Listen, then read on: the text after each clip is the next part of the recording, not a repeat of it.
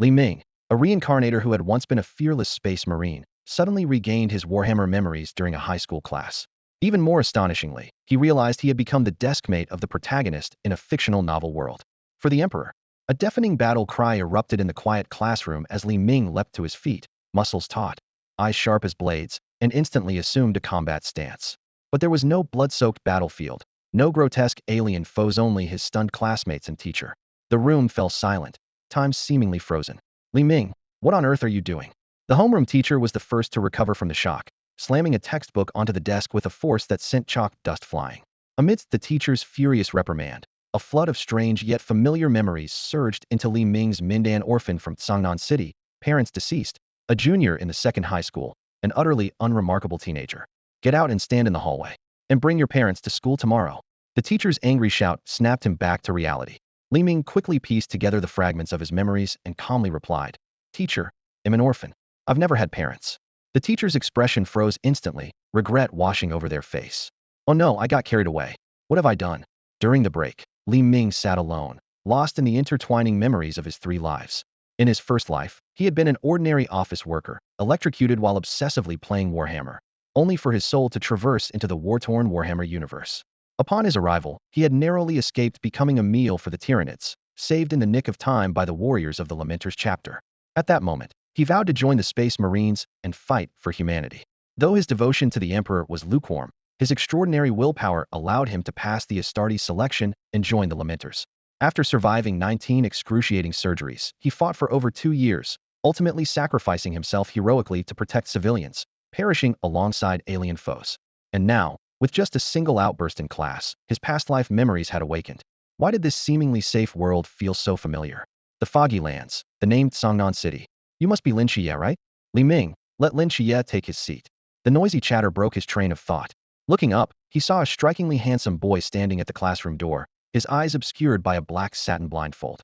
Surrounded by curious and enthusiastic classmates, the boy exuded a mysterious aura. Suddenly, a flash of insight struck Li Ming like lightning fog. Sangnan, Lin Qiye. Wasn't this the world of the novel Godslayer? As he looked at Lin Qiye, who was about to become his deskmate, Li Ming involuntarily swallowed. Not out of any peculiar fascination, but from sheer disbelief at the twist of fate. Moments ago, he had envisioned a peaceful life, only to realize he was now in a perilous and unpredictable world. The Godslayer universe was fraught with danger, elder gods lurking, monsters rampant, and humans reduced to fragments at the slightest misstep. Yet Li Ming felt no fear. Having endured the trials of a space marine, survived in human transformations, and fought to the death against alien horrors, his will was unshakable. Some might question his loyalty to the Emperor, but no one could deny the steel of his resolve. When Lin Qiye sat down, a brief silence fell over the classroom, the atmosphere tinged with awkwardness. "Hello, Lin Qiye. I'm Li Ming, your deskmate. If you need anything, feel free to ask," Li Ming said, breaking the ice. Lin Qiye looked at him, puzzled. "Do you know me?" Before Li Ming could respond, a voice from the back chimed in. "Of course he does. A few days ago, an aunt specifically asked us to look after her nephew and even gave us 2 eggs as thanks," said Li Yifei gleefully. Lin Qiye's face darkened at the mention. Li Ming shot a thoughtful glance at Li Yifei, rubbing his temples as he began strategizing his next steps. Lin Qiye's arrival marked the beginning of the story, and according to the novel, the ghost mask incident was about to unfold. "I need to contact the security office and see if I can secure a weapon. With my current physical condition, fighting barehanded might not be enough," he thought. As for standing by idly, impossible. As a member of the Lamenters, eliminating alien threats and protecting humanity was etched into his very being, just as the Astartes had once saved him without hesitation. The ideal weapon? A chainsword. He recalled the days of battle, the roar of the blade tearing through enemies, and the blood-soaked victories. Ding! A crisp notification sound interrupted his thoughts, and a cold, mechanical voice echoed in his mind. Warhammer expansion pack loaded. Tutorial complete. A semi-transparent panel materialized before him, flooding his consciousness with information. Kill enemies to earn points, exchange points for rewards, and an initial gift. A chainsword. Seriously? 2.5 years of tutorial. Li Ming muttered, rolling his eyes before examining the panel. Name: Li Ming. Skills: Firearms Mastery, Hand-to-Hand Combat Mastery, Weapon Mastery, Battlefield First Aid. Storage Space: Chainsword. Points: 0. Though basic, every skill had been honed in real combat. More importantly, he now had his ideal weapon. With just a thought, the chainsword could manifest in his hand. His goal was clear: fight and keep fighting. Grow stronger through battle. How to join the fray? Li Ming glanced at Lin Qiye beside him. Was there any quicker way to encounter combat than sticking close to the protagonist? After evening self-study, students flooded out of the school gates. Among them, a group of 10 or so students surrounded the blindfolded boy, walking noisily toward the exit. There's no need for this. I can walk home by myself, Lin Qiye said, looking resigned. The class monitor, Jiang Qian, quickly replied, Don't worry, Lin Qiye. Since we promised your aunt, we'll make sure you get home safely. Yeah, absolutely, the others chimed in. Li Ming followed at a distance, listening to their chatter. After a while, the group dwindled to just 5 people, including Li Ming. Hey, have you guys heard? There's been a serial killer in the old district recently. Several gruesome murders already, Li Yifei said mysteriously, nudging Wang Xiao with his elbow. Your house is near there, right? Be extra careful. Wang Xiao turned pale, while Jiang Qian rubbed her arms nervously, glaring at Li Yifei. With how fast news spreads these days, if something like that were true, there'd be reports everywhere. Stop trying to scare everyone. To bolster her point, she turned to the others. Isn't that right, Lin Qiye, Li Ming? Maybe, Li Ming said with a faint smile. But don't you think this scene feels familiar? It's like the classic opening to a horror movie. Someone shares a creepy story, the group is skeptical, and then one person strays off. The next moment, Schwicktheir head rolls. A sudden sound abruptly interrupted Lin Qiye's thoughts. He had been silently pondering the odd behavior of his deskmate, Li Ming, that overly composed demeanor, and the precise, measured strides and arm movements he observed through his unique vision, which reminded him of a soldier. Yet, Li Ming's age seemed to contradict such a theory. It was all too strange. Stop. Don't talk about it anymore. Wang Xiao squirmed uncomfortably, feeling a chill run down his neck. I don't believe in this stuff, but it's seriously creepy. I still have to walk home alone through that little alley up ahead. Exactly. It's too scary to talk about at night. Jiang Qian chimed in, nodding in agreement. As the group walked and chatted, they soon reached the entrance of the alley. Just as Wang Xiao was about to say goodbye and step into the alleyway, a firm hand pressed down on his shoulder. Wait, Li Ming said, his expression serious. Something's not right. He had already sensed a rapidly approaching malice. Not right? What do you mean? Jiang Qian wrinkled her nose. Do you guys smell something foul? Smell? I don't smell anything. Wang Xiao sniffed the air vigorously. Lu Yuan, who rarely drew attention, turned to Li Yifei. What about you? Do you smell anything? I think I do, Li Yifei said, covering his nose. It's awful, like the stench of some rotting animal. Though Li Ming had also noticed the stench, his past experiences with worse allowed him to endure it. Just then, a chaotic sound of hurried footsteps echoed from deep within the alley, rapidly approaching. Instinctively, Wang Xiao looked up, and his face turned deathly pale in an instant. Hey, a monster! Run! Before he even finished his sentence, he had already turned and bolted.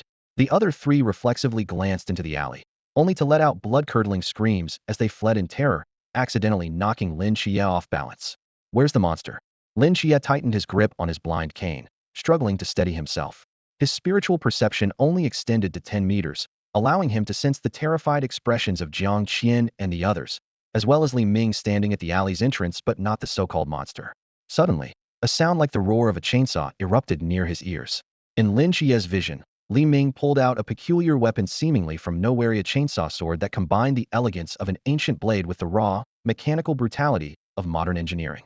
The chainsaw extended along one side of the blade, its sharp teeth spinning at high speed and emitting a deafening roar. Intricate, mysterious runes were etched into the hilt. Are you itching for a fight too, old friend? Li Ming muttered, gripping the fierce yet agile chainsaw sword as his battle spirit began to rise. Before Lin Qiye could figure out how Li Ming had conjured such a weapon, the monster that had sent everyone fleeing appeared within his perception, a hulking, 4-limbed creature with a grotesque, menacing face atop its head. Its mouth twisted and writhed with a nauseatingly long tongue. Alien, prepare to die. Li Ming's furious roar echoed through the alley. With both hands gripping his chainsword tightly, he shot forward like an arrow toward the ghost-faced creature, shouting words like alien and emperor, terms Lin Qiye couldn't make sense of. Channeling all his strength into the blade, Li Ming skillfully dodged the creature's razor-sharp claws and struck with precision. Bang! Metal clashed against flesh, and the teeth of the chainsword tore into the ghost-faced creature's forelimb in an instant. A piercing wail reverberated through the narrow alley as one of its claws was severed. Using the momentum, Li Ming spun around, his blade tracing a perfect arc that severed the creature's hind legs as well. The entire sequence was fluid and seamless, over in the blink of an eye. By the time Lynchia processed what had happened, Li Ming was already standing with one foot on the creature's chest, the chainsword raised high, poised to strike its neck. Every movement exuded a chilling level of proficiency. Lin Qiye stared blankly at the bloody scene before him, his mind blank, as if frozen. He looked at Li Ming, who seemed born to play the role of a butcher in a horror film. Just as he hesitated, unsure whether to flee, a second ghost-faced creature darted out from the depths of the alley. This new creature hesitated briefly before lunging straight at Li Ming. A smirk tugged at the corner of Li Ming's lips as he crouched low, the chainsword in his grip roaring even louder. At the moment of impact, he suddenly raised the sword high and leaned back, executing a perfect sliding maneuver. The spinning teeth of the chainsword tore through the creature's chest, nearly cleaving its body in two. To Lin Qiye, it looked as if the monster had willingly thrown itself into a colossal shredder. Starfield combat technique, alien brat, Li Ming muttered as he approached the writhing creature. With a swift stomp to its back, he ended its suffering without hesitation. A system notification appeared in midair. Ghost-faced creatures defeated 2 points 2. Got some points now. Time to scratch the itch, let's spin the wheel. Without a second thought, Li Ming allocated 1 point to the roulette. But instead of spinning, the wheel erupted in dazzling golden light. First spin bonus, hidden reward unlocked. The roulette trembled violently as a card materialized, its surface revealing a faint silhouette of a majestic figure seated on an awe-inspiring throne. No way. The yellow Sku, the esteemed emperor of the Imperium, master of humanity, and omniscient father has descended upon his loyal earth. Li Ming recognized the figure on the card immediately, far beyond what he had expected. You're worth just one ghost-faced creature? Does this mean I have to swear allegiance and rejoin the ranks? As the radiant card fully revealed itself, it transformed into a beam of light and merged into Li Ming's body. In an instant, a colossal phantom enveloped the skies over Tsongnan's City. A regal figure clad in golden armor sat upon an enormous throne of gold, wielding a giant sword ablaze with golden flames. The figure's face was obscured by a divine glow, but its deep, penetrating eyes were clearly visible. Under the overwhelming pressure of this divine presence, many extraordinary individuals found it difficult to breathe. The stronger the individual, the more intense the sensation. Zhao Kongcheng, who had been pursuing another ghost-faced creature nearby, felt the energy up close and struggled to remain upright. Squinting at the sky, he muttered, "You've got to be kidding me. This aura. Is it Klano? No, this is at least at the level of a deity." Beneath the grandeur of this aura, he felt as insignificant as a mayfly seeing the sky for the first time. Now overlooking the vast city of Tsongnan, Li Ming felt the immense power coursing through him. A thought resonated in his mind.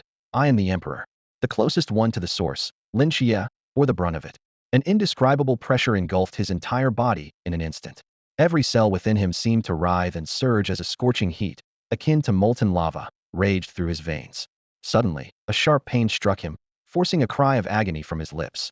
At that very moment, Lin Qiye's eyes snapped open, and a brilliant beam of light shot skyward. Within that radiance, he saw a pair of familiar eyes he had once gazed upon in his childhood. Li Ming, sensing something, lifted his head to glance at the moon before shifting his gaze to the depths of the mist. He could feel a peculiar state was nearing its end. It was time to take action. Another one? Zhao Kongcheng, who had just barely adjusted, looked at yet another golden beam rising into the sky and was momentarily at a loss for words. He sighed inwardly. I'm so tired, just let it all end. Meanwhile, Wu Xiangnan, who was preparing to assist Zhao Kongcheng, was overwhelmed by 2 entirely distinct auras. Suddenly, he noticed movement from the figure seated on the throne. The majestic silhouette had risen to its feet. The figure stood up from the golden throne, its gaze piercing through the mist as though it had spotted some vile abomination. The mist churned violently, boiling over, and the gods within it exchanged uneasy whispers, like prey caught in the predator's sights. Damn heretics! The mortal realm has been defiled once again. A voice resounded directly in the hearts of all the extraordinary beings present. Then, the colossal figure sat back down, its shadow gradually fading into nothingness. The mist buzzed with murmurs. Was that Michael just now? Who was the other one? What an overwhelming presence. Presence alone means nothing. For all we know, it could just be for show. Who knows how strong they really are? If you really think it's just for show, why don't you go and test them? I'm not stupid. Enough. Now's not the time. Besides, this is within the borders of Xia. There's bound to be some fool willing to act as cannon fodder. With those words, the mist returned to silence, and the roiling gray fog gradually settled back to its original state. As the peculiar state dissipated, Li Ming bent over, hands on his knees, panting heavily. He opened his interface to check. Name: Li Ming the Emperor. Skills: battle-hardened veteran, true form of the Emperor, psychokinesis, protective field, psychokinesis, heavy strike, mind control, telepathy, biochemical enhancement, cellular manipulation. Storage space, chainsaw sword. Psi energy, level 8. Points, 1. Staring at the information, Li Ming fell into deep thought. Not only had a psi energy option been added, but the skills section had also undergone significant changes.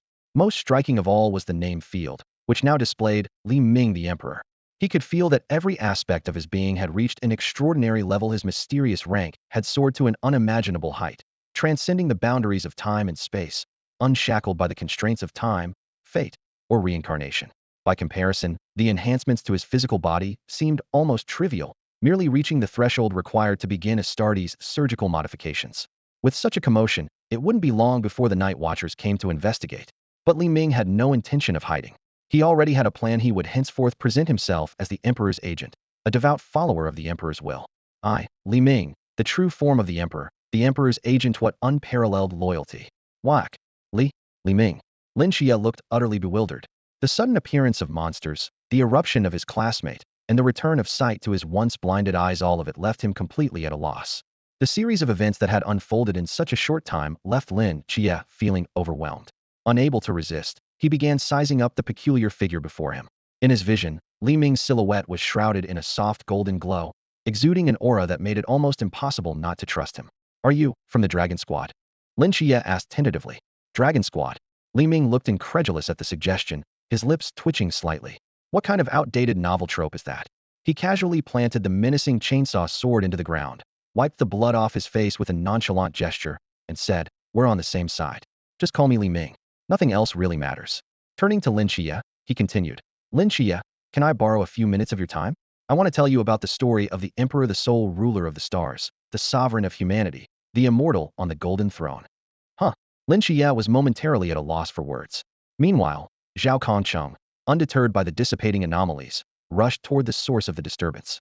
As a watchman, it was his duty to investigate, friend or foe, even at the cost of his life. He instinctively touched the emblem in his pocket, quickening his pace. That was the unification wars of Terra. Next, I'll tell you about the Emperor's new journey, Li Ming said enthusiastically. About that. Li Ming, Lin Qiye said with an awkward expression. It's getting late, and my aunt's waiting for me to come home for dinner. When Zhao Kongcheng arrived at the scene, the sight before him made him pause. The grotesque remains of a ghostly corpse lay sprawled on the ground, and a bizarrely designed sword was stuck nearby. Two high school students in uniforms were conversing. One was covered in blood but chattered incessantly, while the other, holding a white cane, looked visibly anxious to leave. The sound of his footsteps caught their attention. The blind boy's face immediately showed a look of relief. Li Ming studied the Nakamura, middle-aged man dressed so ordinarily that he blended seamlessly into any crowd. He wore a dark red cloak and carried a sword slung across his back. "Uncle, out this late? Better head home before you end up kneeling on a washboard," Li Ming teased with a yawn, clearly worn out from the night's events. "She wouldn't dare," Zhao Kongqing muttered under his breath, then straightened up and said seriously, "Gentlemen, I need a moment of your time to clarify a few things." Seeing that neither of them made a move for their weapons, he relaxed slightly. "Sure, but I need to take care of something first," Li Ming said, pointing to a nearby dark alley. "I can't hold it any longer." He nudged Lin Qiye with his elbow. Lin Qiye caught on immediately. "I'll go too." Before Zhao Kongcheng could respond, Li Ming stowed the chainsaw sword into some sort of spatial storage and headed into the alley with Lin Qiye. Watching the sword vanish into thin air, Zhao Kongqing's eyes widened briefly, but he soon let down his guard. Putting away a weapon indicated no hostile intent. These two kids seemed to know what they were doing. He pressed his walkie-talkie. "Scene is secure. Cleanup crew can proceed." After speaking, Zhao Kongcheng sat wearily on the curb. Tonight had been an eventful one. Those two kids were likely agents of the divine, and he needed to find a way to convince them to join the Watchmen. Young people and their stamina, they've been gone for ages. After waiting for a while, Zhao Kongqing pulled out a pack of cigarettes, about to shake one loose, when his hand froze midair. No way. He bolted into the alley, only to find it empty. The only thing left was a gust of night wind carrying fallen leaves past him. After parting ways, Li Ming strolled leisurely back home, thinking he could deal with everything tomorrow.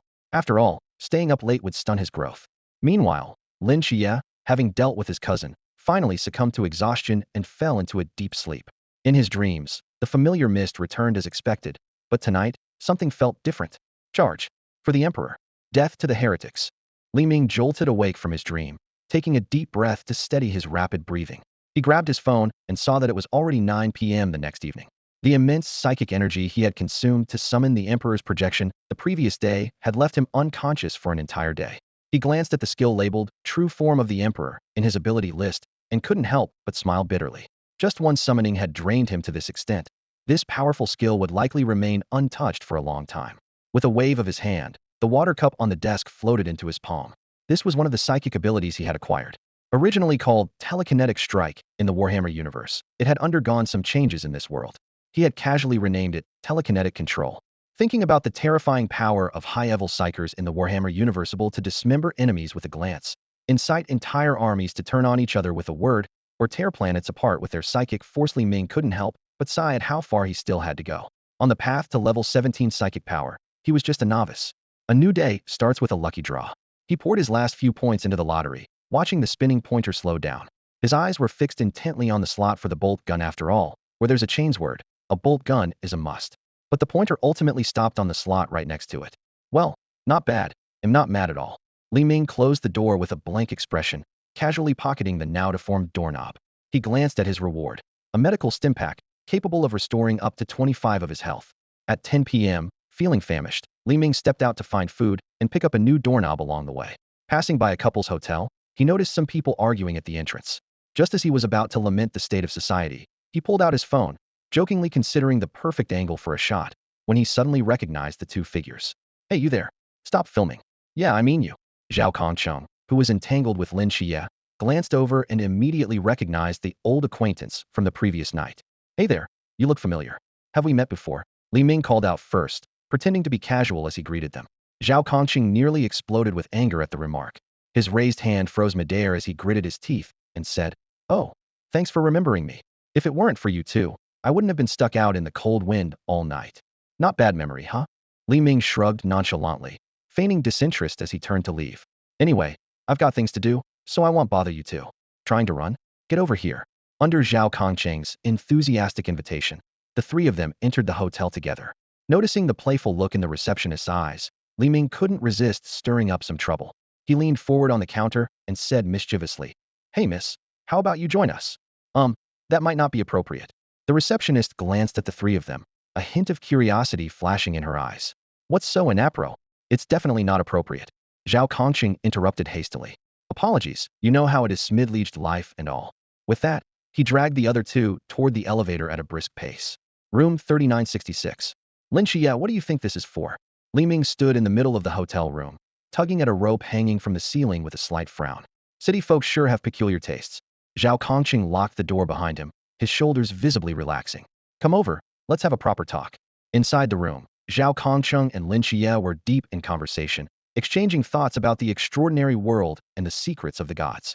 Meanwhile, Li Ming was half leaning on the waterbed, responding absent-mindedly as his thoughts wandered elsewhere. The gentle sway of the waterbed, combined with its comfort, had him secretly wondering if he should get one for himself. As the conversation neared its conclusion, Zhao Kongcheng shifted his gaze from Lin Qiye to Li Ming. "So, what's your decision? Are you joining the Night Watchers? And about that god yesterday, who was it? And what were their instructions?" "Now this, I'm wide awake for." Li Ming suddenly perked up, clearing his throat. "Ahem, Mr. Zhao Kongcheng, may I borrow a few minutes of your time?" Straightening his posture, he spoke with a solemn tone.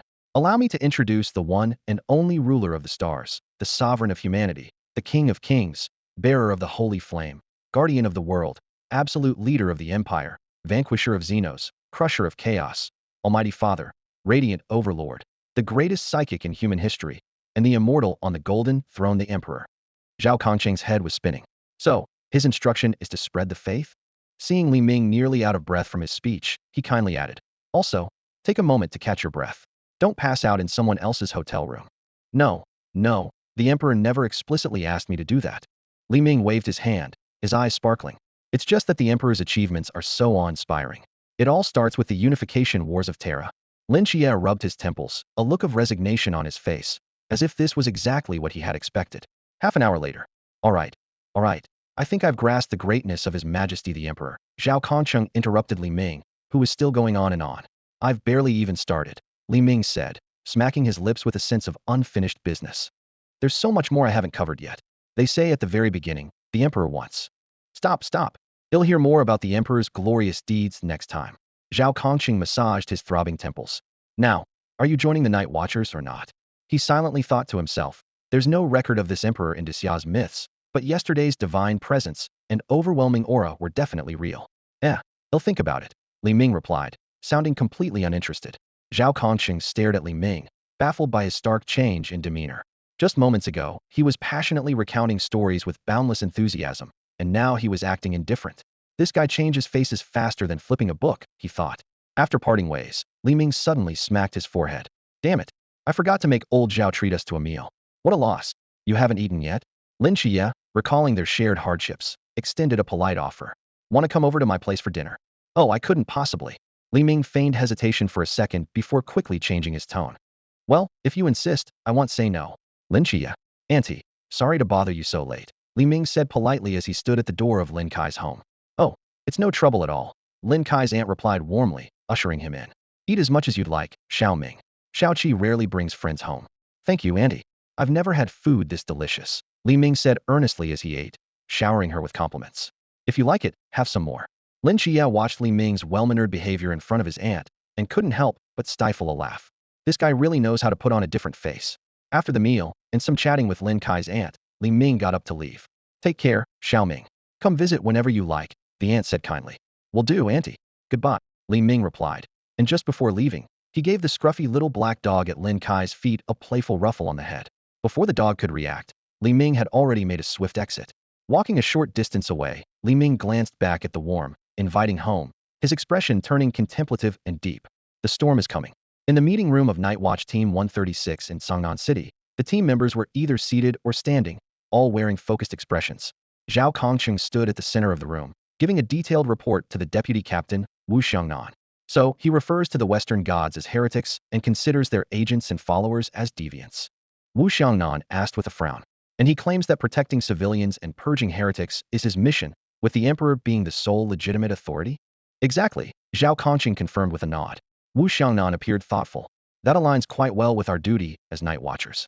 Straightening his posture, he added, we must invite Li Ming and Lin Qiye to join us as soon as possible. These two young men have tremendous potential and are bound to become the backbone of Daxia's defense in the future.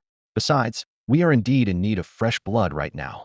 I understand, Zhao Kongqing replied gravely. Li Ming is likely to join. If we don't get a response in 3 days, he'll approach him again.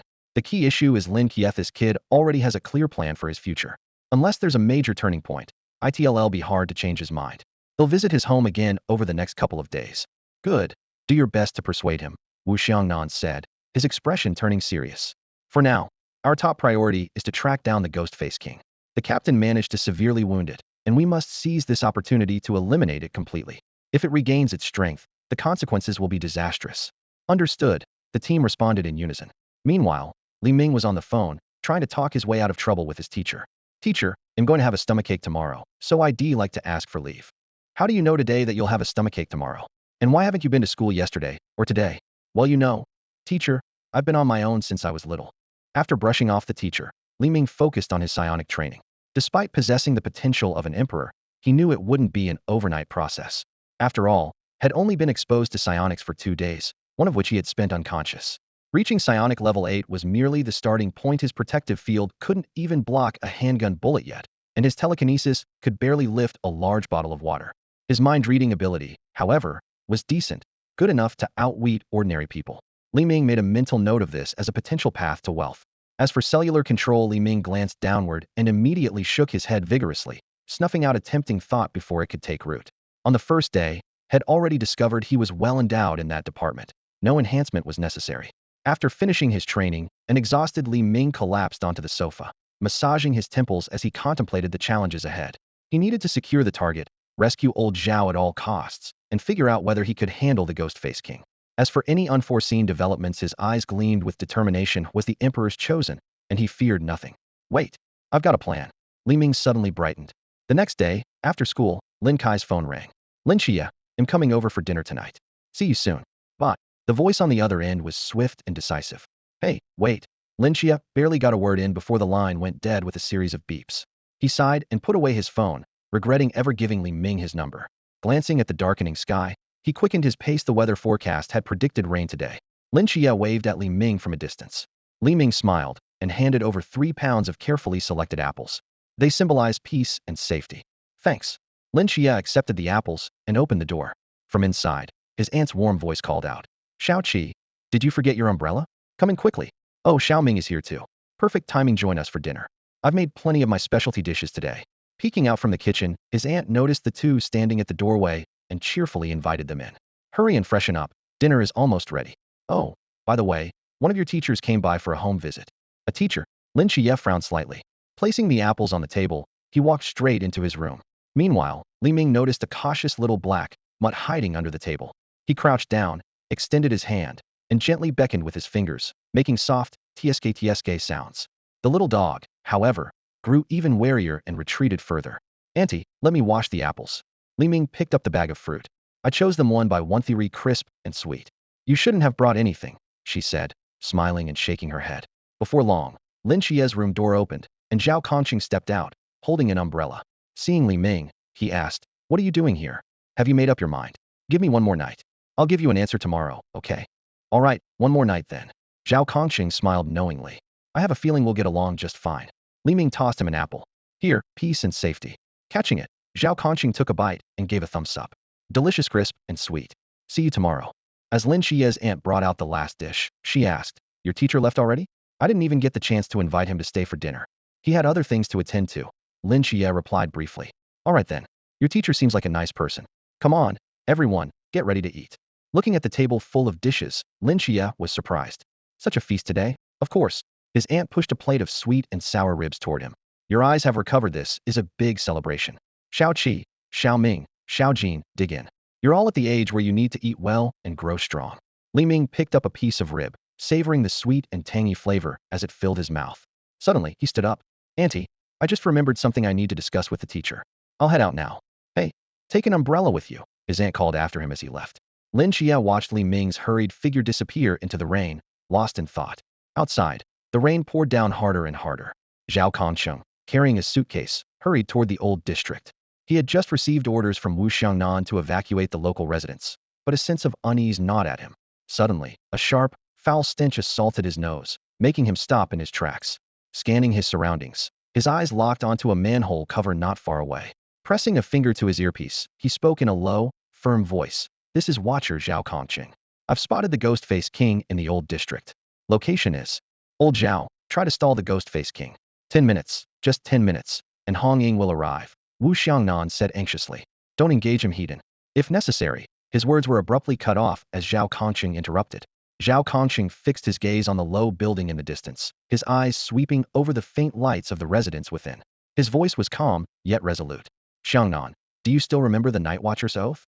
Don't be reckless." Wu Xiangnan grabbed Zhao Kongqing's arm in desperation. "Sacrificing a core team member for an injured Ghostface King isn't worth it. We're not gods. We can't guarantee everyone's safety." Zhao Kongqing didn't respond. He silently opened his briefcase and quickly took out the notice plaques.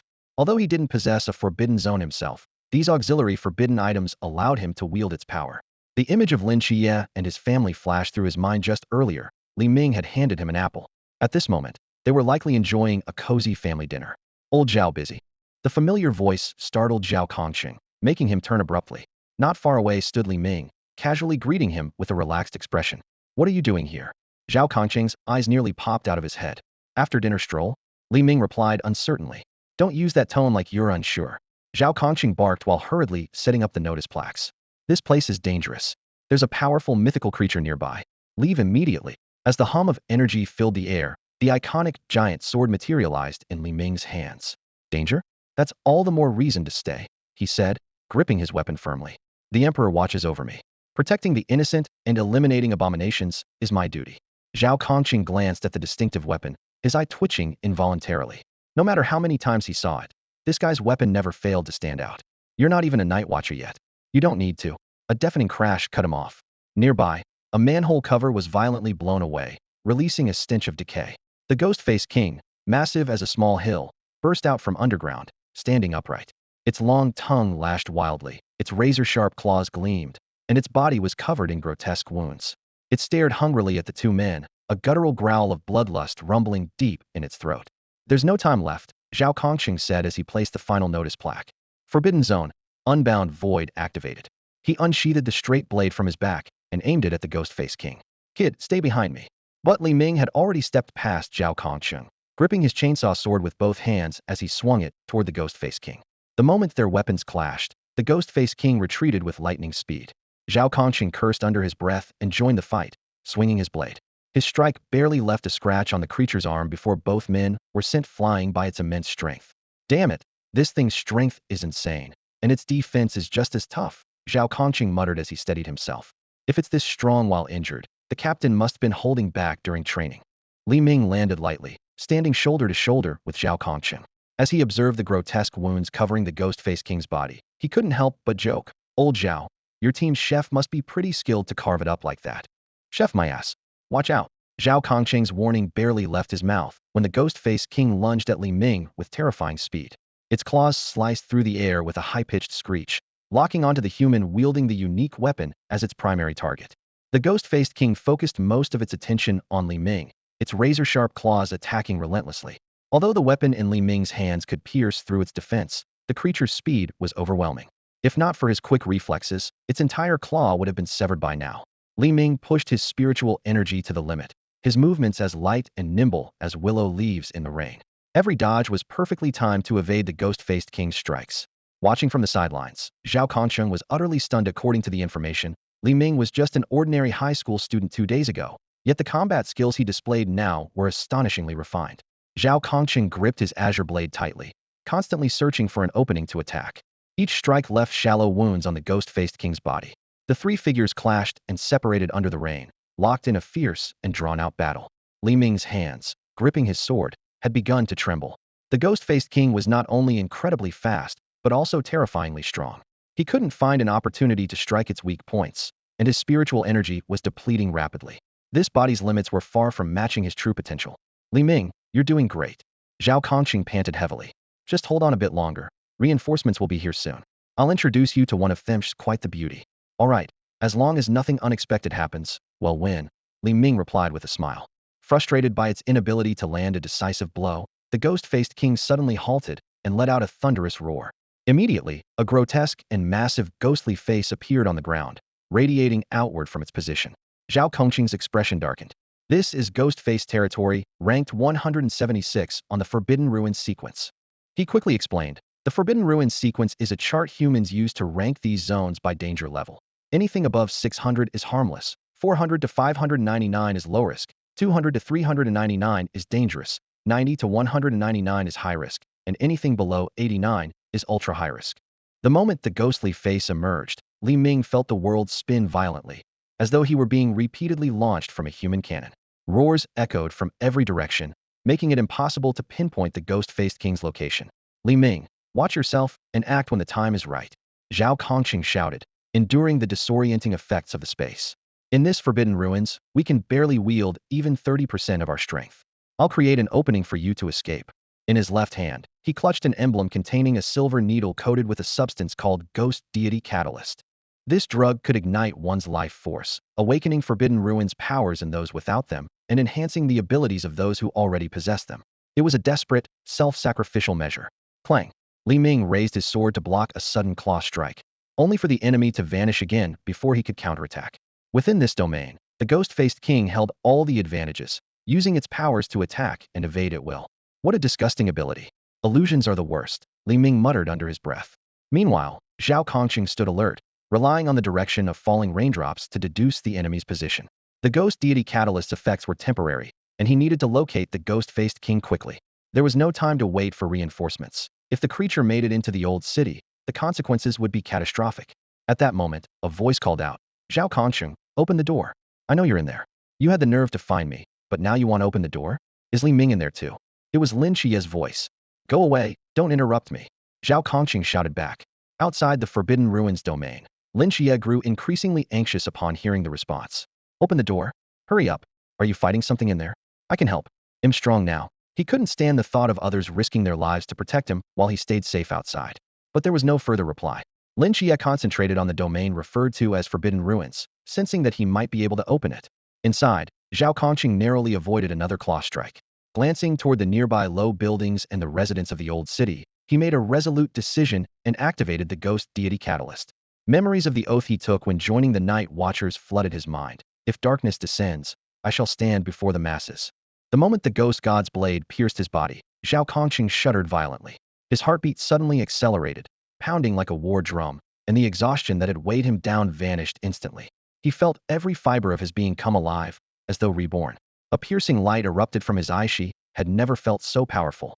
Come fight me, Zhao Kongqing roared, raising his straight blade that shimmered with an icy blue glow, his voice brimming with unrestrained confidence. A pitch-black ghost claw tore through the air, attacking from the side. This move, which had been inescapable before, now appeared vividly clear to Zhao Kongqing. With a flick of his wrist, the blade sliced through the air. A massive black crescent moon shot forth, severing the Ghostface King's arm with precision. Ha ha ha! Zhao Kongqing burst into wild laughter. As I thought, I'm a genius. Me, Zhao Kongqing, a damn genius. Incredible, absolutely incredible. He now understood the power he had awakened was the highly dangerous Forbidden Ruin ranked 83, the Vanishing Moon Slash. Through the rain, the Ghostface King's massive figure finally emerged fully before Zhao Kongqing, radiating an oppressive aura. Yet the empty space where its arm once was made it appear somewhat battered. The Ghostface King glanced at its severed limb, a flicker of astonishment in its eyes. How had this human, who couldn't even scratch its defenses earlier, suddenly become so ferocious, like a tiger pouncing to kill? Their gazes locked in midair, murderous intent surging between them. The battle exploded in an instant. The straight blade and ghostly claws clashed repeatedly, producing ear-splitting metallic screeches. The two figures moved like lightning, leaving afterimages in their wake. Their fierce combat shredded everything around them. Empowered by the Ghost God's blade, Zhao Kongqing's previous disadvantages in speed and strength were utterly erased. Each strike of his blade inflicted devastating damage on the Ghostface King, cutting deep to the bone. As expected, if I'd had a Forbidden Ruin earlier, you wouldn't have stood a chance against me. Zhao Kongqing sneered. Just like Li Ming said, let me show you some real blade work. Sensing the threat to its life, the Ghostface King began to fight back desperately, burning its essence to boost its strength and speed, barely managing to hold its ground. The battle between man and ghost grew increasingly intense and deadlocked. However, Zhao Kongqing's condition began to deteriorate rapidly. His speed slowed, his strength waned, and the crescents he unleashed became thin and weak. The explosive power granted by the Ghost God's blade was ultimately unsustainable. The Ghostface King seized the opportunity, intensifying its assault. Wounds multiplied across Zhao Kongqing's body, one so severe it nearly disemboweled him. Boom! Zhao Kongqing was struck hard and sent flying, crashing heavily to the ground. Blood soaked the earth beneath him. The Ghostface King, too, was faltering, its ghostly form flickering from overexertion. Again, Zhao Kongqing gritted his teeth, forcing himself to his feet. He raised his blade and charged at the Ghostface King, slashing from every cunning angle. He couldn't stop. Behind him were countless families, including Lin Qiye's. Thud! Another heavy blow sent Zhao Kongqing sprawling to the ground, every muscle in his body screaming in agony. Was this the end? Impossible. At that moment, a figure stepped in front of him. It was Li Ming. Old Zhao, not bad with the blade. We'll spar again someday if we get the chance. Struggling to prop himself up, Zhao Kongqing managed a bitter smile. Someday? There is no future anymore. Amid the deafening roar of grinding gears, Zhao Kongqing and Li Ming stood back to back, feeling an unprecedented sense of safety. Watch out. This monster's speed and strength have multiplied. It's fighting for its life, Zhao Kongqing warned in a low voice. The two moved in perfect sync, striking simultaneously, one leading the attack, the other supporting. Zhao Kongqing took the offensive while Li Ming backed him up. The moment they clashed, Li Ming felt the overwhelming change in the Ghostface King. The sheer force of its blows almost made him lose grip of his sword. Every strike from the Ghostface King was filled with a maddened desperation, clearly its last stand. Suddenly, a resounding crack echoed behind them. A rift split open in the previously impenetrable no-bounds void. A young boy with eyes glowing golden strode through it was Lin Qiye. His gaze swept quickly over the scene. Zhao Kongqing, battered and bloodied. Li Ming, barely holding his ground. And the towering, menacing Ghostface King. How did you get in here? Zhao Kongqing asked in astonishment. Lin Qiye pointed to his glowing eyes. They guided me in. All right then, Zhao Kongqing replied, too drained to question further. The sharp pain in his chest reminded him that time was running out. I'm much stronger now. I can definitely help, Lin Qiye said confidently. Zhao Kongqing glanced back at the two younger boys. I believe you, but let me take one final swing first. Time is short. Watch carefully this strike, you must remember. Why? Lin Qiye asked, puzzled. Li Ming, who knew the truth, remained solemn. Because this strike will be magnificent. Zhao Kongqing fixed his gaze on the wary Ghostface King. There was no flamboyance in his movement, just a simple raise of his blade and a decisive slash. A massive crescent blade of energy tore through the night like a thunderclap, hurtling toward the Ghostface King. Even the raindrops seemed to freeze in that moment. This crescent, imbued with Zhao Kongqing's final vestige of spirit and life, effortlessly pierced the Ghostface King's defenses, shredding its flesh. A massive head soared into the air, and the colossal body collapsed with a resounding thud. At the same time, Zhao Kongqing's body fell backward, caught by a stunned Lin Qiye. Li Ming bolted toward the decapitated head, planting his foot on it as he brought his chainsaw sword down, splitting it in two like chopping wood. With a piercing scream, a pale ghostly face dissipated into the air, and the cursed domain of the Ghostface King was eradicated. Ghostface King defeated. Points 30. Suddenly invigorated, Li Ming felt as if he possessed two perspectives simultaneously, one wielding the chainsaw sword, the other observing the outside world through a watery veil in an unknown space. Was this the Emperor's true form?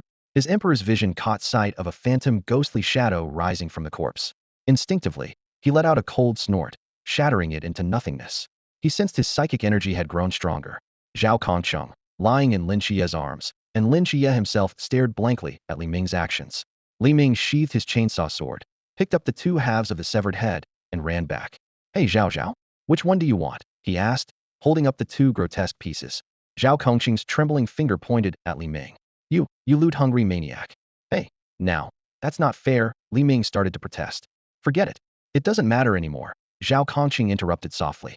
Only then did Lin Qiye snap back to reality, noticing the life rapidly fading from Zhao Kongcheng. "Zhao Kongcheng, how are you? Hold on, I'll get you to a hospital right away." "It's fine. I'm just about to die, that's all," Zhao Kongcheng replied calmly. Li Ming was just about to speak when Zhao Kongcheng shot him a disdainful glance. His hands had just been cradling his head moments ago. Seemingly intent on defying him, Li Ming reached out and grabbed Zhao Kongcheng's arm. "Lin Qiye, light me a cigarette," Zhao Kongcheng said softly. With trembling fingers, Lin Qiye fished a pack of cigarettes and a lighter from Zhao Kongcheng's pocket. He carefully pulled out a cigarette and held it to Zhao Kongcheng's lips. It took several attempts with the lighter before a faint flame finally appeared. Zhao Kongcheng took a deep drag, the smoke curling around him, getting to experience the fleeting brilliance of this moment before the end. "Old Zhao's life has been worth it," he said with a hint of satisfaction in his voice. "So, how was that strike earlier? Cool or what?" Cool beyond words." A faint smile played at the corners of Zhao Kongcheng's lips. "If I could survive this, I'd definitely rise to the rank of general. You know, ever since I was a kid, my dream was to have my chest adorned with medals, basking in the admiration of others." His voice trailed off, fading into the night. Lin Qiye clung tightly to Zhao Kongcheng, who had gone still, his entire body trembling uncontrollably. "We've only known each other for 3 days. Was it really worth it? You put your life on the line here, but how many people will even know?" He choked out through his tears. "Today, you protected my entire world. To me, you're the most commanding general there is. I, Lin Qiye, never owe anyone the responsibility of the Watchers. He'll bear it." Lin Qiye hoisted Zhao Kongcheng's straight sword onto his back and cradled Zhao Kongcheng's body in his arms. At that moment, a bolt of lightning split the night sky, bathing the three figures in a silver-white glow. In the distance, Hong Ying and the other Watchers were rushing toward them. Summoning every ounce of strength, Lin Qiye roared, his voice shaking the heavens and the earth. "Lin Qiye, a mere junior, sends General Zhao Kongcheng home in triumph." His voice reverberated through the night for what felt like an eternity. Li Ming had been clutching Zhao Kongcheng's arm tightly the entire time. Once Lin Qiye finished shouting, he exhaled deeply. "That's better. You can't miss out on experiencing a legendary moment like slaying a god." He immediately patted Lin Qiye on the shoulder. Quick, lay Zhao Kongcheng down flat. He's still got a chance. I've been using my energy to maintain cellular control and keep him alive on the brink, but I'm running out of steam. The side effects of the Ghost God Catalyst are no joke." He pulled out a syringe. "Medical stimulant, it's your time to shine." Lin Qiye stared at Li Ming in shock. "Wait, hold on you. How's old Zhao doing?" When Shima burst into the hospital corridor, asking urgently. "He's alive," Captain Chunmai wiped his face. "Still unconscious, but he'll need a long recovery." When Shima took a sharp breath. "This was the guidance of spirits. I've never heard of anyone surviving after using it. Old Zhao's life is a miracle. And what about the kid who saved him?" When Shima glanced around, Honging raised an eyebrow. "There are two of them. Which one are you asking about?" "The one who saved old Zhao," Si Xiaonan chimed in softly. "He's chatting with the deputy captain." Meanwhile, inside the conference room. Bang!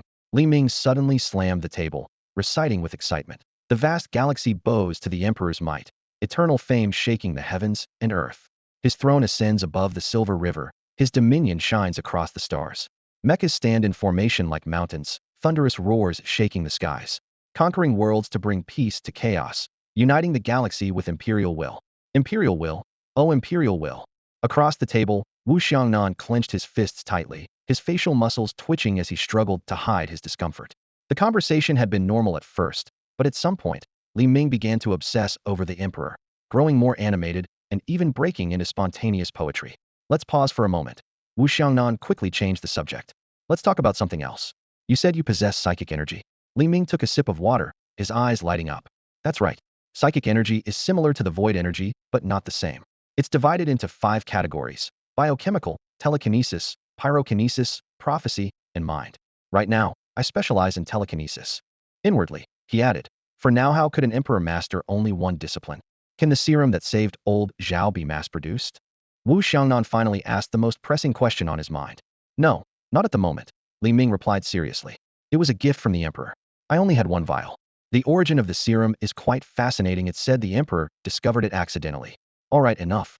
Wu Xiangnan, feeling a headache coming on, cut him off while pretending to check his watch. The captain has already submitted your application. It's getting late, and I have other matters to attend to. We'll talk another day. With that, he hurriedly left, almost fleeing the room. Meanwhile, at Lin Qiye's home. It's so late, why isn't your brother back yet? Their aunt asked anxiously, glancing toward the door. Don't worry, Mom, Yang Jin reassured her. He's probably busy with something at school. Let's eat first. At that moment, near the battlefield in the old district, a small black dog wandered around in confusion. Back in the conference room, Li Ming closed his eyes. His consciousness shifted rapidly into the true form of the emperor. In the next instant, he found himself in a mysterious domain under his complete control. As he adjusted to his new body, one word came to mind: powerful. This form made his thoughts razor sharp, and the previously perplexing problems of psychic energy now seemed effortlessly solvable. Li Ming's mind raced like a supercomputer, breaking down and analyzing every detail of today's battle from multiple angles. The combat scenes replayed in his head over and over, and with each simulation, his combat experience grew exponentially. The golden throne beneath him radiated an intimidating power, capable of gathering and suppressing souls, amplifying psychic energy, and even enabling mental connections with others. This unprecedented sensation was overwhelming, and Li Ming instinctively pressed his throbbing temples, struggling to adapt. After just 3 minutes, his consciousness was forced back into his original body. The intoxicating feeling of having his brain operate at its peak, as if he were omnipotent, was abruptly replaced by the stark contrast of his normal state. It was like switching from a high-end gaming console to an outdated computer that lagged even on the simplest tasks. The resulting sense of loss was indescribable. It must be because my psychic energy level is too low, limiting the duration of the special state, Li Ming quickly deduced. Today, he had unexpectedly absorbed the soul of the Ghostface King, which not only caused a surge in his psychic energy, but also unlocked new functions of the Emperor's true form.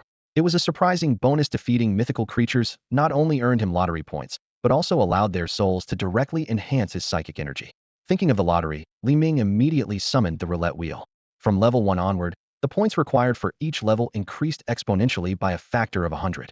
With his current points, he could afford a maximum of 30 level 1 draws, not even enough for a single level 2 draw. He decided to go for a 10 draw first. As the points were injected, the pointer began to spin. The final rewards were Standard Explosive 2, Ant Cow Canned Food 3, Centipede Jerky 2, Handheld Incense Burner 1, Emperor's Codex 1, and Monomolecular Combat Knife 1.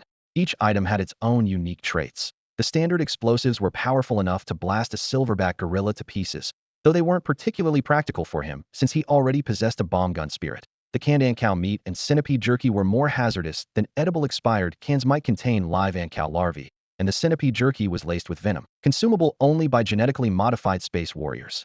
The monomolecular combat knife, however, was highly practical, capable of slicing through steel with ease. As for the handheld incense burner and Emperor's Codex, they were merely ornamental items meant to display loyalty.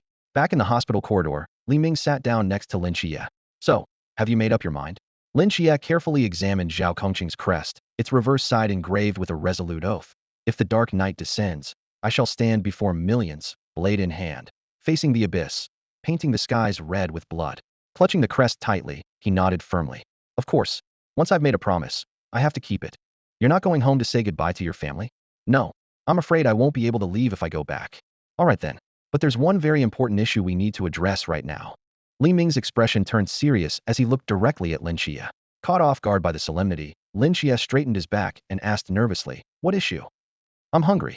Sangnan City, Peace Bridge, Peace Office. Inside the office, Captain Chun Mai sat upright at his desk, his sharp gaze sweeping over the members of Team 136 standing before him.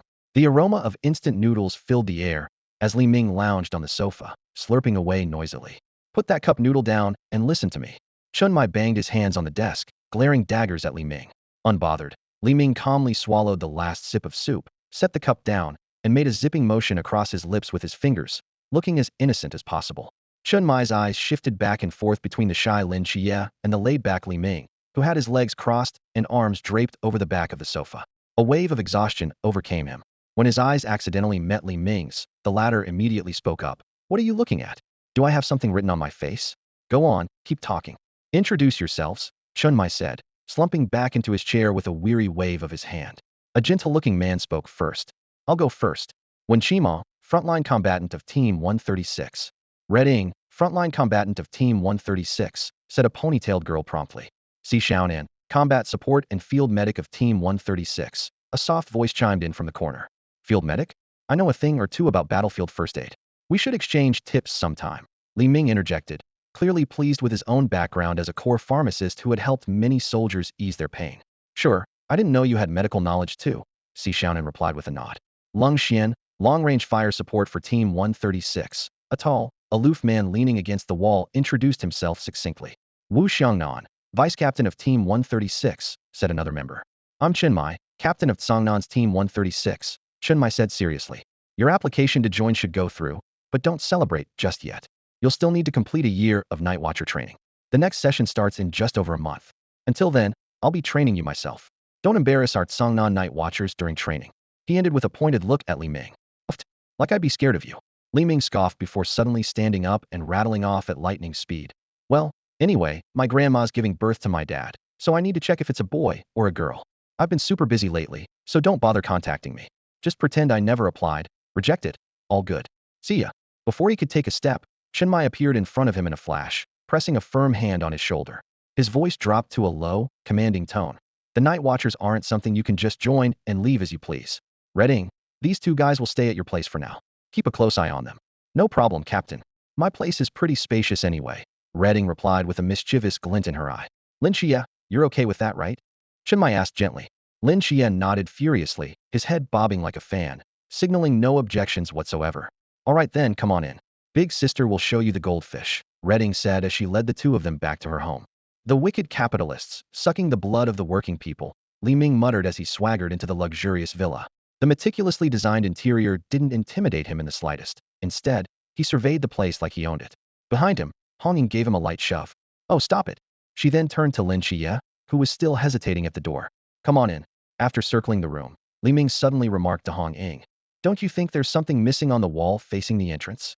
Missing what? A massive portrait of an emperor. My dear lady, may I trouble you for a moment of your time? Hong Ying's expression instantly turned peculiar, as though she had just seen something unpleasant. She quickly headed upstairs, leaving behind a warning. Find your own space. And don't even think about entering my or Xiao Nan's room without permission. The next day, at the peace office. So, Li Ming was enthusiastically advising an elderly woman.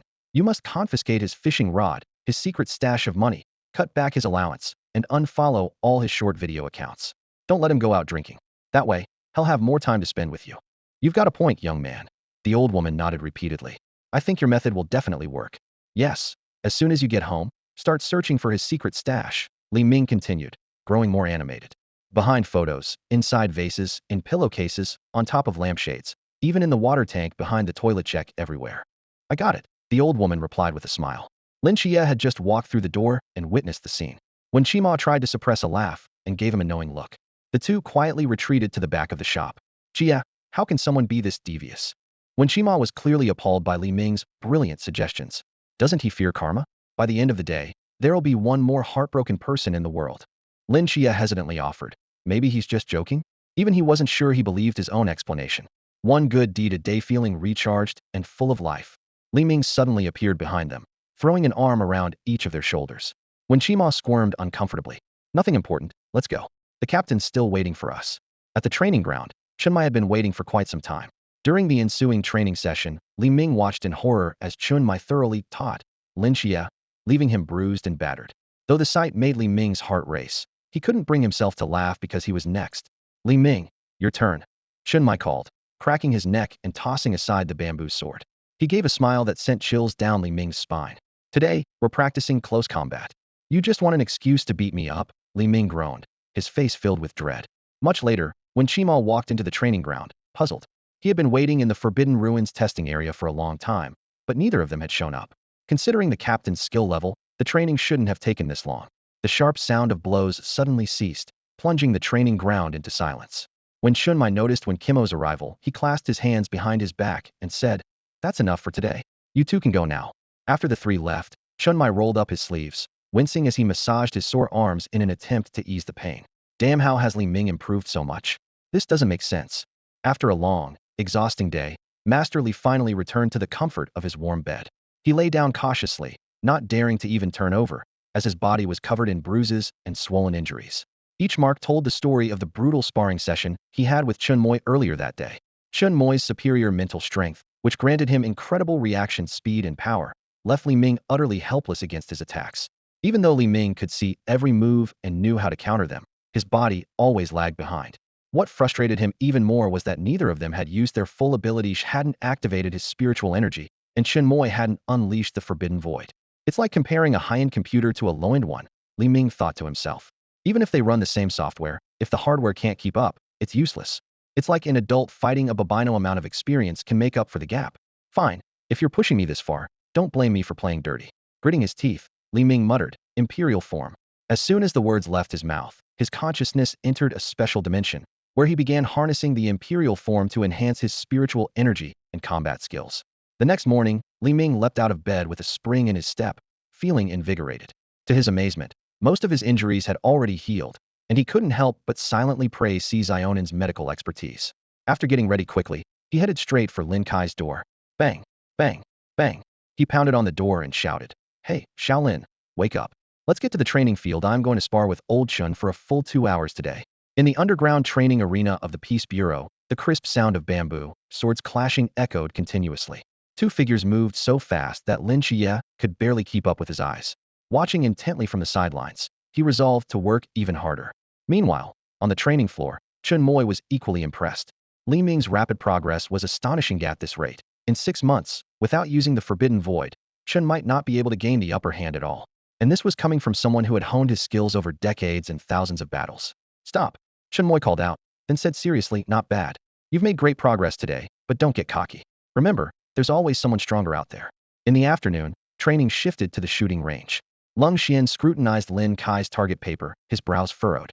The young man's improvement was undeniable as accuracy within 20 meters had significantly increased. Meanwhile, on another range, Li Ming was showing off with a submachine gun, firing at targets 50 meters away. "Ha ha," he laughed loudly. "By the Divine Emperor, this is what I call marksmanship. Caliber is justice, range is truth, and firepower supremacy is the ultimate path." Every bullet hit the bullseye with precision, leaving everyone in awe. "What do you even call that?" Lin Qiye asked, pointing at the wildly firing Li Ming. Lin Qiye's mouth twitched. "Ignore him. He's not even human."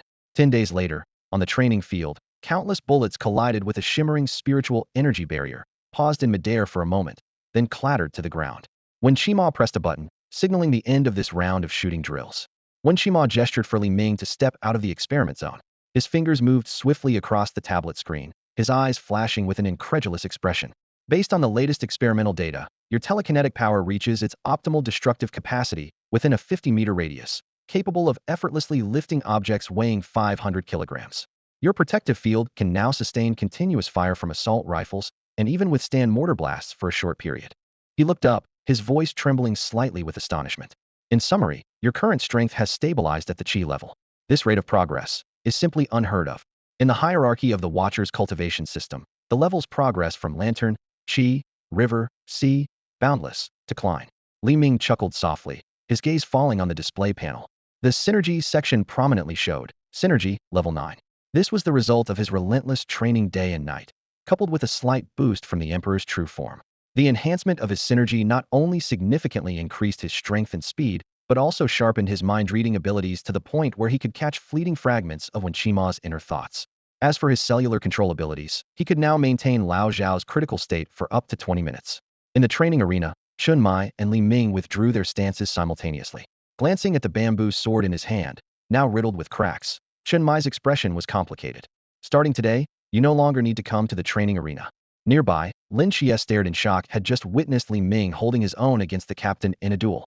Li Ming eagerly tossed the bamboo sword aside, muttering, "Too light. The chainsaw sword feels much better." The recreation room was abuzz with excitement over Li Ming's performance. Hong Ying looked utterly defeated. "Why? It took me so long just to reach the Qi level." When Qima flipped through a stack of data charts. "His progress is downright insane. The numbers change every day." Lin Qiye, ever concise, remarked, "He's like a soldier born for battle." Chun Mai stood with his arms crossed, watching the team's heated discussions. He leaned toward Wu Xiangnan and said quietly, "Perhaps this is heaven's blessing for Daxia." In such dire times, a genius like this emerges. Wu Xiangnan sneered. Heaven's blessing? I only believe that humans can triumph over destiny. That night, lying in bed, Li Ming decided to celebrate this milestone by testing his luck in a draw. The results of 20 consecutive draws were soon revealed. Ant Cow Cans 5, Monomolecular Combat Knives 2, Standard Explosives 4, Explosive Gun 1, Chainsaw Sword 1, Corpse Starch 5, Energy Bars 2. The moment he saw the explosive gun, Li Ming immediately chose to extract it. A hefty, massive firearm materialized in his hands. Designed for a 2.5-meter-tall interstellar warrior, the weapon was crafted from precision alloy, exuding a rugged and imposing aura.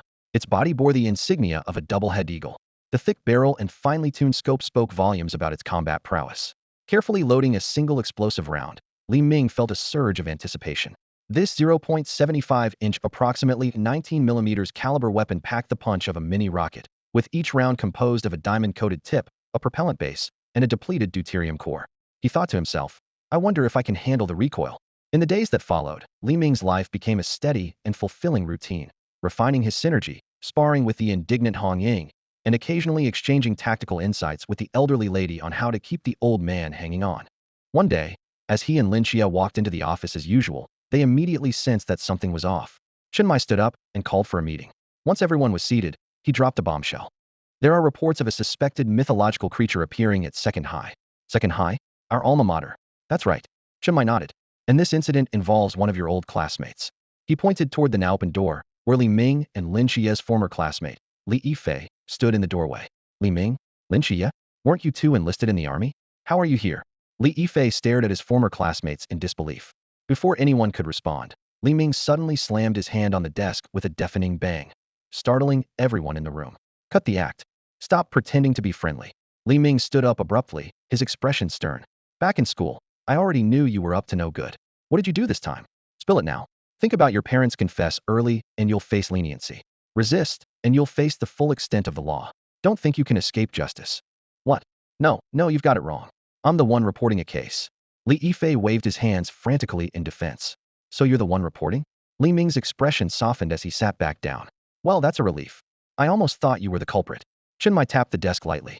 All right, Li Yifei, tell us exactly what happened. Under everyone's gaze, Li Yifei took a deep breath and began. Yesterday after school, I went back to the classroom to grab some homework I forgot. Just as I reached the door, I saw Lu Xiaoyan, our class's Chinese class representative, talking to the head teacher. I was worried they'd think I was sneaking around, so I stayed hidden and watched.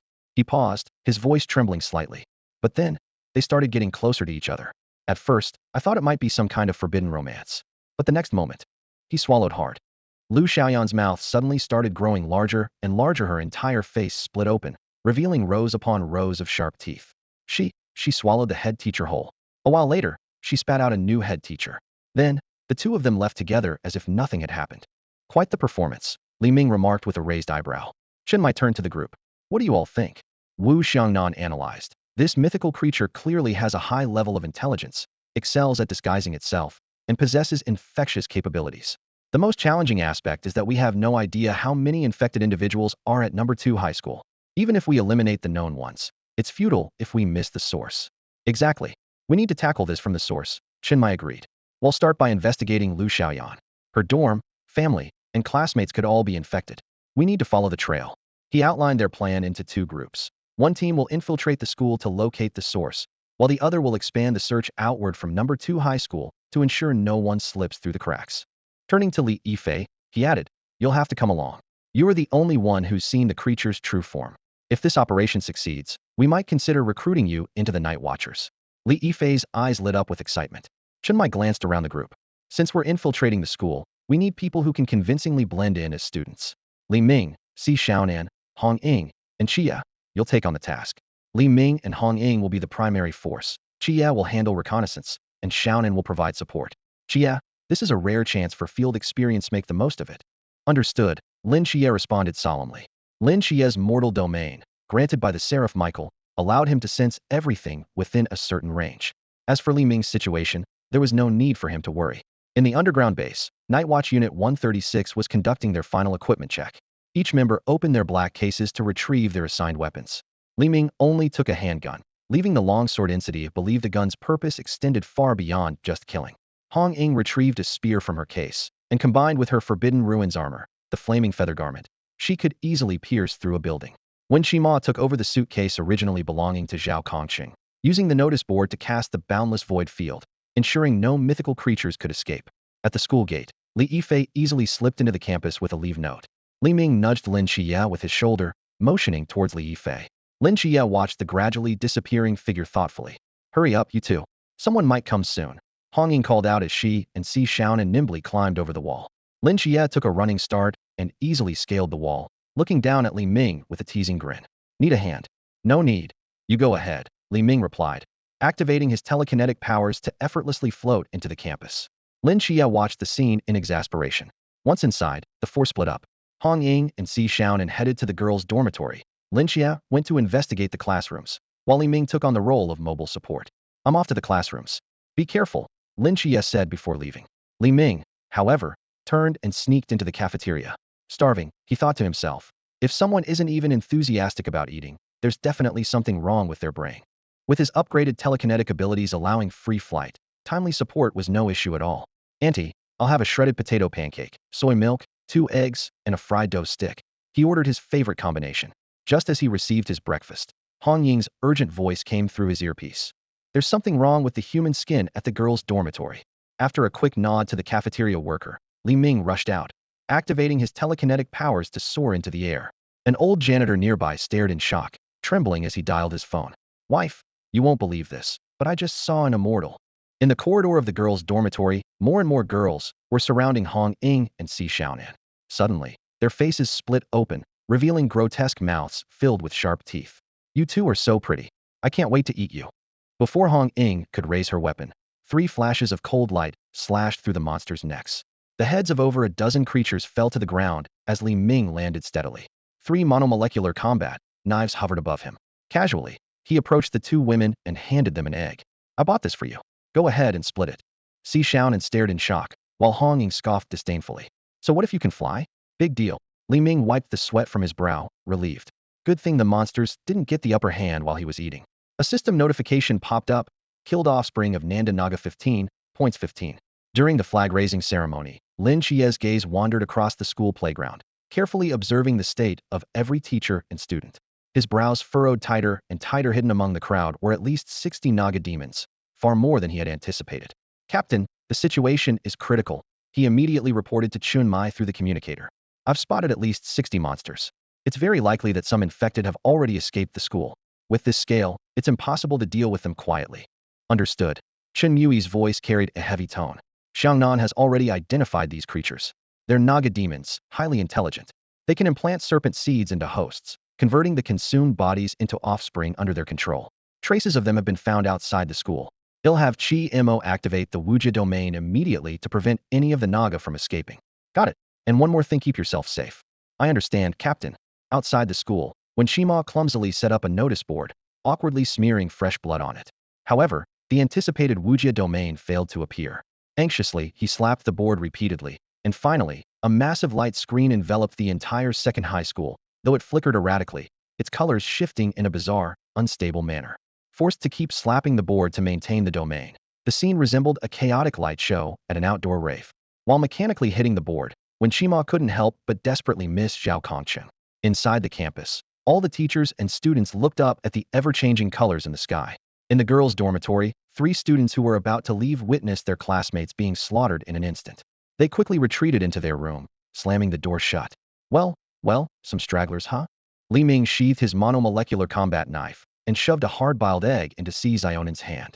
The familiar hum of his weapon echoed through the hallway, and Li Ming listened to it with a rapturous expression, as if it were the most heavenly sound. Leisurely, he strolled to the door and slashed a gaping hole into it with a single strike. With a kick, he burst into the room. Moments later, the screams inside abruptly ceased. Si Xiaonan and Hong Ying, who had witnessed the entire scene, exchanged looks, their eyes reflecting an unexpected sympathy for the monsters at this moment. Li Ming seemed far more terrifying than the creatures he was fighting. Meanwhile, Li Yifei's face suddenly turned pale. A classmate asked with concern, "Are you okay?" Forcing a faint smile, he avoided answering.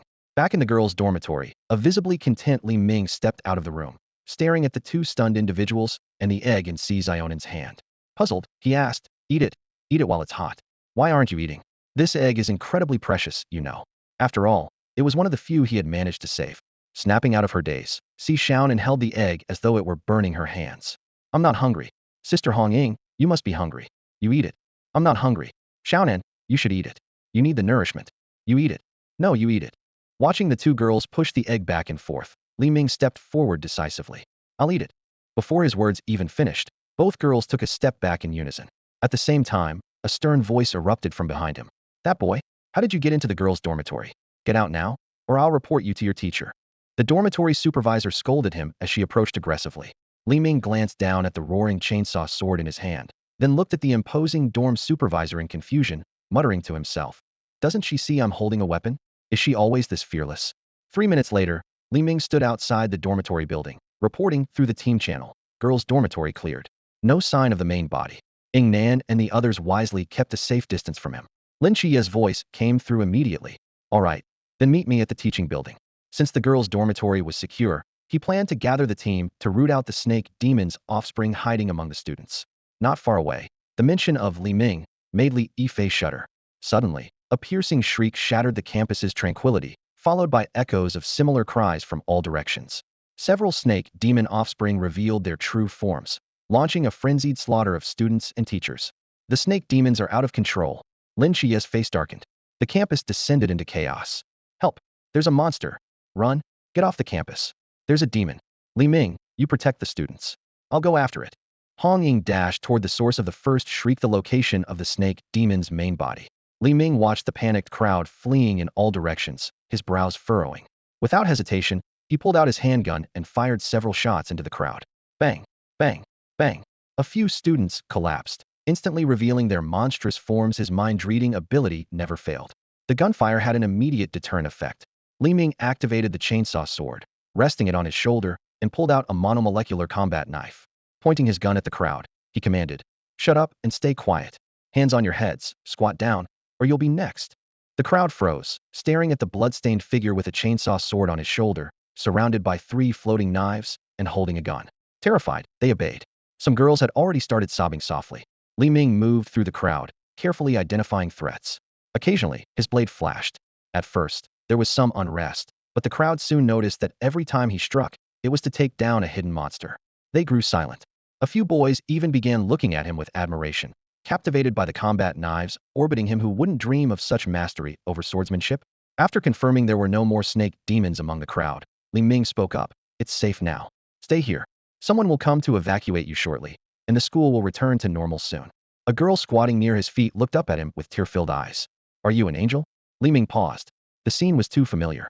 Those mortals they had saved in the Warhammer world had looked at them the same way. An angel? Perhaps once. He had indeed been a part of the Lamenter's chapter, the Blade of the Imperium, the Emperor's Angel of Death. But his loyalty to the Emperor had been insufficient. How he had passed the selection process back then remained a mystery. Without answering the girl, Li Ming quietly turned and headed toward the teaching building, where the last of the snake demons had gathered. Splat! Splat! He ascended floor by floor, decapitating every snake demon he encountered with a single strike. It just so happens you all have heads, and I just so happen to have a sword. What are the odds of that? Li Ming. At the stairwell, he ran into Lin Qiye. Shaolin busy? Li Ming asked casually. Lin Qiye flicked the blood off his blade and nodded silently. The moment he saw Li Ming, he knew the battle was as good as won. They reached the 3rd floor. Most of the students and teachers had been safely evacuated, and I had eliminated all the snake demon offspring hidden among the crowd. How did you identify those hidden offspring? Lin Qiye asked in astonishment, staring at the ground littered with snake demon corpses. Li Ming solemnly took out the Emperor's Codex, performing an exaggerated bow. Psychic energy knows no bounds. Praise the Emperor. I was wondering why the sky suddenly cleared. It's because you're here spouting nonsense. Lin Qiye quickly changed the subject. Most of the sophomore students are on the rooftop of the 5th floor. I came to rescue the remaining students from Class 8. He was afraid Li Ming would launch into a long lecture on the history of the Emperor. Then let's go. Li Ming picked up his chainsword with decisive precision. Wherever the blade passed, the snake demons were sliced cleanly in two. Not a single one could withstand a second strike in his presence. Lin Qiye watched, realizing he didn't even have the chance to step in. Don't worry. Li Ming glanced at the boy beside him. I've prepared an opponent for you. You'll be satisfied. He hadn't forgotten that Lin Qiye needed to gain combat experience. As Li Ming continued clearing the area, the number of monsters on the 3rd floor gradually dwindled. Meanwhile, in Class 8 of the 2nd-year students, a terrified student shouted at a bespectacled, scholarly-looking boy in the center of the room. And Qingyu, There's a new noise outside. Deet sounds like a chainsaw. Could these monsters have gotten their hands on a chainsaw? Pushing up his glasses, Qingyu remained calm. No, things are turning in our favor. Guard the door. From his observations, he had noticed that none of the monsters had ever used tools. They relied solely on their claws and teeth, like the ones outside the door. He deduced that someone specialized in handling such situations must have arrived. After all, to maintain the city's surface-level peace, there had to be an official force combating these creatures.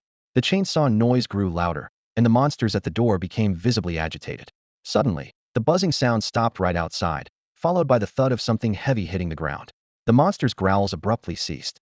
Crack, crack. Before anyone could react, the pile of desks, chairs, and the door itself were shredded as if they were paper. Two boys strode in, one of them wielding a massive sword. Let's go. Follow me to the rooftop, he said. And Qingyu glanced out the door and saw the monsters neatly sliced in half. Adjusting his glasses, he regarded the two newcomers with a curious and intrigued expression. The world just got a lot more interesting. On the way to the fifth-floor rooftop, the three briefly introduced themselves.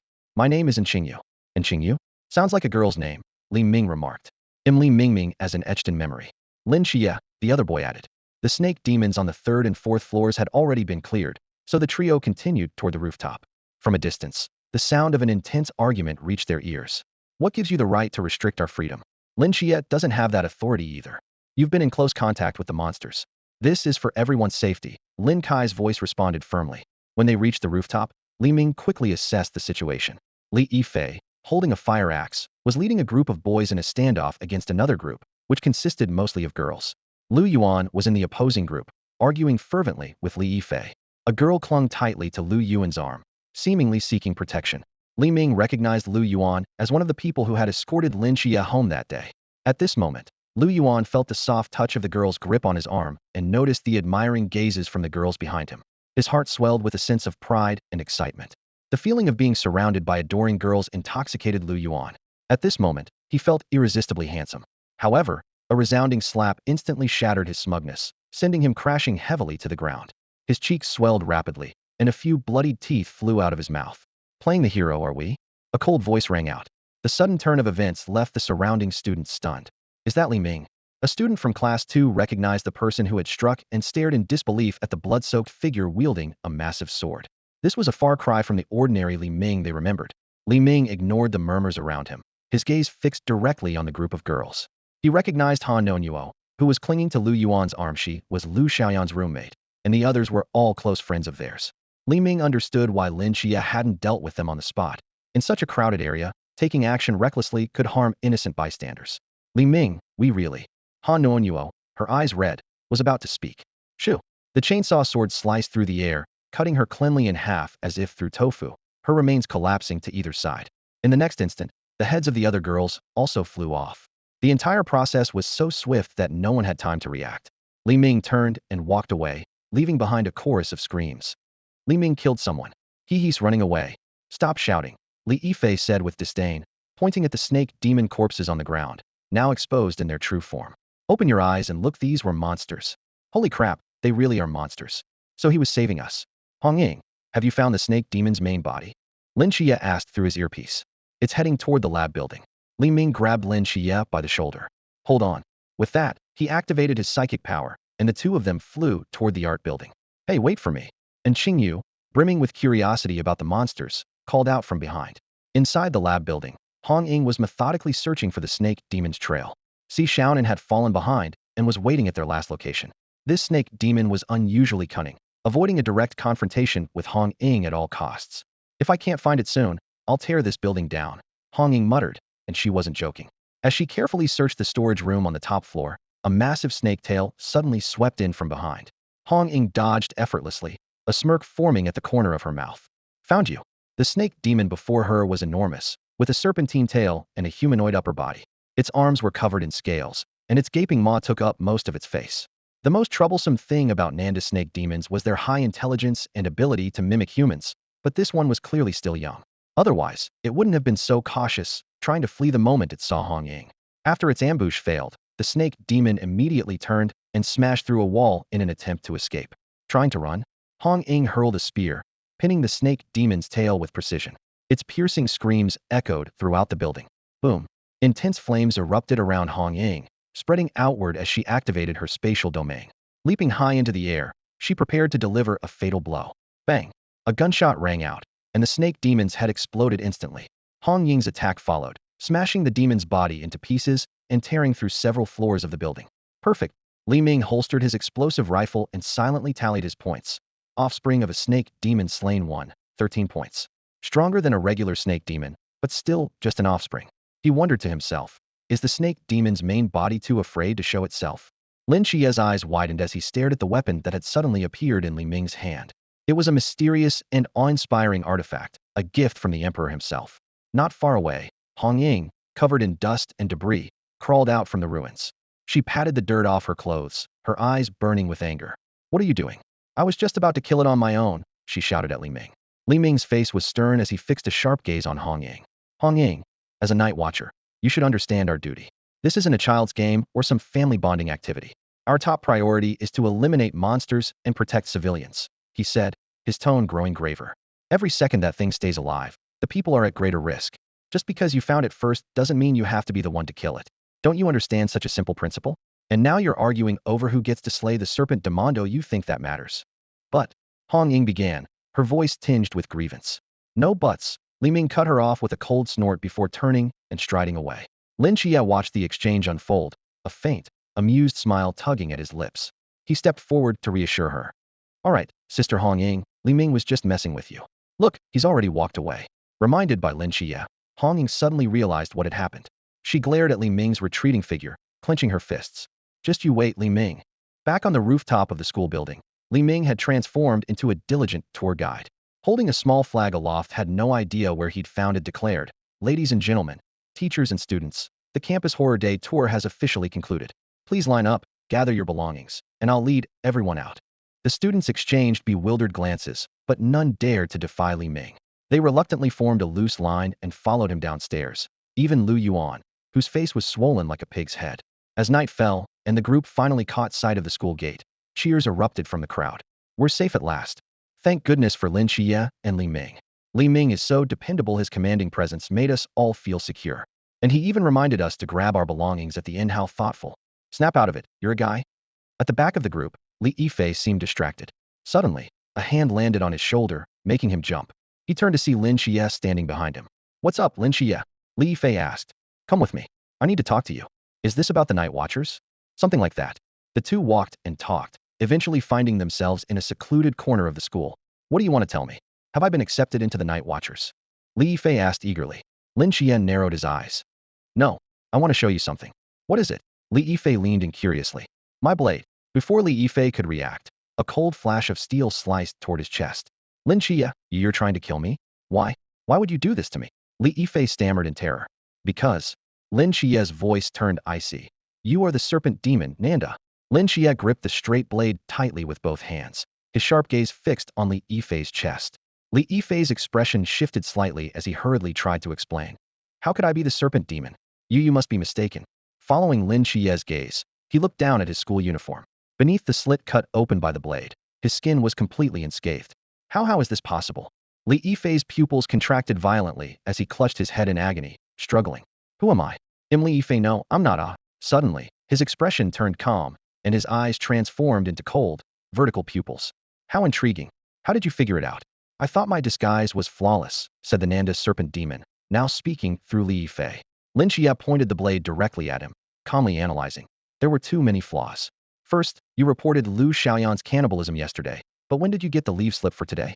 Second, when I sent Li Ming to the teaching building, the serpent demon instantly went berserk. Far too coincidental. Lastly, if you were so eager to join the Night Watchers, why did you deliberately avoid Li Ming? Your secondary personality, Li Yifei, was just a cover. The serpent demon in the girls' dormitory was a distraction you created, and the one in the laboratory building was a scapegoat you set up. You wanted to use this as an opportunity to infiltrate the Night Watchers and eliminate any future threats. The Nanda serpent demon clapped mockingly. Impressive deduction. But what gives a weakling like you, in the Zhan realm, the audacity to stand before me? Killing you, the only one who knows, would let me start over. Who said I'm the only one who knows? Lin Qiye's lips curved into a faint smile. Who else?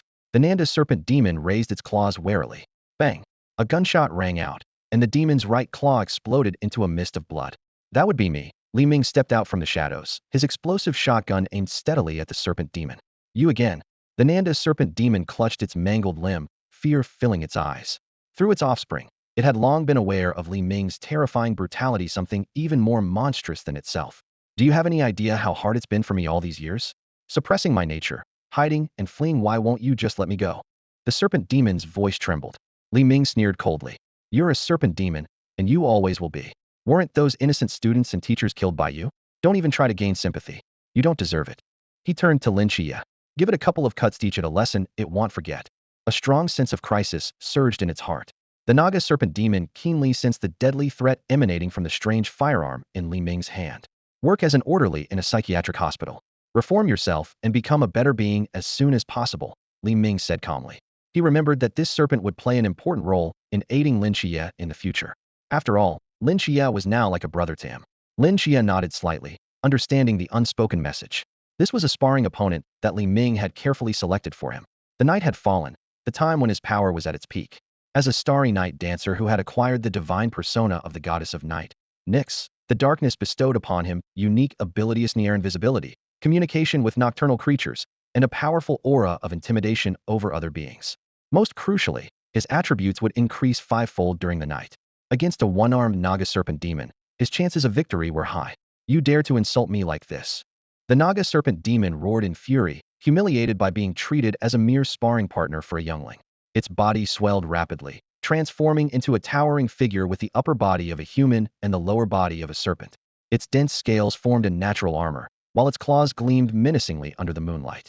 The wound on its severed right arm healed swiftly, no longer bleeding. This serpent demon was far stronger than the one encountered in the experimental building. With an earth-shaking roar, it swung its massive left claw at Lin Qiye with ferocious force. Clang! The sound of metal clashing echoed through the night. Impossible! The serpent demon stared in disbelief at the boy who had effortlessly blocked its full-strength attack. Because I've grown stronger, Lin Qiye replied nonchalantly. With a flick of his wrist, he neutralized the deadly strike with ease. His figure flickered in and out of the shadows, moving so swiftly that it was nearly impossible to track. Each flash of his blade left a deep, bone-revealing wound on the serpent demon's body. The Naga serpent demon staggered backward repeatedly, its scales peeling off and blood gushing out. Lin Qiye pressed on relentlessly, giving it no chance to recover. A flash of blue light swept through the air, and one of the serpent demon's claws fell to the ground. Lin Qiye, please. Have mercy. The serpent demon finally realized its life hung by a thread. Do you remember when I helped you get home? I swear I'll never harm humans again. Lin Qiye remained unmoved. He recalled the blade techniques taught by his captain, his figure flashing as he reappeared behind the serpent demon. Under the moonlight, the faint blue blade traced a graceful arc. Goodbye, Li Fei. Xing. The crisp sound of the blade being sheathed broke the silence.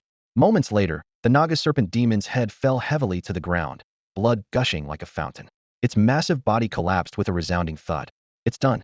The Naga serpent demon has been eliminated. Notify the logistics team to clean up the site, Li Ming said, pressing a finger to his earpiece. Got it, came Hong Ying's voice, laced with evident annoyance. On the way, Li Ming had already explained the whole truth of the matter to Lin Qiye through the earpiece. Let's go back, Lin Qiye called out. Not so fast.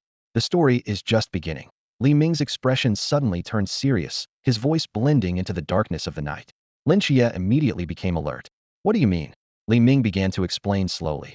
Actually, this entire incident is a carefully orchestrated conspiracy. The Nanda serpent demon is nothing more than a pawn in the plan. Someone has been pulling the strings behind the scenes, manipulating the serpent demon's actions through a series of seemingly insignificant moves. Even the serpent demon itself is unaware of being used. Unknowingly, it has been helping the mastermind achieve their goal. Right now, that person is hiding in the shadows, admiring their handiwork. For all we know, they could be watching us at this very moment. Lin Qiye felt a chill run down his spine. A bead of cold sweat formed on his forehead as he quickly drew his straight blade and surveyed his surroundings with heightened vigilance. Tap, tap, tap. Footsteps echoed in the darkness, and a figure emerged from the corner. Lin Qiye tightened his grip on the blade and swallowed nervously, thinking to himself, could Li Ming have been right? Just to clarify, the figure spoke, I didn't manipulate any Nanda serpent demon, nor am I some mastermind. Until today, I didn't even know the world had another side. I'm just really curious about you guys and those creatures. I mean no harm, I swear. Under the moonlight, the figure's face was revealed. It was in Xingyu from Class 8, Grade 11. He looked utterly bewildered. Despite his exceptional intellect, he couldn't fathom Li Ming's train of thought. To avoid unnecessary misunderstandings, he quickly stepped forward to explain. What? I was just joking, Li Ming's solemn expression instantly turned into a grin as he patted Lin Qiye on the shoulder. You didn't actually believe me, did you? Lin Qiye shot Li Ming a deadpan glare, his expression akin to a lifeless fish. Without saying a word, he turned and headed straight toward the school gate. Haha, he believed it. He actually believed it. Li Ming burst out laughing, turning to Qingyu. I want to join you guys. What should I do? Qingyu asked. Not likely, unless you're incredibly gifted. So, keep at it, little man. You've got a lot of work to do, Li Ming said, patting him on the shoulder before walking away. Qingyu clearly wasn't satisfied with this response. His gaze shifted to the severed head of the Nanda serpent demon, and he silently made a decision. That night, Lin Qiye returned to the Asylum of the Gods.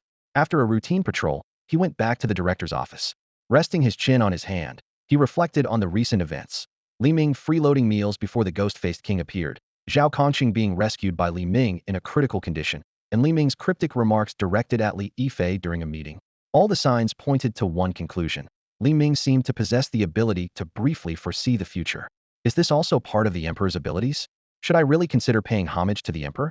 Gaining an extra ability wouldn't hurt, right? And that book Li Ming has, I need to find a chance to borrow it. Suddenly, a loud clatter interrupted his thoughts. Following the sound, Lin Qiye was startled to see a new tenant in the previously empty cell, the Nanda serpent demon. Meanwhile, Li Ming was busy assessing the day's gains. During the operation to eliminate the serpent demon, he had single-handedly taken out most of the serpent demon's offspring, earning him the title of MVP and 68 points. Absorbing the souls of the serpent demon's offspring had raised his psionic energy level by about 5. Everything was progressing smoothly. He decided to hold off on spending the points for now, aiming to save up to 100 points to try a level 2 draw. For now, his primary focus was to train his psionic energy and work toward his next upgrade. Shanjing City. Yuan Gang frowned as he stared at the map in front of him. As the vice-captain of Team 006 of the Night Watchers in Shanjing City, he was puzzled about the training location for this time. What the hell is Tsangnan? He carefully searched the map and finally located the unfamiliar city name next to Shanghai City. Across from him, a man with a cross-shaped scar on his forehead was lazily leaning back in his chair. This was Xiaopinga, the captain of Team 006. Yawning, he said, "Why do you care so much? Just follow orders. You've led so many training sessions, are you still worried about this?" "I'm not worried about the training itself. I'm more concerned about leaving Shanjing and you causing trouble while I'm gone," Yuan Gang replied irritably. "Get lost," Xiaopinga rolled his eyes. A few days later, at the training camp on the outskirts of Tsangnan City. Well, I'll be damned. This year's lineup is extravagant. Yuan Gang held the new recruits list, his eyes wide in disbelief. The highlighted names on the list gave him a headache. 2 divine agents, the young master of the Bailey family, a descendant of the Mo family gunsmiths, a Bagwazang practitioner. A gathering of geniuses, a clash of titans. No, I need to call in the masked squad to keep things under control. He had a nagging feeling that this training session wouldn't be peaceful. Meanwhile, at the peace office. "I'm here. You shouldn't have come." Chinmai looked confused. "Didn't you call me here? If you have something to say, make it quick. I have other matters to handle." Li Ming rubbed his hands together ingratiatingly. "Captain, I'm already so skilled. Can I skip the training? I feel like it's a waste of time." "That's easy to answer." "The answer is no," Chinmai replied nonchalantly. "It's mandatory, and the more talented you are, the more important it is to build a solid foundation. You'll regret this." "I'm the captain." Chinmai stood up to leave, but suddenly turned back.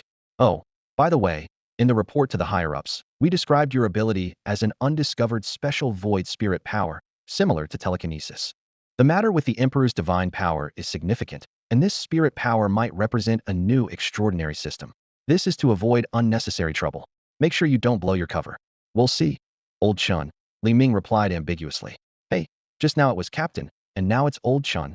Chunmai pointed at him, shook his head, and walked out of the room. Li Ming rubbed his chin and muttered to himself.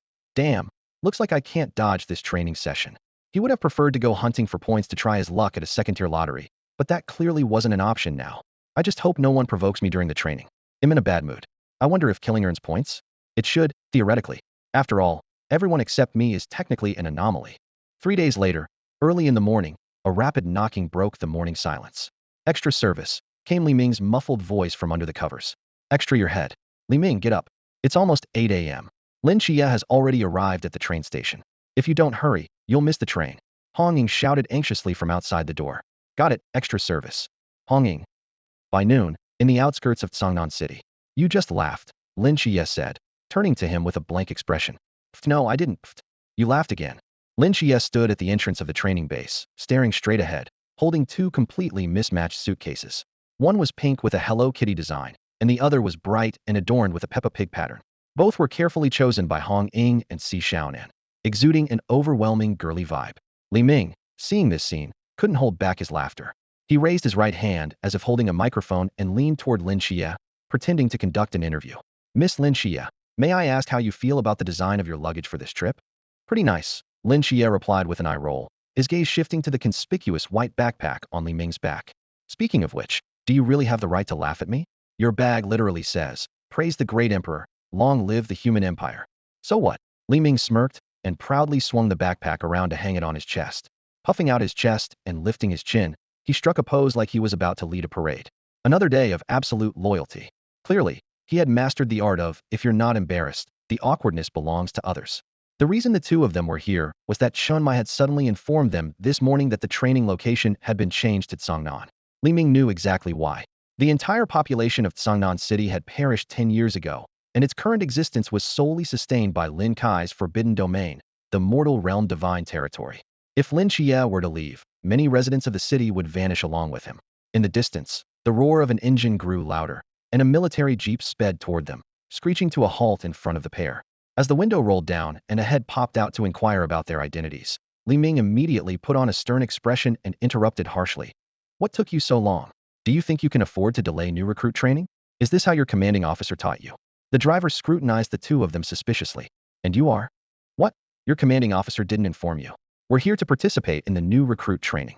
Wait, are you members of the legendary mass squad? Nope, we're just recruits, the kind that gets trained. The driver's expression darkened. IDs. At the entrance of Training Base 039, Li Ming turned to Lin Qiye, putting on a serious demeanor. Now listen, this place is nothing like home. Once we're inside, you need to behave, follow the rules, and obey orders. Try to reform yourself and get out as soon as possible. Li Ming, Lin Qiye said helplessly. This is a training base, not a prison. As soon as they stepped inside the base, a drill instructor approached them. New recruits. What are your names? Li Ming. Lin Qiye. The instructor paused in surprise, clearly not expecting to encounter two divine agents with such a casual inquiry. You're divine agents? Lin Qiye noticed the instructor's astonishment. Are divine agents that rare? Extremely rare. There are only a handful across the entire Great Xia, and they're all incredibly powerful, the instructor replied, introducing himself. I'm Hong Hao, and I'll be showing you around. Under Hong Hao's guidance, the two were given a tour of the training camp, the cafeteria, dormitories, classrooms, training grounds, supply depot, shooting range. Everywhere they looked, there were various facilities. Along the way, they even saw firearms, grenades, and other weapons, making it clear that this training wouldn't be easy. All right, you two are the first to arrive, Hong Hao said as they reached the dormitory area. It's 2 people per room. Do you want to share a room or stay separately? Sorry, Lin Qiye, but I'm off to seek a new life and meet new friends. This is where we part ways, Li Ming said with a dramatically sorrowful tone, his face twisted into an exaggerated expression of fake tears. Lin Qiye watched this scene unfold and sighed inwardly. Here we go again, this guy just couldn't resist putting on a show. He silently offered 3 seconds of sympathy for Li Ming's future roommates. Instructor Hong Hao scanned the group of new recruits and spoke calmly. There are plenty of rooms. Choose whichever one you like. Training starts in 3 days. Take this time to familiarize yourselves with the surroundings, get some rest, and enjoy the rare free time before the program begins. With that, he left the dormitory. Li Ming quickly picked a room bathed in sunlight. After setting up his bedding, he wandered around the training camp, even taking a peek inside the instructor's quarters. As expected, their rooms were much more spacious. However, when he tried to explore the girls' dormitory, he was immediately chased out. TSK, how dare they assume my gender? So restrictive, he muttered under his breath. The next day, as Li Ming went to find Lin Qiye to head to the cafeteria, he stopped at the dormitory door, where he overheard a strange remark from inside. Lin Qiye, you smell so good. Standing frozen in shock at the doorway, Li Ming blurted out, sorry to interrupt. Please, carry on. It's not what you think. Lin Qiye quickly clarified. It turned out his roommate, a chubby rich kid, had been caught red-handed trying to sneak a gift onto Lin Qiye's bed. Embarrassed, the kid had come up with the ridiculous excuse of smelling his feet. What's your name again? Bailey something? Bailey Shoyua. Li Ming asked, eyeing the chubby boy. My name's Bailey Tuming. Bit of a mouthful, so just call me Bailey Chubby, the boy said with an earnest smile. He then pulled out a box. Hey, race a little something I brought from home. I hope we can be friends. Li Ming opened the box to find an array of Rolex watches lined up neatly. Without hesitation, he picked out 2 gold, diamond-encrusted ones and slipped them onto his wrists. Now this is flashy and bold, I like it. Chubby, from now on, call me Brother Ming. You're under my protection. On the morning of the 3rd day, A haughty-looking young man pushed open the door and walked in. This was Li Ming's new roommate. With his hands stuffed in his pockets and a single strap bag slung casually over one shoulder, he exuded the air of someone who thought he was in charge. Name's Shin Qingzhu. I'm staying here from now on. Just call me Brother Shin. What's your name? Taking in the sight of this arrogant newcomer, Li Ming thought to himself, this is going to be interesting. He immediately put on a flattering smile, nodding and bowing as he said, Hello, Brother Shin. I'm Li Ming. From now on, you're the boss. Please take care of me. Shin Qingzhu looked at the fawning Li Ming and suddenly felt an inexplicable chill run down his spine. He glanced warily around, thinking to himself, was it just my imagination? Well, this new roommate seems pretty savvy, at least. 2 p.m. at the training field. 240 new recruits stood in their crisp military uniforms, but their postures were sloppy and disorganized, lacking any semblance of military discipline. In stark contrast, the 20-odd instructors on the martial platform stood straight and poised, their military bearing impeccable. Chief Instructor Yuan Gang scanned the chaotic ranks below with a gaze as sharp as a blade. Silence, he roared, his voice thundering across the training field, instantly silencing the crowd. Yuan Gang stepped forward, his tone dripping with disdain.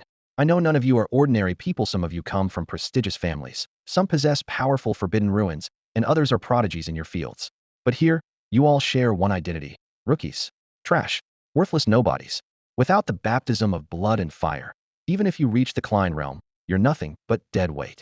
Before his words had fully settled, the recruits erupted in indignation. Most of them were elites in their respective domains and had never been subjected to such humiliation. Disgruntled murmurs rippled through the crowd. What's wrong? Feeling unconvinced, Yuan Gang clasped his hands behind his back, a cold smirk playing on his lips. If you've got guts, step forward. I'm not convinced. My boss isn't convinced either. Two voices rang out simultaneously. A figure with his military cap worn backward and an air of nonchalance Shin Qingzhu emerged from the crowd. He glanced back at Li Ming, who offered him an encouraging smile. Anyone else unconvinced? Yuan Gang's voice echoed again. Immediately, a chorus of protests filled the air. I'm not convinced. Neither am I. My boss isn't convinced either, even if it kills him. Amid the clamor, there seemed to be some strange undertones. Yuan Gang's piercing gaze swept over Li Ming, Lin Qiye, and Li Pangpang. All right, since so many of you are unconvinced, let me show you what true elite soldiers look like. Yuan Gang pressed a button on his radio and said calmly, deploy. Then, he looked up at the sky. Following his gaze, the recruits saw something that made someone cry out in alarm. Look, people are falling from the sky. 7 black dots were plummeting toward the ground at an alarming speed. Li Pangpang, panicked, shook Lin Qiye's arm frantically. Qiye, they don't seem to have parachutes. High above, a man wearing a swirling patterned mask shouted dramatically. Captain, save me. Help. Shut up. Wang Mian barked sharply. Another word and you'll disgrace the masked squad. All right. I'll try, the masked man muttered pitifully. Libra, make sure to catch me. I've put on a few pounds recently. As the 7 figures drew closer to the ground, the recruits finally recognized who they were: the renowned masked squad, one of the 4 elite special teams. The squad member wearing the Libra mask made a small gesture, and the 7 of them instantly defied gravity, landing gracefully. Their gray cloaks billowed dramatically in the wind, and their masks glinted coldly in the sunlight. As Captain Wang Mian was about to speak, the masked squad member with the swirling pattern suddenly dropped to his knees with a loud thud right in front of Li Ming. Li Ming quickly stepped forward to help, muttering, no need for such formalities, just being here is enough. As he spoke, he deftly removed the gold Rolex from his right wrist and placed it into Xuanhua's hand. I don't have much to offer, so consider this fully diamond-encrusted Rolex a gift from me to you. Wang Mian raised his hand to stop him, but Li Ming immediately shot him a glare. What are you doing? This is for the kid, not for you. He then turned back to Xuanhua with a warm tone. Here, take it. Don't listen to your captain. Thank you. Xuanhua was caught off guard by the unexpected generosity and awkwardly retreated into the group, looking like a child receiving a red envelope during the new year. The scene fell silent for a moment. Li Pangpang leaned over to Lin Qiye and whispered, is Brother Ming always this talkative? He had intended to say eccentric. Even more so than this, Lin Qiye replied softly. Wang Mian cleared his throat, as if nothing had just happened. Ahem. Hello everyone, we are the masked squad. Yuan Gang seized the moment to change the subject. Since you're so unconvinced, fine, I'll give you a chance to prove yourselves. He went on to explain that the 7 individuals before them were members of one of the 4 special squads, the masked squad. From now until 9 p.m., if any of you can remove the mask from even one of them, the training will end immediately. It'll fly back to Shangjing, and you'll all receive your graduation certificates as promised. That's not fair, the recruits protested. They're at least at the Chuanjing level, and we're only at the Zhangjing level. How are we supposed to fight them? Might as well bring in someone at the Kleinjing level while you're at it. Relax, Yuan Gang said confidently. Since I want you to be convinced, I've taken that into account. During this fight, everyone will be limited to Zanjing level abilities. As he spoke, he gave a meaningful glance at Li Ming. Li Ming understood immediately this rule wasn't just to restrict the masked squad, but also to restrain him. The recruits finally seemed satisfied. With a 240-7 advantage in numbers, their confidence skyrocketed. Meanwhile, Li Ming quietly moved to the back, positioning himself to shield the others. We don't even need all 7 of us to handle you. Wang Mian stepped forward, adding fuel to the fire. 5 of us will be enough. Rose, Moon Ghost, Xuanhua, and Libra stepped forward. This was a calculated strategy. Reducing their numbers would obscure their weaknesses, since the victory condition was simply to remove a mask. When does it start? One recruit asked. Before the words even left his mouth, the person wearing the crescent moon mask had already appeared behind him, casually delivering a karate chop. Didn't you hear what the instructor said? It's from now until 9 p.m., which means it's already started. In an instant, a barrage of wind blades, lasers, lightning, ice spikes, and other attacks rained down on the masked squad. Most of the recruits charged in, hoping to overwhelm them with sheer numbers. Lin Qiye, quick on his feet, stopped Bailey Pang Pang, who was about to join the fray, and dragged him away. If you go in now, you're just throwing yourself at them. Hurry and grab some weapons. No sooner had he spoken than they noticed Li Ming had already vanished into the chaos. Lin Qiye's gaze followed Li Ming's figure, watching as he quietly slipped away when the battle broke out. Suddenly, a swirling purple vortex formed in the air, resembling a gaping maw that swallowed the recruits' attacks whole. Moments later, a massive pink hammer materialized out of thin air above the training ground, descending with a deafening whoosh toward the crowd below. The recruits, caught off guard, were thrown into disarray by the sheer force of the blow. Before they could regain their footing, the purple vortex reappeared, unleashing the absorbed attacks like a torrential downpour, forcing the remaining recruits into a hasty retreat. Pathetic. This is our win for sure, said a girl wearing a rose-patterned mask, her tone smug. The colossal hammer from moments ago had been her doing. Don't jinx it. Go after the stragglers, her companion reminded her. In the underground command room of the training camp, the instructors were closely monitoring the battle scenes on various screens. These recruits are going to be traumatized, one instructor remarked. That's the caliber of the special forces for you, another agreed. At this rate, the fight will be over in no time. Not necessarily, someone countered. There are still a few skilled recruits who haven't made their move yet. Meanwhile, Li Ming was leisurely humming, little second brother, carrying his school bag to school, as he made his way to the warehouse. To him, the outcome of this battle was already a foregone conclusion. He only needed to put on a casual performance. After all, the training must continue. It was vital for the survival of the Night Watchers. Without proper training, they wouldn't understand teamwork or how to wield weapons effectively. Charging into battle shouting lofty ideals like sacrifice, love, and bonds would only lead to death. Reality, after all, isn't an anime. Reaching the warehouse, Li Ming faced the locked iron door and effortlessly cut a human-shaped passage through it with his monomolecular combat knife. Inside, an array of weapons and equipment awaited him: swords, firearms, grenades, and more. What a shame, he muttered to himself. If only I had the power to open a dimensional space. It's tough seeing all these treasures and not being able to take them. His inventory panel could only store items obtained through the system's lottery. 50 longswords floated into the air within a 10-meter radius around Li Ming, perfectly aligned within the range of his protective field. This number and distance should just about hit the limit, he mused. Why not choose guns, you ask? Strength is temporary, but style lasts forever. 2 chainsaw swords appeared in his hands. After giving them a few test swings, Li Ming nodded in satisfaction. At that moment, Lin Qiye appeared at the entrance, and their eyes met. So, Lin Qiye, how do I look? Cool or what? Li Ming struck a bold pose.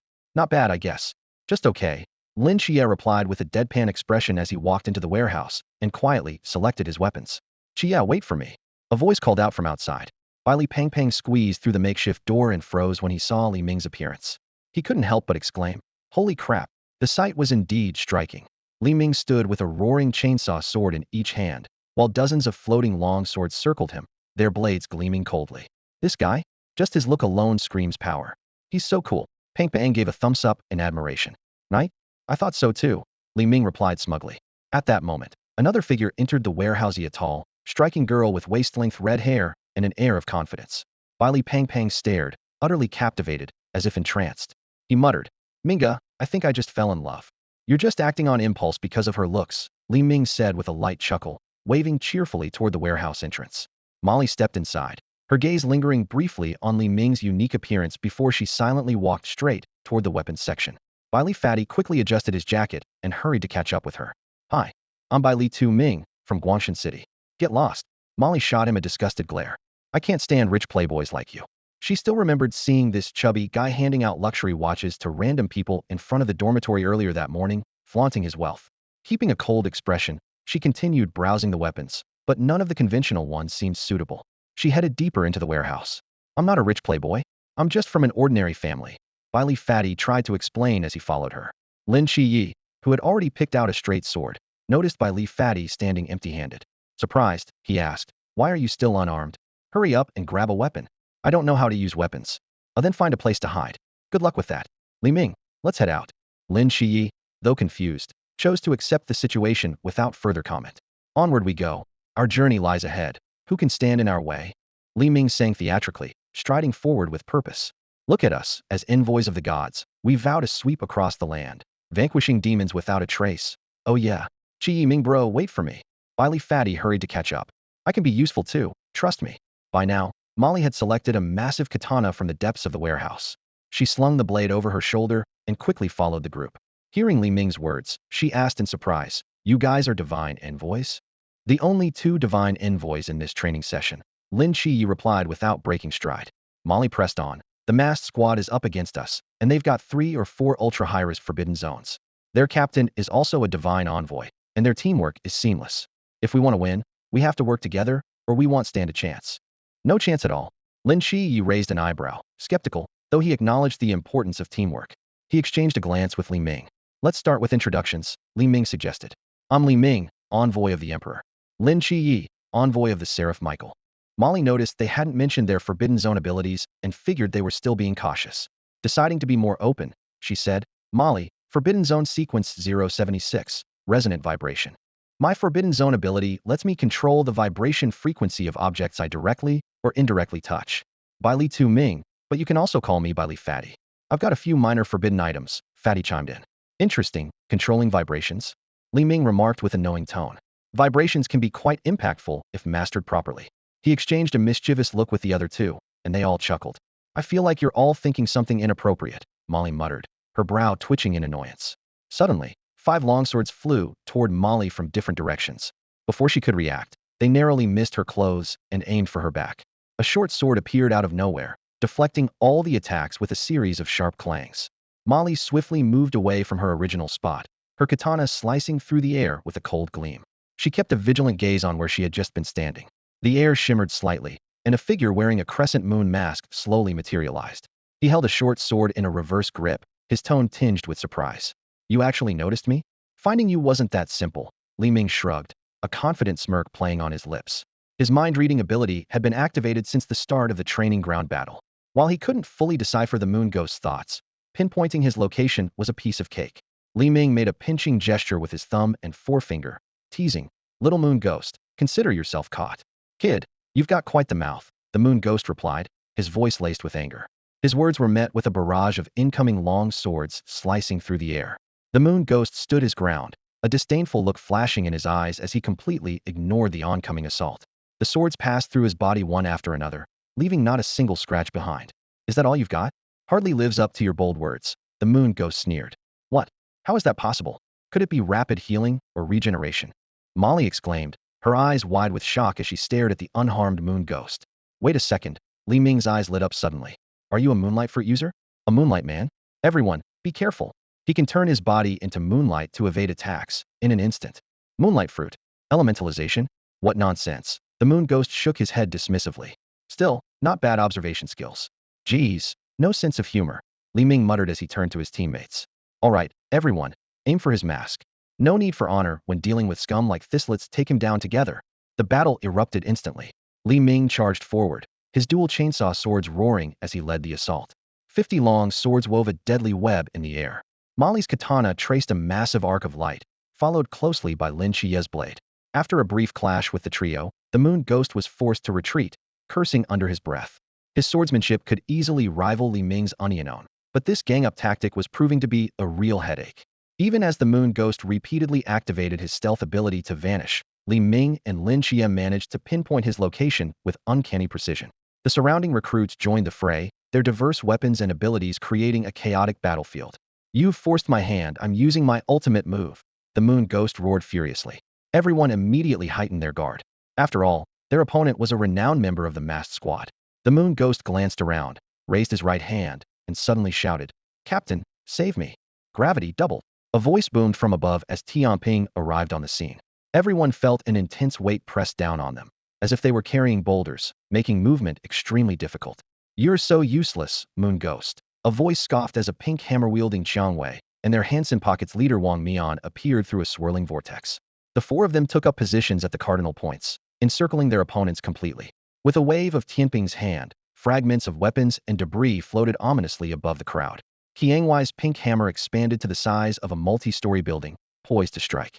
A deep purple vortex opened nearby, ready to absorb and redirect any incoming attacks. "You're surrounded," Wang Mian declared casually, his hands still tucked in his pockets. "Surrender now, or we'll have to make sure you spend a few days in the hospital."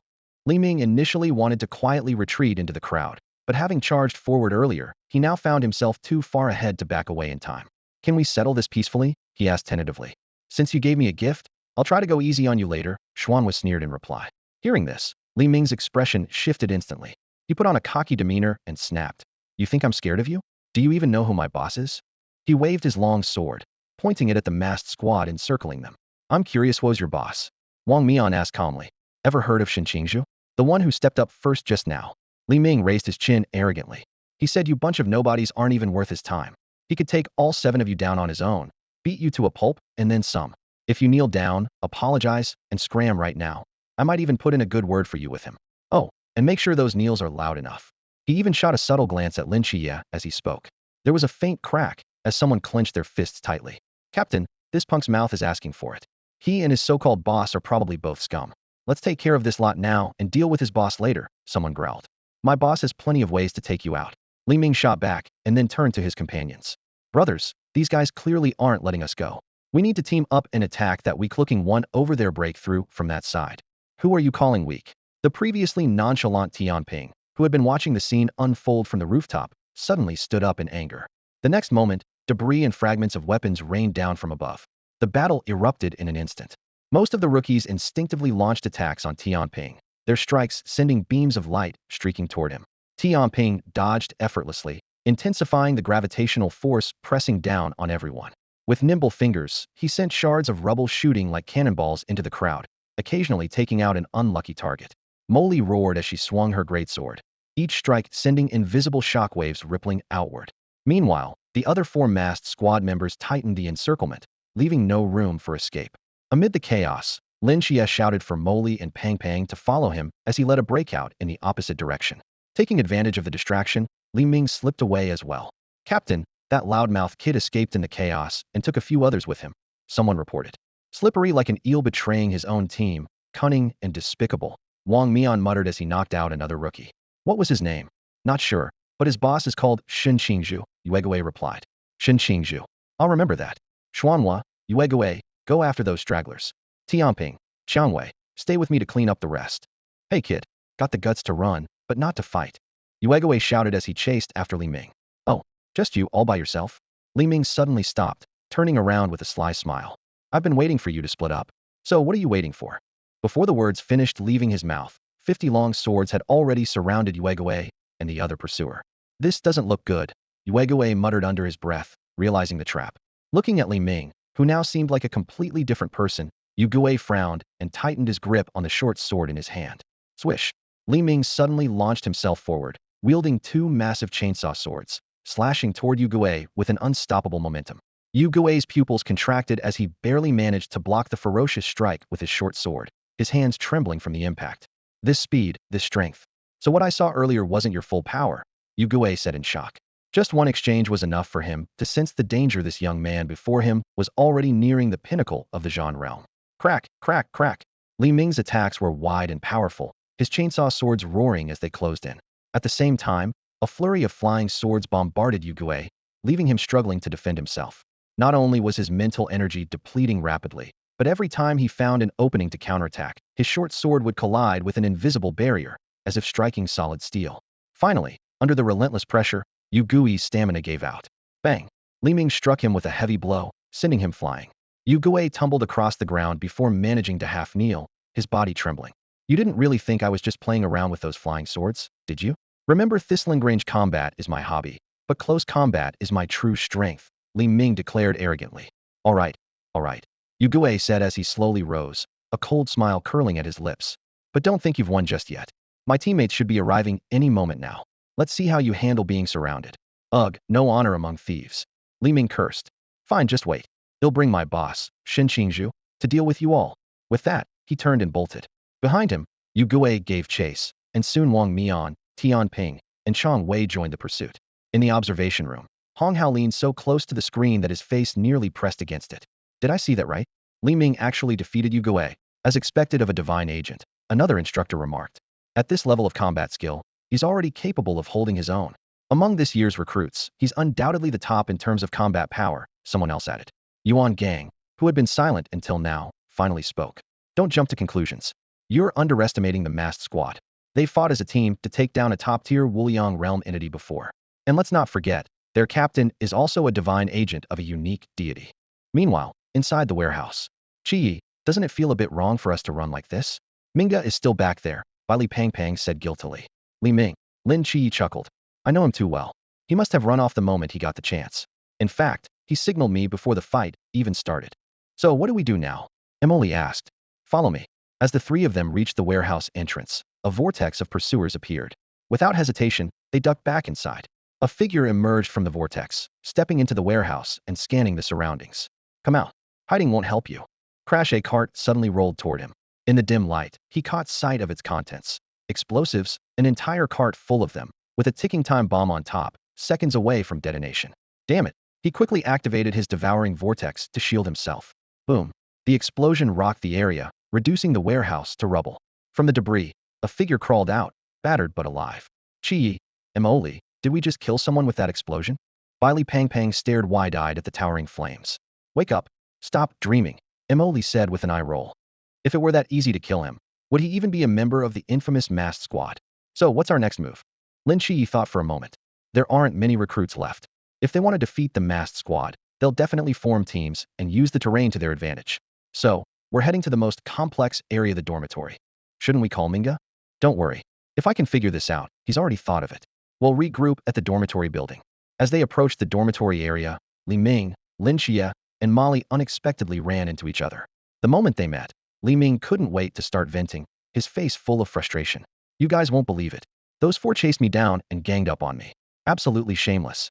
Especially that moonshade ghost like some relentless shadow that just won't go away. He waved his arms animatedly, recounting his ordeal. It took everything I had to shake him off. All I did was gang up on him once with some people and send him flying with a good hit. Does he really need to hold such a grudge? Lynchia glanced at Li Ming's unscathed face, a trace of envy in his eyes. I've got to say, I admire how indestructible your face is. Yeah, Li Ming grinned smugly. Kid, I like your emotional intelligence. Molly scanned their surroundings, her expression serious. So what's our next move?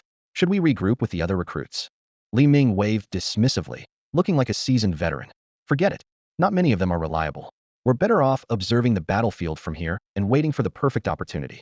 Don't forget, we still have two ultra-dangerous forbidden ruins to deal with. Lynchia turned to the two of them and brought up the most enigmatic opponent they had yet to face. How much do you know about the masked captain? Out of the five, he's the one who acts the least, making him the hardest to figure out. I know a bit, Molly replied seriously. The captain of the masked squad is called King Mask because of the white mask with the character King on it. He's the agent of the god of time, Kronos, and his forbidden ruins are likely related to time. I see, Li Ming's eyes lit up. Time-related forbidden ruins, huh? I wonder if he can stop time? That kind of god-tier ability, I've only ever seen it in the gym or classroom, but it always seems to require a female presence and some kind of artifact. Molly looked puzzled. What a strange limitation. Why does it depend on gender? Lin Qiye and Li Pang exchanged glances and said in unison, Damn, I wish the next thing I instantly understood was math. Meanwhile, inside a dormitory building, Shin Qingzhu stood lazily in the hallway, surrounded by a dozen new recruits. His military cap was worn backward, and he chewed gum casually, his wrinkled clothes and unrestrained demeanor making him stand out. As one of the three holders of ultra-dangerous forbidden ruins, he spoke nonchalantly. Did you hear that explosion just now? Sounds like things are getting intense over there. The masked squad will probably be here soon. Get ready as planned. We should let the people in the next building wear them down first, one of the recruits suggested, then swoop in and take them out. Take who out? A stranger's voice suddenly interjected. Obviously, we're taking down the masked. Wait, who's talking?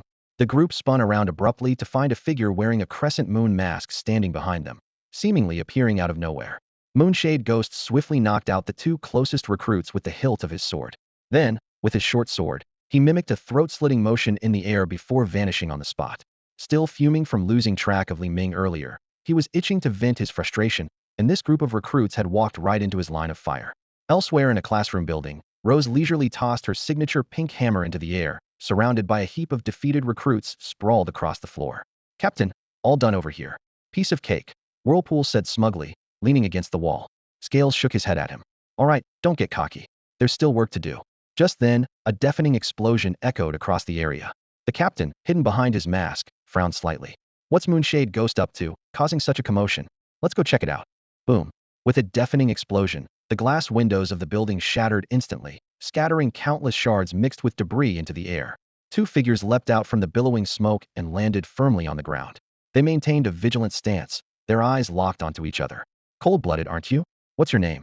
Yu Guo broke the tense silence first, his tone laced with unmistakable anger. His opponent had just used his own teammate's life as leverage, forcing him to remove his mask, a ruthless move that left Yu Guo seething with rage. Listen up, the name's Shen Qingzhu, the other responded arrogantly. You call yourself Shen Qingzhu? Yu Guo spat through gritted teeth. Captain, Shen Qingzhu is here. Moments later, four figures appeared, landing steadily beside Yu Guo. Shen Qingzhu didn't fully understand why these people were after him, but at this point, it no longer mattered. A smug grin spread across his face. Perfect timing. Begin. Before his words had even faded, a swarm of recruits suddenly emerged from the dormitory buildings on either side. It turned out this place had long been turned into a trap, waiting for the masked squad to walk right in. Gun barrels protruded from the upper floors, including heavy firepower such as grenade launchers and cannons. Over 20 recruits jumped down from the buildings, their various Forbidden Ruins powers at the ready. Four recruits unleashed specialized Forbidden Ruins abilities, raising walls of different materials from the ground, sealing off all possible escape routes for the five intruders. In the distant bushes, four figures were quietly observing the scene. They've started fighting. They've started fighting. Do you think they'll win?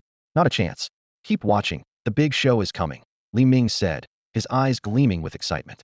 Inside the encirclement, at Shen Qingzhu's command, bullets rained down like a storm, followed by a barrage of Forbidden Ruins attacks. However, a massive purple vortex suddenly materialized out of thin air, swallowing all the incoming assaults. Captain, it's your turn, Tianping said to Wang Mian. A cold glint flashed through Wang Mian's eyes as he placed his right hand on the hilt of his blade. With a slight push of his thumb, the blade emerged half an inch from its sheath. In that instant, time seemed to freeze.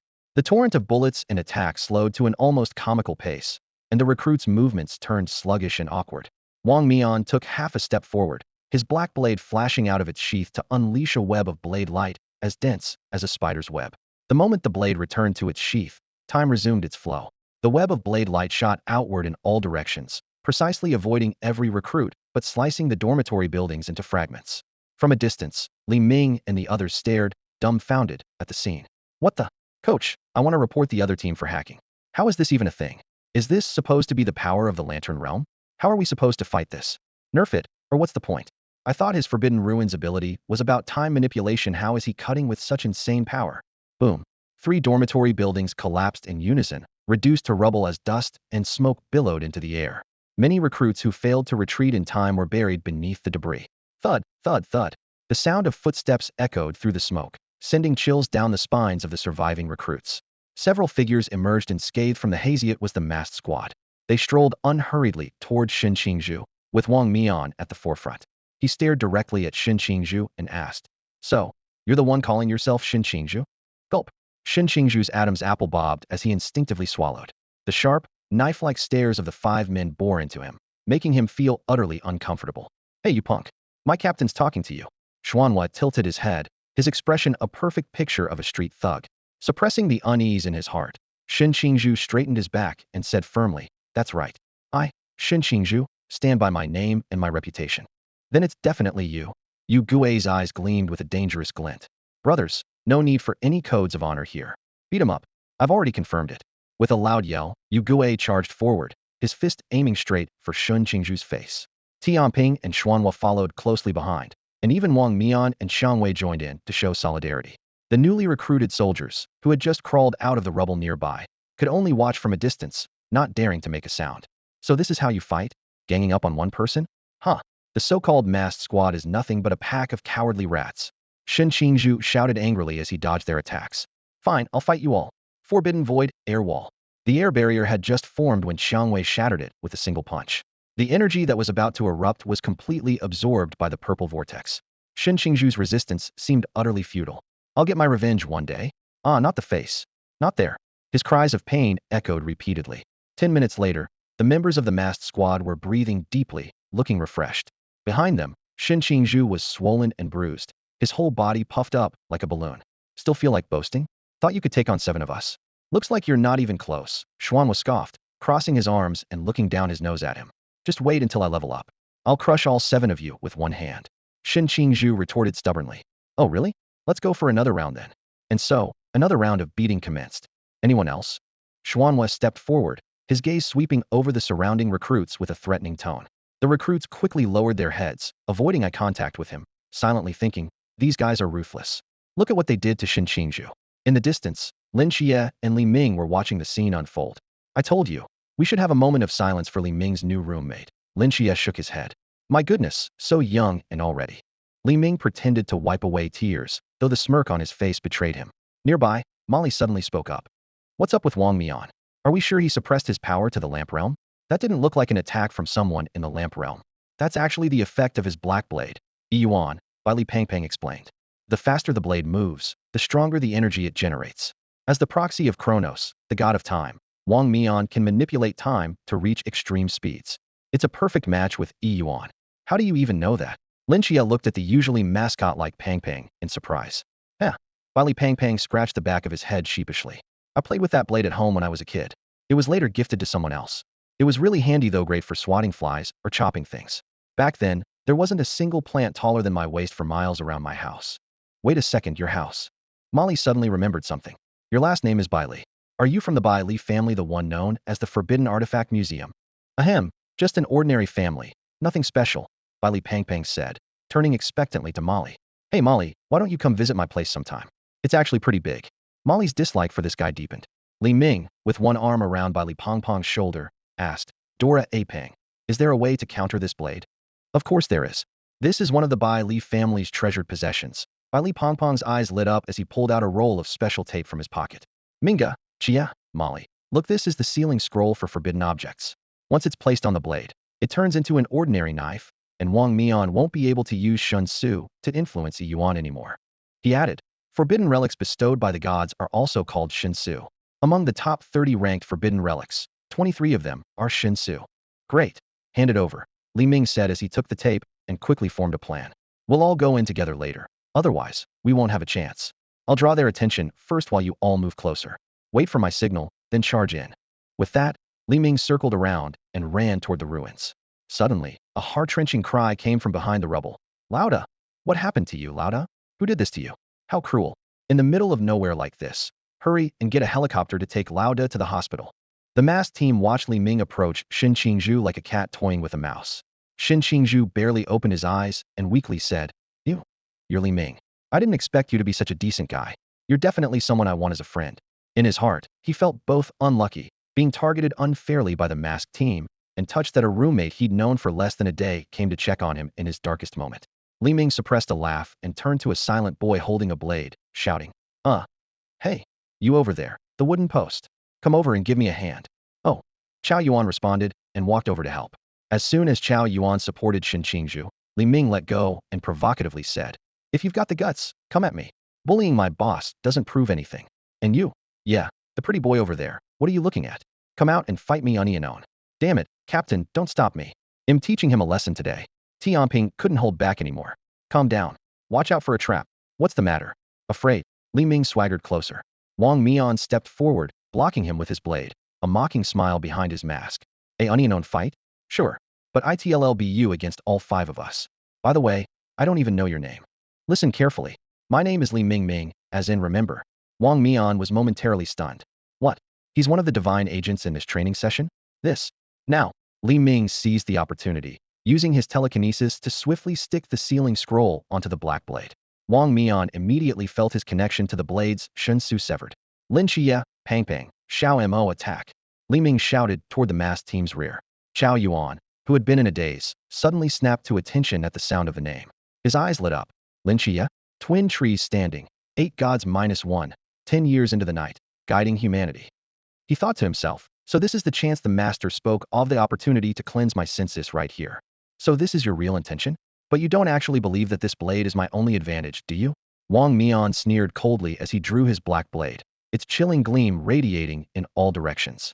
Even without accelerating Yi Yuan through the forbidden ruins, his own combat prowess was enough to strike fear into anyone's heart. Not at all. I just think this makes it more fair, Li Ming replied nonchalantly. With a casual flick of his hands, 2 chainsaw swords appeared in his grasp. Facing such a rare opponent, he was ready to give it his all. The black blade danced like a shadowy specter, slashing from every conceivable angle. Li Ming's dual swords moved with precision, parrying each strike perfectly, sparks flying with each clash. Under the influence of the temporal ruins, Wang Mian's attacks were so fast, they were imperceptible to ordinary eyes. Yet for Li Ming, who had reached the peak of human physical limits and broken through to level 9 in spiritual energy, this speed was still manageable. My god, Li Ming is actually holding his own in close combat against Wang Mian. Not just that, he's not even using the forbidden ruins. He's relying solely on his physical abilities to achieve this. Is he even human? Just in terms of weapon mastery, he's leagues ahead of 90 of full-fledged Night Watchers. You're being too modest, remarked Chief Instructor Yuan Gang with a sigh. Songnan really struck gold with him this time. Suddenly, Li Ming felt a lightness around him as the flow of time returned to normal. Seizing the opportunity, he unleashed a whirlwind of strikes with his dual swords, his attacks swift and relentless, a pure demonstration of overpowering force. Captain Wang Mian, you might want to consult the old medicure durations a little on the short side. This isn't satisfying enough. How about sending someone else? Li Ming quipped mid-fight, his tone teasing. Wang Mian couldn't spare the focus to respond, his full attention consumed by deflecting Li Ming's storm-like onslaught. His eyes shimmered with ripples as he unleashed divine pressure, yet some unseen force nullified it as it neared Li Ming. What was that? A light breeze?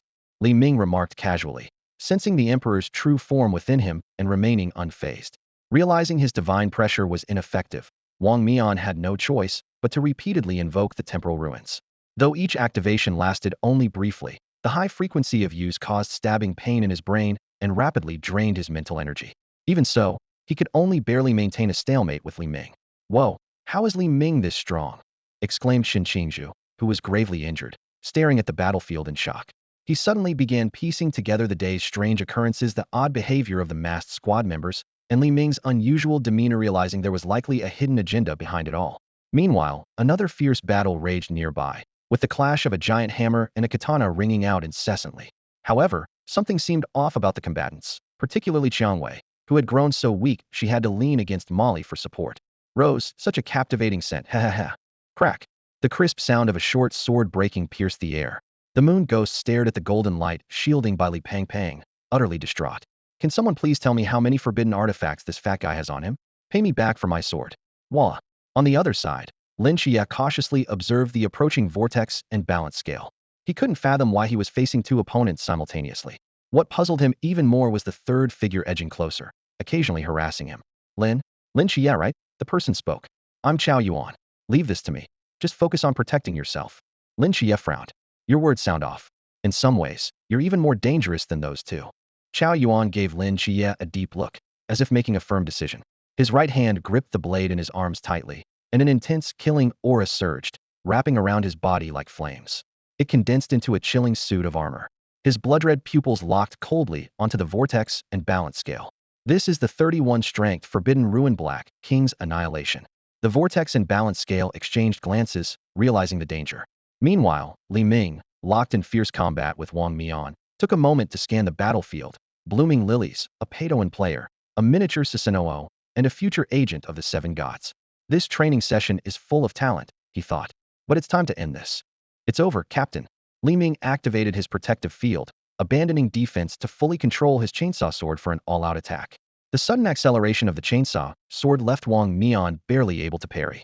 Then, this power, how is it possible?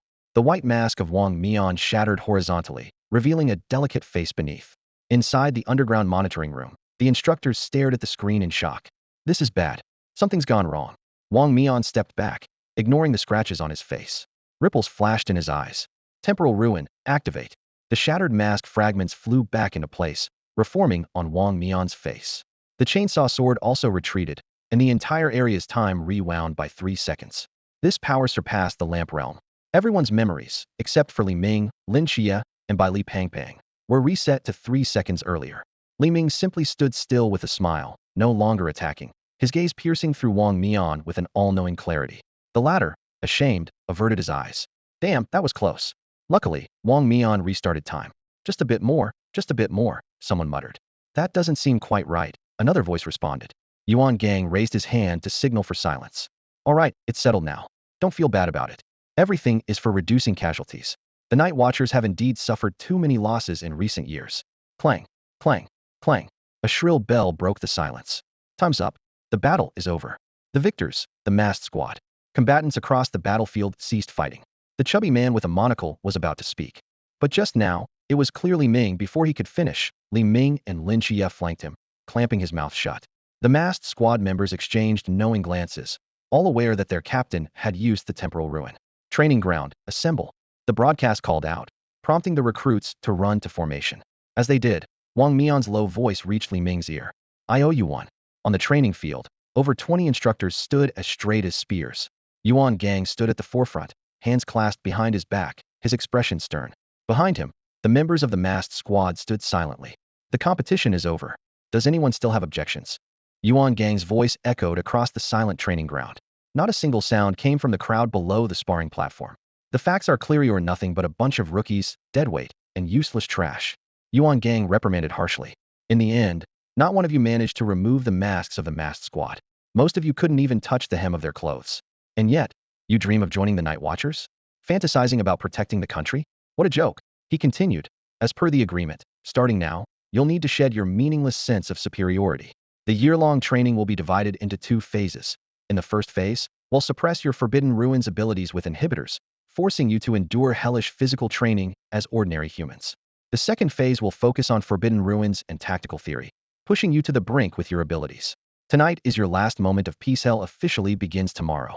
As soon as he finished, Yuan Gang led the instructors and the masked squad off the field. The new recruits immediately began murmuring amongst themselves. Bailey Tumming, can I switch dorms with you? I want a room with Lin Qiye, Chao Yuan suggested. Not a chance. He's very important to me. Bailey Pangpang refused decisively. Funny, because I can't do without him either. The two glared at each other, tension rising. Nearby, Li Ming watched the absurd scene and teased Lin Qiye. This could be titled, In One Day, I Made 2 Men Fall for Me. How about, the struggle of taming my wolf dog roommates? That's got more flair. Lin Qiye shot back without hesitation. Li Ming sighed dramatically. Lin Qiye, you've changed. You're not as shy and sweet as you were on the first day. Right back at you. I still remember how overly enthusiastic someone was on transfer day, Lin Qiye replied, his face betraying a sense of exasperation. Forget it, this is boring. I'm off to hang out with my new roommate. Li Ming waved dismissively and walked away. Meanwhile, Shen Qingzhu was listening to a report from his subordinates. Brother Shun, your new roommate, Li Ming, is one of the 2 divine agents in this training program. He's incredibly strong. I'm not blind. Shen Qingzhu interrupted impatiently. Li Liang, Li Jia, keep digging into him. There's something off about that guy. Should we have Dang Wei help you back? Your injuries look bad, Li Liang suggested, eyeing Shun Qingzhu's wounds. Don't be ridiculous. This is nothing. The instructors gave me medicine. I'll be fine by tomorrow. Shen Qingzhu brushed off Dang Wei's offered hand and limped away. Hey, Boss Shun. I've been looking for you. Let's head back to the dorms, a voice called from behind him. Li Ming's eyes lit up when he finally found Shen Qingzhu, and a faint smile crept onto his lips. This proud and aloof, cool guy was definitely more interesting than his previous opponents. I bet you're just here to see me make a fool of myself, Li Ming, Shen Qingzhu said coldly, his rare enthusiasm from the competition now gone. Boss, how could you say that? I just want to get along with my roommate, Li Ming replied with a mock pout. Do you even know how worried I was about you? Who asked you to worry about me? Just mind your own business. Shen Qingzhu's face flushed red. And stop calling me boss from now on.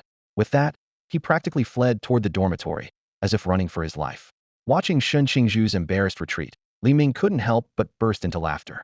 Teasing someone with such a tsundere personality was way more fun. Lin Qiye had already grown immune to his antics. At 3 a.m., a sharp whistle suddenly pierced through the stillness of the night. Damn it! Weren't they saying tonight was supposed to be our last peaceful night? How is this peaceful? Move it. I've seen this kind of scene in military dramas. If we're late, it's not going to end well. Jolted awake, Lin Qiye quickly roused by Li Pangpang, and the two rushed to the training field. When they arrived, they saw Li Ming already standing there. Li Ming, did you fly here or something? How are you so fast? Huh? Shaolinzi, how did you guess? Are you stalking me? Lin Qiye, seriously, just because you can fly doesn't mean you're all that. Once all the recruits had gathered, Instructor Hong barked his orders. The last 10 to arrive. Run 20 laps around the training field, start now. Everyone else, grab your weights and do 10 laps as a warm-up. Remember, from now on, whenever you hear the whistle, you must arrive here within 3 minutes. If not, you'll face the consequences.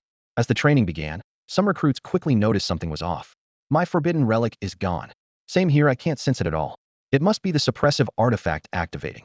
Looks like I won't be able to rely on my relic to lighten the load. Li Ming tested his spiritual energy and found that while everything was still intact, his mental strength was being suppressed. This gave him a new perspective. This could actually be good for training. Even if it doesn't directly enhance spiritual energy, it'll strengthen mental resilience, which will help upgrade spiritual power faster. As the training dragged on, many recruits began to falter.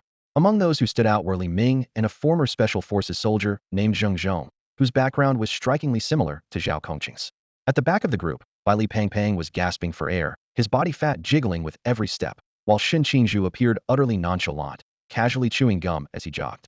You two at the back, pick up the pace. Faster, the instructor bellowed. If you don't finish within the time limit, you'll be running here all day.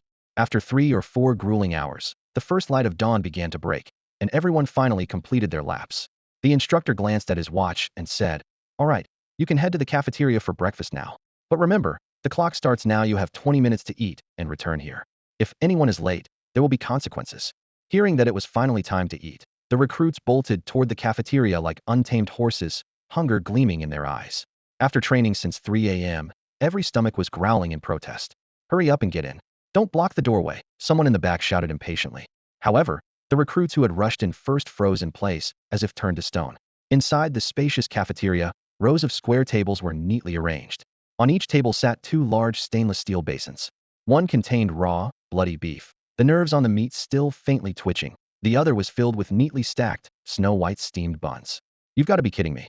Are they really training us like special forces?" muttered a recruit who loved watching military dramas, opening the floodgates for more complaints. "This is way over the top. What's with these instructors and their obsession with this gruesome stuff? Even dogs wouldn't eat this. Ugh, I'm gonna throw up." Li Pangpang, who had been starving all morning, looked as if he had been struck by lightning. It felt like the color had drained from his world. "This is too much. Training is one thing, but torturing us with food too? What's the point of life without good food?" he lamented, almost in tears. "Stop complaining," Li Ming said, pointing to a corner. "Look, that guy's already eating." Sure enough, a recruit named Zheng Zhong was seated, devouring the food with gusto, one hand clutching a steamed bun, the other gripping a piece of raw beef. "Let's go. If we don't eat something, we won't make it through the morning training," Lynchia said as he headed to his seat. After sitting down, Li Ming grabbed a piece of beef and bit into it like it was a pancake, chewing thoughtfully. "Not bad. A bit gamey, but tolerable. At least it's better than those dried centipede snacks." At that moment, Chao Yuan and Li Pangpang sat down on either side of Lynchia. Lynchia finally lost his patience. "Why are you following me everywhere? Ever since last night, this guy had been like a stalker, even sneaking into the dorm in the middle of the night, trying to share his bed." "I bear a heavy sin," Chao Yuan said solemnly. "The great monk Jinshan from Johua Mountain told me that to cleanse my sins, I must seek someone in Songnan. He left me with these words: 2 trees stand tall, 8 gods depart, 10 years in the night, save the world for me." Isn't that clearly referring to you? Lin Qiye frowned, falling silent for a moment before firmly refusing. "I'm not capable of that. Go find whoever told you this." "Amit ba," Chao Yuan murmured, pressing his palms together. "Let's just eat for now," Li Ming interjected, speaking with his mouth full of food. Lin Qiye and Chao Yuan exchanged a glance, setting the topic aside for the moment. They picked up the beef and buns and began eating. Only Li Pangpang was still struggling. Eating raw food was too much for him to handle. Suddenly, a loud roar erupted from across the room. "What the hell is this crap? Is this what we're supposed to eat after working ourselves to death?" Shen Qingzhu yelled, pointing at the food in outrage. "Well, here we go. Drama time," Li Ming remarked, gleefully moving closer to watch, still chewing on his beef. "Yeah. Chew. How are we supposed to eat this? Then why the hell are you still eating it?" Shen Qingzhu shot back, glaring at him. Just then, a thunderous voice boomed across the cafeteria. "Who's causing trouble? This is the standard meal for recruits. If you can eat it, eat it. If not, get out." An old man walked out from the kitchen, wiping his hands on an apron, his face stern and intimidating.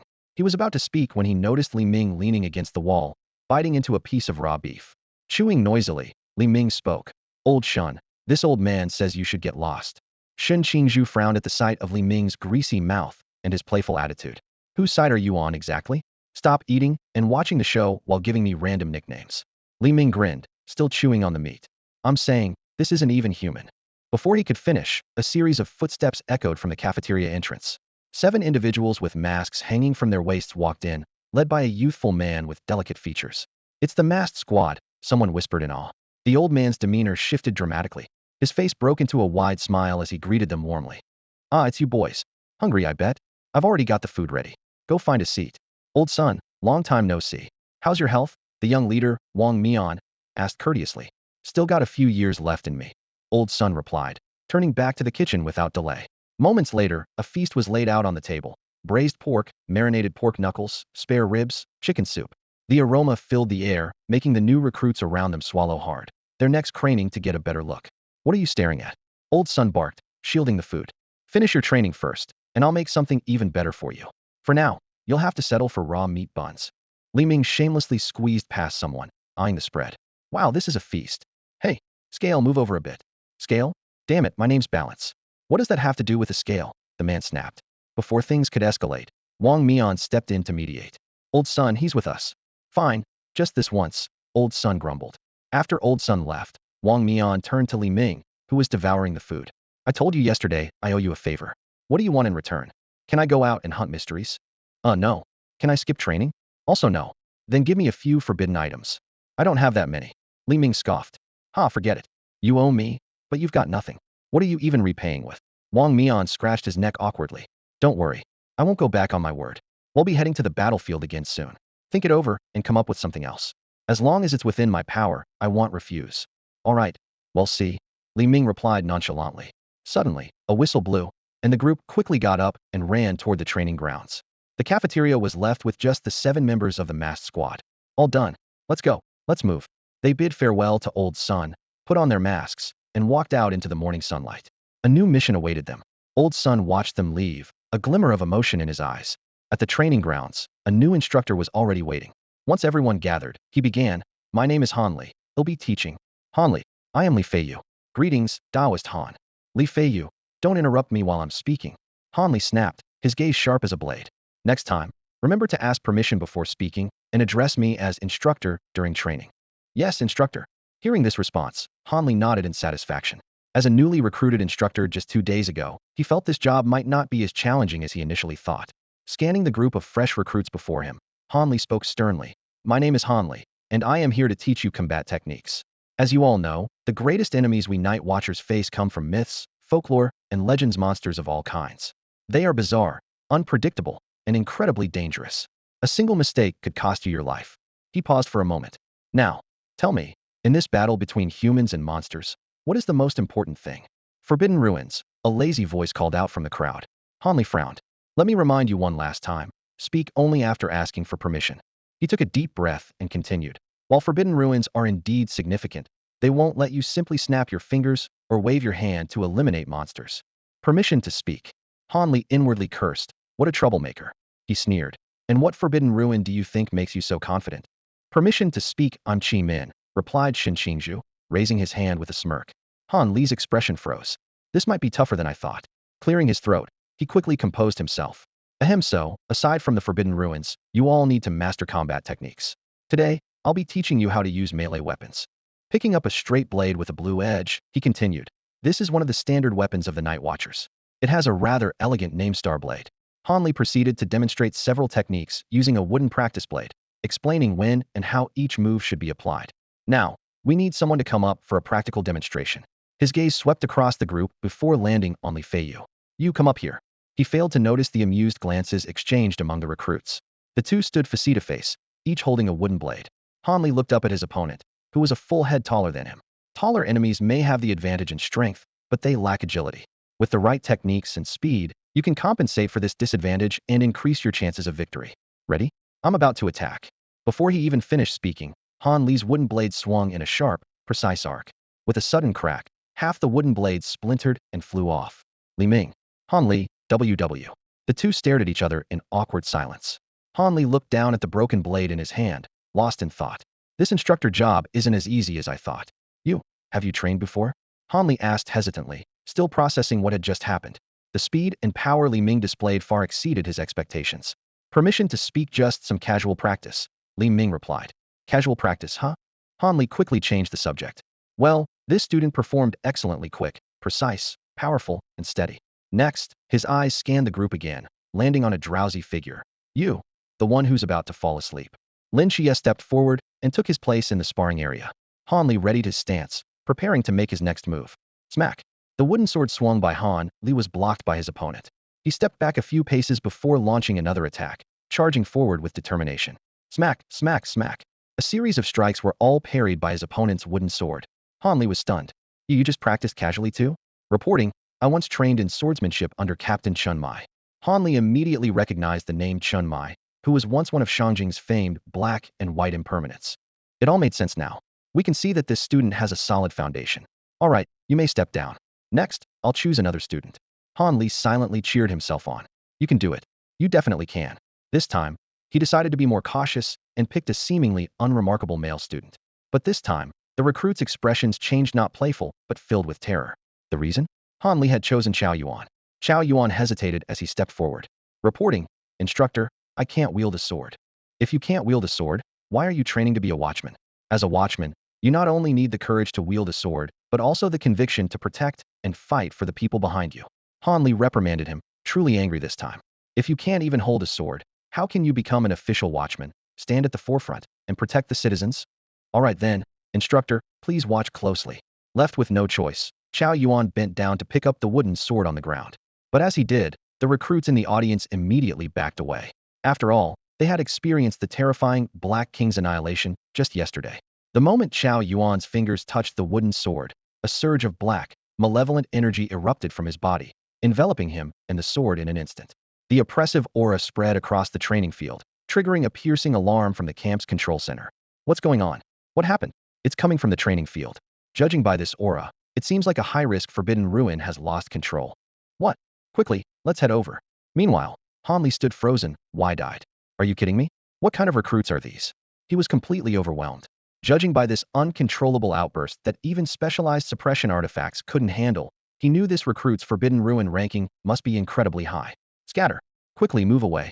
Don't get close. Han Li shouted at the recruits, immediately directing them to evacuate. They were still just ordinary people at this stage. Then, he picked up the Starblade from the ground. Now, Han Li could only hope that this incident wouldn't result in any casualties. Being an instructor is way too hard. Roar! Chao Yuan, now consumed by madness, let out a furious roar and charged straight at Han Li. Clang! Their swords collided, and the immense force pushed Han Li back several steps. I can't fight him, Hedon. From the first exchange, Han Li quickly adjusted his strategy, opting to engage in a prolonged battle to buy time until other instructors arrived. Whoosh! The wooden sword, now engulfed in flames of dark energy, struck with overwhelming power. But Han Li managed to dodge every attack with precision. With the Starblade in hand, his demeanor shifted dramatically. He unleashed an endless array of dazzling sword techniques, each move disrupting Chao Yuan's attacks at just the right moment. Though there was a clear disparity in strength, Han Li's exceptional skill managed to narrow the gap, proving the truth of his earlier words. This won't work for much longer. Outside the battlefield, Li Ming observed the fight and stroked his chin thoughtfully. With the Forbidden Ruin in an active state, Han Li wouldn't last much longer. Then, to the astonishment of over 200 pairs of eyes, Li Ming approached the center of the battlefield. What are you doing? Get back! Han Li shouted. Relax, Instructor Han. I've got this. He added with a smirk. By the way, I'm Li Ming. Ming, as in to remember. You can call me by my alternate name, Li Feiyu. With that, Li Ming used his telekinetic powers to lift the frenzied Chao Yuan higher and higher until he disappeared from sight. You can use a Forbidden Ruin as well. Han Li's mind nearly short-circuited. Before Li Ming could respond, Chao Yuan, under the force of gravity, came crashing down, slamming into the ground, and leaving a massive crater in the training field. Then, Li Ming repeated the process over and over, slamming Chao Yuan into the ground like kneading dough, trying to evenly flatten him. By the time a dozen instructors arrived, they were greeted by the sight of multiple craters in the training field, and Chao Yuan floating weakly in midair, still struggling faintly. Lynchia, come over here. Hit him with a strike. Lynchia, with a dumbfounded expression, simply stared. Li Ming suddenly realized his previous words might cause misunderstandings, so he quickly clarified. Let's unleash some divine power. With that, he strode toward Lin Qiye, his eyes flashing with golden light as an intangible divine force surged into Lin Qiye's mental world. You did that on purpose, Li Ming muttered under his breath. Chao Yuan let out a muffled groan, and the forbidden ruins state instantly dissipated. He collapsed to the ground, unconscious. All right, instructors, Li Ming gently laid Chao Yuan down. Chao Yuan has been knocked out by Lin Qiye's attack. Please take him to the medical room right away. Lin Qiye, stop saying things that can be so easily misunderstood. Got it. I'll be careful next time, all right? Lin Qiye replied in an exaggerated tone. One of the instructors stepped forward, his eyes scanning the two recruits. Noticing how they were still able to use their abilities effortlessly despite the suppression of the forbidden artifact, he couldn't help but mutter, "Impressive," before hoisting Chao Yuan over his shoulder and heading off to the medical room. Take 10 minutes to rest. At the edge of the training field, Han Li wore a dejected expression as he spoke to Yuan Gang. Chief Instructor, I don't think I'm cut out to keep training these recruits. A few of them crushed my confidence today. Don't be so hard on yourself, Han Li, Yuan Gang reassured him. You're the only one among the Night Watchers who has mastered every type of weapon. No one else is more qualified to train them at this stage. We specifically brought you here for that reason. This morning was just bad luck running into the divine agent of a god and a high-risk Forbidden Ruins wielder on the same day. That's some seriously unlucky timing. By the end, even Yuan Gang couldn't hold back a chuckle. Talk about a streak of bad luck. Think about the future of these recruits, Han Li. You wouldn't want them to end up as cannon fodder on the battlefield, would you? Understood, Chief Instructor. They'll do my best. Seeing Han Li regain his determination, Yuan Gang breathed a sigh of relief and headed back to his office. The training finally got back on track, and the recruits made significant progress under Han Li's guidance. Lunch remained simple raw beef and steamed buns, but this time, there were some pickled vegetables added to the mix. After his treatment, Chao Yuan was up and about, full of energy. Like an overly eager fan, he kept offering pickled vegetables to Lin Qiye in an attempt to win his favor. Tisk, simps really have it rough. Just then, the cafeteria's loudspeaker crackled to life. Attention, all recruits. Swish. Everyone immediately put down their food and stood at attention. On the second floor, Instructor Hong nodded approvingly. Not bad. You're starting to look like real soldiers. To reward you, I've prepared a special program for this afternoon, something you'll never see coming. Enjoy it while you can. Meet at the back door of the cafeteria in 10 minutes. With a meaningful smile, Instructor Hong added, "Oh, by the way, the program is called Extreme Training." Behind the cafeteria, several buses were parked, sparking a wave of chatter among the recruits. Are they taking us on a trip? No way. This must be the special program.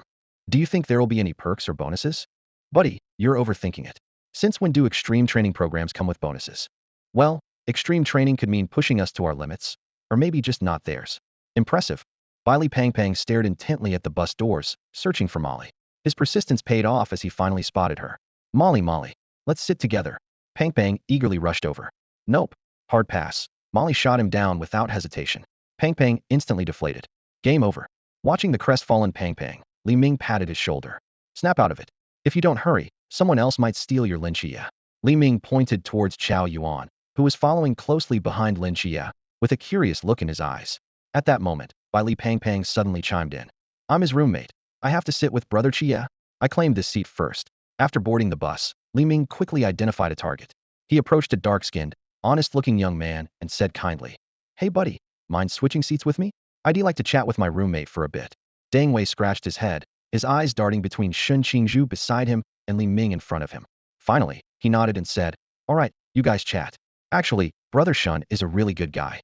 Once Deng Wei left, Li Ming immediately assumed a solemn posture, carefully pulling out an emperor's scripture and a handheld incense burner. "Mr. Shin Qingzhu, may I have a few minutes of your time? I'd like to introduce you to." Meanwhile, Shin Qingzhu's fists clenched involuntarily, his knuckles turning white. Another day of devotion. At the foot of Jinan Mountain, 240 new recruits stood in neat rows in front of the bus. Instructor Hong had his hands clasped behind his back as he scanned the lineup. Beautiful scenery, isn't it? Next up is extreme training. You'll carry a 35-kilogram load and cross this mountain range before sunrise tomorrow. Before his words had fully settled, he gestured, and a swarm of drones rose into the air from inside the bus. Don't think this is just an ordinary weighted hike. Each backpack contains a tracking device, and once you enter the mountains, these drones will start hunting you down, Instructor Hong said, his tone growing more menacing. If you get hit by the paintball guns on the drones, you fail. And the punishment for failure, he paused meaningfully, will make you wish you were never born. The recruits shuddered as hushed whispers broke out among them. No way, this harsh on the first day. Instructor Hong clapped his hands, signaling for silence. Now for the 3 rules. First, you can exchange your load with others, but you absolutely cannot abandon it. Abandoning it equals failure. Second, No attacking the drones, no blocking their attacks by any means, and no hiding in dead zones without moving. Third, no attacking fellow recruits.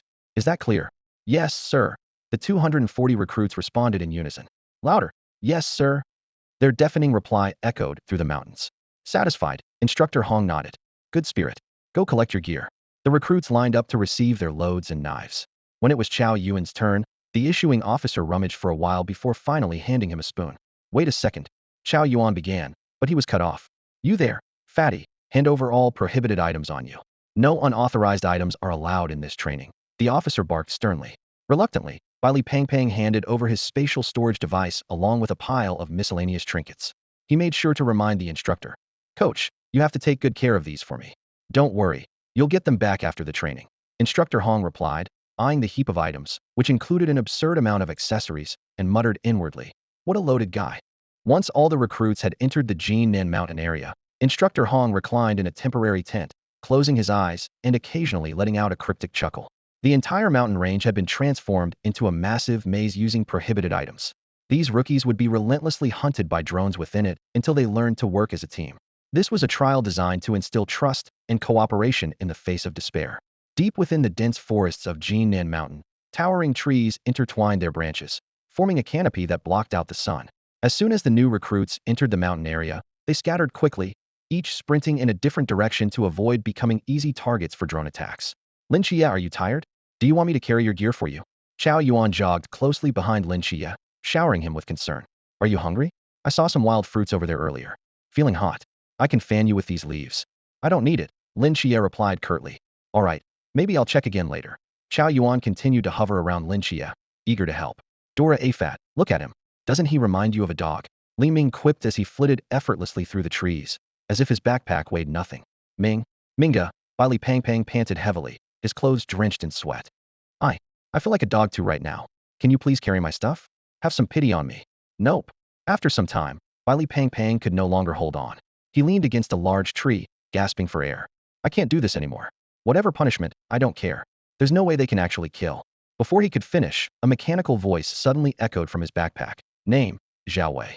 Most socially embarrassing moment. One morning, while my parents were out, I found some educational material from teacher Hitano in the living room. By noon, they came back and discovered the 30,000 yuan in the drawer was missing. They called all our relatives over, and the police reviewed the living room surveillance footage in front of everyone. The recruits were momentarily stunned into silence before bursting into uncontrollable laughter. That's it. He'll need a new planet to live on now. This guy Zhao must have nerves of steel to survive until now. Tell us more about the teacher. Legendary. So this is the punishment? Definitely worse than death. Suddenly, a chilling sensation swept through the group. The laughter died instantly, as if someone had gripped their throats. If this is the punishment, just kill me now, thanks. Li Pang swallowed hard, and then bolted, running as if his life depended on it rather face physical death than social death. Li Ming gave it a moment's thought. It does look kind of fun. Should I give it a try? He paused, then shook his head. Nah, not because I'm scared or anything. I just happen to like running. With that, he took off at full speed as well. Meanwhile, the backpacks of the recruits continued broadcasting mortifying confessions. I peed into the half-empty bottle of liquor my dad had. During a thunderstorm as a kid, I knelt in the courtyard, begging the heavens not to take me away. Neither my mom nor grandma could stop me. I followed sheep around, picking up and eating what I thought were chocolate drops. I stood guard for my crush and her boyfriend while they made out in the restroom. I loved her too much. As Li Ming and his group darted through the dense forest to evade the drones, they unexpectedly ran into Shun Qingzhu and his crew. Well, what a coincidence. You guys here for some fun too? Li Ming greeted them. Just my luck. Li Liang, Li Jia, Deng Wei, we're heading this way. Shun Qingzhu commanded. Boss, we can't. There's a swarm of drones closing in, one of his followers responded. Split up and run. Shun Qingzhu cursed before glaring at Li Ming. Ever since I met you, nothing good has ever happened to me. With that, he and one of his lackeys picked a random direction and fled. Too bad. Let's split up too. Lynchia, over here with me, Li Ming suggested. Lynchia nodded silently and quickly followed. Left behind, Li Pang and Chao Yuan exchanged glances. In each other's eyes, they both saw the reflection of a pitiful stray dog. About 3 hours later, faint rustling sounds emerged from the forest. Li Ming and Lin Qiye, who were taking a break, heard Chao Yuan's voice. The sound came through the drone, as if answering some sort of question. Name, Chao Yuan, the voice said flatly. Most unforgettable experience? When I was 6, I accidentally triggered a sickle and killed all 172 people in my village. Later, I was taken to the police station, where I used a nail clipper to kill 161 more. After a pause, the voice continued. What do I want most right now? To stay with Lin Qiye forever. Old Chao's had it rough. No wonder he clings to you. Li Ming turned to Lin Qiye with a teasing look. Congratulations, Qiye. Looks like you've got a tail you'll never shake off. Lin Qiye was silent for a moment, his expression complicated. There's nothing I can do to help him. Then, shifting the subject, he added, back to the training, did you notice? Notice what? That the whole mountains turned into a maze. I figured you'd catch on too. Enough with the tongue twisters. Use that clever little brain of yours to find us a way out. Lynchia wasn't surprised that Li Ming had picked up on his ability to navigate. Studying a small map in his hand, Lynchia pointed in a direction. This way, under the cover of night. The two of them surged forward at full speed through the dense forest of Jinan Mountain, moving so fast that even the medics trailing behind couldn't keep up. At the temporary command post, Instructor Han stared at the screen displaying two unusually fast-moving red dots. They seemed completely unaffected by the restrictions, moving almost in a straight line toward the finish. At this pace, they'll make it by dawn. God's chosen agents are always exceptional, Instructor Hong remarked. If nothing unexpected happens, those two little brats are going to break Wang Mian's record. Do you think that's possible? Very possible. They're both freaks. Every time Chief Instructor Yuan Gang talks about them, he looks like he lost $1 million and that Songnan Night Watchman found it. Another question came up. How many recruits are left? Besides those two, over 20. It's about time to pack up. Once we round everyone up, we'll head straight to the finish line to meet them. Just then, another response came through the drone. Name, Li Jia. Favorite person? No one. Someone you admire? Shin Qingzhu. Why? When I was in high school, my brother and I were constantly bullied and extorted by some thugs. One day, Shin happened to pass by and couldn't stand seeing it. He threw down his bag and stood up for us, giving them a hard lesson. Because of that, he got expelled and had to go back to farming. Later, he even sold his land to pay for Deng Weiss' mother's medical bills. Shin's the one person I've respected the most in my life. He might look like a troublemaker, but he's like a hedgehog, tough outside, soft inside. Meanwhile, in Jinan Mountain, Shin Qingzhu had completely lost it. He furiously hurled his backpack into the distance, grabbed rocks, and started pelting the swarm of drones, even charging straight into them. At this moment, he looked like someone stripped bare and thrown into a crowd, utterly humiliated. Li Jia was the one caught, but it was Shin Qingzhu who suffered the social death. You've got some nerve, blatantly breaking the training rules. A flicker of coldness flashed in Instructor Hong's eyes as he scanned the recruits standing before him. Humph. Shin Qingzhu was dragged back here. Still not convinced. A cold smirk tugged at the corner of Instructor Hong's lips. Fine. We've got plenty of time to deal with you. Put the truth ring on him and ask him what his first position was. After finishing his question to the arrogant recruit, Instructor Hong glanced down at the tablet in his hand to confirm. The remaining recruits have all been captured. Let's go. We'll wait for those two at the finish line. With that, he gave the order, and the bus carrying the instructors and recruits headed to the other side of Jinan Mountain. They're coming, an instructor shouted suddenly from behind his binoculars. About a kilometer away, the other instructors, hearing this, braced themselves and waited patiently. Before long, two figures came into view. Though they were still some distance away, their conversation drifted over clearly. Does your aunt know how to make braised pork? I love braised pork. Those sweet and sour ribs last time were amazing. Of course she does. My aunt's cooking is the best. Once we have some downtime, you'll ask her to prepare a whole feast for you. All right, I'll hold you to that. Don't back out. I promise. As the two drew closer, their appearance became clearer. Their clothes were tattered, with several tears, and one of them had a hand that was visibly scraped and raw. Yet, despite this, their lively banter was full of energy and optimism. When they finally stood before the instructors, Instructor Hong stepped forward. Congratulations. Not only did you reach the finish line, but you also broke the long-standing record of this training camp. As soon as the words left his mouth, Lin Qiye managed a faint smile before his body wavered. Quick to react, Li Ming caught him. Ah Chi, you're completely wiped out. Should I introduce you to Wang Mian's old Chinese medicine practitioner? Li Ming, you're great at everything except for how sharp your tongue can be. Instructor Hong handed over a flask of water and pulled out a ring. Care to try this? It's the truth ring. Its effect is exactly as its name suggests. Lin Qiye hesitated for a moment before taking the ring and slipping it on. Instructor Hong asked, what's the one thing you want to do most right now? To fulfill my promise and become a guardian of the night. To give my aunt a better life so she doesn't have to work so hard. And to help Ah Jean attend a good university. A heavy silence fell over the group. My turn. Li Ming broke the tension and took the ring, putting it on. What's the one thing you want to do most? Instructor Hong asked, struggling to come up with an appropriate question. To die with honor for those I hold dear. That's the battle cry of the weeping warriors. Get on the bus. Back to the training camp. Upon returning to the dormitory, Li Ming spotted Shin Qingzhu soaking in a medicinal bath. Instantly, he put on an exaggerated voice, mimicking Li Qiye. Oh my, isn't this Brother Porcupine? Shin Guess actually a pretty decent guy, soft on the inside, just like a porcupine. Ha. Li Ming, I'm going to get you for this. Shun Qingzhu burst into laughter, his face twisting in mock fury as he leapt out of the medicinal bath and lunged at Li Ming. The rest of the night passed without further incident. The next morning, Li Ming stretched lazily as he climbed out of his own medicinal bath. Nothing beats a good soak in a healing bath. A piercing scream suddenly shattered the tranquility of the early morning, emanating from the direction of the girls' dormitory. Li Ming heard the sound, but merely shrugged. It didn't matter what was happening. The most urgent matter now was that his hamster was hungry. He quickly threw on some clothes and glanced at his roommate, still lying in bed. Hedgehog bro, want to grab some breakfast? Get lost. Before the words fully left his mouth, a pillow came flying at Li Ming, who easily dodged it with a sidestep. The cafeteria was filled with the enticing aroma of breakfast. Today's menu was particularly satisfying: fried dough sticks, soybean milk, steamed buns, all in abundance. Li Ming approached the serving counter and called out to Old Son. 10 pounds of lean meat, diced finely, and not a single bit of fat on it. Lean meat's out. How about 10 pounds of slop instead? Old Son teased. Never mind, I'll just have some buns. Li Ming grabbed a tray and headed straight for the inseparable trio. Ming bro, Li Pang greeted him eagerly. Did you and Qiye really cross that mountain range yesterday? That little Nan mountain. Li Ming made a piece of cake gesture. Easy peasy. No way. Are you two even human? Li Pang's eyes widened. Come on, tell me the real reason you two extraterrestrials are hiding out in Xia. To help Boss Mouse steal the delicious cat castle, Li Ming quipped without missing a beat.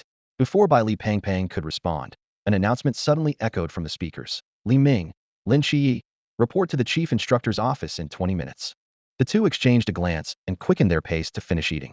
In the chief instructor's office, Yuan Gang looked at the pair with a stern expression. I called you here for 2 reasons. Let's start with the first. How much do you know about divine agents? Not much. Nothing. Yuan Gang proceeded to explain in detail the contract between gods and their agents, how gods bestow divine relics to their chosen agents, who in turn must complete specific tasks for the gods. He gave a particular warning about the ancient god cult. That group is like a bunch of rotten apples. They're always trying to recruit divine agents. If rejected, they might resort to assassination. Stay vigilant. Understood, the two replied in unison. The second matter, Yuan Gang said, placing 2 boxes on the table, is that due to your outstanding performance in training, the higher-ups have decided to reward each of you with a forbidden artifact. Truthfully, even without this justification, these artifacts would have ended up in the hands of these 2 divine agents anyway. Lin Qiye opened his box to find a blue crystal the size of a peanut azure heart. It could activate the Forbidden Relic Sequence 278, Azure Guardian, which provided protection against various mental attacks. His eyes lit up upon seeing this perfectly suited artifact. Li Ming's box contained a jade buckle, smooth and lustrous, with a red string threaded through the hole in its center. Yuan Gang introduced it. This is Qing Hung, an unsequenced forbidden artifact. Although not part of any sequence, it's a rare space-related item. Its forbidden relic ability, Void Storage, offers about 20 cubic meters of internal space. This thing doesn't really match my macho vibe, Li Ming said while toying with the jade buckle in his hand. Can I swap it for a true word ring?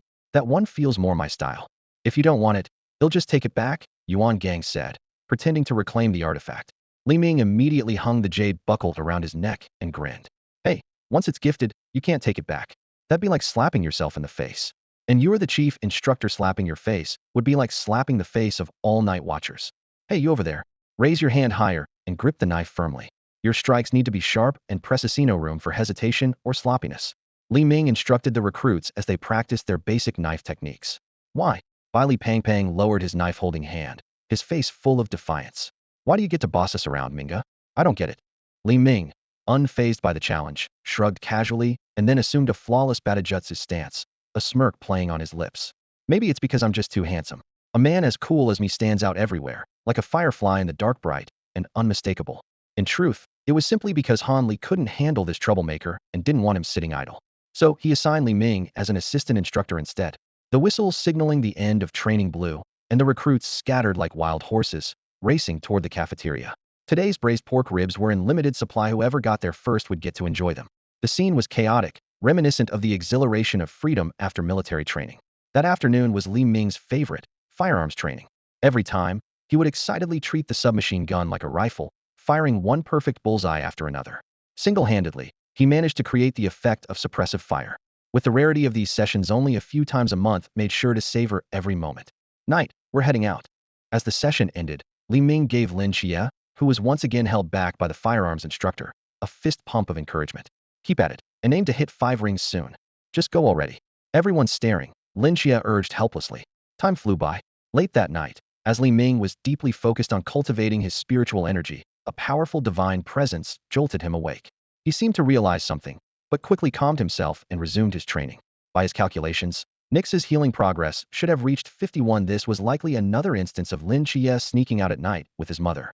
Meanwhile, Yuan Gang watched Nix leave and finally breathed a sigh of relief. After briefly questioning Lin Qiye, he dismissed him and made a call to lift the alert for the others. From that moment, the Watchman's divine sequence records gained a new entry. Nix, the goddess of the night, with the sequence number 044. Interestingly, previous records showed that Watchman Zhao Kongcheng had once observed a suspected god from beyond this world, the emperor within the old district of Cangnan City, listed as sequence number 043. 5 months later, in the heart of winter, a group of recruits clad only in thin short-sleeved shirts ran laps around the training field. Their gazes now filled with a resolve far stronger than when they first began. Li Ming was in high spirits. With his efforts and a little help from his cheat, his spiritual energy level had reached 10, and the progress bar for the next level was already 45 complete. Just 55 more, and he would advance to level 11. What he craved most now was a fierce, all-out battle. With his current strength, he could easily take on a master at the Qi realm, and even dare to test his skills against someone at the Chuan realm. This level could be described as the pinnacle of the advanced Qi realm, on the verge of the Chuan realm. As his spiritual energy grew, so did his mastery over his power. His perception range now matched the extent of his telekinetic control. What thrilled him the most was that he could finally connect with the Emperor's true form in the spatial plane through his spiritual energy, unleashing a divine-like oppressive aura. Every time he saw Lin Qiye activate his magic eyes, with that overwhelming presence, Li Ming couldn't help but stomp his feet in envy. Beep! The whistle marking the end of training blared, and everyone had one goal in mind: the cafeteria. I'm starving. I'm going to eat 20 buns today, Li Pang declared boldly, dragging his exhausted body forward. He had just finished running extra laps as punishment, leaving him completely drained of energy. As the spring festival approached, the training camp's atmosphere grew somewhat gloomy. A few rookies huddled together, whispering about the upcoming holiday. I heard that in previous years, it was always strictly closed training, and they never gave us any time off. Sigh. Li Pang let out a long breath, a hint of longing flashing in his eyes. I miss the big house back home and the fragrant housekeeper sister. He turned to Li Ming and Lin Qiye, saying, if we do get a break, come to Guangshan. I'll take care of everything. No way. I don't want to become your partner in crime. Li Ming rejected him outright. Lin Qiye caught on immediately. Damn, knew it in an instant. Li Ming, you old fox, you've led me astray again. Meanwhile, in the office, under Chun Moi's persuasion, Yuan Gang decided to break the training camp's tradition, announced a holiday. On the training platform, Instructor Hong's voice echoed across the field. You have 4 days off to celebrate the new year. Remember, no one is allowed to leave Cangnan City during this time. Anyone caught violating this rule will be expelled from the Night Watchers. Now go pack your bags. 15 minutes to assemble. In the dormitory, Li Ming casually packed a few items. As a local homeowner, his family had everything he needed, so there was no need to bring much. He glanced at Shen Qingzhu, who was busy packing, and teased. Hey, Izhu, want me to find you a place to stay? I know plenty of rich ladies who'd love your type, tall, dark, and handsome. No need. Shen Qingzhu rejected him firmly. Li Ming held up 5 fingers with a sly grin. You're missing out. Do you know how much you can earn in just 1 session? At least this much. Shen Qingzhu took a deep breath and turned his back to Li Ming. He couldn't bear to look at that tempting, mischievous face for fear that his empty wallet might sway his resolve. Think it over, and come find me if you change your mind. You're still too young to have faced the harsh realities of society, Li Ming said, wearing the expression of a seasoned broker. Downstairs, several buses were already parked, with a row of black boxes set up nearby. These are starblades. Collect them in order. Lin Qiye observed the distribution process, a sense of unease creeping into his heart. Do not open them unless absolutely necessary. We must avoid causing chaos. Once on the bus, Li Pang curiously leaned over and asked, Minga, where's your blade? Li Ming tapped his chest. You mean, the blade is in your heart? Pang asked, confused. Are you an idiot? Chao Yuan couldn't help but interject. He stored it in his spatial space. Didn't you put yours there too? I just didn't realize it at first. As the bus pulled out of the training camp, the group felt as if they had passed through an invisible barrier. Their forbidden powers instantly returned. Cheers erupted inside the bus. I broke through. I've reached the pond realm. Me too. Li Ming also felt his spiritual energy surge to unprecedented levels. The results of 5 months of intense training were now evident. Suddenly, a rookie pointed out the window, shouting, Hey, what's that? Everyone turned to look, only to see 5 objects trailing fiery tails hurtling toward the convoy. Holy shit, those are missiles. Instructor Hong roared. Get down. Hold on to your seats and don't get thrown off. 3 missiles streaked across the sky with a deafening roar. 2 of them struck the nearby training camp with pinpoint accuracy. Amid an earth-shattering explosion, fiery flames erupted into the sky, and a massive mushroom cloud slowly rose above the camp. As the inferno raged, a faint golden light flickered intermittently within the sea of flames. The 3rd missile hit a mountain road, sending rocks and wooden debris flying in all directions. The powerful shockwave overturned a bus parked by the roadside. Inside the vehicle, the passengers were caught off guard, jolted violently, and thrown into disarray. Cries of pain and panic filled the bus in the chaotic aftermath. The danger was not yet over. The final missile hurtled directly toward the vehicle where Li Ming was located. In the critical moment, Li Ming's eyes narrowed, and a massive boulder suddenly rose into the air, intercepting the incoming missile with lightning speed.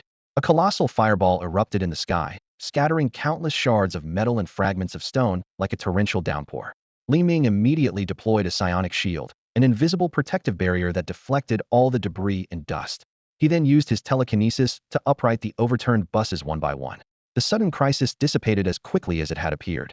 The surviving recruits and instructors stared in stunned silence at the scene before them. Within the protective dome of Li Ming's psionic shield, the area around the vehicles remained untouched, a stark contrast to the chaos of flying debris and dust outside. Brother Ming, you're amazing, Li Pang exclaimed in admiration, voicing the awe felt by everyone present. Inside the training camp, Yuan Gang retracted the forbidden void and urgently inquired, were there any casualties? Thanks to the chief instructor's timely deployment of the forbidden void to protect the camp, there were no injuries within the camp. The other 2 missiles that landed near the mountain road where the recruits had left were also intercepted, with no loss of life, came the report.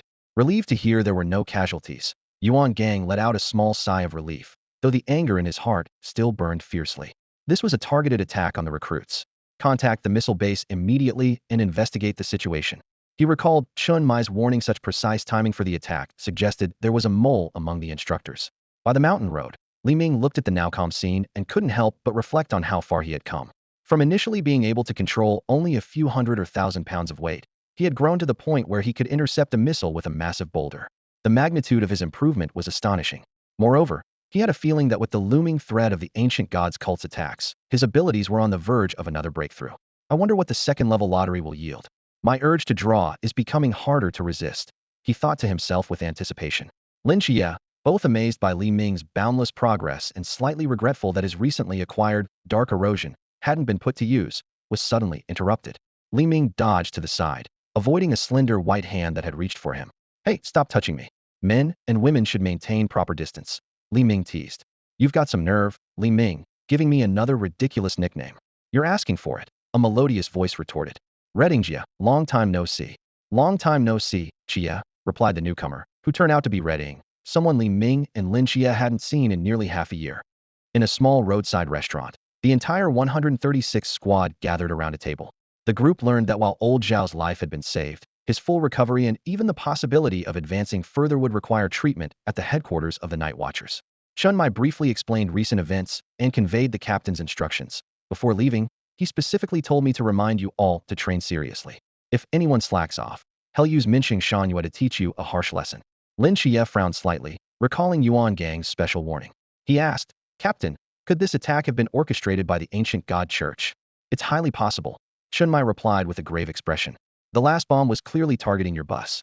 On board were not only the young master of the Bailey family, but also 2 divine agents, you and Li Ming. Especially you, with your dual divine agent status, which has already made headlines worldwide. This is unprecedented in history. Before his words fully settled, Chun Mai noticed an unusual silence around him. Turning his head, he saw Li Ming fully engrossed in devouring braised pork from his plate. Hey, Li Ming, leave some for me, Chun Mai yelled angrily. Only then did Hong Ying realize what was off. No wonder something felt strange. It's because this guy has been sneakily eating. Li Ming elegantly wiped his mouth and changed the subject, saying, Hey race, a little secret for you all. Lin Qiye isn't just juggling divine entities, he's also playing the field in training camp. Both the young master of the Bailey family and another person are completely smitten with him. Poor Bailey Pang is practically at his mercy. You're spouting nonsense again, Lin Qiye protested helplessly. After the meal, Squad 136 returned to the peace office. Hong Ying reminded them, Stay put here for now and focus on improving your strength. Don't go anywhere. Let your sister and the captain handle the situation outside first. Ingza, have you lost your mind? Li Ming raised an eyebrow. How are we supposed to lure the snake out of its hole if we don't take a stroll? Besides, I can probably take on 5 of you at once now. Is that so? You've grown bold. Hong Ying rolled up her sleeves. Come on, let's see what you've got.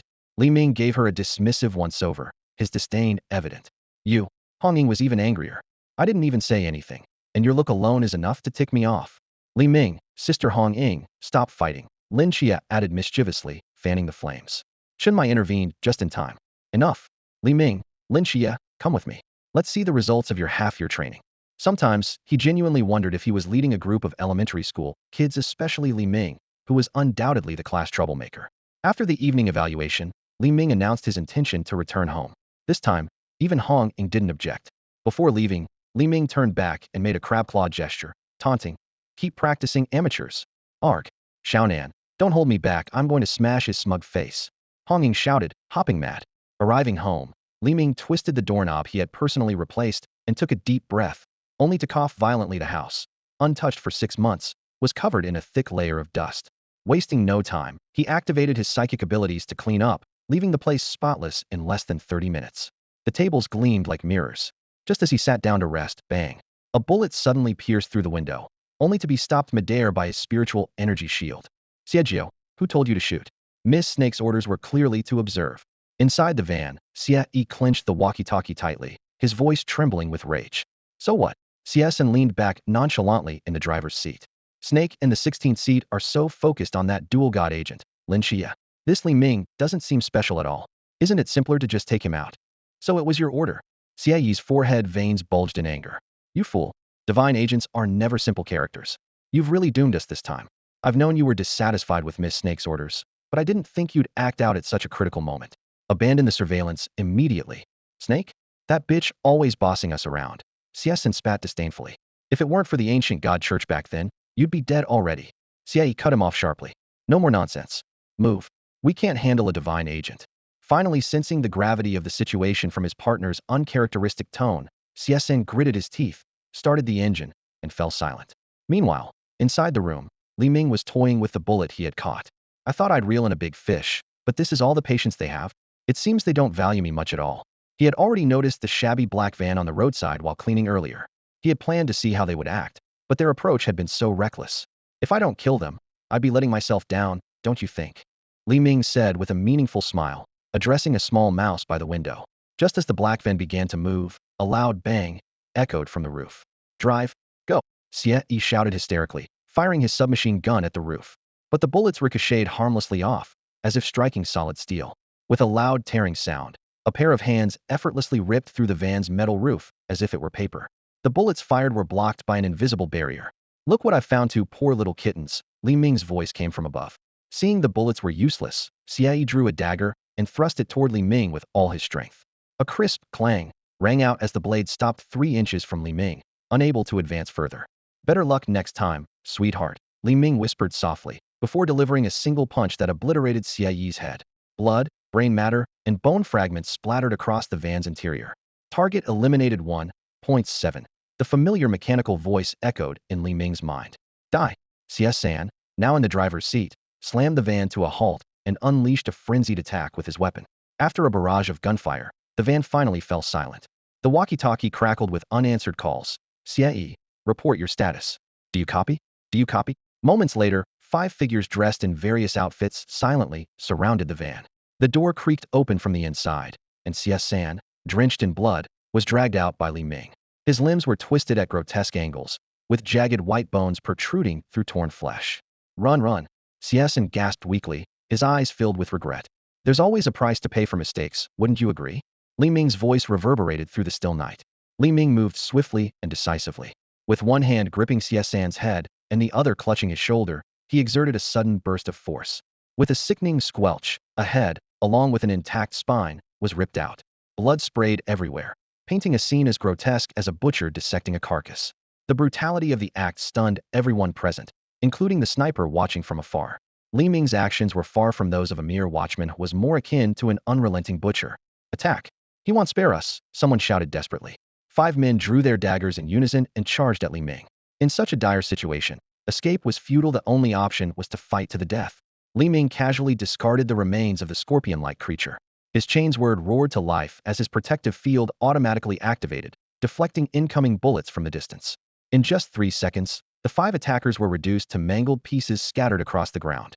From atop a distant building, Xiejio observed the carnage through the scope of his sniper rifle. He etched Li Ming's face into his memory, his clenched fists trembling with rage.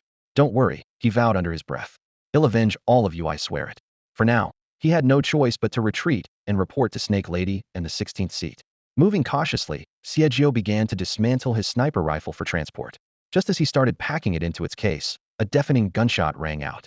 In an instant, his body erupted into a cloud of blood. Moments later, another sniper in a different location suffered the same fate, vanishing into the night in a crimson mist. On the ground, Li Ming lowered his explosive rifle, a cold smirk playing on his lips. To him, a dead enemy was the only kind of good enemy.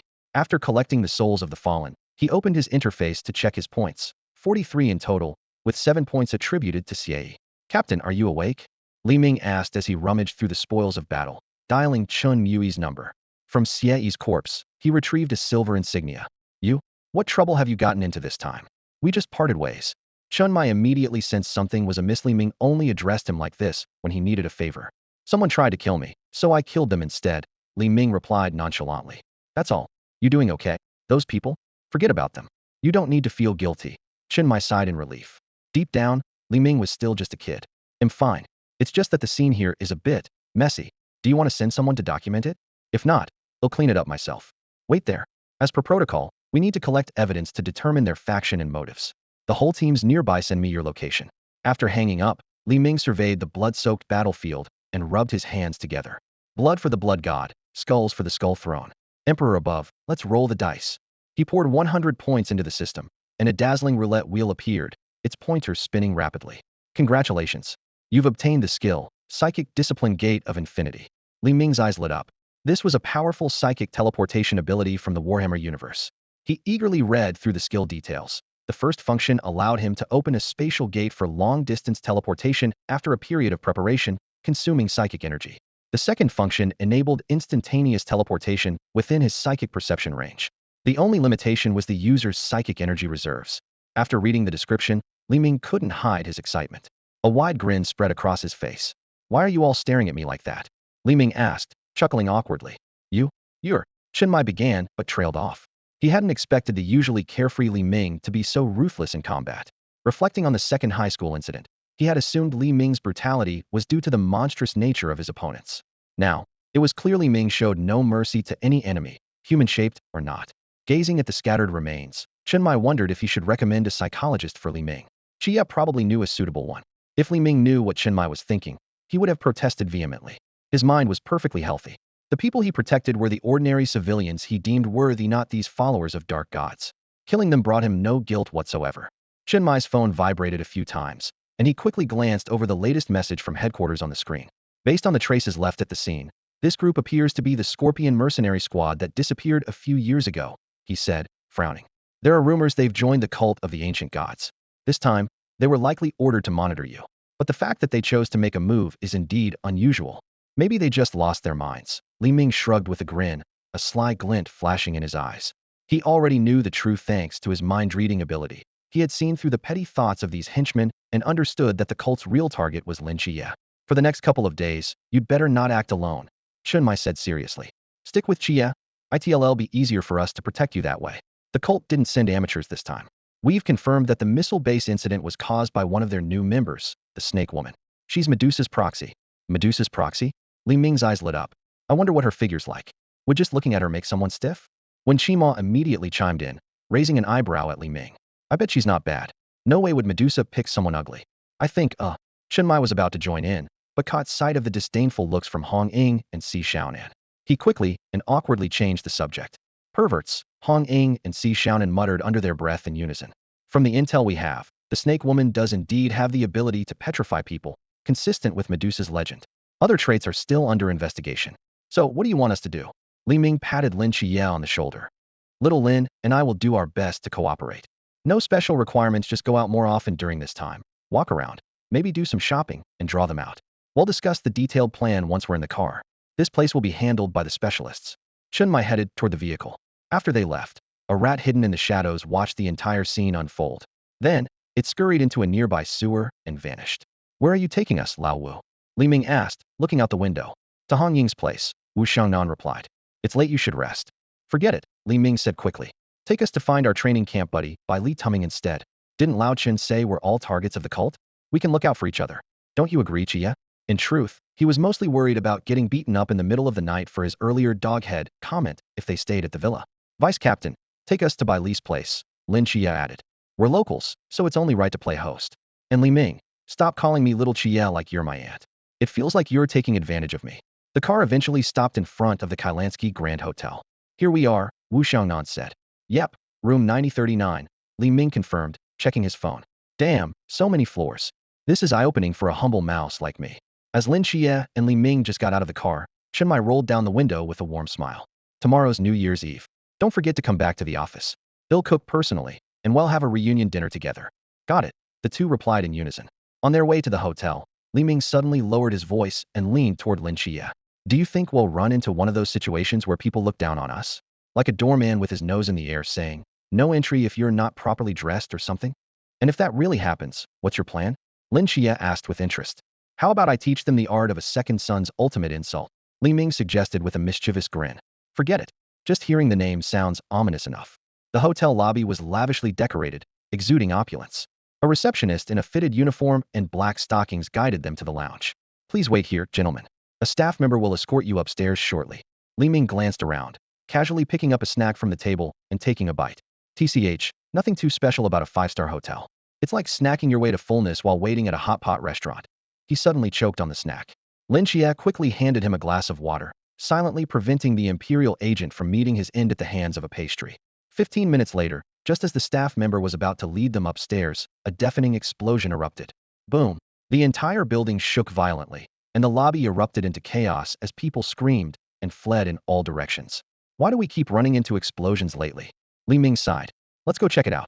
Outside the hotel, the top floor was engulfed in thick smoke and blazing flames. Glass shards rained down like a storm, while onlookers frantically recorded the scene with their phones. Li Ming and Lynchia quietly made their way to the back of the hotel and used telekinesis to ascend directly to Bai Li Pangpang's floor. Given the timing, this explosion was definitely aimed at Pangpang. In the air, a chubby man wrapped only in a bath towel was free-falling, clutching the towel desperately to preserve his modesty. It was none other than Bai Li Pangpang. Beside him, Chao Yuan held a blade, his expression calm as he fell alongside him. You idiot, Chao Yuan. Bai Li Pangpang shouted mid-fall. Now do you see why everyone else avoids staying near me? Walking into this mess, aren't you scared? Don't you regret it? Not scared. No regrets, Chao Yuan replied firmly. Bai Li Pangpang felt a warmth in his heart. As the young master of the Bai Li family, he had survived countless assassination attempts since childhood. He had even arranged for Chao Yuan to stay in a different room, but this guy insisted on staying close. And now, even while plummeting to their potential deaths, Chao Yuan remained steadfast. It was almost touching. Still acting tough, huh? Good thing I came prepared. Bai Li Pangpang quickly retrieved a necklace from his personal space. With a flick of his finger, Yao Wang transformed into two golden clouds, cushioning their descent. Gentlemen, Li Ming called out in a mock-serious tone. Public nudity and jumping off buildings are not allowed here. If you're planning a dramatic double suicide, please choose another location. Can you hear me, sirs? Brother Ming, quit messing around. Bai Li Pangpang immediately recognized the voice. The group landed on a secluded path. Li Ming gave an amused look at the towel-clad Bai Li Pangpang and the stoic Chao Yuan standing beside him. Did Lin Qiye and I arrive at a bad time? Are we interrupting something? Brother Ming, what's with that look? I'm straighter than a telephone pole. Before they could continue, a sudden curtain-like barrier encased the area around them. The Wujie Void. Lin Qiye frowned, staring intently at the Wujie Void realm that had them completely surrounded. The situation before him sparked doubt in his mind. These people seemed to be coming specifically for them. Under the moonlight, a burly figure slowly emerged from the end of the path. Li Ming immediately turned his attention to the figure with caution, while Lin Qiye alerted the group to watch the other side. Bai Li Pangpang and Chao Yuan turned around, only to see a man carrying 3 swords on his back, staring at them coldly. Though there's been a little hiccup, it doesn't matter, the burly man said. Today, we're only here for this fat guy. The rest of you better stay out of it. If you behave, we might just let you go. A watchman stooping so low using the Wujie Void realm to ambush your own kind. Have you forgotten the watchman's oath? Lin Qiye challenged coldly. Watchman. The burly man let out a mocking laugh. We're nothing more than wild dogs released from Zhaijia prison now. What's Zhaijia prison? Li Pang asked in confusion. It's a prison in the transcendent world, designed to hold criminals with forbidden ruins. Half of its inmates are former watchmen. Chao Yuan explained succinctly. How do you know that? Because I almost became one of them. The burly man stopped wasting words. His joints cracked unsettlingly as his body began to transform, first swelling grotesquely, then shrinking rapidly, until he became a scrawny dwarf barely over a meter tall. What, these eyes change on the spot? Li Pang exclaimed in shock. It's the forbidden ruin of muscle restructuring. By compressing his muscles, he can enhance his speed and strength, Chao Yuan explained. Before he could finish, Li Ming suddenly yanked Pang aside. An arrow shot past them, striking a nearby 3-story building and blowing half of it apart. And there's another one. Li Pang gulped nervously. Interesting. Stay alert. He'll be back soon, Li Ming said casually. He handed the star blade to Lin Qiye and vanished into thin air using the infinite gate. What the where did Ming go? Li Pang stared in disbelief. Lin Qiye silently took the black box, blending seamlessly into the shadows. It was the star blade that Li Ming had left in the forbidden object Qing Hong when he entered the hotel. Seeing two of them disappear, the dwarf grew uneasy. He stomped the ground abruptly and charged at Li Pang, leaving a web of cracks in the earth. The Yaoguang shield enveloped Pang just in time, but it began to fracture under the intense impact. Meanwhile, Chao Yuan, now transformed, was locked in fierce combat with the sword-wielding man on the other side. Seeing that his shield wouldn't hold much longer, Li Pang hastily pulled out a massive sword from somewhere. At that moment, the dwarf suddenly widened his eyes, blood trickling from his mouth as he looked down in disbelief at the blade protruding from his chest. Lin Qiye withdrew the bloodstained blade, ignoring the fallen man. Instead, he turned to Li Pang with a peculiar look. Where exactly did you pull that sword from? Brother Qiye, I can explain. Before the words were fully out, Li Ming silently appeared beside the two, holding a fresh corpse in his hand. Lin Qiye simply shook his head calmly. It's fine, let's go help Chao Yuan. Wait here for a moment. As soon as he finished speaking, Li Ming extended his arm to block the two of them and drew his chainsaw sword, charging forward. The man with the 3-sword style, who had been rolling around to dodge attacks, leapt aside only to collide directly with Li Ming's chainsaw sword, splitting into 2 halves instantly. Li Ming glanced at Chao Yuan and gave a slightly awkward smile. If I said he ran into it himself, would you believe me? Chao Yuan, blinded by rage, ignored the comment entirely and charged at Li Ming with his blade, roaring furiously. Well, you're the one coming at me, Li Ming said, a flicker of excitement flashing in his eyes as he effortlessly sent Chao Yuan flying into the air. With a deafening crash, Chao Yuan landed heavily on the ground, creating a deep crater. Just as Li Ming was about to follow up, a weak voice came from the bottom of the pit. Cough, cough. No need to continue. I'm fine now. Chao Yuan slowly climbed out, the black flames surrounding his body gradually dissipating as clarity returned to his eyes. Are you sure? Want me to reinforce it a bit more? Li Ming asked, his tone still eager. I'm sure. Really, I'm fine. Chao Yuan nodded vigorously, clearly afraid that Li Ming might add another strike. After collecting the 4 souls and the notice board, Li Ming answered a phone call while walking back to the group. It's old Chun. He's reminding us not to forget tomorrow's New Year's Eve dinner. Speaking of food, I'm starving, Li Pang complained, clutching his stomach. Li Ming pointed to the rooftop of a nearby hotel. Hold on, let me see if there's anything worth picking up. Moments later, he returned empty-handed, clearly disappointed. Under Lin Qiye's lead, the 4 of them headed to a nearby noodle shop. When Li Pang ordered, he practically selected every side dish on the menu, causing Chao Yuan to shake his head in exasperation. As they were busy enjoying their meal, the door to the shop opened. Shen Qingzhu entered with 3 followers in tow. Hey there, little Zhu, Li Ming greeted. Shen Qingzhu winced, clearly annoyed. He seemed ready to leave, but, after checking his pockets, reluctantly walked inside. You guys are here for noodles too, huh? He glanced at the dishes on their table before turning to the owner. He'll have 3 bowls of chicken noodle soup and 1 plain noodle soup. Hey guys, you're back again. The noodle shop owner greeted warmly. Shen Qingzhu silently opened his wallet, quickly pulling out some money and placing it on the table. Though his movements were swift, the sharp eyes of Li Ming and Lynchia still caught the fact that his wallet was completely empty. Moments later, 4 steaming bowls of noodles were served. The 3 companions exchanged glances before Li Liang finally spoke up. Brother Shen, how about you take this bowl? I'd like to switch with you. Switch for what? Your eyes are practically glued to the noodles already. Just eat, Shen Qingzhu refused bluntly. Lin Qiye observed the scene in brief silence, his thoughts suddenly drifting to his aunt and cousin, Ajin. Xiaoqing. Li Ming had somehow pulled up a chair and was now sitting beside Shen Qingzhu. I've got a job that needs an extra hand, and the pay is negotiable. Shen Qingzhu set down the noodles he had just picked up and said directly. If it's the thing you mentioned in the dorm, it'll pass. Oh, that one's already covered. You missed your chance, buddy, Li Ming replied, then added, "Today, I mainly wanted to ask if you'd protect by Li Tuming." "Right, Lin Qiye?" "That's right. He was attacked today," Lin Qiye chimed in. "We're hoping you can stay by his side over the next few days during the holiday. Payment won't be an issue." Shen Qingzhu looked up at Bai Li Pangpang. "Is what they're saying true?" "Yeah," Bai Li Pangpang stammered, nodding along despite his confusion. "I was actually planning to hire a bodyguard. And of course, I prefer someone I know."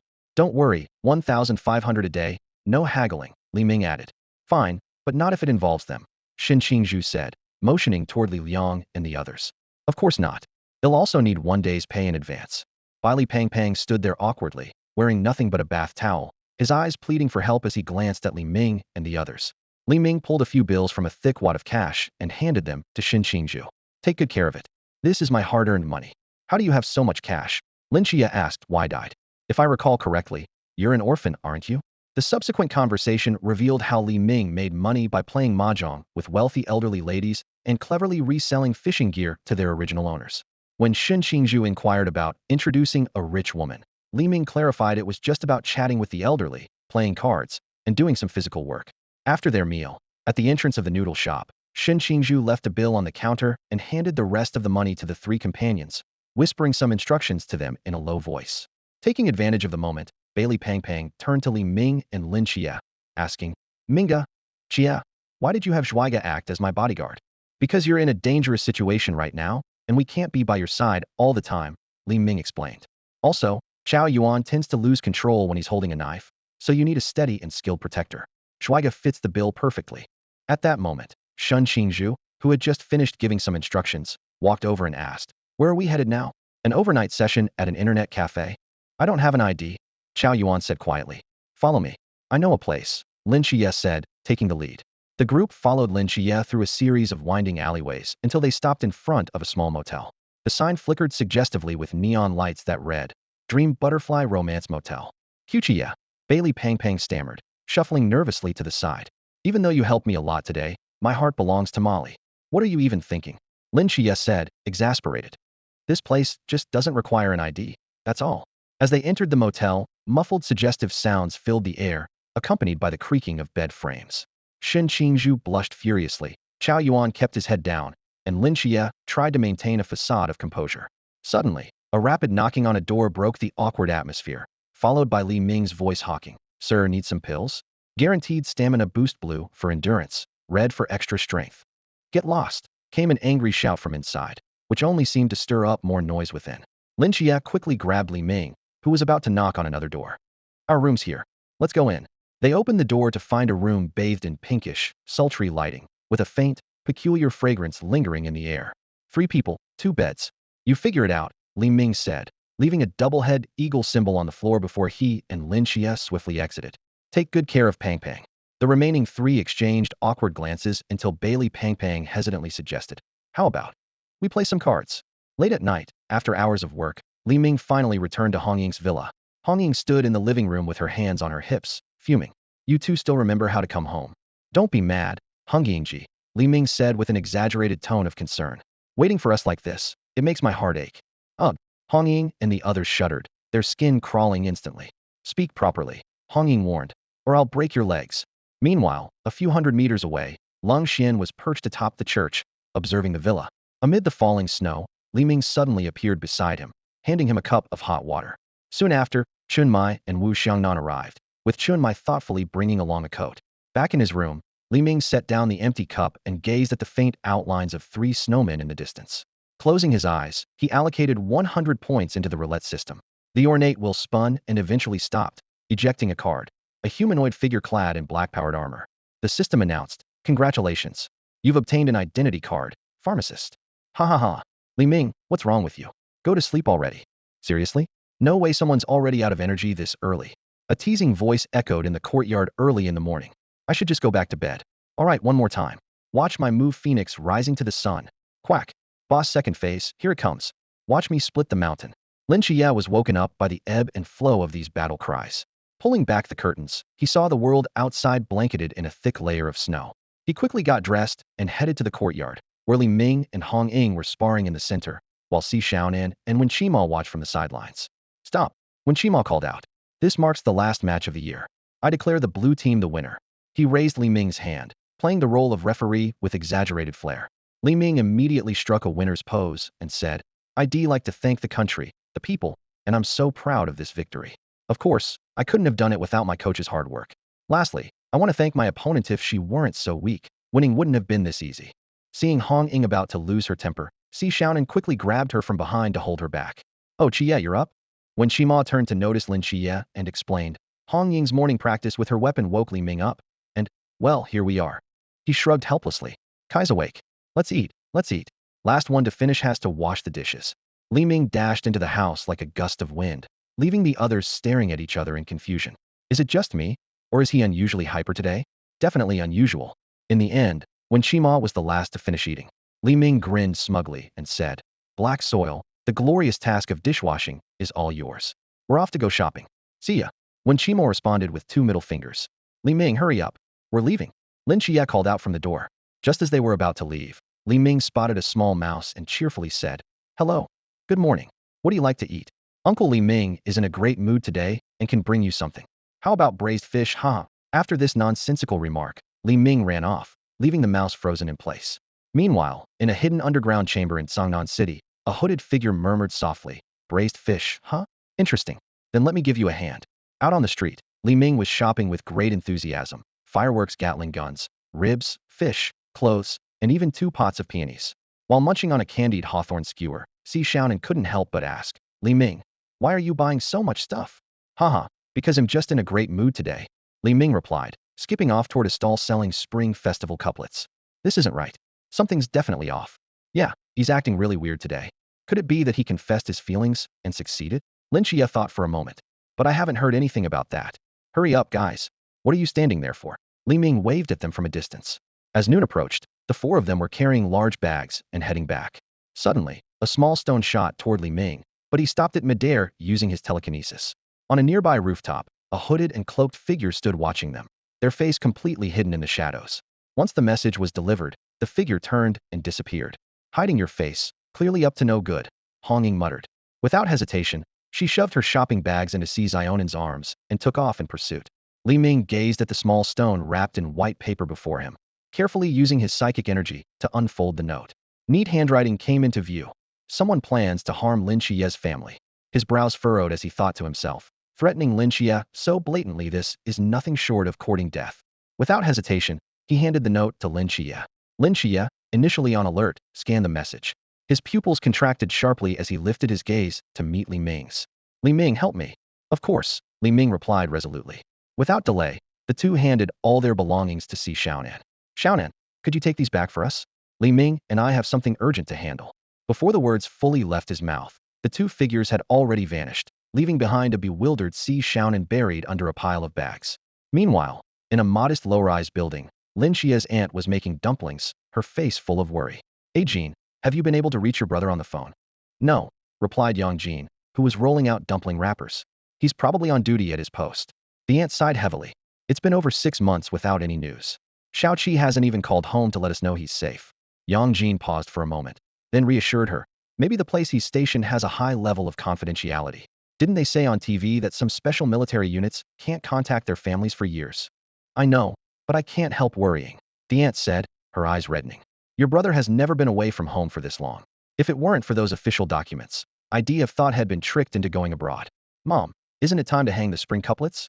I noticed other families have already put theirs up." Yang Jean quickly changed the subject. "Let's hang them first, and then come back to finish the dumplings." "You're right. Let's go put them up." At that moment, on the street outside the low-rise building, a flash of light appeared, revealing a middle-aged man with a cigarette in his mouth. Lu Liang, the 16th seat of the ancient god church. As a powerful practitioner at the threshold of the sea realm, he was known for his cautious nature. Lu Liang slowly approached the building, calculating his next move. After all this time, without finding an opportunity, this was the only option left. On one side was the entire watchman squad and countless hidden eyes. On the other, a defenseless woman and child. The choice was obvious. If there was no leverage to be gained from the twin god envoy, then he would use Lin Qiye's family to force his compliance. Just as he was about to cross the intersection, a slender young man wielding a straight blade blocked his path. Recognizing the figure, Lu Liang elegantly removed the cigarette from his mouth and offered a gentlemanly bow. "I am Lu Liang, 16th seat of the ancient god church under the esteemed Lord Murmur. Lord Murmur has stated that if the twin god envoy, Lin Qiye, is willing to join the ancient god church. Any condition can be met, even a status comparable to that of the three deities. Lin Qiye tightened his grip on the blade in his hand. Is this how the ancient god church recruits its members? Lu Liang glanced at the low building nearby and chuckled lightly. Merely a small measure to arrange a meeting with you. At that moment, a transparent barrier enveloped the entire area, and another tall young man appeared beside Lin Qiye. So you're Lu Liang? Let me ask, do you know the twin palm technique? At the entrance of Auntie's house, Xiao Heilai opened his mouth wide, but suddenly seemed to notice something, reluctantly closing it again with a whimper of grievance. A clear male voice came from inside the house. Xiaohei, come back. Xuanquan hand. Never heard of it. Lu Liang stood there with a polite smile. This must be the Emperor's agent, right? Our ancient god church welcomes all divine agents. If you join us, you'll have beauty and wealth at your fingertips. What? That's it. Li Ming looked incredulous. Are you kidding me? His gaze shifted between Lin Qiye and himself, burning with anger. Seriously? The treatment difference is ridiculous. This is blatant discrimination. Blatant. Lu Liang's expression turned cold in an instant. Death, or join the ancient god church. You too, make your choice. Li Ming, step back, Lin Qiye said, sensing the danger as he stepped forward. He could feel Lu Liang's strength, nearing the sea realm level, far beyond what they could handle right now. He planned to work with Li Ming to stall for time until reinforcements arrived. But Li Ming ignored him. Instead, he stepped forward, staring straight at Lu Liang. Dog god church, huh? So dog food, is it? Do you know the two kinds of people I hate the most? Seeing Lu Liang remain silent, he continued on his own. One is people who discriminate against me, and the other is people who stop me from discriminating against them. Oh, and next time, make sure to find yourself a mother. In his mind, Li Ming silently chanted, identity card, activate. In an instant, his figure began to rise slowly into the air, and golden flames ignited in his eyes. A vast imperial aura filled the entire void realm, spreading an overwhelming pressure. Lin Qiye's eyes involuntarily lit up as he silently resisted the oppressive energy, thinking to himself, is this the Emperor's power that Li Ming always talks about? Lu Liang flicked his cigarette to the ground, his expression turning wary as he stared at the airborne Li Ming. At the same time, he activated his forbidden void to fend off the divine aura surging toward him. In the name of the Emperor, I declare you heretical. Li Ming's voice abruptly shifted from his normal tone to a mechanical, electronic resonance uniquely tinged with his own timbre. The figure in midair vanished, replaced by a towering mech warrior. Boom! The moment the mech landed, the ground trembled. It was a mighty black power armor, gleaming with a cold metallic sheen under the light. A striking red double helix emblem adorned the forehead of the helmet, while its dual-colored eyes, one red and one green, radiated a chilling, killing intent. At the center of its chest plate was a golden double-head eagle insignia. On its back, a medical apparatus extended two mechanical arms, connected to a compact chainsword and a power claw. In its right hand, it held a bolter with a power drill mounted on the arm guard, while its left hand gripped the chainsword tightly. The massive mech cast a long shadow, its chainsword and claw extending from its back like the horns of the Grim Reaper. The low hum of its power pack resembled the heavy breathing of a beast. Inside the armor, Li Ming felt an almost primal urge to roar at the sky. This was the powerful body he had gained. The 19 surgeries had brought not only pain, but also unparalleled combat strength.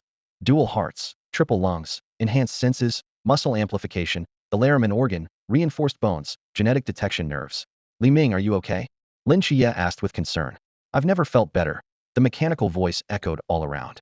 Li Ming put away his explosive rifle and drew out a pair of chainsaw swords from his storage space.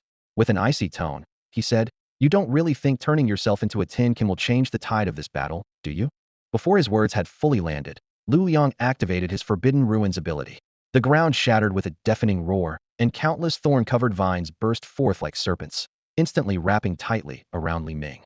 However, with a sharp clank, the joints of Li Ming's powered armor emitted a crisp mechanical sound as he effortlessly tore apart the vines, which were as strong as reinforced steel bars. Lu Liang, stunned, quickly conjured a dense array of green wooden spikes in midair. The tips of these spikes gleamed with a metallic sheen, sharp enough to pierce bulletproof glass with ease. With a series of piercing whoosh sounds, the spikes surged toward Li Ming like an unstoppable tide. What are you even trying to do? A cold, mechanical voice suddenly echoed from behind Lu Liang. He spun around abruptly, barely managing to form a wooden shield in time. With a loud crack, the shield shattered into splinters as Lu Liang was sent flying by a ferocious slash from the chainsaw sword. Were it not for the shield, he would have been cleaved in two. Warm-up's over. So, esteemed member of the dog god cult, shall we get started for real? Li Ming's voice carried a mocking edge. Wiping the blood from the corner of his mouth, Lu Liang sneered. How arrogant. I haven't even used my full strength yet. As soon as he finished speaking, a sapling sprouted behind him, growing into a towering tree within moments. Stepping back, Lu Liang melded into the trunk of the tree. The massive tree trembled violently as thick roots broke through the ground, intertwining and merging together. The branches twisted and coiled, forming into the shape of a colossal wooden figure.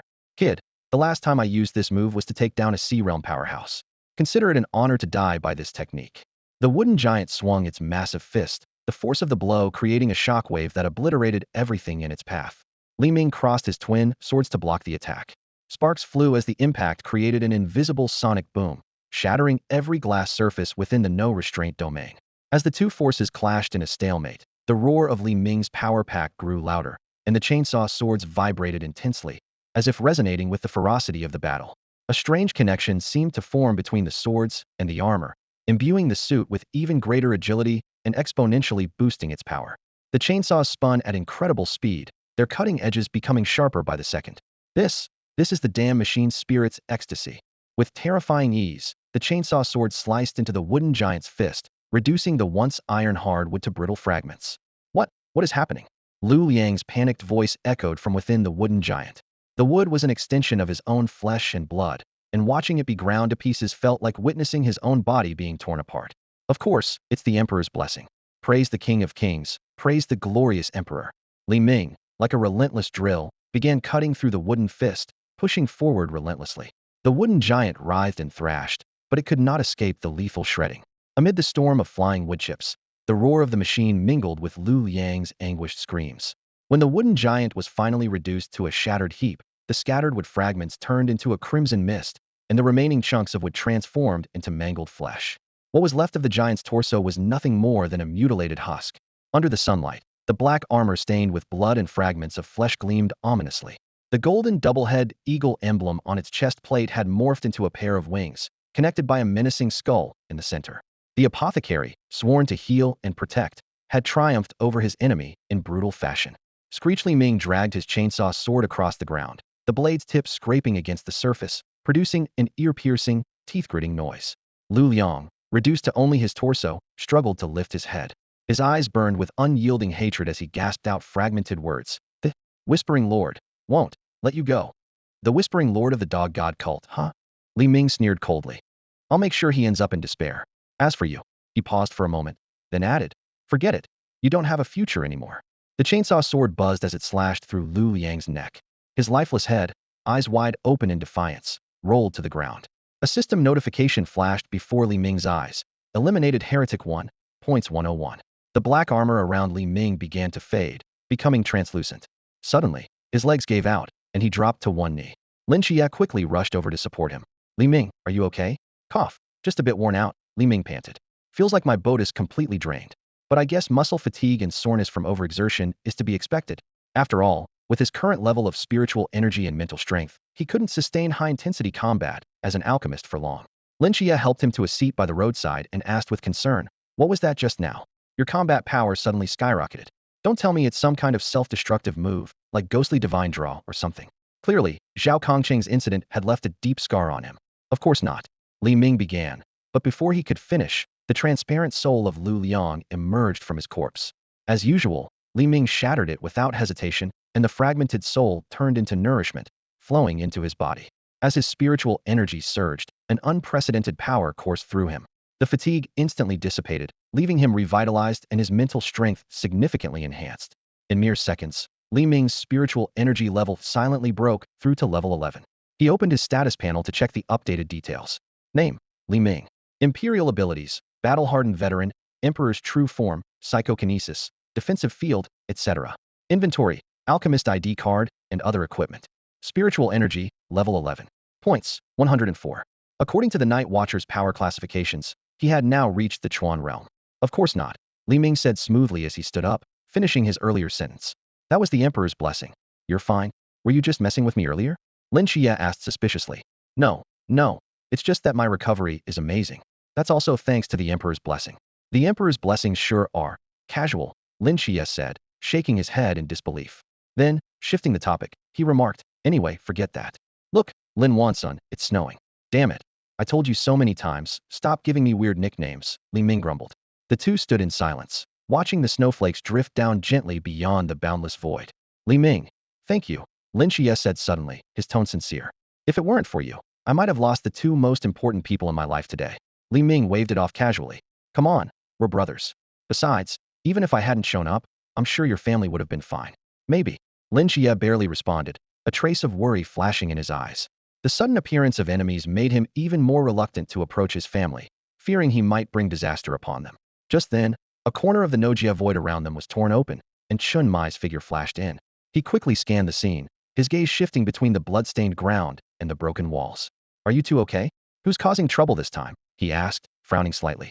Cold Xian and I were tailing them from the shadows, and everything was going fine. But those two kids suddenly seemed to get some kind of message, handed something to Xiao Nan, and vanished. We lost them just like that. Someone's targeting Lin Qiye's family. It's the 16th seat of the believers, Lu Liang, Li Ming answered succinctly. What? The 16th seat, Lu Liang. Chun Mai's eyes widened as he pointed to the body not far away. That one? Are you serious? That's really the 16th seat, Lu Liang. Chun Mai's astonishment was justified. As far as he knew, Lu Liang was a top-tier Chuan-level powerhouse, while Li Ming and Lin Qiye were only at Qi-level strength. Defeating someone like Lu Liang was almost unimaginable. Of course, who else could it be? Li Ming replied, a hint of pride in his tone. How did you manage it? Chun Mai was utterly baffled. Li Ming immediately perked up, and a book materialized in his hands. Speaking of that, I have to mention. Stop. Chun Mai's eye twitched as he caught sight of the Emperor's Chronicles in Li Ming's hands. Lin Qiye, you explain. After Lin Qiye gave a detailed explanation, Chun Mai turned to Li Ming, his expression serious. Are you sure there's nothing wrong with your body? I've never heard of anything that can push someone from Qi level straight to the peak of Chuan level. Relax, there's absolutely no problem. Li Ming reassured him repeatedly. Only then did Chun Mai reluctantly accept his explanation. Next time, don't act so impulsively. Remember, Team 136 is a unit, Chun Mai reminded him. Then he turned to Lin Qiye. Qiye, you don't need to worry too much about your family's safety. 6 months ago, Xiang Nan and I set up protective artifact Wuyo at your aunt's house. If anyone with ill intentions gets close, Wuyo will immediately transport your aunt and cousin to the underground vault at the agency. Most of our team's families have this protection. That's also why I'm always broke. Lin Qiye froze, surprised at how considerate the captain was, even spending his own money to protect the team's families. At that moment, Lin Qiye's phone vibrated. The screen displayed several missed calls from his aunt. Hesitating for a moment, he finally answered. Aunt, sorry, something urgent came up earlier, and I couldn't pick up. Meanwhile, Chun Mai and Li Ming began tidying up the scene. Li Ming used his energy to search through the scattered remains, muttering in frustration. Damn, this Lu Liang was dirt poor. There's nothing here. Even the crazy Scorpion squad and those ex-night watchmen had better stuff. What do you mean? Did you find something good from the crazy Scorpion squad and those ex-night watchmen? Let me see. Chun Mai pressed. Nothing. They'll go tidy up the Nojia void. Li Ming stammered before hurrying off. After cleaning up the area, the three of them waited for Cold Xian. Suddenly, a small black dog appeared at Lin Qiye's feet. Hey, Xiaohei Lai, what are you doing here? Lin Qiye exclaimed in surprise, scooping it up. To his surprise, the black dog started barking furiously at Li Ming. Li Ming, looking guilty, began whistling nonchalantly and turned away. After all, he was the one who had accidentally lost the dog's food. The icy wind howled through the streets as a man carrying a long case silently approached the group of three. Was Lung Xian. Chun Mai glanced around, seeing everyone had arrived, and said softly, let's go. Time to head home and prepare the New Year's Eve dinner. Let me show you what I can do. Captain, I want steamed lamb, bear paws, deer tails. Before he could finish, Chun Mai squinted at him. I think what you want is a punch from me. Then, how about some braised fish? That should be fine, right? You look like braised fish to me, Chun Mai said with a faint smile. Got it. Anything else? As snowflakes swirled in the air, the four of them walked side by side toward their shared home. Inside the office, a long table was laden with a feast of aromatic dishes. The entire 136 squad had gathered, seated around the table. Li Ming placed a tablet at one end of the table, flanked by 2 pots of freshly bought flowers. On the tablet screen, Zhao Kongqing appeared, his face glowing with health. His neatly groomed hair and beard suggested he was doing well at headquarters. Seriously? This is how you welcome me? Zhao's voice came through the screen. Old Zhao, see how thoughtful I am? I even set up a video call with you and brought out 2 pots of flowers, Li Ming said with mock sincerity. It's been half a year since we last met. I'm so emotional I could cry or even bow to you. He bent slightly, pretending to bow. Cut it out. Don't think I can't tell what you're really up to, Zhao retorted, seeing through Li Ming's antics instantly. The two bantered back and forth, filling the room with laughter. After they finished catching up, Chun Mai stood up and raised his glass. This year, our 136 squad not only successfully protected Sangnan City, but also gained 2 new members. I, Chunmai, thank you all. Next year, I hope we can all share another New Year's Eve dinner together, no one missing. Happy New Year. Cheers. Everyone stood and raised their glasses, their voices overlapping with wishes of Happy New Year. After the meal, Li Ming slipped away quietly with 2 insulated food containers. At the office door, he waved one container at a small mouse by the tree. Lead the way. I've got a visit to make. The mouse used its paw to trace a location on the ground. Once Li Ming identified it, he disappeared into the night. In a dim underground chamber somewhere in Sangnan City, Li Ming placed the food container beside a Sprite bottle and casually surveyed the eerie surroundings. Through the grated ceiling above, faint moonlight barely illuminated the space. On a surgical table in the corner lay a snake's head and half a lizard, surrounded by surgical tools, jars, and bloodied specimens. The scene was both chilling and grotesque. Xiao Yu, your setup is pretty rough, huh? Wearing a hood, and Qingyu unscrewed the Sprite bottle's cap. Sorry for the crude environment. The only thing I can offer is this bottle of Sprite. No worries. I've seen all kinds of places, Li Ming replied, pulling out 2 pairs of chopsticks. He opened the food container, revealing a large portion of braised fish. I wasn't sure what you liked, but since your name has fish in it, I figured you might love fish. This is freshly made by Old Chun, and I haven't touched it. Go ahead, try it. Thanks, and Qingyu said, though puzzled by the logic linking his name to his food preference. He took a bite. The fish was indeed delicious, but after setting his chopsticks down, he said calmly, the fish is great. But next time, don't bring it. Li Ming, Happy New Year. Xiao Yu, Happy New Year to you too. In the underground cavern, and Qingyu looked at the fish bones and the empty Sprite bottle left by Li Ming on the table, a faint smile curling at the corners of his lips. This feeling was indeed quite pleasant. Standing on the surface, Li Ming focused on the coordinates he'd left at the couple's inn. It's a bit far, but it should be fine. Channeling his energy, he activated the Gate of Infinity and, 5 minutes later, teleported precisely to the Dream Butterfly Valley Lovers Inn. Hey bro, pass me a beer. Li Pang handed over a can. No drinking during work hours, Shin Qingzhu said sternly. I'm the boss, so you listen to me, or I'll dock your pay. Shin Qingzhu hesitated for a moment before taking the beer. All right, just 1 can. Not just 1, count me in. Li Ming suddenly appeared in the room. Whoa, Minga, where did you come from? Li Pang was startled. None of your business. Li Ming took out a second insulated lunchbox from his space storage, grabbing a beer along the way. Li Pang opened the lunchbox, and the aroma of peanuts and pork head meat wafted through the air. This stuff with beer absolutely perfect. Chao Yuan joined in with his own beer, and the 4 of them clinked their glasses together. Happy New Year. By the time they returned to the office, it was nearly midnight. Li Ming sighed inwardly. Thinking about how many places he'd visited in one night, it felt like the life of a time management expert, or perhaps a scoundrel. Li Ming, where did you run off to just now? Just went out for a stroll. Why do you ask? I thought you were going to miss midnight. As the clock struck 12, fireworks lit up the city skies, and the sound of firecrackers echoed everywhere. The new year had quietly arrived. The new year is here. The new year is here. Hong Ying cheered excitedly by the window. The new year is here. Xiaonan echoed. In the courtyard, Li Ming held a fireworks Gatling gun in each hand, strutting around. Lin Qiye, Xiaohong, Sinan, come on. I challenge all of you. Oh, you're asking for it. Qiye, Xiaonan. Let's teach him a lesson, consider it a New Year's gift. Hong Ying led the charge, with Lin Qiye and Si Xiaonan close behind. The 4 of them engaged in a back-and-forth battle, quickly pulling others into the fray until it escalated into an all-out war. Ow, who put a rock in a snowball? It must be Li Ming. Definitely him's the only one who'd do something like that. That's nonsense, I was the one who got hit just now. Meanwhile, at the training camp, the repaired grounds showed no trace of the missile attack. Despite the holiday season making the camp unusually quiet, Yuan Gang remained in his office, carefully comparing recent investigation data. He had confirmed there was a mole among the instructors, and the key now was to find solid evidence. The phone rang abruptly. Sir, we've detected something suspicious on the surveillance. Got it. Keep monitoring him, on my way. Yuan Gang swiftly packed up the documents and left his office in a hurry. The peace office was enveloped in silence. Li Ming stretched his body on the sofa and carefully stepped over Wen Qima, who was sound asleep on the floor. Last night's revelry had left everyone in a deep slumber. As he pushed open the door, a sharp gust of cold wind greeted him. The streets were blanketed in snow, adorned with festive red decorations, while the crackling sound of firecrackers echoed in the air. A few mischievous children chased each other through the snow, occasionally tossing firecrackers onto the ground. Lin Qiye was holding a broom, diligently sweeping the snow from the entrance. At the start of the new year, Li Ming decided to try his luck with a draw. With the disappearance of 104 points, the wheel's pointer began to spin rapidly. Moments later, the system notification chimed. Acquired skill biochemical series, physical reshaping, along with a chainsaw axe and 3 cans of ant beef. This unfamiliar skill piqued Li Ming's curiosity. Upon checking the details, he discovered it was a skill that could alter one's appearance and mimic part of the target's abilities. Intrigued, he immediately returned to the office and locked himself in the bathroom. Standing in front of the mirror, Li Ming activated physical reshaping.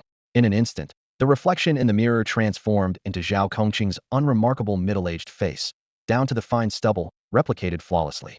Eager to test the ability, he summoned a protective barrier and the Starblade. However, the black crescent slash he unleashed was no larger than a thumb, dissipating weakly upon contact with the barrier. Meanwhile, in the training camp cafeteria, the instructors who were dining suddenly stood at attention and saluted as Yuan Gang and instructor Hong strode in. Yuan Gang's sharp gaze swept over the crowd before settling on one instructor. Li Guanyao, why did you betray us? Yuan Gang's voice was icy. The named instructor collapsed to the ground, trembling as he explained that his parents had been taken hostage. Yuan Gang, however, coldly instructed him to plead his case at the tribunal. Without delay, he called out the names of Wang Gui and Wu Ruodo. Before they could respond verbally, they lunged at Yuan Gang like lightning. Yuan Gang, Lord Murmur sends you a gift, they said. Before the words fully left their mouths, Yuan Gang had already activated the Forbidden Ruins. Golden ripples coalesced into a bell-shaped barrier, encapsulating the two. Boom. Their bodies suddenly swelled and exploded, with the golden bell containing the shredded remains at the bottom, leaving a deep crater in the ground. Brainwashed, Instructor Hong muttered quietly from the back. Yuan Gang clenched his fists as he stared at the remains in the pit. Murmur, such a troublesome ability, he said grimly. Let's put an end to this once and for all. With that, he strode out of the cafeteria, his face dark with determination. It was clear that he was holding back a surge of anger. The room was dim and cramped. Li Pang Pang, still groggy, was shielded behind Xin Qingzhu, while Chao Yuan stood on guard nearby. A stranger, a middle-aged man, had somehow appeared in their room without them noticing. He was toying with a wooden spike stained with dried blood, its surface glinting eerily under the faint light. Ha ha ha, the man chuckled darkly. From the cult of the ancient gods, Underlord whispers, I am the 16th ranked devotee, Lu Liang. The cult of the ancient gods. Li Pongpong's pupils contracted sharply at the name. As the young master of a prominent family, he was well aware of this organization, but he couldn't understand why they would suddenly target him. Was it for the billion-dollar bounty? Aren't you people only after divine agents? None of us here fit that description. Lu Liang extended his tongue and licked the bloodied spike with a look of ecstasy. Divine agents? Are you talking about Lin Qiye and Li Ming? He shuddered as if savoring a memory. They dared to refuse Lord Whisper's invitation, so I sent them to their deaths. I must say, their blood tasted exquisite.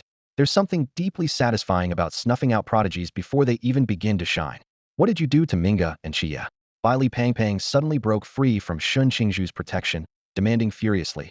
That's impossible. You couldn't have harmed them. He refused to believe it. Just last night, they had been drinking and laughing together.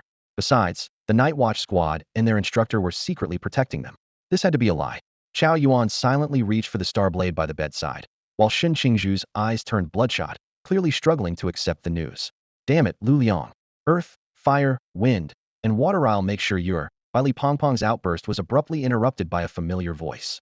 Who's there? Lu Liang's tone shifted sharply, and the wooden spike in his hand shot through the wall instantly. Damn it, Li Ming. You bastard. The three of them immediately recognized the voice's owner.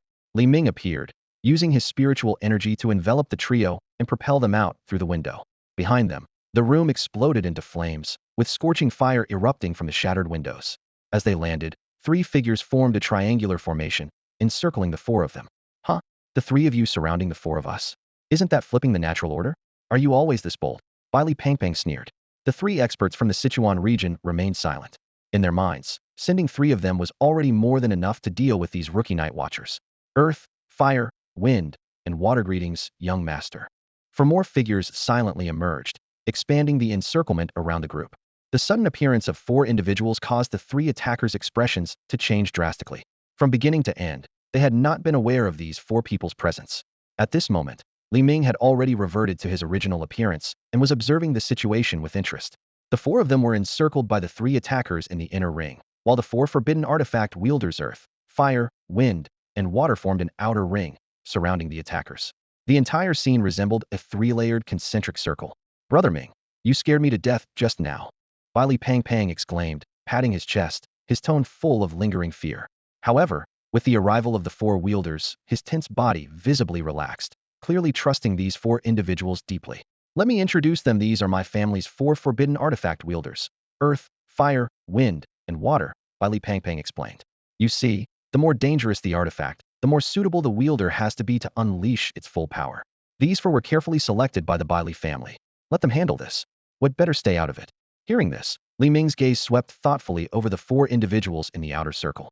He wondered to himself, if these people whom Li Pangpang trusted so much were to turn against him in the future, would they hesitate even for a moment? Nobody move. These are my prey, Li Ming said calmly. Brother Ming, don't joke around. These guys are top-tier experts from Chuanying. Li Pangpang quickly reminded him. Damn it. Do you not even consider us human? You've been jabbering on this whole time as if we're not here. One of the attackers finally snapped, unable to contain himself. You two hold off those four. They'll take down the fat one in the middle. Another attacker, not waiting for a response from his companions, charged toward the center where Li Ming and the others stood. The remaining two, though inwardly cursing his recklessness, had no choice but to cooperate, rushing toward the four wielders. Otherwise, none of them would leave here alive. The first attacker, closing in, began to condense a deep red fireball in his palm. With a sharp whoosh, the fireball shot directly toward Li Pangpang. Young master, watch out, the fire wielder called out in alarm. As another expert in controlling fire, he could sense that this fireball was far more dangerous than what they had encountered at the inn. Clearly, the attacker was going all out. Hearing the warning, Li Pangpang hurriedly dodged.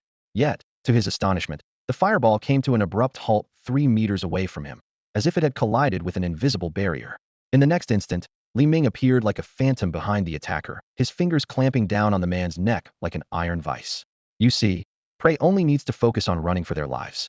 Don't you agree? Li Ming asked softly. The attacker's face was filled with terror, unable to comprehend how Li Ming had gotten so close. With a crisp crack, Li Ming decisively snapped the man's neck.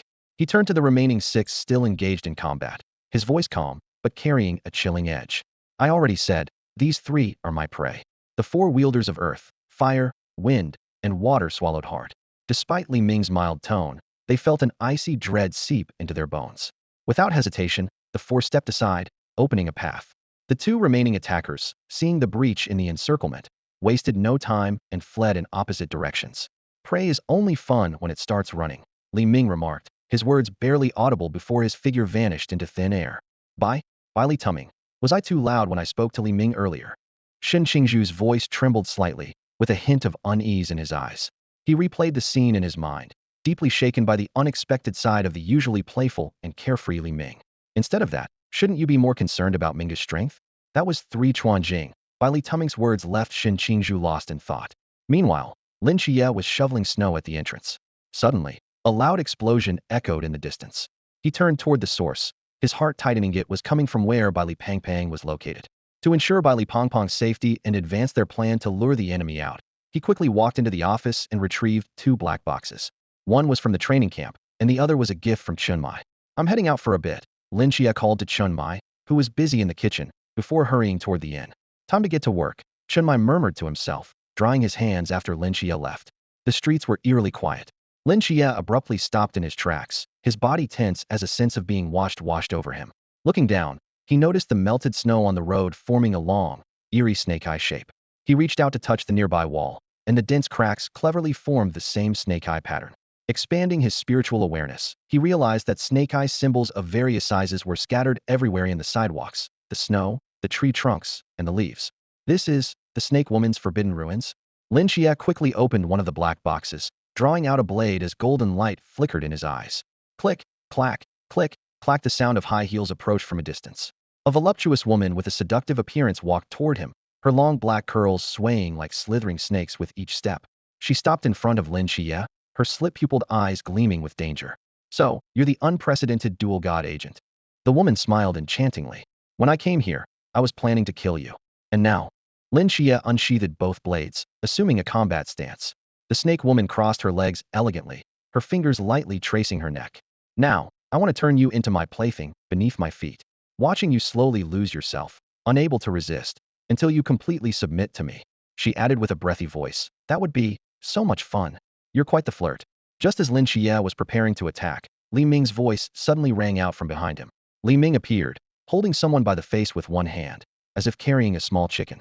He walked over to Lin Qiye effortlessly, despite the captive's desperate struggles and futile attempts to pry his fingers away.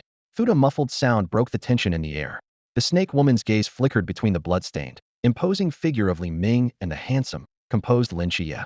Her tongue lightly traced her fiery red lips. 2 completely different types of handsome men. What a delightful surprise. Do you need things like whips, ropes, candles, rulers, or gags? Li Ming blurted out without thinking.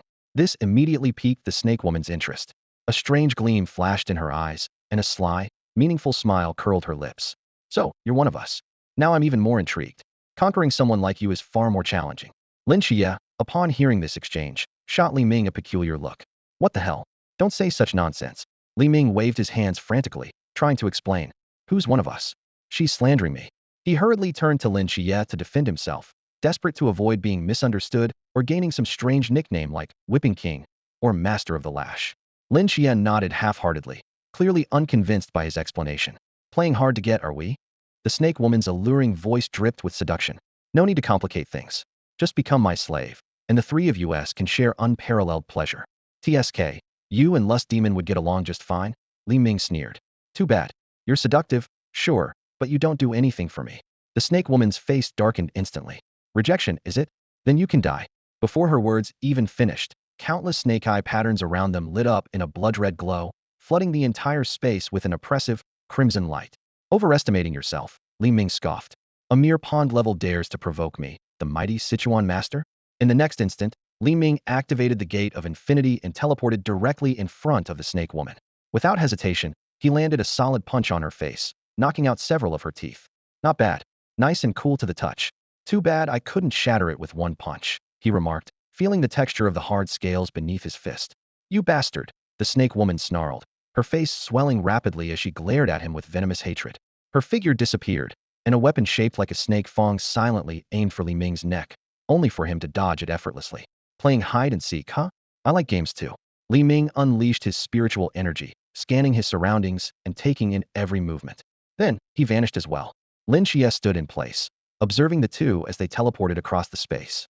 Every time the snake woman reappeared, she was met with another heavy punch from Li Ming. I have an 8 a.m. class to teach, and you're calling yourself Snake Woman? Watch me, the Sichuan Master, charge at you. Start chanting, long live the Sichuan Master. Li Ming's taunts echoed through the space. A mere pond-level dares to act up? Ridiculous. Minutes later, the fight concluded. Li Ming dragged the battered snake woman back to Lin Qiye and casually tossed her to the ground. The snake woman was in a pitiful state. Her cheeks were swollen, her hair disheveled, and most of her teeth were missing. She looked utterly defeated.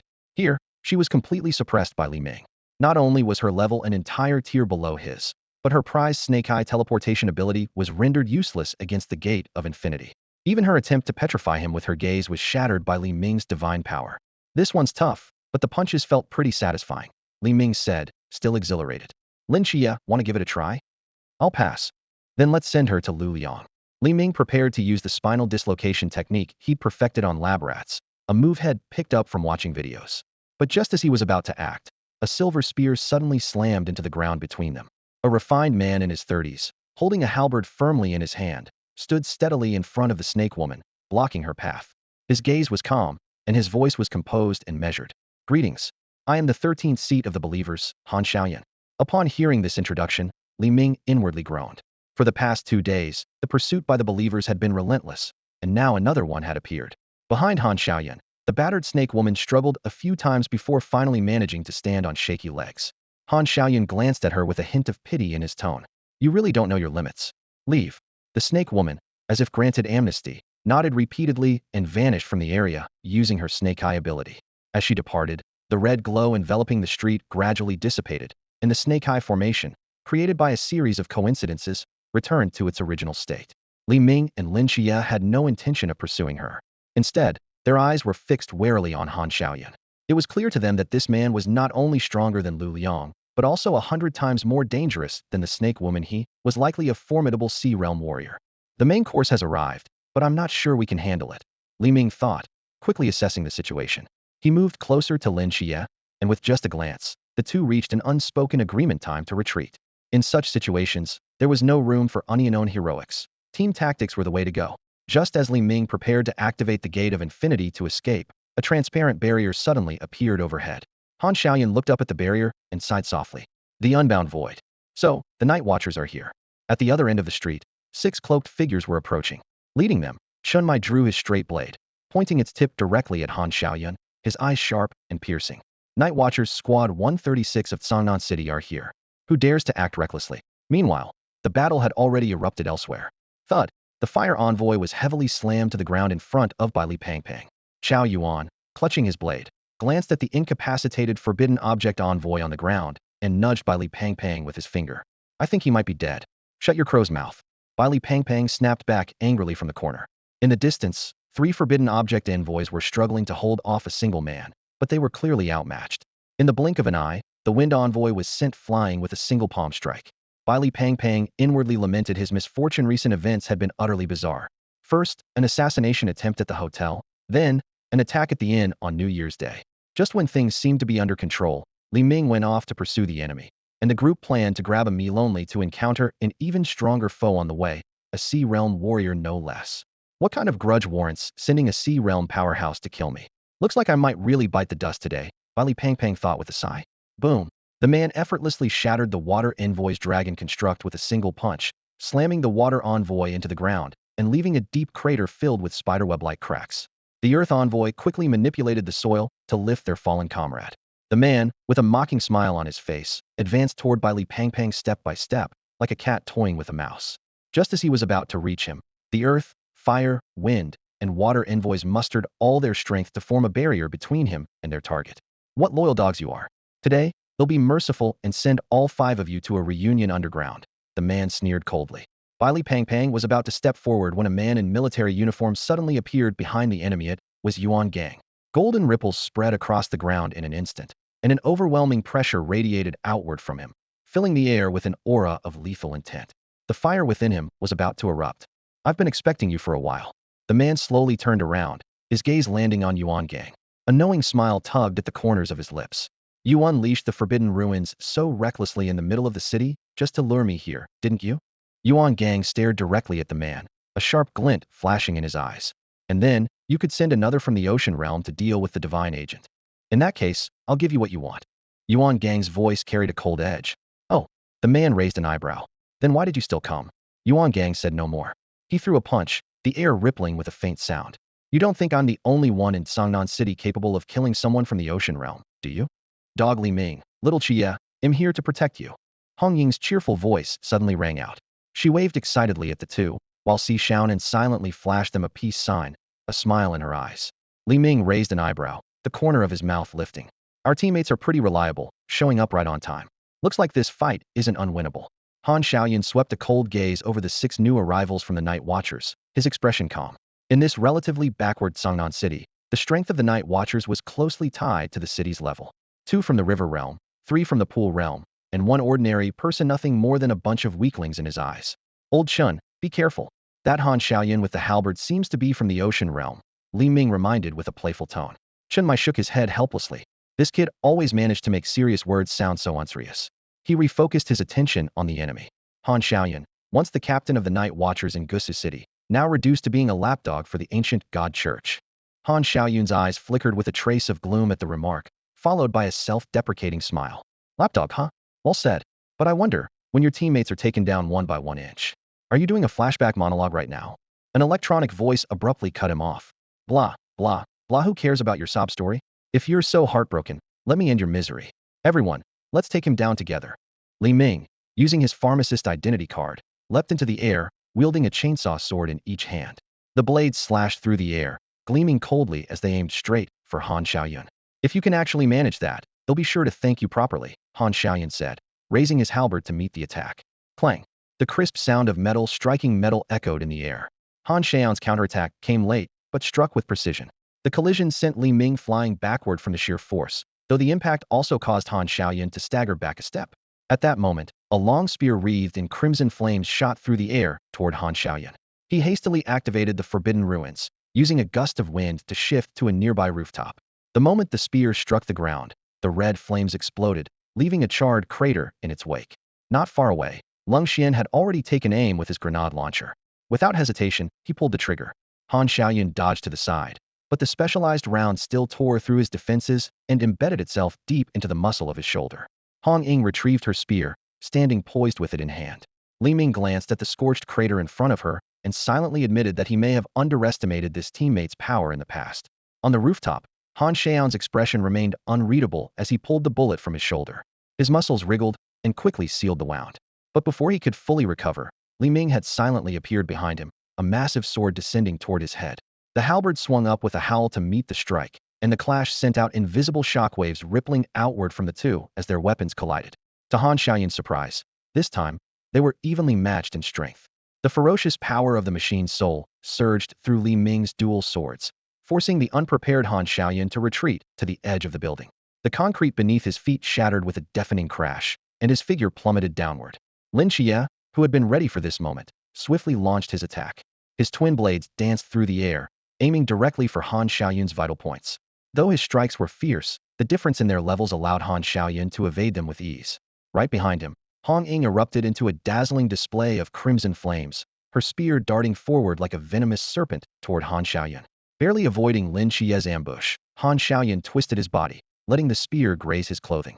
He counterattacked immediately, gripping his halberd with both hands and harnessing the power of the gale to carve a perfect arc aimed straight at Hong Ying's head. At that critical moment, the ponytailed girl before him transformed into a graceful woman in flowing green robes, her image overlapping with a figure buried deep in his memories. The sudden illusion caused a brief hesitation in Han Xiaoyun's movements. Hong Ying seized the opportunity, thrusting her spear toward his throat. However, Han Xiaoyun quickly regained his composure, and the raging winds around him solidified into a protective barrier, sending Hong Ying flying backward. Narrowing his eyes, Han Xiaoyun's gaze fell on Wen Qima. Her face was pale as she held a forbidden artifact, her voice calm as she said, "Heart Demon Binding Technique, ranked 180 in the Forbidden Ruin sequence. It works wonders against those with unresolved emotional burdens." "Interesting," Han Xiaoyun muttered with a smirk. He ascended into the air, stepping on invisible platforms. With a pointed gesture of his halberd, countless whirlwinds materialized out of thin air. Snow on the ground, remnants of firecrackers, roadside trees, and even advertising billboards were swept into a massive storm, creating an apocalyptic scene that blotted out the sky. Forbidden Ruins Sequence 079, Great Wind Calamity. Li Ming murmured in awe as he watched the 10-mile expanse of raging winds. Feeling the machine's soul roaring within his chainsaw sword and powered armor, he pushed his energy output to the limit, unleashing his full potential. "Ha! Imposterizing! Take this heaven and earth eternal!"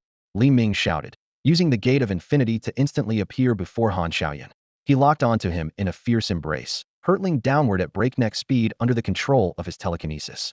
Despite Han Xiaoyun's attempts to resist, a mysterious force momentarily nullified his efforts, and the two crashed to the ground like a meteor.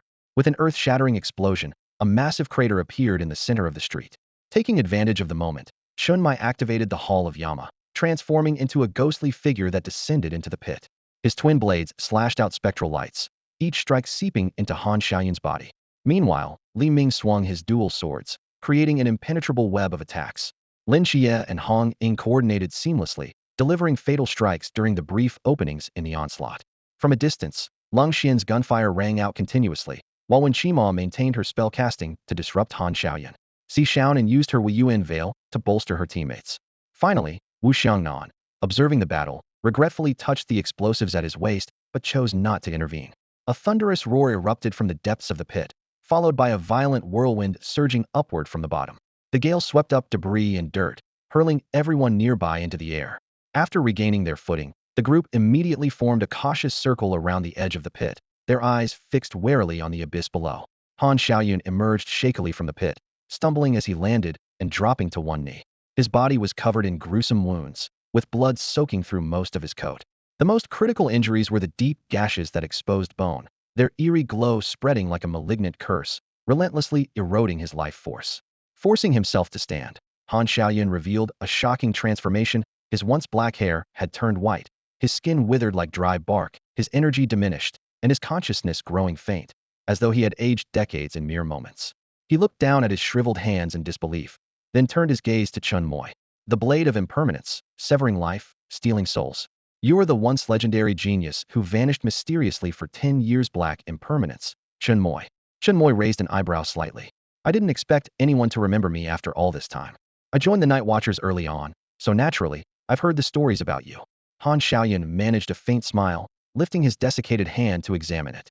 "Impressive, truly impressive. The renowned Black Impermanenceer blade cuts flesh, souls, and even lifespans. But as I recall, you were at the Chuan level a decade ago. Why are you still at Chuan now? You should know, your counterpart, White Impermanence, is already the captain of the Night Watchers squad in Shangjing City. That's none of your concern." "Ha ha ha, you're right. That's not something I need to worry about anymore." Han Xiao's expression suddenly grew serious. But since I've already witnessed the infamous sequence 037 of the Forbidden Ruins, Black Impermanence, let me show you something in return. He slowly brought his hands together to form a circle, a deep blue light appearing in his palms. The light began to spin and expand with his movements. Do you know why my Forbidden Ruin is called the Great Wind Calamity? Its true purpose has never been combat its large-scale destruction. What you see here is the Wind Eye, created by exhausting the last of my life force.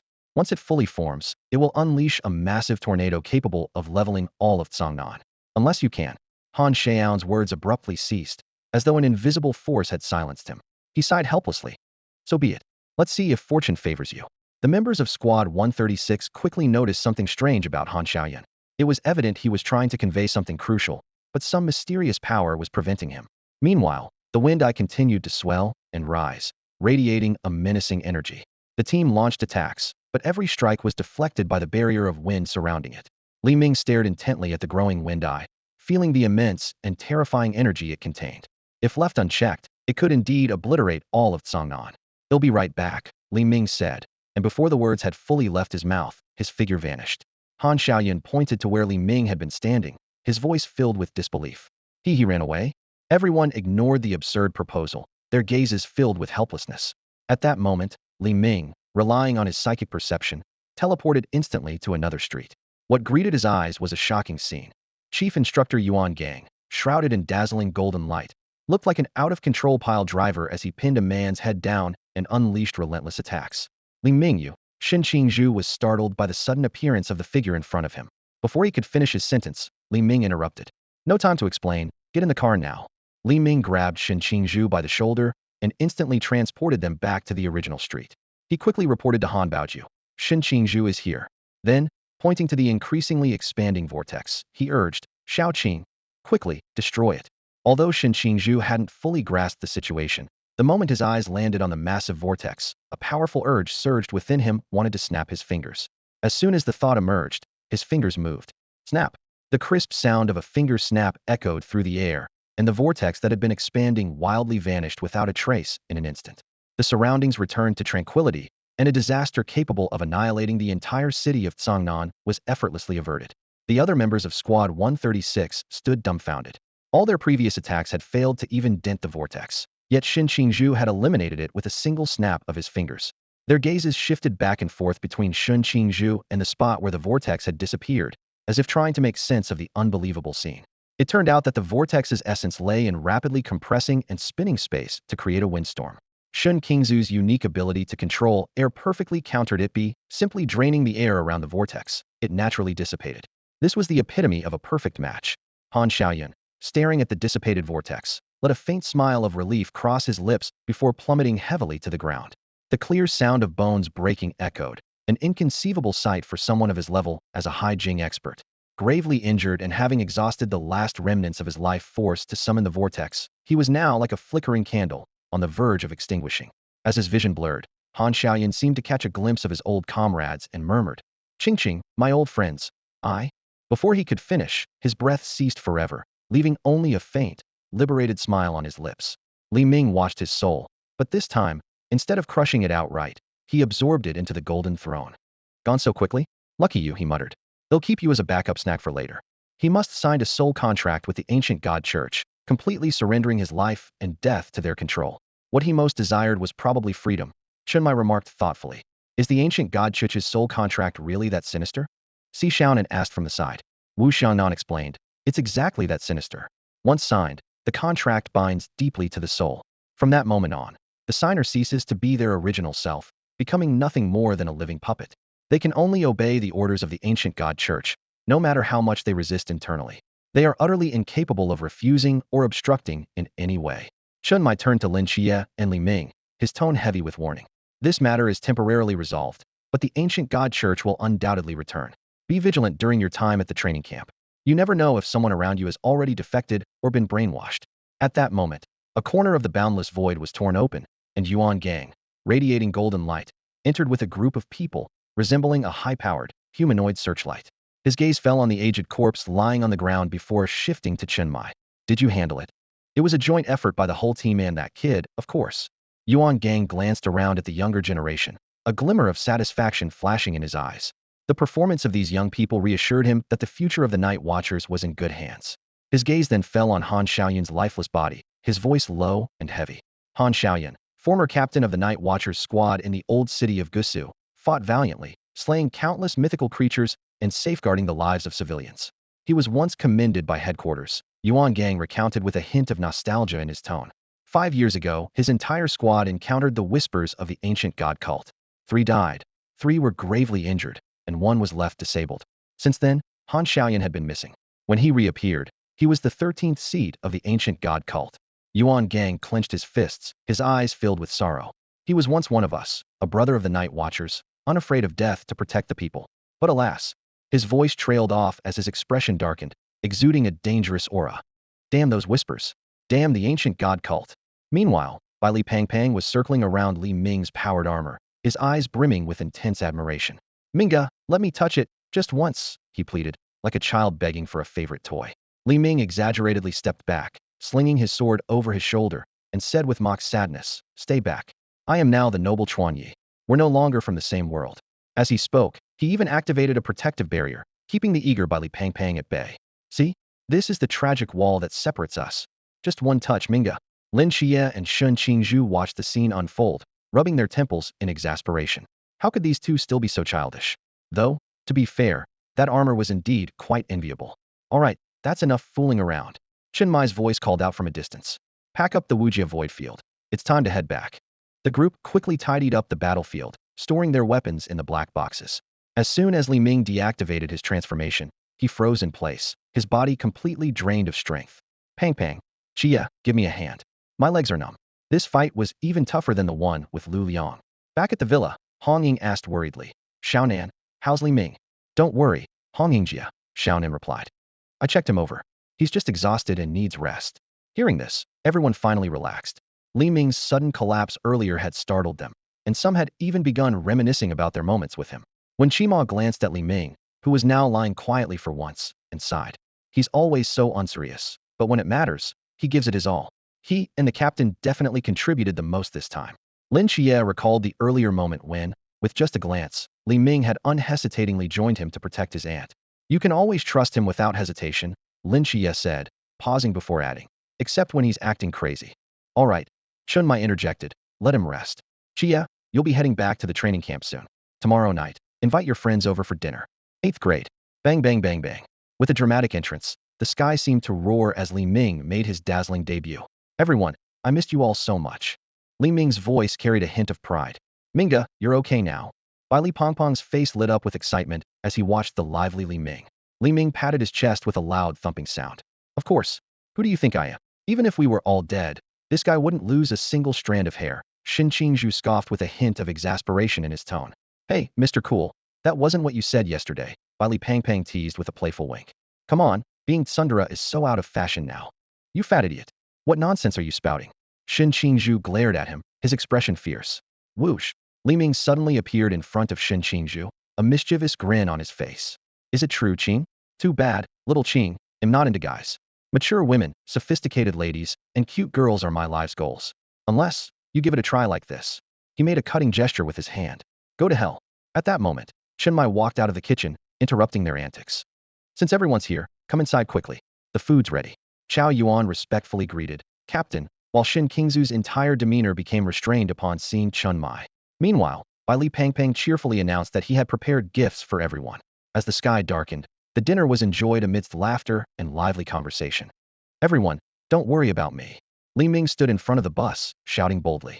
"I, Old Li, will make something of myself and invite you all to the city to enjoy life. Tell Xiuqin that when I come back, I'll marry her.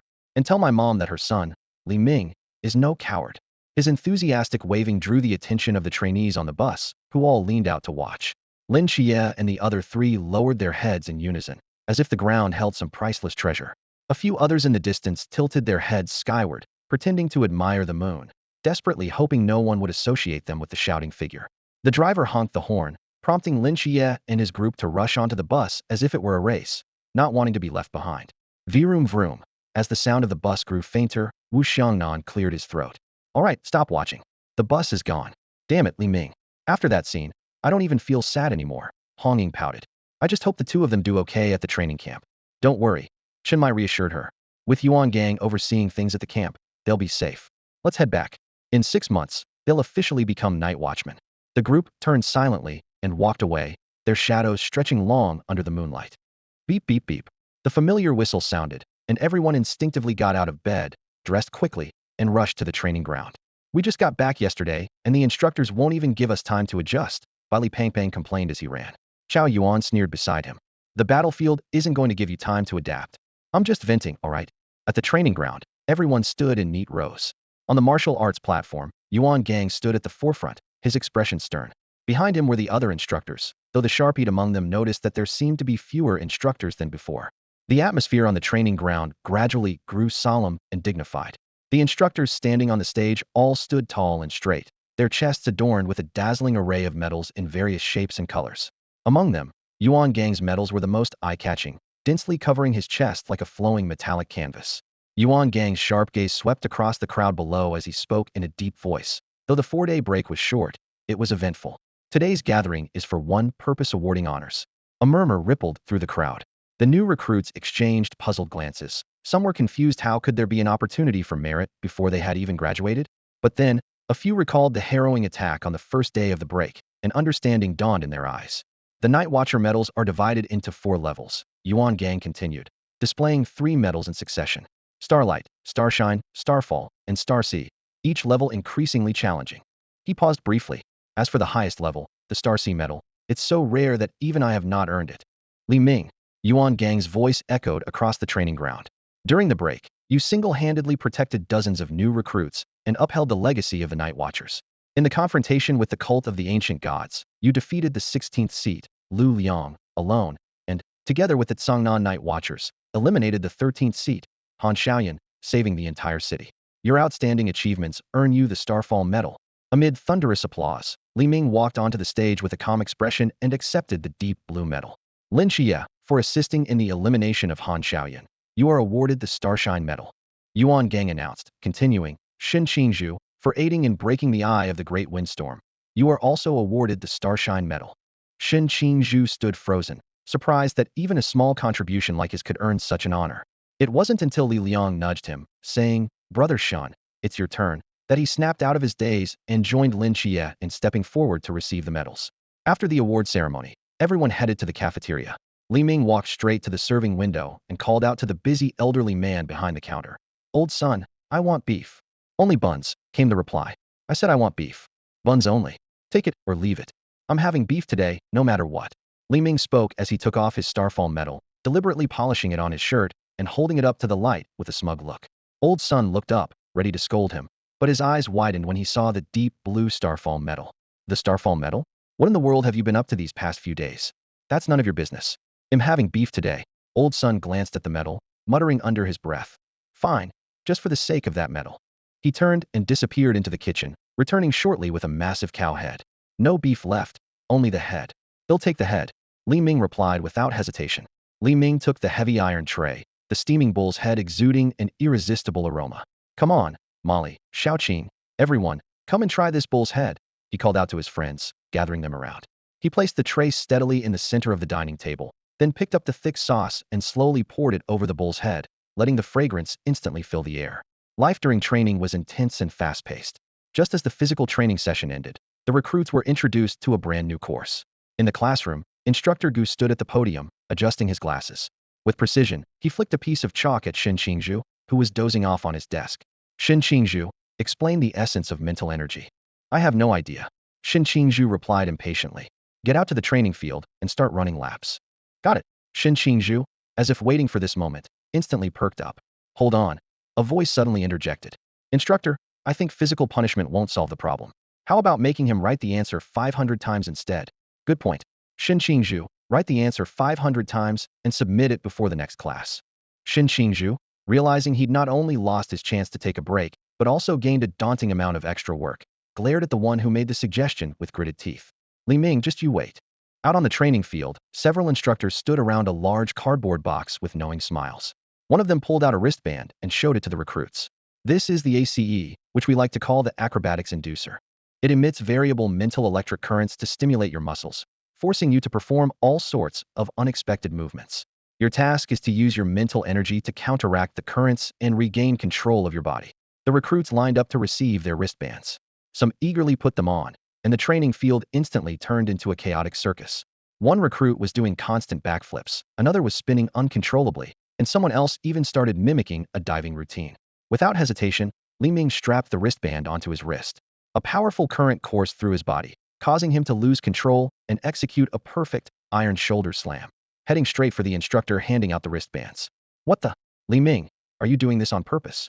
No, sir, I swear I can't control myself. Before the words were even out, Li Ming performed an impromptu dodge followed by a massive leap. Seeing the chaos, the instructors quickly retreated with the cardboard box, leaving Li Ming alone on the stage. What followed was an impressive, seamless display of movements: spinning hand strikes, evasive maneuvers, shoulder slams, unexpected kicks, and knife hand chops, all executed with precision and flair. It was as though an invisible rhythm filled the air. You're too dazzling. The onlookers below watched in stunned silence at this unplanned performance. It wasn't until Li Ming completed 3 full rounds of improvised combat moves that he finally regained control of his body. The crowd erupted into thunderous applause, thoroughly impressed by the spectacle. Scratching his head sheepishly as he faced the enthusiastic audience, Li Ming said, How about I do it again?" At night, inside the dormitory, Shin Qingzhu lay on the bed, his body trembling and convulsing uncontrollably. He was struggling to resist the currents surging within him, using sheer mental strength. After enduring for a long time, his curiosity finally got the better of him, and he asked, Li Ming, what kind of martial art did you practice today? The magical movements displayed on the stage lingered vividly in his mind. With a hint of reverence in his voice, Li Ming replied, This is Kuan Fist, a supreme martial art comprehended by a prodigy over the span of a Kuan year.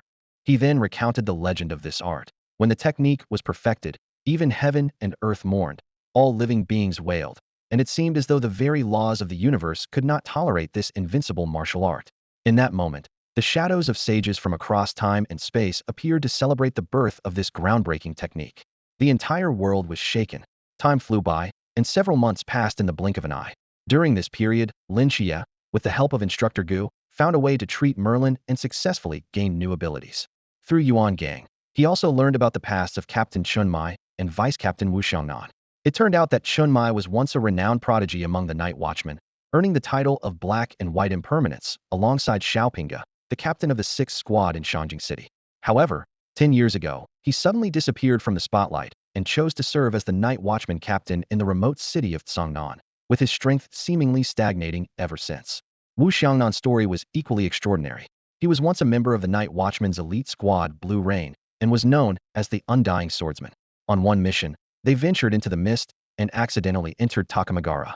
Although they narrowly survived due to the unique properties of the Forbidden Ruins, Wu Xiangnan's hands were permanently crippled by an attack from Susanoo, rendering him unable to wield a sword again.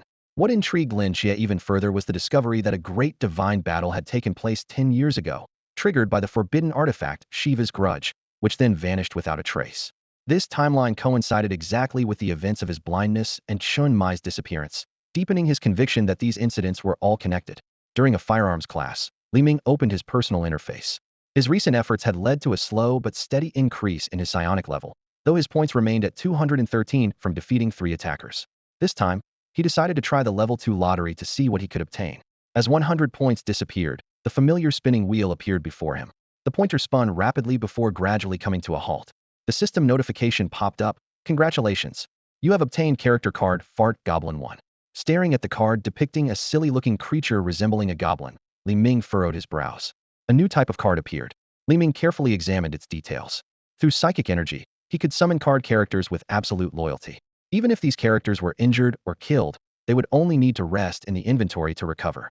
Recalling the information about the identity card, Pharmacist, he suddenly realized every card item could repair itself after being destroyed. He had been too excited before to notice this detail. This discovery sparked countless tactical possibilities in his mind. Lin Qiye, 30-meter target. The instructor's voice interrupted his thoughts. Li Ming looked up to see Lin Qiye's target sheet, which was a disaster. Out of 10 shots, 2 completely missed the target, 2 barely hit the 8th ring, 6 hit the 7th ring, and 2 only scored in the 5th ring. In the entire training camp, such a unique performance was indeed unmatched.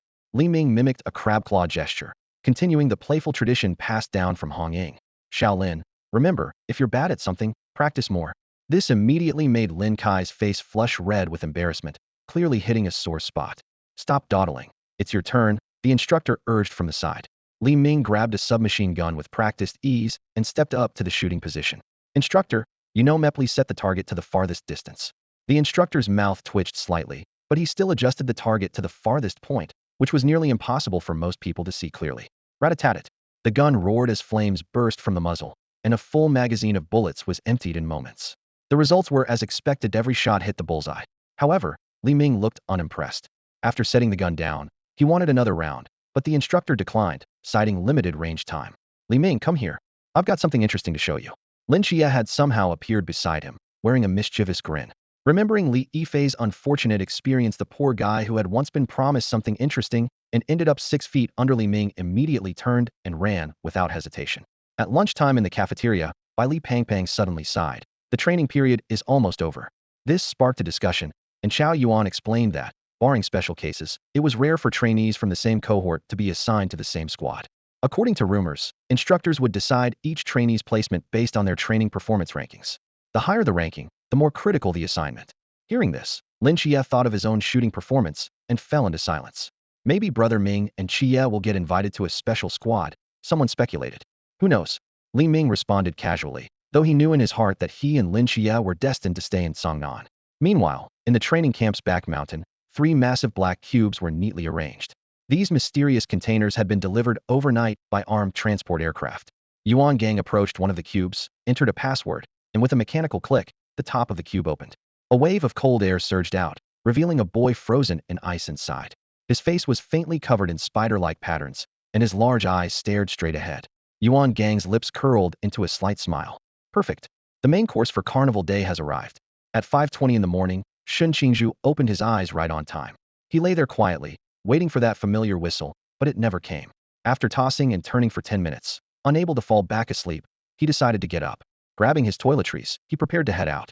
Before leaving, he glanced at the other bed where Li Ming was sleeping soundly with his mouth wide open. Unable to resist, he muttered, sleeping like a pig. The door closed softly behind him with a faint click. At that moment, Li Ming, still asleep, furrowed his brows slightly, as if sensing something tugging at him. With a flick of his wrist, an overwhelming imperial aura burst forth, severing the faint connection. Go away, little spider. Play later. Don't disturb me now, he mumbled incoherently. Meanwhile, in a dimly lit room elsewhere, a boy with web-like patterns on his face suddenly clutched his head, crying out in pain. Wow, that mean guy is so scary. He had tried to use his psychic web to pull the golden glowing person into his trap. To his shock, the golden light seemed alive, not only defending itself, but also retaliating through the web. Fortunately, he managed to sever the connection in time. Otherwise, the consequences could have been disastrous. Sleeping in my web wouldn't have been so bad, the boy huddled in a corner, tears dripping onto the ground and shattering like glass. If you didn't want to, you could have just said so. Why did you have to hurt me? He curled up into a ball, trembling. They're so cruel. I've never hurt anyone, but they locked me up here. It's so scary. I want to go home. Shen Qingzhu walked through the unusually quiet hallway and arrived at the communal sink. Only a few people were there. Lin Qiye, Chao Yuan, Mo Lan from an ancient martial arts family, Li Xiaowang, and Zheng Zhong. Shen Qingzhu, up so early today? Mo Lan teased. Don't you usually wait for the instructor's whistle before getting up? Couldn't sleep, Shen Qingzhu replied, glancing around. Why is it so quiet today? There's barely anyone here. Yeah, Chao Yuan chimed in. By now, the instructor would have blown the whistle for assembly on any other day. As the sun rose, Lynchia noticed Li Pangpang was still asleep. He tried shaking him vigorously and even gave him a loud slap across the face, but there was no reaction, only a ripple of flesh. Realizing something was wrong, he immediately found Chao Yuan, only to discover that Chao Yuan's roommate couldn't be woken up either. The two quickly rushed to Shen Qingzu's dorm and saw that Li Ming was in the same state. After hearing their findings, a glimmer of excitement flashed in Shen Qingzu's eyes. This serious? Let me try. He cracked his knuckles, his muscles tensing as he prepared. His face twisted with effort, and he raised his right hand high before bringing it down with a fierce whooshing sound. Smack! A sturdy forearm blocked the powerful slap with precision. Li Ming stretched lazily, yawning as he said, Good morning, everyone. Shen Qingzu's face instantly fell. Damn it. It was fine before, but now it's ruined. Shen Qingzhu shook his numb hand and sat back on the bed. Outside the dormitory, in the hallway, the last 20 to 30 surviving recruits were gathered, engaged in a heated discussion about the bizarre situation unfolding before them. After a thorough search of the entire training camp, they realized that apart from the recruits, the place was completely deserted. Every instructor and support staff member had mysteriously vanished. Li Ming, How did you feel at that moment? Lin Qiye turned to his companion and asked. Like a mosquito bite, does that count? Li Ming replied nonchalantly, causing everyone to fall into thought. I think this is a test from the instructors, someone suggested. Otherwise, why are all the recruits here, but the instructors are the ones missing? That makes sense. Li Ming slowly walked from the wall to the center of the group, with the blade of his starry knife, Qingheng, lightly resting on Lin Qiye's shoulder.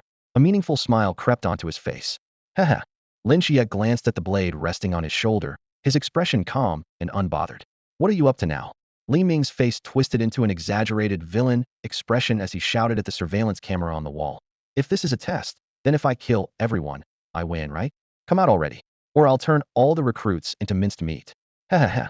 Instructors, you wouldn't want anything bad to happen to the recruits, would you? In the monitoring room, Instructor Hong's face instantly darkened, disrupting the test environment and threatening the examiners. -1 point. Yuan Gang lightly tapped his forehead, feeling a headache forming from this unpredictable troublemaker. Li Ming's strength already rivaled that of most instructors, and if he used his special blessing, his power would become even more unpredictable. At that point, Yuan Gang suspected he'd be the only one in the camp capable of subduing him, assuming, of course, the boy didn't decide to make a run for it. The 3 mystic guardians of the Chuan realm might not be enough for this, he thought to himself. All right, enough messing around, someone interrupted. We need to figure out how to wake those people up. TCH, boring. Li Ming sheathed his blade. After some discussion, the group decided to conduct a more thorough search of the entire camp. They first retrieved weapons from the storage room and were preparing to head to another dormitory building when a piercing scream suddenly shattered the silence. Oh, it's coming from the direction of the cafeteria? Shen Qingzhu quickly pinpointed the source of the sound.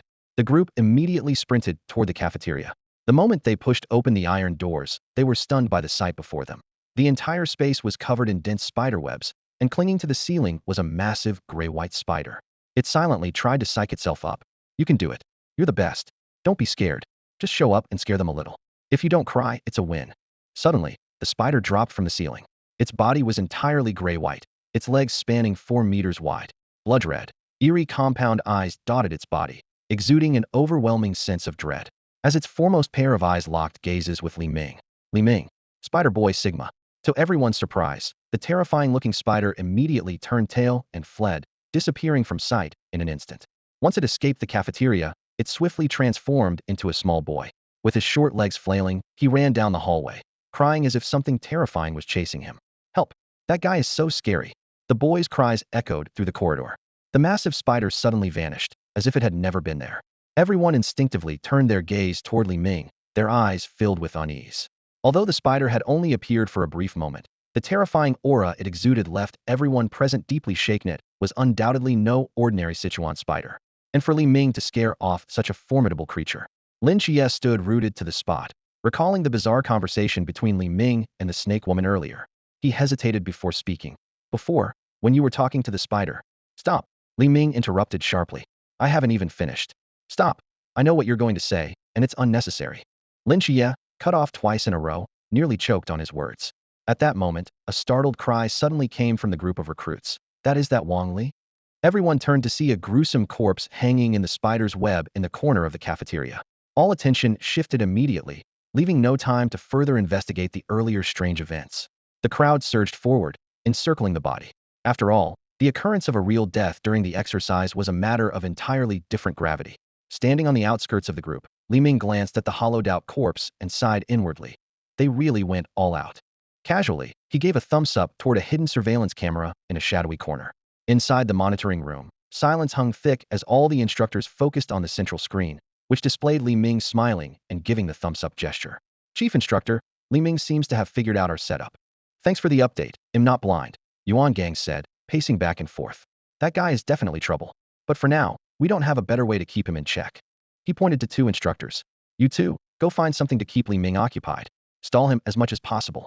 If a direct confrontation happens, don't worry, Chief Instructor, we won't go too hard on him. True, but the reverse might not be the case. Remember, if it comes to a direct conflict, retreat immediately. The 2 instructors exchanged uneasy glances, clearly puzzled. Meanwhile, Li Ming thought back to the timid spider, which could transform into the form of a little boy. The Japanese man and the priest, upon hearing this, exclaimed excitedly. Such a cute spider boy, shouldn't he be easy to crush with one punch? What do you think, Li Ming? Lin Qiye noticed how unervingly calm Li Ming remained, and frowned. There's a dead body here. and you're still so relaxed? By the way, we just agreed to split up. Some of us will head to the dorms to protect the new recruits, while others will investigate the girls' dorm. Where are you going? Me? He'll just wander around. Don't worry about me. With that, Li Ming walked straight in the direction where the spider had disappeared. Watching Li Ming's unabashed actions, Lin Qiye furrowed his brow even tighter. Had this guy figured everything out again? He replayed the entire sequence of events in his mind and scanned the corpse once more with his spiritual energy, finally uncovering the hidden truth. Elsewhere, the spider, now in the form of a little boy, had managed to find refuge in a warehouse. He cautiously tiptoed to peek out the window, his small head just barely visible. That glowing guy shouldn't be able to follow me here, right? Thinking back to the group that had been chasing him, and especially the radiant figure from earlier, he couldn't help but feel disheartened about his life as a spider. If I weren't afraid of being roasted alive, I'd have escaped long ago. Whatever, he'll just sleep for now. Hopefully, the storm will pass by the time I wake up. By then, they should keep their promise and let me go, right? They should, right? Bailey Pong Pong's soul was trapped in a web, yawning drowsily before suddenly opening his eyes wide. What greeted him was an unfamiliar space, with other recruits' souls struggling on the web around him. What the heck is this place? Are we still in the country? Pang Pang glanced around, a flash of anger crossing his eyes. Just let me find out who did this, and they'll regret it. He looked down at his right hand, where a ring sat snugly on his finger. Good thing I was prepared. Sigh, soul-severing blade. As soon as he finished speaking, a black blade of light extended from his fingertip. He precisely targeted the webbing, and with a single slash, the strand snapped. Suddenly, a powerful force pulled from his body, and his soul instantly returned to it.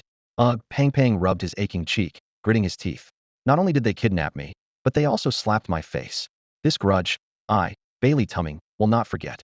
Barefoot, he bolted out of the dormitory and ran straight into Shen Qingzhu, who was rushing over. Fatty, you're awake? Ugh, your mouth is so unlucky, why wouldn't I wake up? Shen Qingzhu ignored the retort, grabbing Pong Pong's hand in urgency. Then come quickly and check on them. Li Liang, Li Jia, and Deng Wei still haven't woken up. At the same time, in a warehouse, a boy suddenly woke in pain, his blood-red eyes brimming with tears. No more, no more. You all leave me alone, stop hitting me. He immediately released all the souls trapped on the web. Just then, a chilling voice echoed from above. He who hit you. I'll help you get revenge. The boy looked up to see a grotesque human face pressed against the window, distorted by the glass, staring straight at him. A help. Instantly, he transformed into a gray-white spider and smashed through the opposite window, fleeing in terror. Li Ming floated up into the air, a playful smirk on his face. This is fun. With that, he chased after the boy, staying just close enough to keep him on edge. I'm sorry. Stop following me. No, I want cough syrup.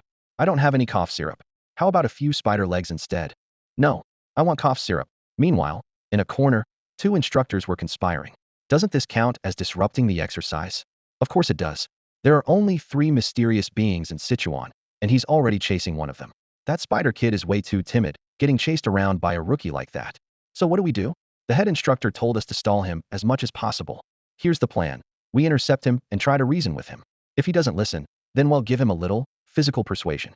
But the head instructor said no direct confrontation. Relax, it's not like we're going to hurt Li Ming for real. Besides, don't you want to say you've taught a God's agent a lesson? In a few years, he'll be strong enough to beat us up without breaking a sweat. The other instructor's face lit up with excitement. So we're doing this. Let's do it. Bang. Li Ming slammed into an invisible barrier midair, his body dropping slightly before landing and coming to a halt. Almost simultaneously, 2 instructors appeared, one in front and one behind, sandwiching him between them. By now, the spider child had already vanished without a trace. Li Ming, the instructor in front began to speak, but Li Ming interrupted him. I knew the cult of the old gods wouldn't let me go, Li Ming sneered. Even here at the training camp, you're still pretending to be instructors to capture me? Don't you know this is Chief Instructor Yuan's territory? Some things are better left unsaid for now. Otherwise, how will he perform? Muttered the instructor behind him quietly. We're here to the other instructor tried to explain. My loyalty to the emperor is as clear as the heavens and earth. Li Ming raised his voice. I will never coexist with the cult of the old gods. I've shed blood for the Night Watchers, and you heretics think you can sway me? The 2 instructors exchanged a glance, as if they had anticipated this reaction. All right, no need for reasoning. Let's skip ahead to physics, then, one of them said. In an instant, the 3 of them closed in on each other. In the monitoring room, Yuan Gang watched the scene on the screen, his eye twitching uncontrollably. He had already issued a warning whatever happened next was none of his concern. Ahem, how are the other recruits doing? He asked, changing the subject. Most of them have gone to Building 3, drawn in by the other 2 anomalies, someone replied. Good. With so many people this time, Make sure the atmosphere team is ready. We can't afford for anyone else to notice any inconsistencies. Understood. Meanwhile, in front of the girls' dormitory, Shin Qingzhu and Bai Li Pangpang led a large group of recruits. Lin Qiye wielded dual blades, with Chao Yuan close behind him, while Shin Qingzhu brought up the rear with 3 subordinates. Stay sharp. There's at least one Chuan-level anomaly here. Shin Qingzhu reminded them repeatedly. Got it, boss. Molly's still inside, though. Bai Li Pangpang, unable to contain his urgency, charged into the dormitory ahead of everyone else. Damn it, you fat idiot. Shin Qingzhu cursed under his breath before leading the group inside. Strangely, just 3 seconds after entering the building, the group lost all trace of Bai Li Pangpang. Suddenly, a blood-curdling scream echoed from upstairs. The group split into 2 teams. One stayed on the first floor, while the other cautiously began to search the upper levels. As one team reached the second-floor hallway, the entire dormitory space began to distort and rearrange itself.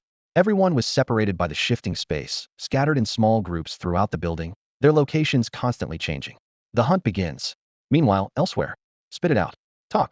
Li Ming demanded, repeatedly tapping the flat of his sword against the heads of the 2 instructors he had subdued. You have to actually ask something, one of the bruised and battered instructors yelled in frustration. If you don't ask, what the hell are we supposed to say? They hadn't expected Li Ming to be so formidable. Not only were his combat skills intimidating, but even his basic close combat techniques and martial arts far surpassed theirs. Standing over his defeated opponents sprawled on the ground, Li Ming nonchalantly powered down his buzzing chainsaw sword and offered an insincere apology. Coach, what's for lunch today? Personally, I'm a fan of braised pork. Before the words had fully left his mouth, he executed a clean superhero takeoff and disappeared into the sky, leaving the 2 aching, defeated fighters staring at each other in disbelief.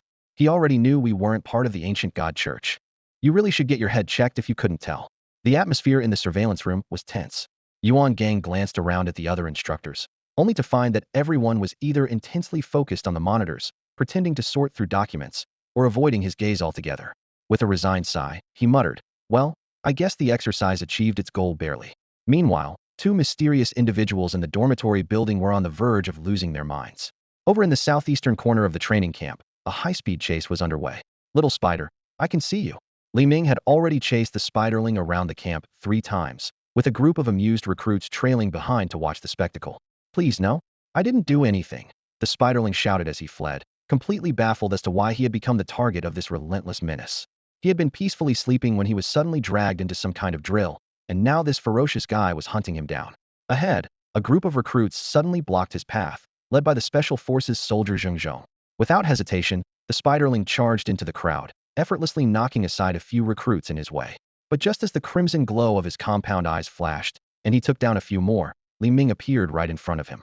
This ends here. With the roar of his chainsaw sword, Li Ming slashed through the spiderling's defenses in one swift strike. Injured, the spiderling turned and bolted toward the edge of the camp, but he didn't get far before Li Ming caught up to him. In his final moments, the spiderling seemed to resign himself to his fate. I'm sorry for waking you up this morning. I'm so tired finally, I can rest. A flash of blood, and the massive gray-white spider was cleaved in 2. Looking down at the corpse, Li Ming thought to himself, don't worry, we'll meet again. After all, as an emperor, keeping an alien beast as a pet seems reasonable, doesn't it? Back in the surveillance room, when Instructor Hong suggested intervening to prevent the spiderling's death, the head instructor calmly replied, there's no need. Trust Li Ming. Watching Li Ming effortlessly slay the giant spider, Zheng Zhong and the others fell into silence.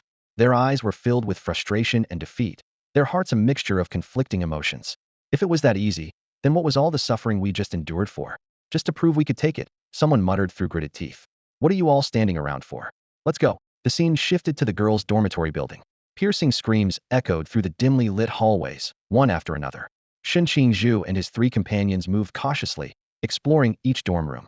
Just moments ago, over 100 recruits had been scattered in an instant. Fortunately, the 4 of them had been close enough to stay together. Ah, another scream rang out. Shun, that's the 107th, isn't it? Yeah, this mystery is definitely vicious. In less than half an hour, Shin Qingzhu's expression was grim. Stay alert and protect yourselves. Suddenly, a sharp dragging sound echoed through the corridor. Scrape, scrape, scrape like something heavy being dragged across the floor. It's coming.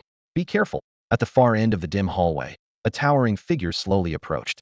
As it drew closer, the 4 finally saw the horrifying creature clearly. A massive body nearly 2 meters tall, dragging a blood-stained, oversized executioner's blade. The most terrifying part was that it had no head. Where its neck should have been was a gaping, blood-spurting hole. The giant blade left deep grooves in the floor as it scraped along. Shun, could this be Xing Tian? It's way too ugly, Li Jiao muttered. Before the words were fully out of his mouth, the previously slow-moving headless monster suddenly lunged, cleaving him in two with a single strike. No, Li Jiao, Li Liang cried out in anguish as he watched his younger brother die. But his scream was cut short as the headless creature swiftly struck him down as well, slicing him in half. Li Deng Wei tried to speak, but suddenly found himself unable to breathe or make a sound. Even the faint noise had already caught the monster's attention. It swung its blade, but the strike was blocked by an invisible wall of air. Shen Qingzhu, his eyes red with fury, was straining to maintain the barrier. The speed and strength of this mysterious creature from Sichuan far exceeded his expectations. He gestured to Deng Wei, then engaged the monster in a silent battle. To counter this creature, which gained power through sound, he had evacuated all the air within a 5-meter radius. This critical weakness had been discovered at the cost of his two brothers' lives. Crack's base suddenly distorted, and Shen Qingzhu, along with the headless monster, was teleported to another dorm room, where they encountered Chao Yuan and Lin Qiye. As Chao Yuan stepped forward, the now empowered monster struck with immense force, sending Shen Qingzhu flying and charging directly at Chao Yuan. Meanwhile, in a spacious room nearby, a group of 10 or so girls and a plump man sat in a circle. At the center was a young girl deep in thought. Aji, have you figured out the pattern? Someone asked softly. The young girl focused intently on the blueprints, her brows occasionally furrowing. Though the group around her remained silent, their thoughts were tightly connected through Zhang Xiaoxiao's mental link. Got it, Sister Molly, Aji exclaimed, pointing to a spot on the map. The Sound Hunter will appear here next time. Good. This time, we must work together to kill it and avenge our sisters. Meanwhile, outside the dormitory building, Li Ming, are you sure about this? Special Forces soldier Zheng Zhong called out from a distance, his atoms apple bobbing as he shouted toward Li Ming. What did you say? I said. Zheng Zhong pointed nervously at the towering pile of explosives. Are you sure you want to blow this building sky high? There are still people inside. Shut up, Li Ming replied, his voice calm and resolute. The only things left inside are 2 Sichuan-bound mystics and the bodies of other victims, no one alive. But I just heard Li Liang's voice in there. In an instant, Li Ming appeared beside Zheng Zhong, sighing. Why did you have to say that? It would have been so much simpler to just blow up the building. A familiar buzz resonated through the air. Let's go. We're going in to save people, Zheng Zhong said, pointing toward the dormitory's main entrance. I never used the front door, Li Ming remarked as he punched a massive hole in the wall. In the surveillance room, the instructor's emotions were like a roller coaster. When they saw Li Ming finally abandon his plan to demolish the dormitory and opt for a relatively normal method of entry, they all collectively exhaled in relief. Remember, damaging public property and attempting extreme measures to eliminate enemies will result in a 3-point deduction. Understood. Inside the dormitory. Damn it. Psychic energy rotation. Supreme Emperor / What? The dormitory is covered in spatial properties and can't be easily destroyed? Then it must be because there's not enough psychic energy. Take this punch. Although Li Ming could have methodically searched for the most hidden mystic, as the saying goes, why think when brute force is faster? Transforming into a one-man demolition crew, he brought an unexpected, war-torn chic renovation to the dormitory for the night watchers. Bang! Another wall crumbled. Li Ming stepped through, momentarily stunned by the scene before him. Shen Qingzhu, her eyes red with fury, the transformed Chao Yuan, the golden glowing Pang Pang, Molly, slashing wildly, and Lin Qiye, wielding twin blades, all of them were furiously attacking a barely recognizable humanoid creature in the center. Carry on, carry on, Li Ming muttered awkwardly, feeling slightly uneasy under their murderous glares. He quickly smashed through the opposite wall and moved forward.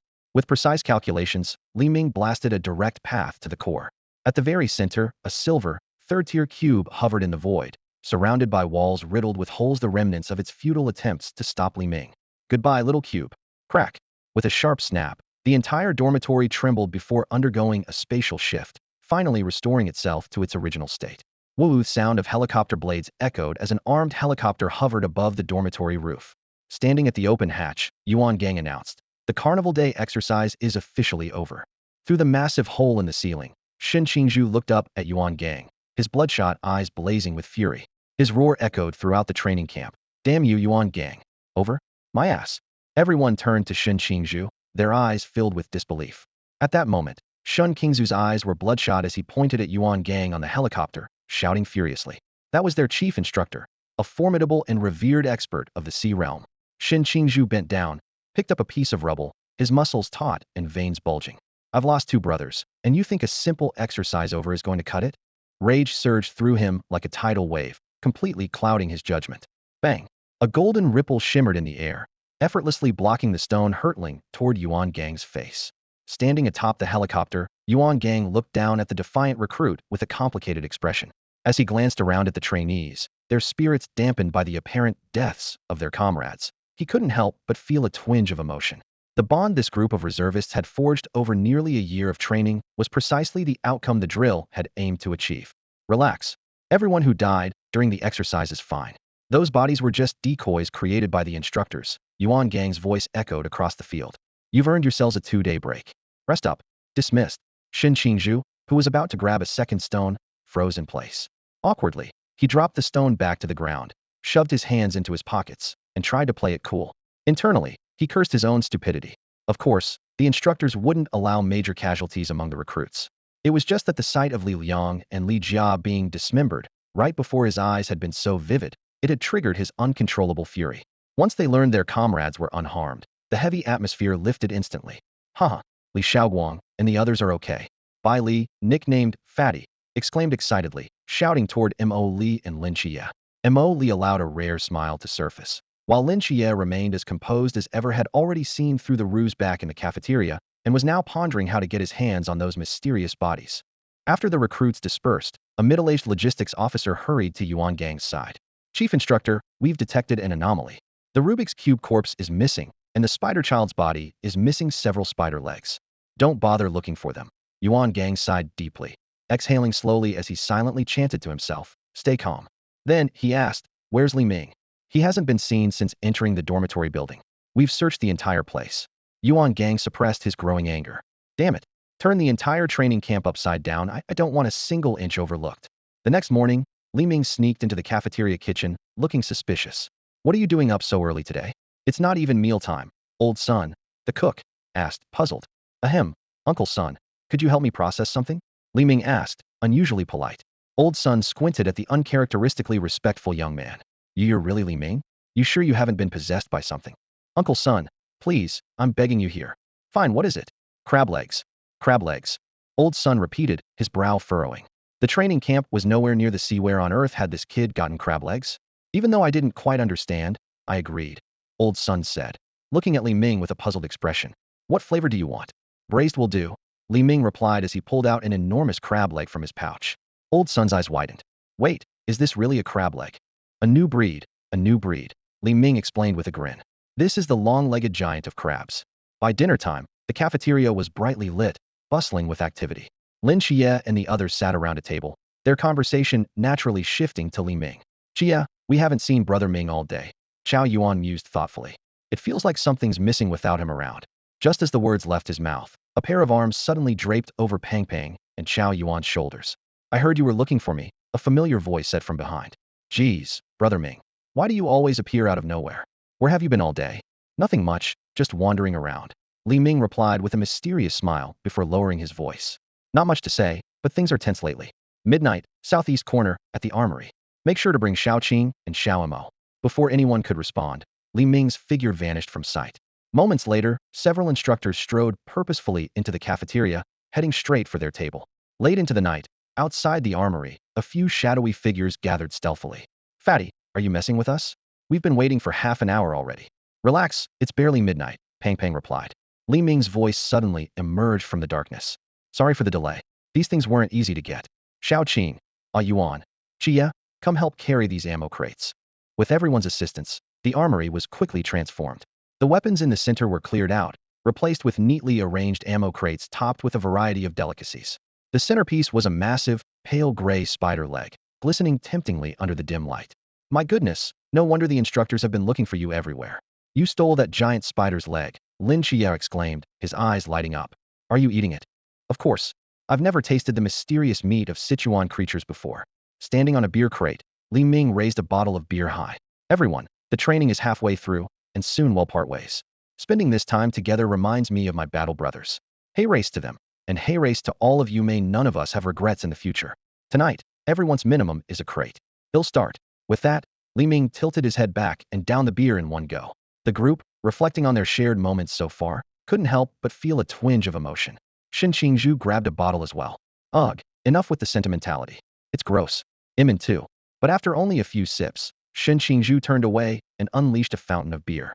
Haha, looks like you can't handle it, Qingzhu. Everyone laughed.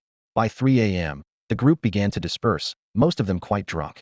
Shin Qingzhu, thoroughly inebriated, was supported by 3 companions as he stumbled away. Lin Qiye stayed behind to clean up the spider carcass, muttering to himself that the materials seemed insufficient. Not enough? How about this? Li Ming appeared out of nowhere again, holding a square-shaped piece of the remains. Seriously, dude, can you read minds? Lin Qiye asked, startled. Li Ming's usual carefree demeanor shifted into seriousness. This isn't a freebie. I have a plan, and he'll need your help. Even Li Ming found this challenging. Lin Qiye gazed at his usually carefree and joking companion, who now wore a rare expression of seriousness. Not even when facing the formidable Han Xiaoyan had Li Ming looked like this. No problem, Lin Qiye said firmly, his eyes resolute. You should know by now, I'll definitely agree. Just like last time, when I stood with you against Lu Liang without hesitation. Li Ming exaggeratedly jumped back, his serious demeanor instantly breaking. Whoa, Qiye, that sounded way too ambiguous, he said, waving his hands dismissively. You know I only like girls. Besides, whether the plan works or not depends entirely on what you come up with. Then, his expression turned curious. Go ahead and start. You don't mind if I watch, do you? Lin Qiye shot a glance at his irreverent friend and chose to ignore him. He quickly crouched down, pulled a charcoal pencil from his pocket, and began sketching on the ground with intense focus. It didn't surprise him that Li Ming knew about his ability to summon creatures and forge contracts. The clues had been there all along. Now was the perfect moment. While these mysterious creatures had only recently perished and the armory was devoid of interruptions, he had to complete the summoning ritual without delay. Thanks to the summoning magic specialization and knowledge he had acquired from Merlin, he was confident he could execute the ritual even in these conditions. 10 minutes later, an intricately detailed circular magic array had taken form on the ground. Its precise geometric patterns interwove seamlessly, emanating an aura of mystique. Lynchia carefully placed the prepared casting materials at the center of the array. Then, he bit his finger and smeared his blood onto the key points of the magic circle. Closing his eyes, he sat cross-legged and began channeling his spiritual energy into the array's nodes. The magic circle immediately began to glow faintly. Meanwhile, Li Ming took the opportunity to dive into his mind and check the lottery wheel. Defeating the spider child and the cube had earned him 173 points, which, combined with the 113 points he already had, totaled 286 points. Without hesitation, he spent 200 points to spin the wheel. Congratulations. You've obtained the skill, Psychic Class Illusions. Congratulations. You've obtained the item, Greenskin Motorcycle. Huh? What's with the strange rewards lately? Even the greenskins are joining the party now, Li Ming muttered as he quickly checked the skill description. He recalled that illusions weren't considered a top-tier ability in the Psychic class. Psychic Class Illusions induces paranoia, inner demons, confusion, and terror in the minds of enemies. Effects are permanent. Damn, so it basically turns people into permanent mental wrecks, Li Ming thought to himself. This might actually suit Lynchia. As expected, the skill had undergone some modifications. Next, he eagerly retrieved the other item. With a flash of green light, a massive, over-the-top motorcycle materialized out of thin air. The bike was black and green, sporting oversized tires, covered in jagged metal plates and bone-like decorations, and featuring an exaggerated exhaust pipe that extended from the rear. Its overall design was wild, aggressive, and brimming with violent aesthetics. Greenskin Motorcycle, a high-performance motorcycle crafted by the Greenskins with unexpected features. Only the owner and specially designated individuals can ride it. What the hell? This thing is massive, Li Ming said as he circled the bike. Short people riding this would probably look like it's driving itself. I wonder what special features it has. Could it turn into a transformer or something? After inspecting the motorcycle, Li Ming decided to summon the last item. Come on out, Goblin Assassin. With his command, the Goblin Assassin character card vanished from his inventory, replaced by a small, green-skinned creature wielding a dagger. It appeared in the armory, ready for action. Whack! Boss, who are we chopping up? Whack! A piercing shriek exploded in his ears. Li Ming frowned and raised his hand, delivering a crisp slap that instantly silenced the noise manually. Finally, peace returned. He glanced down at the noisy little creature before him. Thinking he could really use a whip after all, dealing with pests like this felt more fitting with one in hand. Meanwhile, in the armory, the glow of a magic circle slowly faded, and the casting materials on the floor turned into wisps of smoke and dissipated. Lin Qiye, who had been sitting cross-legged, opened his eyes, a delighted smile spreading across his face. His first summoning ritual had been a success. Just as he was about to share the good news with Li Ming, his eyes were drawn to an enormous, uniquely designed motorcycle that had somehow appeared in the warehouse. What surprised him even more was the sight of Li Ming lounging leisurely on an ammo crate, eyes closed, while a short green creature diligently massaged his legs. Boss, that shrimp's awake. The goblin piped up at just the right moment. Lynchia pointed hesitantly at the green little creature and asked, "Is that a goblin?" "Just a reusable biological projectile," Li Ming replied nonchalantly. "What about you? What did you summon? Show me." Encouraged, Lynchia bit his finger again and pressed it lightly against the air.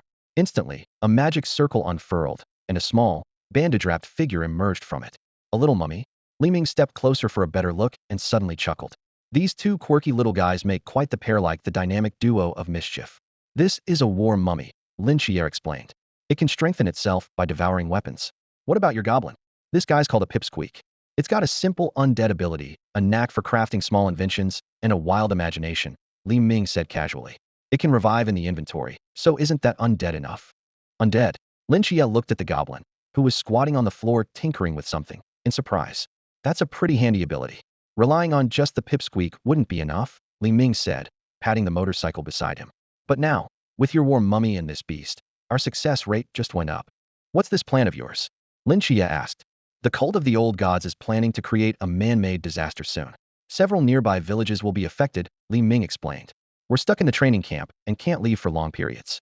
So I figured we'd send these two troublemakers to stir up chaos in the villages, draw the night watchers' attention, and hopefully convince the villagers to evacuate on their own. Why not just tell Instructor Yuan Gang and have him report it? There's a mole in the higher-ups, and the training camp isn't clean either," Li Ming said grimly. "Don't forget the missile attack last time and those terrifying soul contracts from the cultists. If the intel leaks, who knows what new methods they'll use. As for Yuan Gang, they'll find the right time to inform him so he can be prepared. For now, this is all we can do." "All right, I'm in." Lin Qiye nodded firmly. Just then, a commotion broke out at the other end of the warehouse. "That's mine, you rotten jerky." The two little creatures were fighting fiercely over a single gun. Despite the piles of weapons around them, they stubbornly clung to the same one. "Seriously? They're fighting over this?" Li Ming muttered as he grabbed his blade and walked over. With a swift motion, he sliced the gun cleanly in half. "There, one for each of you." Neither seemed satisfied, but at least it was fair. "Let's go." "Leave the weapons here for now," Li Ming said. "With me around, I can bring you back here to feed the mummy anytime. If we clear out the armory in one day, even an idiot would know it was us." After restoring the scene to its original state, Li Ming activated the Gate of Infinity and led Lin Qiye back to their dormitory. One early morning after the holidays, in the head instructor's office. "Reporting." Li Ming pushed the door open and walked in calmly, taking a seat across from Yuan Gang as if it were routine. Yuan Gang looked at the student who had been a constant source of headaches for him and let out a long sigh. "You should know why I called you here today. Now, tell me honestly, what did you?" Before he could finish, Li Ming had already taken out a small tray from Qingheng. Leaning forward slightly, he lowered his voice and said, "Head instructor, I know the rules. This is your share. Don't worry, I'm the only one who knows about this. Not even Lin Qiye or Li Pangpang have a clue." "Huh." Yuan Gang chuckled bitterly, looking at the items on the tray. "As expected, it's too late. What about the remains of that Rubik's Cube?" "Remains?" "There weren't any. The moment it went ding, it was gone. Nothing was left behind." "Great, just great." Yuan Gang gritted his teeth. "Before I lose my temper, get out of my sight." Li Ming stood up to leave, but paused as if he had just remembered something. "Oh right, one more thing. The ancient god cult is planning to create a natural disaster and strike, while the new recruits and instructors are out helping with relief efforts. Just a heads up for you." His tone was casual, almost nonchalant, as he turned to leave. The unusual ease in his voice left Yuan Gang momentarily stunned, unsure if he had misheard. He abruptly stood up, knocking over the water cup on his desk. "What do you mean by just a heads up? And how do you even know this?" Li Ming shrugged, his tone still light and indifferent. "Instructor, you know how it is, the followers of the ancient god cult are everywhere. I suggest you don't report this yet, or they might change their plans. As for how I know." He produced the Emperor's Codex, tapped the spine of the book twice, and walked out of the office. The implication was clear, a blatant hint to Yuan Gang that there was a traitor within the higher ranks. Yuan Gang stood in the office for a long time before finally letting out a deep sigh and sitting back down. He knew Li Ming never joked about serious matters. This was most likely true. After returning to his dorm, Li Ming's consciousness entered that mysterious space. His recent progress in spiritual energy cultivation allowed him to stay in the space for longer periods. More importantly, he had developed some new abilities. With a snap of the god's fingers on the throne, the space transformed into a spacious study. The golden-armored god and his golden throne shifted into a version of Li Ming himself, seated on a simple chair. After all, sitting on that throne for too long was rather uncomfortable. On the desk in the study were 3 figurines, one of a character wielding a long halberd, a cute gray and white spider, and a small silver Rubik's Cube. These were the souls he had frozen at the moment they entered the space, their lives hanging on his whim. Additionally, he had the ability to bring the controlled souls out of the space, using spiritual energy to sustain their activity in the outside world. He had a vague sense that as his spiritual energy advanced further, he might even be able to bring objects from the real world into this space. Li Ming flicked the head of the figurine resembling Han Xiaoyan and muttered to himself, "Ah, being an emperor in this day and age feels like being an empty nester. I really want to adopt a son. What do you think, Xiaohan?" Interested? In the theory classroom, complaints echoed one after another. Seriously, why is today's shooting class cancelled again? Please understand, there have been two mysterious individuals recently harassing and attacking the villagers. The instructors are busy assisting with the investigation, but so far, there has been no progress. These two mysterious figures are always cloaked in oversized capes and seem to ride some kind of invisible device, wandering around the village. Whenever the night watchmen are close to catching them, they disappear without a trace. Many villagers have already moved away because of this, while the remaining ones can only rely on the station night watchman for safety. In the classroom, the instructor on the podium noticed the commotion below and frowned. The two students who keep chattering, stand up and answer this question. If a mysterious figure has kidney deficiency, can their kidneys still replenish kidney energy? The instructor's sharp gaze locked onto the two new recruits. If you can't answer, they'll confiscate the organ mentioned in the question. The two recruits instantly turned pale, their faces filled with terror. Sigma.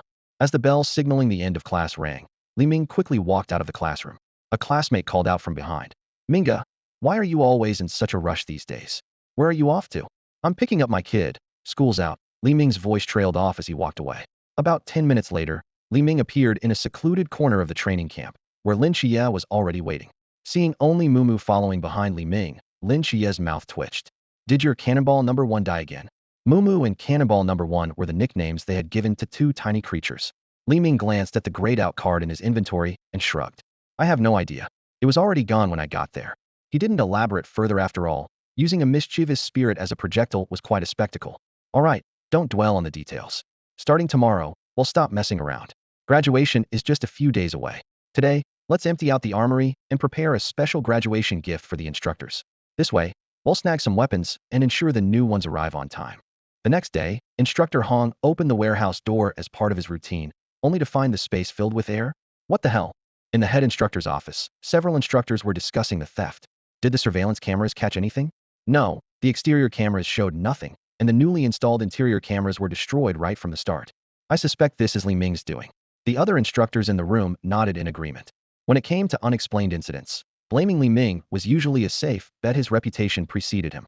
Yuan Gang suddenly slammed the table. "Impossible, absolutely impossible. I personally gave Li Ming his Qinghang. Its internal space is only 20 cubic meters. The only one in this entire training camp with a spatial device large enough to carry all that is by Li Tuming's Zizai space." He turned and gave an order. "Notify by Li Tuming to come to the office through the broadcasting room. We'll question him directly. Also, have headquarters send another batch of weapons along with the star blade and badges." Li Ming noticed by Li Tuming's gloomy expression and tried to cheer him up. "Hey, fatty, don't be upset. Next time they ask, just slap them with your bank account balance." "Minga, what are you talking about? I'm just from an ordinary family." At that moment, everyone's phones vibrated simultaneously. Chao Yuan checked his and saw that the final training scores had been released. Scored 91 points. "What the hell? How did I only get 96 points?" Li Ming grumbled in frustration. "I knew it. Some instructors held a grudge during the exercise and deliberately gave me a low score. I shouldn't have used the back of my sword to knock someone on the head." He picked up his phone to examine the score in detail, and his previously radiant smile vanished instantly. The realization that he hadn't achieved a perfect score felt absurd and almost sacrilegious. The smile then spread to Fatty's face. "Minga, don't be upset. I only got what the hell? How did I only get 74 points? This is rigged, absolutely rigged." Unfortunately, the smile on his face froze just 2 seconds after it appeared.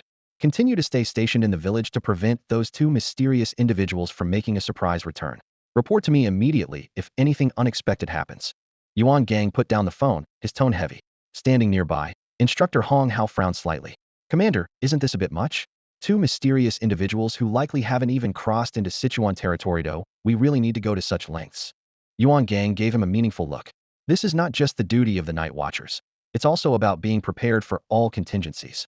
In addition to dispatching instructors, he had secretly made numerous arrangements, even using the excuse of a warehouse theft to apply for a batch of heavy equipment from headquarters. He could only hope that what Li Ming had mentioned would never come to pass. Tomorrow, the new recruit assignments will be announced. "Have you been getting a lot of calls lately?" Yuan Gang shifted the topic. Instructor Hong chuckled. "Of course. Plenty of old friends I haven't heard from in years have been calling me late at night, all worried about missing out on good recruits. Don't worry, Commander, I haven't let a single word slip. Good. Yuan Gang patted him on the shoulder. Tomorrow is critical. Stay vigilant. Yes, sir. The next day, the overcast sky hinted at an impending storm. As the familiar sound of the whistle echoed, the recruits quickly assembled on the training field. Looking at the neatly aligned formation within 3 minutes, Instructor Hong felt a surge of pride. Congratulations, everyone. From today onward, you are officially Night Watchers. Now, I will announce the headquarters assignments. Even though he had been mentally prepared, Lynchia couldn't help but feel his heartbeat quicken. Li Xiaoguang, Molly, assigned to Suzhou City's Night Watch Team 017. Chao Yuan, assigned to Huaihai City's Night Watch Team 007. Bailey Tuming, assigned to Guangshan City's Night Watch Team 010. Shin Qingzhu, assigned to Shangjing City's Night Watch Team 006. Li Ming, assigned to Cangnan City's Night Watch Team 136. Lin Qiye, assigned to Cangnan City's Night Watch Team 136. These last 3 assignments caused a stir among the recruits. Li Ming was far ahead in strength, and although Lin Qiye's marksmanship was lacking, he excelled in other areas and firmly held second place. How could they both be sent to such an obscure little city? Lin Qiye quickly came to terms with the outcome, but the questions in his mind only deepened. The training location had been changed to Cangnan, and now the first and second-ranked recruits were assigned there as well. The repeated mention of this location and the 10 years time frame what exactly had happened back then. I object. Suddenly, a voice broke the silence of the training field. What surprised everyone even more was that the words came from 2 mouths simultaneously, with identical tone and phrasing. Why is it that with my score of 92, I get assigned to Shangjing City's Night Watch Team 006, while Li Ming with 96 and Lin Qiye with 95 have to stay in Cangnan? Li Ming raised an eyebrow and looked at Shen Qingzhu, a faint smile tugging at the corner of his lips. Steamed bun, are you not satisfied? I can't believe this. Li Ming, shut your damn mouth. I'm standing up for you here. Shen Qingzhu was practically trembling with rage. Li Ming, hearing this, seemed to lose all his strength. He staggered back a step, his whole demeanor deflating in an instant. I've been an orphan since I was little. I don't have parents, he said softly, his voice carrying a vulnerability he had never shown before. Those words hit Shen Qingzhu like a sledgehammer. As a fellow orphan, he understood that pain all too well. For a moment, anger, guilt, and helplessness surged through him, making it hard to breathe. I am sorry, Shen Qingzhu managed to say, his voice strained. Li Ming, however, quickly brushed it off with a hearty laugh. I forgive you. Go to Shangjing with peace of mind. Who could possibly bully me? But hey, if things don't work out for you there, you can always come back and count on me. Your buddy Ming. Just then, a torrential downpour came crashing down. A voice rang out at the perfect moment. No more noise. Shen Qingzhu, I understand your frustration on behalf of your friend, but a soldier's duty is to obey orders. The headquarters must have reasons we're not privy to. The transfer orders have been announced. I wish you all a fresh start in your new posts. Dismissed. Shen Qingzhu waved off his followers who were about to congratulate him. He glanced at Li Ming and Lin Qiye, then silently returned to the dormitory. A spiritual energy shield unfolded above his head, deflecting the rain to either side as he walked. Well, that's it. Our year of training is over, Li Ming said as he stood beside Lin Qiye. Yeah, time to go home, Lin Qiye replied with a nod. The rain intensified. Yuan Gang stood by the window, frowning deeply as he stared out at the unusual downpour. Suddenly, he felt a faint tremor beneath his feet. The phone rang just then. It was a report from the village night watchman about flash floods and landslides affecting nearby villages. A whistle pierced through the rain once more, rallying the freshly dismissed recruits. Several off-road vehicles were already waiting, and the remaining instructors stood ready for action. Get in the vehicles. Details will be explained on the way, Instructor Hong ordered curtly. The recruits quickly boarded the vehicles in the formation they had practiced during drills. Engines roared to life, and the convoy sped out of the camp. As they traveled, the instructors briefed them on the situation. The heavy rain and earthquake had triggered large-scale flash floods and landslides in the Jinan Mountains, endangering nearby villages. They were the closest rescue unit. This will be your first real mission as night watchman. Remember, we are the people's first line of defense, both a sharp spear and an unyielding shield. Equipment was distributed: starblades, custom bulletproof vests, tracking wristbands, signal flares, military-grade earpieces, and radios. We're going for disaster relief, not combat, right? Bali Pang Pang asked, puzzled. Disaster relief is combat, Instructor Hong replied gravely. This situation is unusual. It could be a trap targeting the night watchman. Stay alert, maintain communication at all times, and do not leave your assigned area without permission. Li Ming maintained a calm exterior, but his spiritual energy was already scanning the surroundings. In his mind, only 2 objectives remained: saving lives and taking lives if necessary. As time passed, The convoy gradually split up along the mountain road, with each team heading toward different disaster-stricken villages. Inside the off-road vehicle carrying Li Ming, Instructor Hong was calmly explaining additional details about their mission. There are 9 villages affected by this disaster, Instructor Hong said, glancing at everyone in the vehicle. Fortunately, each village has night watchmen stationed there who have already initiated preliminary rescue efforts. Additionally, due to the frequent disturbances caused by mysterious incidents recently, more than 30% of the villagers had already chosen to relocate earlier in unfortunate situation, but a blessing in disguise. He turned to Li Ming with a serious expression. We are Team 9, tasked with the farthest and most dangerous village. Be mentally prepared. As he spoke, he retrieved a uniquely designed walkie-talkie from his pocket. The chief instructor specifically asked me to hand this to you. Li Ming accepted the walkie-talkie and put it away, silently sighing to himself. The butterfly effect had indeed occurred. Clearly remembered that the number of affected villages was never 9 in the original timeline. It had been 7 or 8, but definitely not 9. Meanwhile, in the ruins of one of the disaster-stricken villages, a dusty hand suddenly emerged from a pile of rubble with a faint crack. Moments later, a young man struggled to crawl out of the wreckage, spitting out dirt and cursing his luck. He tore off his tattered cloak and used his star blade, which he planted in the ground, to steady himself. This young night watchman had felt the first tremors and, along with his companions, immediately began evacuating the villagers, even resorting to force when necessary. Thankfully, this village was on the outermost edge, giving them relatively ample time to evacuate. Although no lives were lost, he had been trapped under the rubble during the final moments of their retreat. He winced as pain shot through his left arm while he moved. My arm's broken. That should count as a workplace injury, right? Old Sun must have already settled the villagers. I need to catch up with him quickly. Just then, a heart-wrenching cry echoed nearby. Dad. Mom. Hold on. I'm coming to save you. A middle-aged man knelt by the rubble, frantically digging through the debris with his bare, bloodied hands, oblivious to the damage to his own flesh. Judging by the scattered mountain goods around him, he appeared to be a villager who had been foraging in the hills. Hey, stop digging, the night watchman shouted urgently. Everyone has already been evacuated. No one was hurt. Hearing this, the man scrambled over to him, half crawling, half running. Brother, are you sure? My parents, are they really? I'm absolutely sure. The night watchman reassured him firmly. Everyone was safely evacuated. Please, try to stay calm. Meanwhile, down at the temporary command center. Sir, all equipment has been successfully calibrated. Additionally, Team 1 has reported good news. They've established contact with the night watchman in their assigned village. No casualties have been reported, and they are currently treating the injured. Excellent. Keep communication lines open and report any developments immediately. Understood. This was the first piece of good news Yuan Gang had received since the flash floods began, affirming his belief in Li Ming's judgment. Without it, the disaster's casualties would have been unimaginable. As he thought of Li Ming, his gaze shifted to the cluster of vehicle-mounted rocket launchers stationed outside the tent. These were the most powerful weapons he could requisition without raising suspicion. He hoped Li Ming would understand the message he was sending. Just as he looked out beyond the tent, the surroundings began to blur and fade. The sound of footsteps echoed through the vast, empty space until the figure stopped in front of Yuan Gang.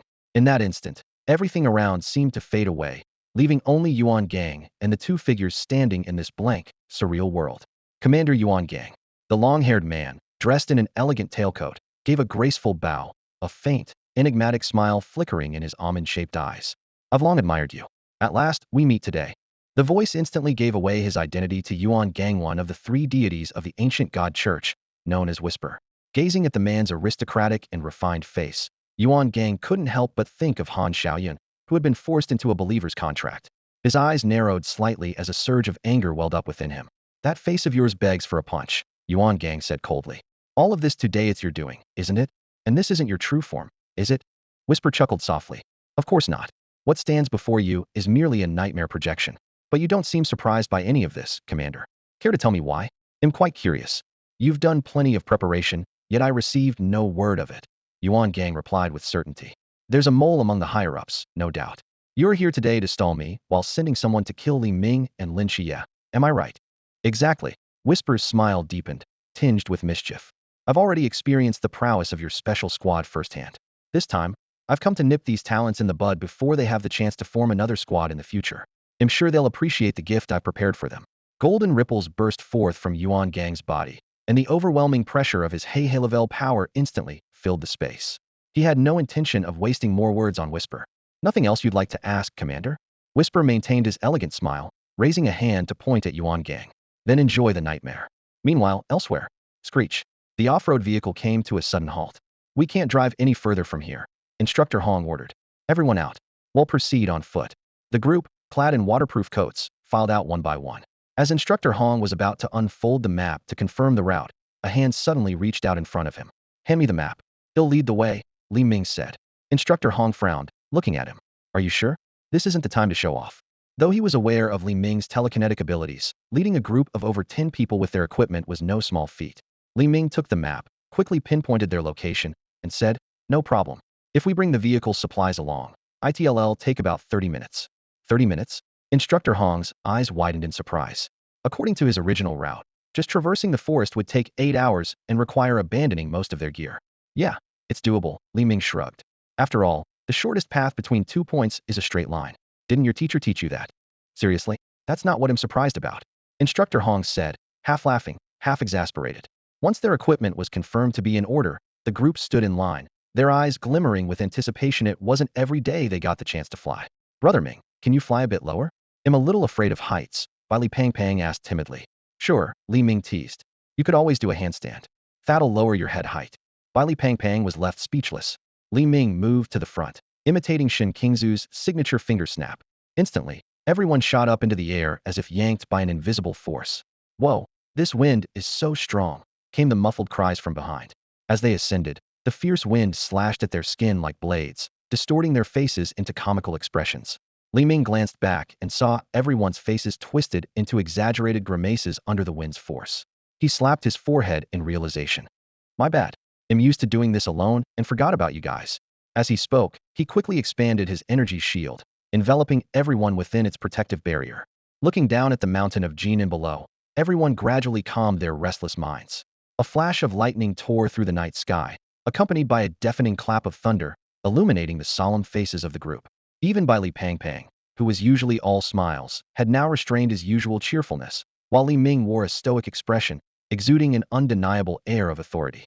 We're here. Get ready. With this reminder, the group shot downward like arrows released from their bows. On the ground, the cries of rescue efforts echoed continuously. The soldiers of Xia are here. Death retreats, and the living will survive. This was the rallying cry of the station night watchers, a message of hope for the survivors trapped beneath the ruins, an encouragement to the rescuers, and a prayer imbued with aspirations for a better outcome. The torrential rain poured harder, the water drumming dully on the wreckage of collapsed buildings. 2 night watchers led the rescue team, meticulously removing debris piece by piece. They had just lifted a massive slab of concrete, rescuing a survivor from the crevice beneath. Oldly, what's the word from command? The elite forces are already on their way. They'll be here in 8 hours at most. 8 hours. How many people will die by then? Push them to hurry. That's already fast. This village is too remote. Looking at the devastation before him, Old Li felt his throat tighten. In the end, he could only shout at the top of his lungs. The soldiers of Xia are here. Death retreats, and the living will survive. The entire village had been almost completely leveled. Survivors cried out the names of their loved ones, clawing at the rubble with bloodied hands. Some stared blankly at what was once their home, utterly broken, their gazes hollow. Their houses were gone. Their families were gone, some perhaps forever. At the edge of the ruins, a pair of twin children used their small hands to desperately move tiles and stones. Mama is still underneath. But their strength was too meager to even budge a piece of concrete. Yet they refused to give up, as if waiting for the angels of legend to arrive. At that moment, a whistling sound filled the air. The crowd looked up to see a shadow growing larger and larger as it closed in from the distance. In the blink of an eye, a dozen figures clad in heavy coats and wielding long blades descended to the ground. Heavenly warriors had arrived.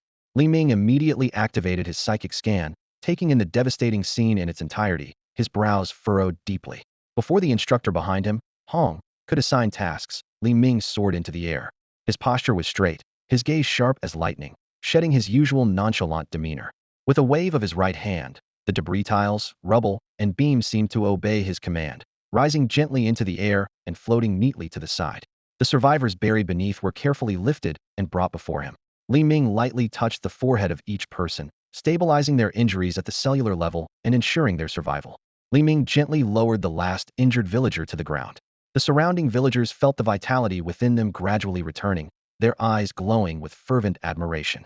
At that moment, a bolt of lightning streaked across the night sky, casting a silvery light over Li Ming. Bathed in the luminous glow, he appeared as if shrouded in a divine aura, exuding an unassailable majesty. The miraculous scene left many villagers overwhelmed, dropping to their knees in awe. Just as they were about to bow, an invisible force stopped them, but their reverence only deepened. Li Pang gazed up at the figure in the air, dumbstruck, and murmured, "Minga, is he ascending to heaven?" Having healed the last person, Li Ming's consciousness began to blur. His body plummeted straight from the air, with the frantic shouts of Lin Qiye and others echoing in his ears. I might have overdone it this time, he thought wryly before losing consciousness. But I'd still do it again next time. After an unknown amount of time, Li Ming woke up in a familiar study's special space, unchanged from when he had last left it. He rubbed his temples, still feeling the phantom pain from before. Originally, he had only planned to work with the others to treat the villagers, but witnessing the devastation firsthand moved him to exert a little more effort than intended. Suddenly, he noticed dozens of glowing white specks, like starlight, scattered throughout the space, hovering around him like fireflies. He casually touched one, and a stream of information flooded his mind. Lu Zhu, born in Sangnan City, Daxia. It was a person's life record. Even more astonishing, he discovered that he could influence the life and death of these starlights with his spiritual energy, even bestow blessings. Well, looks like I've really become a god now, he muttered to himself with a wry smile, stroking his chin. When Li Ming opened his eyes again, he was greeted by the sight of an unfamiliar tent ceiling. He sprang to his feet with a swift motion, his recovery as remarkable as ever. Li Ming, you're awake. Chao Yuan, who had been waiting outside the tent, rushed in upon hearing the commotion, followed closely by Hong Hao. How are you feeling? Instructor Hong asked with concern. Nothing serious, Li Ming replied, stretching his body. What's the situation now? All the injured are stable, and there were no fatalities, Hong Hao reported, then paused. You've done an incredible job this time, might even earn another medal. However, we've received word from command. Chief Instructor Yuan Gang has gone missing. Li Ming froze. Old Yuan must have run into that entity, called Whispering. Let's hope he's okay. What about the others? Li Tuming and Molly are tending to the injured. Lin Qiye and Shun Qingzhu are leading patrols. This whole incident reeks of something sinister. There might be enemies lurking. Got it. They'll find something to do too, Li Ming said, preparing to leave. You just woke. You sure you don't need more rest? Instructor Hong tried to dissuade him. No need, Li Ming replied, rolling his shoulders. Stay safe. And by the way, I'm taking the map. Before his words had fully landed, his figure had already vanished from the tent. This mission had two objectives. Saving lives was complete. Now, it was time to start taking them. In the dense forest, three figures darted through the trees. Zhuangqi, how much longer? I can't wait to take off that god's agent's head. Haha, asked a burly man wielding a massive axe, his impatience evident. The slender man leading the group waved his hand irritably, the brim of his cap obscuring most of his face. The long blade at his waist gleamed coldly under the faint moonlight. We're almost there. Stop bothering me. As an experienced tracker, Zhuangqi prided himself on his skills, but this time, they seemed to fail him. After searching for so long, the Night Watcher's trail had vanished without a trace. How can there be no clues? If this keeps up, how am I supposed to join the believers? He muttered through gritted teeth. Let's go. We've lost them. We'll head straight for that village and wait for them to come to us. When the rescue team arrives, we'll give them a nice surprise. That works. Maybe I can take a few villagers' heads while we're at it, the burly man said, rubbing his hands together, a grotesque smile spreading across his face. The third figure remained silent, shadowing Zhuangqi without a word. Meanwhile, in another part of the forest, Brother Shun, take a break. The three of us can handle this area. Stop talking nonsense. Stay close and don't wander off. We're likely to encounter enemies today. In these final days before they parted ways, Shun Qingzhu was particularly cautious, worried about his comrade's safety. What they didn't realize was that the three Chuanjing were closing in on them. Hold it. Zhuangqi suddenly raised his hand, signaling the others to stop. Staring at the village below, where the villagers had already settled in and the night watchers patrolled, he frowned in confusion. Strange. How did they get here so fast? Did they fly? The burly man cracked his knuckles. Who cares? Only that instructor of theirs is a Chuanjing. Let's charge in and finish them off. Is your brain made of mush? Zhuangqi snapped angrily. Did you forget how Lu Liang died? Our task is to locate the god's agent and report back to Ma Yiqian so he can contact Lord Yu for the ambush. What? You still need to report up the chain? That's so inefficient. What if something goes wrong? Won't that Ma Yiqian just make you take the fall? A sudden voice interrupted their conversation. That's why this guy is desperate to become a believer, so he won't have to. The burly man began to respond instinctively, then froze mid-sentence. Wait, who are you? Zhuangqi and the other figure instantly leapt back. Are you an idiot? Zhuangqi barked. He's Li Ming. The burly man's expression twisted, his earlier simplicity replaced by a deranged glint in his eyes. So you're Li Ming, huh? I think your head's ripe for the taking. Li Ming tapped his forehead thoughtfully. Not at all. The extraordinary wisdom in here is still growing wildly. It's far from ripe. Ripe or not, you'll know once I take a look. The burly man sneered, his massive axe slicing through the air as it aimed straight for Li Ming's throat. Clang. Li Ming caught the axe blade effortlessly with a hand imbued with spiritual energy, a faint smirk playing at the corner of his mouth. I told you, it's not the right time yet. For instance, my unparalleled wisdom now tells me to use my unparalleled strength. With a surge of power, he pushed the axe downward. The burly man's thick arms bulged with veins like coiled dragons, his face turning a deep red as disbelief flickered in his bloodshot eyes. Damn it, he's even stronger than the intel suggested. Everyone, attack together. Zhuang Qi shouted to his companions nearby. The burly man, despite his ruins index being only 356, possessed terrifyingly enhanced physical strength, rarely rivaled by anyone in terms of raw power across the Sichuan region. Drawing the hunting knife from his waist, Zhuang Qi sent its blade fragmenting into countless razor-sharp shards, which rained down on Li Ming like a storm. Another figure, glowing with a silvery light, transformed his hands into two long, gleaming blades, coordinating his attack with the flying fragments. A shield of spiritual energy materialized just in time, deflecting all their assaults. A flicker of interest appeared in Li Ming's eyes. A thousand-blade demon knife? Intriguing. I think I'll take a liking to this ability. Meanwhile, on a peak in the Jinnan mountain range, Ma Tian gazed at a cave radiating terrifying heat in the distance, his eyes lighting up with excitement. Who would have thought I'd encounter a flame vein earth dragon here? This creature has boundless potential for growth. If I bring it under Lord Whisper's command, it would be a tremendous accomplishment. He calculated silently. I just hope those three fools can hold out a little longer. I need to contact Lord Whisper right away. In a separate, isolated void, dark clouds churned as thick bolts of lightning struck relentlessly at Yuan Gang, leaving scorched marks across his body. The golden ripples flowing over him had grown faint, struggling to withstand the devastating thunder. This is one of the functions of Whisper's ruins turning nightmares into reality. In this world, I am the master. Commander Yuan, you cannot win, Whisper said coldly.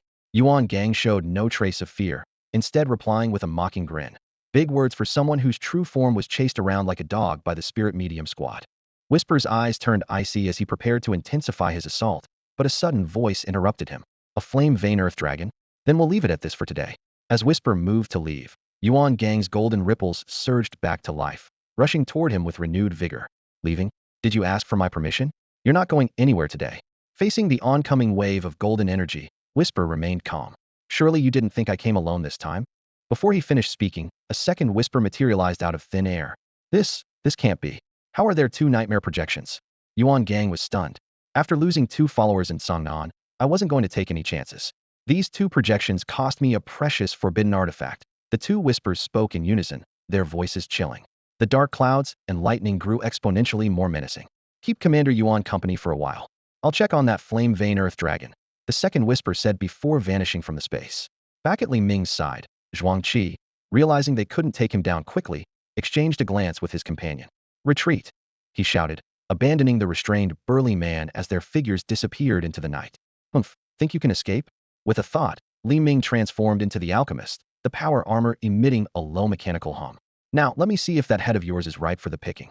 Kid, you've got quite the mouth on you. The burly man sneered, even as he was nearly bent in half from the struggle. TCH. Li Ming wasted no more words. The joints of his power armor screeched as he delivered a swift, crushing punch. Clang, the massive axe shattered under the force of his iron fist, and the man's head burst like an overripe watermelon. See? That head was so ripe it exploded. Li Ming mused to himself. With his growing spiritual energy, he was indeed able to unleash the full potential of this identity card's power. Rustling sounds of clothes brushing against branches filled the air as Shen Qingzhu hurriedly arrived at the scene with his 3 followers in tow. What met their eyes was a horrifying sight. The ground was scattered with patches of red and white, and a massive figure stood motionless beside a corpse. Li Ming. Shen Qingzhu recognized the figure he had seen before during the assault on Han Xiaoyan. Xiao Zhuzhu, you're just in time, Li Ming said casually, his voice carrying a hint of nonchalance. Help clean up the scene, and remember to pocket anything you find. He'll be back shortly. Before his words had fully landed, the gate of infinity opened, and Li Ming's figure vanished into thin air. He had to act quickly. If he delayed any longer, the 2 fleeing targets would slip beyond the range of his spiritual sensing. Shen Qingzhu could only shake his head in resignation and directly Jia and the others to start cleaning up the scene. Meanwhile, in the nearby forest, have you managed to contact Ma Tian? Zhuang Qi asked urgently as he sprinted alongside the silver-haired man. No, something's wrong. I can't reach him at all, the silver-haired man replied. gasping for breath. God damn it, Zhuang Qi cursed. If I make it out of this alive, I swear I'll report this to Lord Yu. See? That's why villains never last long. You just keep jinxing yourselves. An icy electronic voice suddenly echoed from ahead. Emerging in their path was a towering figure Li Ming had caught up. Zhuang Qi froze, his heart sinking. In that instant, he knew there was no escaping death. Without hesitation, he activated his forbidden void ability, causing the hunting knife in his hand to disintegrate into countless tiny fragments. The fragments transformed into a silver mist and surged toward Li Ming. The silver mist devoured everything in its path, erasing objects into nothingness. Yet, as it reached Li Ming, it was stopped entirely by an invisible barrier, leaving only a faint silver sheen on its surface. Looks nice, but it's useless, Li Ming remarked lightly. In a flash, he appeared before Zhuang Qi. His broad hand pierced through Zhuang Qi's chest like a bolt of lightning, pulling out a still-beating heart that looked alarmingly small in his grasp. Zhuang Qi stared at the gaping hole in his chest, struggling in vain before his body went limp and lifeless. The silver mist dissipated instantly, reforming into fragmented pieces of the hunting knife that clattered to the ground. Tossing Zhuang Qi's lifeless body aside, Li Ming turned his gaze to his final target, the silver-haired man. Can I surrender? The silver-haired man asked, his voice trembling. Sorry, I don't have a farm for prisoners to grow potatoes, Li Ming replied coldly. Though the exact meaning of the statement eluded him, the silver-haired man understood his fate. Kill! He roared, more to bolster his own courage than anything else, and charged at Li Ming. Yet he didn't even get close before a slap sent him flying. Using the momentum, the silver-haired man rolled to his feet and immediately turned to flee. But with the gate of infinity, Li Ming's figure continuously flashed around the area, intercepting him at every turn. The silver-haired man became little more than a plaything, swatted around like a ball. Each strike from Li Ming sent him hurtling in a new direction, only to be met by another blow before he could land. Finally, after a sickening metallic thud, the silver-haired man crashed heavily to the ground. His once silver skin turned a sickly purple-blue, his mouth spilling fragments of internal organs. His bulging eyes stared blankly as his body was reduced to a mangled, unrecognizable heap of flesh. Li Ming couldn't help but admit that this guy's forbidden void ability granted him exceptional skin durability. It had been a while since he had encountered such a resilient punching bag. The last one that had been this satisfying was that serpent woman with a penchant for the more eccentric circles. After confirming the deaths of the two, Li Ming deactivated their identity cards and bent down to pick up the hunting knife from the ground. The material of the knife intrigued him. It was worth taking back for further study. Through the recent battle, he had discerned Zhuang Qi's forbidden ruin ability, controlling and disassembling specialized metals. Unfortunately, Zhuang Qi's level was too low. Otherwise, he might have been able to break the hunting knife down into nanoscale metal particles, unleashing a deadly nanostorm. In such a scenario, even Li Ming would have had to keep his distance. Suddenly, the walkie-talkie crackled to life, and Instructor Hong's tense voice came through. Li Ming, are you in any danger? I'm fine. What's up? The camp was just attacked by the enemy, but Chow Yuan, Molly, and I managed to handle it. Be extra careful while you're out patrolling. Got it. Meanwhile, in another location, Lin Qiye was struggling to carry a broken axe. Brother Shun, this is the only thing left that's still usable, he said. Though he couldn't shake the eerie chill creeping up his neck, a strange sense of unease gnawing at him. Lin Qiye arrived, guided by the bats, and surveyed the bloodstained scene. Li Ming is as brutal as ever, he remarked.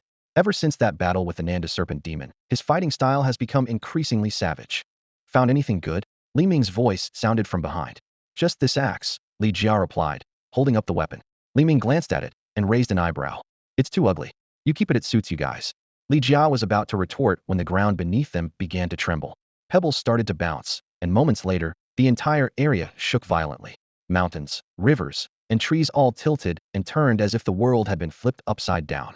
Xin Qingzhu and the other three couldn't dodge in time and fell into a sudden chasm. Li Ming intentionally followed them down, wanted to take advantage of the situation to pick up any spoils related to the goddess of night. Even Lin Qiye, bolstered by the power of the night, couldn't escape the massive upheaval. After tumbling through the branches, he too ended up plunging into the cavern. This looks like a massive underground cave. How could something like this exist beneath Mount Jinan? Li Ming and Xin Qingzhu landed safely, protected by a defensive barrier. Who knows? Maybe some giant earthworm turned into a spirit or something. I'll send you guys back to the camp first. The intensity of the upcoming battles here will be too much for you. Right now, the cool guy doesn't even have the reviving jade to save his life.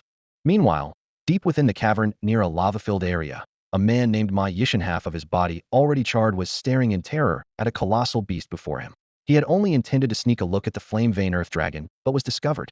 Despite being a powerful sea realm expert, He had nearly been killed within just a few exchanges. A scorching heat wave surged toward him as the fiery patterns on the Earth Dragon's body flickered ominously. Another blast of blazing breath was unleashed. Facing this life-threatening attack, Ma Yiqian closed his eyes in despair. Impressive. Truly impressive. A graceful figure suddenly appeared in front of Ma Yiqian. The terrifying flames were effortlessly split apart by black chains, scattering to the sides like waves parted by a massive rock. Ma Yiqian's joy was immediate. As expected of Lord Yu, achieving what others cannot with such ease. The spectral figure of Yu hovered in midair, his gaze level with the enormous flame-vein Earth Dragon. A chilling glow radiated from his body, and the sheer intensity of his presence distorted the very fabric of the surrounding space. Become my new follower. Yu's eyes erupted with an eerie green light as his soul power pierced into the flame-vein Earth Dragon's mind like a sharp blade. As one of the three deities of the ancient god church, mastery over souls and minds was his forte. Even though this was merely a nightmare projection, it was more than sufficient to subdue a flame-vein Earth Dragon of the Sea Realm. At first, the giant dragon struggled violently, but it soon quieted down, its gaze toward Yu becoming docile and submissive. Congratulations, my lord, on subduing the flame-vein Earth Dragon. In time, the ancient god church will surely gain another formidable general, Ma Yiqian said respectfully, but then his tone shifted. As for those two divine agents, Zhuangqi and the others have likely been discovered, Ma Yiqian reported nervously. As for the two divine agents, they should already be trapped in this cavern. They'll go find them. Useless. I don't need you. Yu interrupted disdainfully, patting the flame-vein Earth Dragon beneath him. Bring everyone in this underground cavern here. The flame-vein Earth Dragon gave a slight nod and activated its absolute Earth domain. Watching this, Ma Yiqian felt a sinking sensation in his chest, an inexplicable sense that he had fallen out of favor. Meanwhile, Lin Qiye was navigating the labyrinth-like tunnels of the underground cavern. Glancing at the locator bracelet on his wrist, he noticed that the rest of the ninth squad had gathered together. Li Ming must have rescued them all. They'll wait here for him to come back. Suddenly, a spatial ripple emanated from the ground. In the next moment, Lin Qiye was transported to a vast chamber. Before him stood a colossal dragon, a flamboyant man dressed in a gentleman's suit, and a vaguely familiar face. Just you? Where are the others? The flamboyant man asked. Who are you? Lin Qiye didn't answer, but instead questioned them. With no allies nearby, he was ready to summon the goddess of night and escape at any moment. The flamboyant man gave a slight bow. A pleasure to meet you, Lin Qiye. You may call me Yu. Yu. At the mention of the name, alarm bells went off in Lin Qiye's mind. He was about to leave when. I find you quite fascinating, Lin Qiye, the unprecedented dual divine agent. Yu's voice carried a dangerous undertone. Since you refuse to join the ancient god church, he'll personally delve into your soul and uncover its secrets. My soul? Lin Qiye raised an eyebrow, intrigued. Precisely, your soul. Yu wasted no more words. His eyes flared with a soul-piercing glow, and his spiritual power surged directly into Lin Qiye's mind. He was determined to unravel the mystery of the dual divine agent. Elsewhere, Li Ming noticed on his locator bracelet that Lin Qiye's position had abruptly shifted before coming to a halt. Looks like Yu is probably busy advancing his studies in the psychiatric ward. It's time. He signaled to the others. I'm going to retrieve Lin Qiye. With that, he vanished. Deep within the underground cavern, he removed his jacket and retrieved a prepared outfit from Qingheng, then summoned Cannonball 1. In the depths of the cave, Ma Yiqian was pacing anxiously. Hearing a noise, he turned and saw a green creature behind him, which he casually killed. Ma Yiqian. A familiar voice called out from behind. At your service. Ma Yiqian immediately turned to respond. As expected, Lord Yu stood before him, beckoning him closer with a hooked finger. Ma Yiqian had just turned around when he saw Yu standing right behind him. Completely off guard, he leaned his head closer. Yu gently placed a hand on his shoulder and whispered in his ear, Hail, Hydra. Before the words fully settled, a long blade had already pierced through Ma Yiqian's heart with precision, blood trickling down the blade's edge. You don't. Ma Yiqian's words were left unfinished as another sharp weapon appeared out of thin air, swiftly severing his head. A soft system notification echoed in the air. Eliminated Heretic 1. Points gained, 621. Guess buying this outfit wasn't a waste. With a slight ripple, the figure's appearance began to shift, revealing the true identity of Yu. It was Li Ming. It turned out that in the moment Ma Yiqian turned his back, Li Ming had used his biochemistry-based flesh reshaping ability to alter his appearance, perfectly mimicking Yu and shielding the real Yu. Despite the flaws in this plan, Li Ming had banked on exploiting that brief moment of Ma Yiqian's carelessness. Just as Li Ming was preparing to seize an opportunity to confront the goddess of the night, the space around him suddenly distorted. A figure with a gentlemanly demeanor phased through the cavern walls, appearing with an air of elegance. The uninvited guest scanned the surroundings before locking eyes with Li Ming, a cryptic smile playing on his lips. So, you're the other divine agent, Li Ming. Two EUs. Li Ming frowned deeply, realizing the situation was spiraling out of his control. The second EU cast a disdainful glance at Ma Etienne's shattered remains on the ground, his tone carrying a hint of approval. After all, the number of followers you've killed has already reached to wait, 3. He didn't bother sparing the corpse another look. Such toys were abundant in his possession. Li Ming, EU began, his voice deliberate. From an ordinary high school sophomore to reaching the Chuan stage within a year of awakening the Forbidden Ruins, and even claiming first place after overpowering the twin divine agents. Impressive. So, he'll give you another chance. Submit willingly, or be forced to submit. Feigning deep contemplation, Li Ming eventually slumped, as if burdened, and said with a resigned tone, "Fine, I agree to join the ancient god church. So, Chen Erniu, let's do this. Let's sign the soul contract." Good. I suppose you use expression froze mid-sentence. How do you know that name? His ever-composed demeanor cracked, turning dark and menacing. The deepest secret he held had been casually unearthed by Li Ming. Erniu, what are you talking about? What secret, Erniu? What's the secret, Erniu? I don't know any secrets. Erniu. Li Ming repeated the name deliberately, taunting him. Fine, fine, sharp-tongued as always. Since you want speak, I'll find out for myself. EU's eyes glinted with a ghostly light as an immense psychic force surged toward Li Ming's consciousness. At first, EU found himself colliding with an invisible barrier, but with a crisp snap of fingers, the obstruction vanished. He was instantly pulled into a modest study, the space small and simply furnished. Li Ming sat in an ordinary chair, a few figurines displayed on the desk in front of him, surrounded by dozens of glowing orbs. So this is the scene hidden in the depths of your mind, Li Ming? You're surprisingly unpretentious. EU chuckled softly. Hearing this, Li Ming removed a conjured pair of glasses and slicked his hair back with both hands. Instantly, his hair stayed perfectly styled, save for a single strand falling over his forehead. A background track began to play automatically in the study. EU, welcome to my domain. Snap. A familiar sound of fingers snapping echoed, and the space around them suddenly twisted. The cozy, ordinary study vanished in an instant, replaced by a gray, chaotic void. In this space where even time seemed to lose its meaning, EU's gaze was drawn to the only source of light ahead. It was a towering figure. The being sat upon a golden throne radiating a solemn brilliance, surrounded by shimmering golden halos.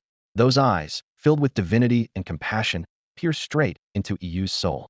The figure was clad in resplendent golden armor, etched with intricate, mysterious runes, and in its right hand, it held a massive sword ablaze with golden flames. The aura rippling around the throne seemed to pulsate, as if declaring that it was not just a symbol of authority, but a nexus bridging the physical and spiritual realms. The immense pressure rendered EU completely immobile. A staggering realization dawned upon him. The being before him was not some mere proxy of a deity, but an actual god. This was its divine realm, and Li Ming was likely nothing more than a projection, a mere avatar of this god. Suddenly, everything became clear. Why would an unremarkable high school student undergo such a dramatic transformation? How could someone ascend from a mortal to the Chuan realm in just a year? The answer was evident. It wasn't a mortal climbing step by step, but a god reclaiming its divine authority. This unfamiliar deity was awakening. EU trembled uncontrollably, all traces of his usual composure shattered. Before this divine presence, he was as insignificant as dust. He desperately wanted to relay this shocking discovery to his true self, to warn himself to stay far away from Lynchia. But at this moment, even maintaining the existence of his soul was an arduous struggle. The god merely cast a commanding glance his way, and EU's nightmare projection dissolved into the void. A surge of chaotic energy traveled through the projection, directly impacting his true self. Mental affliction, hallucination, activated. The scene shifted to the asylum of the gods. Lin Qiye, clad in a white coat, stood gazing at EU, who lay on the ground barely clinging to life. Turning to Merlin, who was holding a book, Lin asked, "Lord Merlin, is there a way to use this projection to affect his true self?"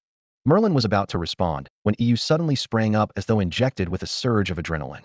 His expression shifted wildly, alternating between fervent devotion and violent rage. He shouted incoherently, "For the Emperor! For Holy Terra! Glory to the four-armed God Emperor! Blood for the Blood God! Skulls for the Skull Throne! Death to the false Emperor! Burn the galaxy! The Emperor watches over us!" Whack! Gao Gu is brutal yet cunning. Mao Gu is cunning yet brutal. He flailed his arms and legs wildly, emitting strange cries. Then, without warning, EU slapped himself across the face and stared in terror at Lin Qiye, Merlin, and the goddess of the night. "What would have you done to me?" This chaotic and uncontrollable state was a humiliation beyond measure for EU, who had always prided himself on his intellect and schemes. He was utterly baffled. Why was his projection so affected? Even if something had happened to his true self, It shouldn't have impacted his projection in this way. The ever-wise Merlin fell into deep thought, visibly puzzled. Then, with a faint smile, he murmured, "Ah, I think I have a theory." Lin Qiye stood to the side, his expression grave.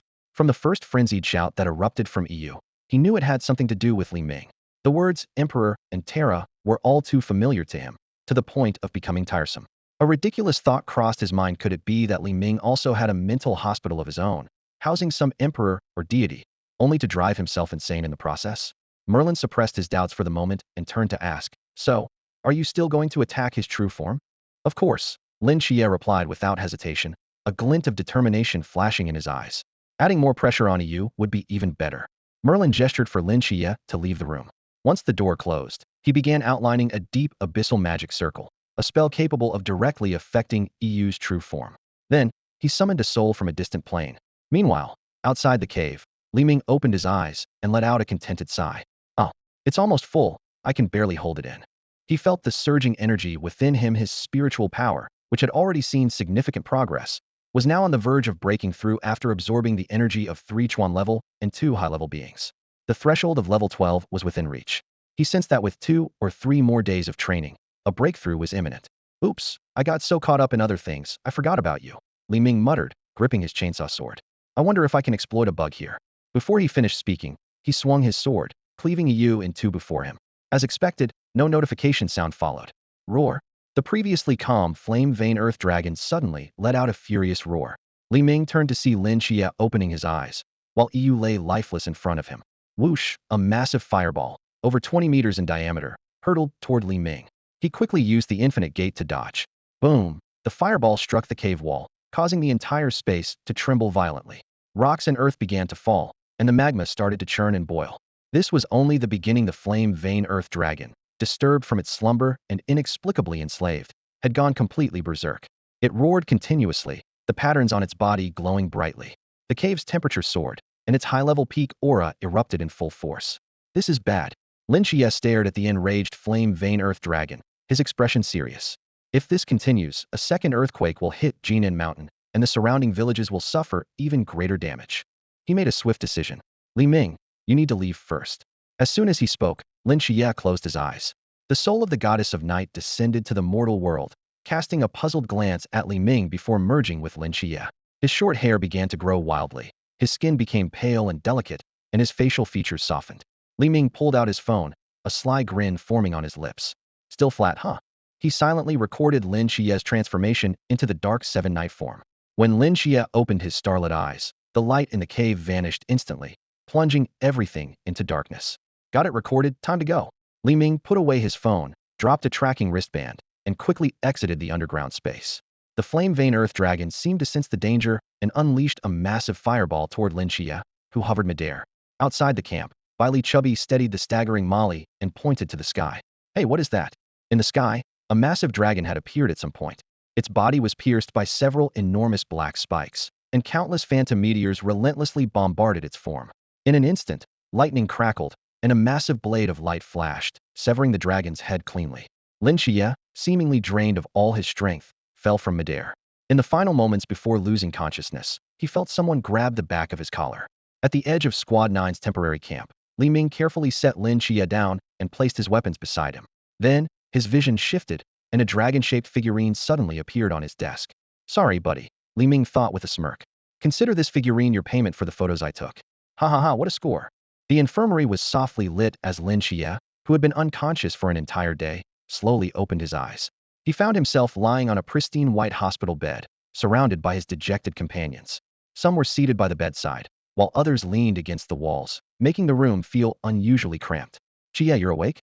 Li Pang was the first to notice his movement, his voice heavy with exhaustion. "What happened? Why are you all here?" Lin Qiye propped himself up, his gaze sweeping across the somber expressions of everyone present. Li Pang took a deep breath. "The disaster-stricken village has been taken over by the rescue team. We found you unconscious outside the village yesterday and brought you here for treatment." He paused for a moment, his eyes reddening. "Qiye, there's something else. You need to stay calm." "What is it?" "Ming, brother Ming, is missing." Pang's voice began to choke. The last location from his tracking wristband showed he was in the underground cavern. Instructor Yuan sent people to search multiple times, but there's no sign of him. Lin Qiye glanced around. Shun Qingzhu stood silently in the corner, while Chao Yuan and Molly kept their heads down. The atmosphere was so heavy it felt almost tangible. He rubbed his forehead and spoke with surprising calmness. Don't worry. He'll be fine. He's probably just held up by something. I know him better than anyone. Although he hadn't been able to see who grabbed his collar the day before, Lin Qiye was certain it was Li Ming. What worried him more was another matter when the goddess of the night had taken over his body. Could Li Ming have taken a photo with his phone? Then again, considering it was the goddess of the night, even someone as daring as Li Ming likely wouldn't have attempted such a thing. Meanwhile, far from Daxia, in a dimly lit room, a man in a tailcoat named Yu was showcasing an eerie, bizarre side of himself. He alternated between wild gesticulations and reverent prayers, muttering incomprehensibly. Whack, Emperor, let's go catch Patrick Star. Squidward, tell Nurgle I'm not coming to work today. Oh, Gary, that green skin isn't edible. Praise the Omnicia. With a sudden slap to his own face, he tried to regain focus, but it was futile. He continued mumbling. To know is to desire. To desire is to thirst for knowledge. Only the holy and the cunning are unbound. Ha ha, I'm beginning to understand it all. I must go to Daxia. I must find clues where the nightmare projection dissipated. After another, harder slap, his gaze finally cleared a bit. Whoever you are, I will make you pay. Before his words had fully settled, his figure vanished from the room.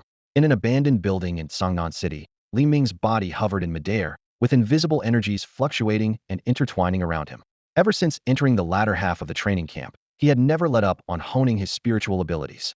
During the recent Jinan Mountain rescue mission, he had eliminated 3 Chuan level, 1 high level, and 1 nightmare projection of EU. Nourished by these souls, his spiritual power had reached new heights, just a step away from level 12.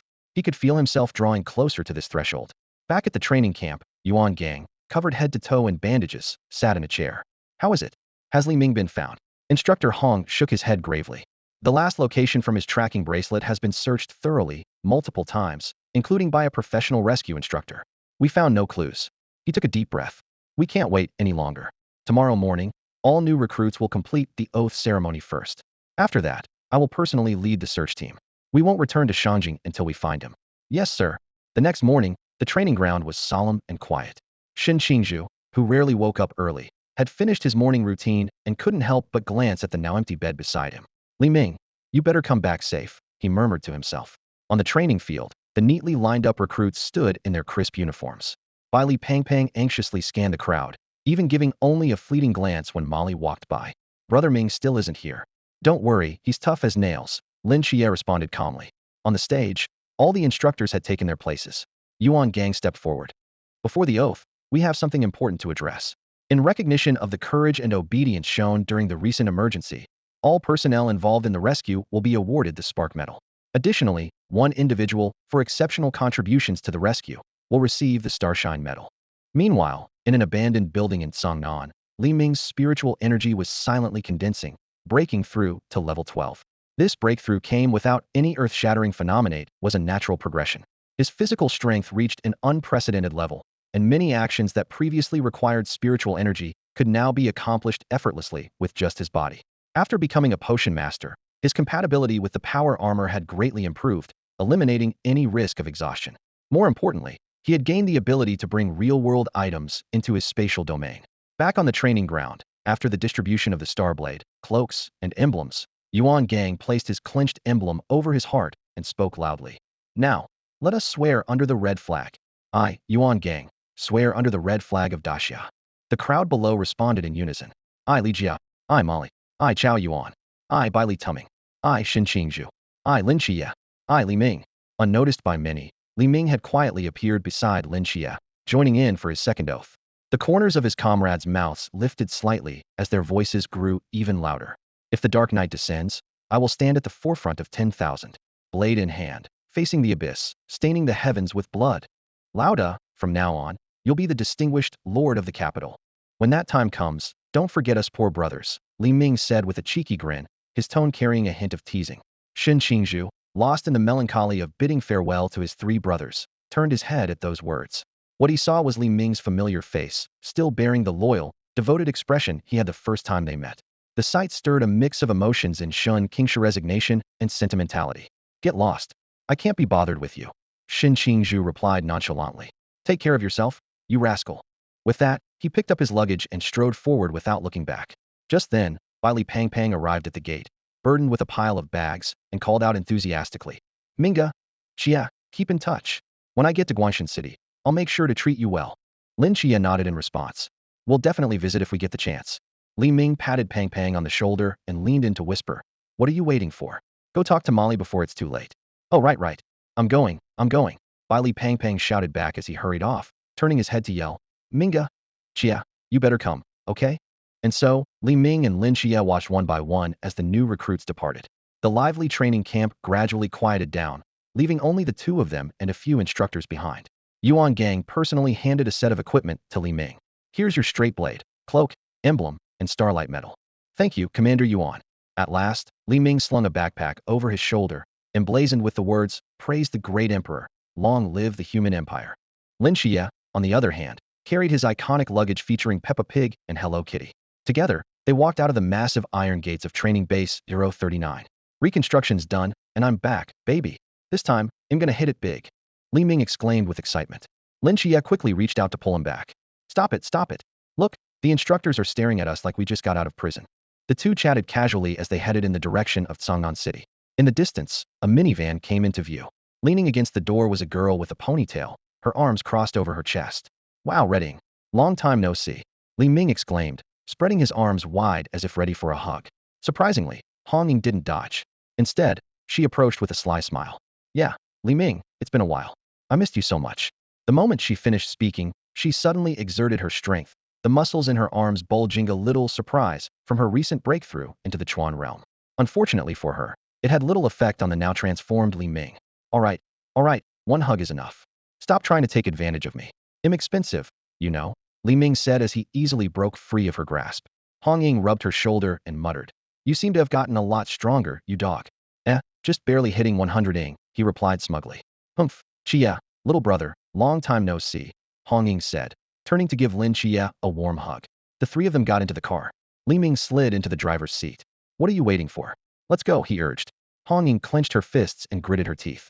How am I supposed to drive when you're sitting in the driver's seat? Tisk, so you can't drive unless it's the driver's seat? Li Ming muttered under his breath, reluctantly switching seats with Hong Ying. His tone carried a hint of that stubbornness unique to teenagers. Hong Ying settled into the driver's seat, taking a deep breath to calm herself. As she carefully started the car, she spoke gently. You really don't need to worry. We're actually quite happy about being assigned to Changnan City. How do you know? Hong Ying began, but Li Ming interrupted her. It's written all over your face, Li Ming replied nonchalantly. Can you read minds or something? Nope, not at all, Li Ming said firmly. Sensing the awkwardness in the air, Lin Qiye quickly changed the subject. Hong Yingjia, why are you the only one picking us up today? Where's the captain and the others? Xiao Nan and the rest are out investigating a mysterious incident, Hong Ying said, her eyes focused on the road. The captain and Wu Xiangnan went to meet an important guest. Apparently, this person is at the pinnacle of human power. The pinnacle of human power? Lin Qiye asked in surprise. What would someone like that be doing in Changnan City? No idea, Hong Ying replied, shaking her head. Leaning back in the rear seat, Li Ming, however, had a much clearer idea. That pinnacle of human power had come to Changnan for the forbidden object known as Shiva's resentment and for Lin Qiye. Thinking about the impending battles that would erupt in Changnan, he couldn't help but rub his temples. Later that evening, Chun Mai personally prepared a feast, filling the table with dishes. Here's to welcoming 2 new members to our Changnan 136 team. Cheers! Everyone raised their glasses in celebration. Amidst the laughter and joy, Li Ming and Lin Qiye officially became part of the Night Watchers. Yet, hidden within the cheerful atmosphere, there was a faint trace of sorrow in Chun Mai's eyes. He knew he couldn't save this child or even himself. Miracles have their limits, and when the time comes, everything will return to its original state. Li Ming, ever perceptive, noticed the captain's mood and casually brought up a topic. Hey, Lao Chun, I heard from Ming that things have been pretty chaotic in Changnan lately.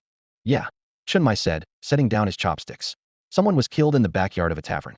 All 10 fingers were severed, and the body was nailed to the wall. We suspect it was the work of an unknown supernatural force. Couldn't it just be a regular murder? Lin Qiye asked, puzzled. When Shima chimed in, the surveillance footage shows the victim being nailed to the wall out of thin air, and their fingers disappearing without a trace. There was no one else at the scene. And this is already the 4th such case recently. What's worse, we also have to be on guard against the reappearance of the secret thief, which means we can't fully focus on investigating this. Li Ming wasn't particularly concerned about the secret thief, knowing it referred to an King Youth mad scientist obsessed with studying mysterious corpses. What interested him more were the murders committed out of thin air. If he remembered correctly, this series of incidents had claimed numerous lives. He couldn't help but wonder if his own butterfly effect had altered anything. Resolving to take action, he decided to meet in Qingyu tomorrow to learn what the scientist had been working on recently and to gather more details about these inexplicable murders. He wanted to prepare for any unforeseen changes that might arise. This time, he would go alone. After dinner, everyone chatted for a while before heading off to rest, as there was a case to handle the next day. Lin Qiye lay on his bed, and the moment he closed his eyes, his consciousness plunged into the asylum of the gods. His first thought was to search for the massive flame-vein earth dragon, but the empty prison cell in front of him left him stunned. Strange, where's my huge flame-vein earth dragon? Clad in a white lab coat, Lin Qiye paced back and forth in the cell block, carefully inspecting each cell. Empty, still empty, and yet again empty. There wasn't even the smallest lizard in sight, let alone the massive earth dragon. Lin Qiye stopped in his tracks, his right hand forming a fist as he rested his chin on it, his brows furrowed in thought. Logically, after defeating the Nanda Naga and the Sound Hunter, their souls should have automatically appeared in the cells here. Why was this time an exception? Could it be because he had borrowed the power of the goddess of the night? I should have known better than to completely obliterate the Sound Hunter's soul, he muttered to himself, then pouted. Although, that guy was so ugly, keeping him here would have definitely brought down the average attractiveness of the Asylum of the Gods. Still filled with questions, Lin Qiye left the director's office. Just as he opened the door, he saw Li Yifei walking a Pekingese dog down the corridor. "Qiye, you're here." Li Yifei quickly approached him, lowering his voice. "Uncle Merlin has been researching the connection between the soul and its clones again. Should we increase his medication?" "Let's hold off on that for now," Lin Qiye replied, glancing around. "Have you noticed anything unusual lately?" "Nothing much," Li Yifei shrugged. "Unless you count this talking Pekingese?" Lin Qiye's gaze shifted between Li Yifei and the Pekingese, which was staring back at them with an aggrieved expression. "Li Yifei." Lin Qiye sighed deeply, speaking earnestly. "I know you're under a lot of pressure, taking care of 2 patients on your own and handling all the chores. But you can't, do that kind of thing to a dog. Dogs and humans are different." "What the heck?" Li Yifei's eyes widened in shock. "Lin Qiye, how did your brain even go there? Who taught you to think like that? This dog actually talks." The next morning, a van pulled up in front of a tavern in Songnan. Li Ming and his 2 companions stepped out of the vehicle, immediately spotting a man in black waiting for them. "When handling mysterious cases, we typically don't involve regular police officers," Wen Qima explained, introducing him. "This is Xiao He from the Specialized Investigation Department." "Xiao He, these 2 are the new members of Team 136, Li Ming and Lin Qiye." After brief introductions, the group entered the crime scene. Li Ming took the opportunity to discreetly greet a little mouse in the corner. Meanwhile, Xiao He began explaining the case, playing a video as he spoke. The victim's name was Sun Xiao, a server at this tavern. The autopsy indicates the time of death was between 3 and 4 a.m. This footage was accidentally captured by the tavern owner. The video showed the owner recording several hours of the tavern's bustling activity before casually leaving the camera on the bar counter. The footage then displayed Sun Xiao cleaning up the place. Suddenly, the screen became blurry and shaky before going black for several seconds. Sun Xiao seemed to be seized by an invisible force as several nails whistled through the air from different directions of the tavern, pinning his limbs precisely to the wall. His fingers began to vanish, one by one, until the final nail pierced directly into his heart. At that exact moment, the camera cut out, and the video abruptly ended. Lin Qiye and the others gathered around the monitor, carefully analyzing the video content and the scene's layout. Li Ming, having lost all patience for this puzzle-solving game, bluntly asked, "Hey, where's the tavern owner?" "The owner disappeared right after the incident and hasn't been seen since," Hey replied. "Tisk, looks like things have really changed," Li Ming muttered, pulling out his phone and handing it to Xiao He. "Add me and send me a copy of the video." Before anyone could react, he had already come up with an excuse to leave. "My cousin just had a baby, I need to go give a gift." "This brotherly sure has quite the cheerful personality," Xiao He said with an awkward laugh as he retrieved the phone. "Don't mind him. He probably noticed something," Lin Qiye said, turning to Wen Qima. "Can I take a look at the bodies of the previous victims?" Wen Qima handed Lin Qiye an access card and went off to look up related records. As Lin Qiye stepped out of the tavern, he noticed a small mouse curled up in the corner of the wall. Though he found it odd, he decided to head to the hospital to examine the bodies first. Meanwhile, Li Ming had already infiltrated the underground of Songnan, surveying in Qingyu's collection. In the 6 months since his last visit, the number of jars and containers had multiplied several times over, and there were now 3 operating tables instead of 1. Alongside the grotesque snake head and half a lizard from before, there was now a twisted vine and half of a killer's corpse. "This is just sick. He should be stuffed into a penitent's mech," Li Ming muttered to himself, shaking his head. "I'm much better, I only kill for fun, no collecting." Suddenly, the sound of a struggle echoed through the space. Lin Qiye's startled voice followed shortly after. "You're in Qingyu?" Li Ming stepped out of the collection room and saw 2 figures facing off in the dimly lit tunnel. Slipping into character, he feigned the role of a mastermind. And Qingyu, letting outsiders find this place? Your performance this month is unacceptable. Lin Qiye, since you've uncovered this, I guess we'll have to part ways in your next life. Seeing Li Ming appear, Lin Qiye visibly relaxed. You knew about this all along? Of course. Remember the warning note about keeping your family safe? That was written by Qingyu. Li Ming shrugged, motioning for him to follow. Come on in. Let's talk. And Qingyu, still standing in the same spot, looked exasperated. Seriously? This is supposed to be my secret base. Do either of you even consider me a person? Since then, I've developed a new type of fish species by studying the serpent genes of the Nanda Naga. And Qingyu said, his tone calm, but with a hint of pride. I use these fish species to control the rats, turning them into my eyes. But his voice shifted to a tone of lament. Even after fusing the genes of the Nanda Naga, frost vines, a killer ghost, and that lizard, gaining all these abilities, I still can't defeat you. I guess this is what they call talent. Lynchia, the speed at which you grow stronger is simply astonishing. It turns out the gap between people is even greater than the gap between humans and dogs. Lin Qiye's mouth twitched slightly at those words. Why didn't you think about sparring with Li Ming instead? I'm not stupid. Sensing the awkwardness in the conversation, Lin Qiye quickly changed the subject. So, what do you call this forbidden ruin of yours with such analytical abilities? I don't know. It's not recorded in the sequence of forbidden ruins, and Qingyu said nonchalantly. I gave it a name, the only true answer. Lin Qiye was momentarily speechless, thinking to himself that this guy was indeed arrogant. But on second thought, achieving this level of expertise purely through self-study without the Night Watcher system training did justify such a bold name. Truly, a genius stands out no matter where they are. I won't report you to the Night Watchers, Lin Qiye said seriously. But please remember not to do anything illegal, especially stealing mysterious corpses. Objection. It wasn't stealing, it was retrieving, and Qingyu corrected. Even the killer ghost was one I personally defeated. As for the half of the corpse that the Night Watchers took away, I deliberately left it for them. Burp. Li Ming let out a loud belch from the side, with 2 empty bottles of Sprite in front of him. Are you two done talking? If so, let's discuss this case. Qingyu, do you know where the tavern owner went? And Qingyu looked at him curiously. Why do you seem so fixated on the tavern owner? Do you have any evidence? Of course. Li Ming instantly perked up, standing excitedly, and walking over to the two of them as if he had been waiting for a chance to show off. He pulled out his phone, ready to unlock the screen. Hey, you jerk, hold on. Lin Qiye exploded the moment he saw Li Ming's phone wallpaper. It was rare for him to curse, but the picture on the screen was unmistakable, a long-haired girl in black with pale skin, none other than himself, when he was possessed by the goddess of night. So it wasn't my imagination. You really took a photo. Delete it now. Correction, I didn't take a photo. Don't try to deny it. If you didn't take it, where did the picture come from? Delete it right now.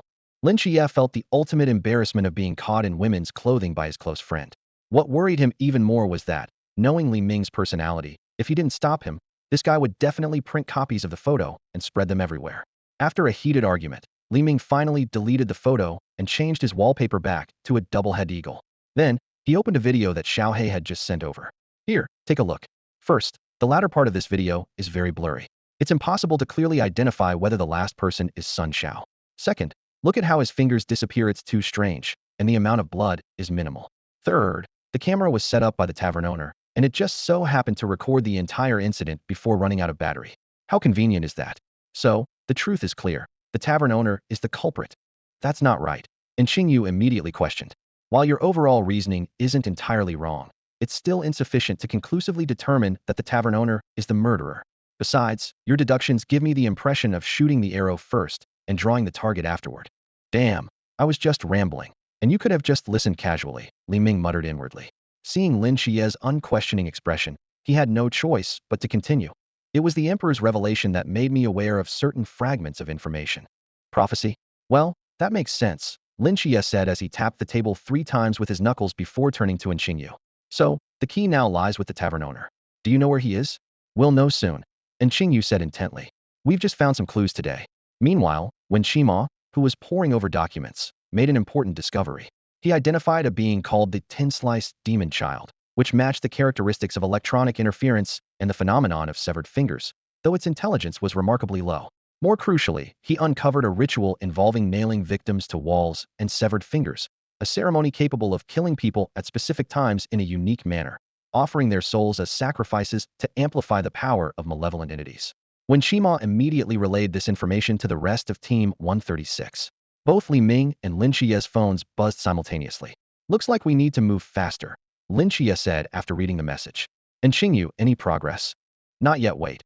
And Qingyu's eyes suddenly lit up. Got it. The tavern owner has returned home. Let's go, Lin Qiye urged.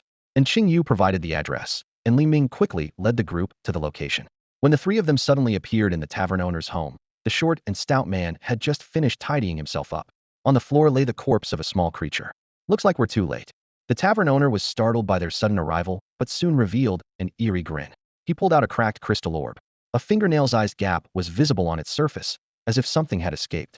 You must be here for Lord Belcland, right? He said with a fanatical laugh. Haha, you're too late. I noticed something following me yesterday, so I made preparations in advance. The Lord has already broken free. He'll soon regain his full strength, and when that happens, all of Tsangnan will become his feast. Judging by the timing, you didn't complete the ritual, did you? Of course not, the man admitted without hesitation, his eyes gleaming with madness. To free the Lord as soon as possible, I just sacrificed the soul of the 10-sliced demon child. It should feel honored to aid Lord Belcland. Ha ha. It turned out that when the tavern owner discovered he was being watched, he immediately realized he had been exposed. Though uncertain whether the observers were night watchers, he dared not take any risks. Belcland's safety was paramount. With the full ritual no longer feasible, his priority became enabling Belcland to regain mobility. Without hesitation, he sacrificed the 10-sliced demon child's soul to release his master from the crystal orb's confinement. You're decisive, they'll give you that, even ruthless. But unfortunately, you're just too slow, a cold voice rang out. So, are you ready to die now? Of course not. Before the words could fully leave his mouth, the wardrobe suddenly exploded with a deafening bang. A frail tin-cut ghost child, wielding a short blade, dashed out like a bolt of lightning. This seemingly ordinary innkeeper was secretly harboring the power of not one, but two tin-cut ghost children. The innkeeper spread his fingers wide, his wrists twisting with practiced agility. As he moved, the furniture in the room seemed to be slashed apart by invisible blades, splintering into pieces in an instant. Deep, jagged gashes appeared on the walls as well. Li Ming, however, remained calm and composed, effortlessly raising a protective barrier that enveloped the three of them, easily deflecting the tin-cut ghost child's assault and the innkeeper's concealed weapons. Through his psychic perception, he clearly detected the invisible threads extending from the innkeeper's fingertips sharp as steel wires, slicing everything they touched. Yet, they were all stopped by the psychic shield. All right, Spider-Man, your little game ends here. With a mere thought, Li Ming tore the tin-cut ghost child in half. Immediately after, the innkeeper was captured by psychic force, left helplessly suspended in midair. Against Li Ming, who had broken through to level 12, these two opponents stood no chance. You seem even stronger now, Lin Qiye remarked, observing Li Ming's effortless control over the situation. Just a little bit, Li Ming replied, gesturing a small increment with his fingers to indicate the modest improvement. Lin Qiye rolled his eyes before turning his attention to the suspended innkeeper. Which direction did Belcrand escape in? Think you can get information out of me? Dream on. The innkeeper laughed maniacally. Even I don't know where Lord Bell went. You might as well wait to die in terror. Ha! You're killing me with laughter, Li Ming sneered. Anyone watching would think we're the ones running away. If you're going to act like a stray dog, at least embrace it. When that so-called master of yours shows up, I'll be generous enough to send you both on your way together. The innkeeper's eyes widened in rage, and just as he opened his mouth to curse, an invisible force clamped tightly around his throat. Li Ming glanced at Lin Qiye and Qingyu. Seeing neither had further questions, he tightened his grip slightly, putting an end to the innkeeper. Leaving the room in shambles, the three of them departed quietly. Someone will come to clean up this mess. Belcrand, a Western name. It sounds familiar. When Chima turned to Chen Mai. Captain, isn't that the bug? Chen Mai examined the fractured crystal ball in his hand and nodded. That's right. It's the one that escaped from the Western Mist. I didn't expect it to make its way to Tsangnan. Chima, explain more about that sacrificial ritual. I doubt it's going to stop here. Understood. When Chima pulled up some information on his tablet. According to the records, this type of sacrificial ritual must be performed 5 times, each precisely at 3:33 a.m. The 5th sacrifice is the most critical. The quantity and quality of the souls offered directly determine how much power Belcrand can gain. There was once an evil spirit that used this ritual to break through to the ocean realm. Based on the calculations from the ritual rules, Chen Mai stared at the crystal ball in his hand, confirming the possible location of Belcrand's next sacrificial site, 3:33 a.m. tomorrow. The target area was identified as the Tsangnan high-end residential district. Wu Xiangnan quickly pulled a map of Tsangnan out of the drawer, carefully marked the target area with a red pen, and then passed the map around for the other team members to review. While organizing his thoughts, Chen Mai said, "I'll report the situation regarding this mysterious entity to headquarters shortly. Tonight, we'll stake out this high-end residential district. If Bell shows up, make sure to eliminate it on the spot. If it doesn't appear, That means it's already left Songnan, and a specialized task force will handle the pursuit then. Report. Li Ming suddenly raised his hand like a schoolboy, drawing everyone's attention. Cut it out. Just say what you want to say, Chun Mai said helplessly. If an airplane flies over the residential district, will it affect the ritual conditions? Li Ming asked seriously. Chun Mui's eyes lit up. Good point. They'll notify the airport to suspend all flights tonight. As the deployment was finalized, the team members gradually left to prepare their equipment, leaving only Chun Mai and Li Ming in the room. What are you still standing around for? Go get ready, Chun Mai asked, puzzled, as Li Ming remained motionless. Li Ming looked directly into Chun Mui's eyes. Old Chun, have you been sick lately? You don't look as good as you did during the new year. Cough. Stop talking nonsense and go get ready. We've got a mission tonight. Chun Mai waved his hand dismissively, pretending to be at ease. All right then, I'm off. Li Ming shrugged and left. After Li Ming was gone, Chun Mai leaned back in his chair and sighed quietly. This thing was already close to breaking through his suppression, probably wouldn't be able to hold on for much longer. He made up his mind that once this mission was over, he would report the situation to the commander. Outside the door, Lin Qiye was waiting for Li Ming. What's up with the captain? Huh? Li Ming feigned confusion. You should probably ask him yourself. Lin Qiye snorted softly. I know you too well. You'd be the first one out of the meeting room if it wasn't something serious. It's nothing really. Just didn't want to leave any regrets. Li Ming paused for a moment.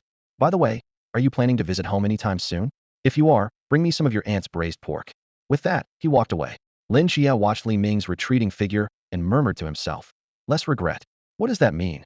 As night fell, the members of Team 136 gathered in front of the van. Chun Mai gave one final reminder. Stay alert. Unless absolutely necessary, don't leave your posts. Don't give the enemy any opportunity. The team members nodded in agreement before dispersing to their designated positions. Chima, let's go, Chun Mai said, patting Wen Chima on the shoulder. Got it, Captain. When Chima climbed into the driver's seat. Since their assigned area was the farthest, the two of them needed to drive there. 8 p.m. The streetlights in the neighborhood flickered on one by one, casting a warm, orange glow over the quiet streets. The aroma of home-cooked meals wafted from various houses, and the occasional bursts of laughter added a lively touch to the serene atmosphere. 8 p.m. Begin reporting. Chun Mai's deep voice came through the earpiece. Zone 1, no anomalies. Lin Qiye responded promptly. Zone 2, no anomalies. Li Ming followed closely.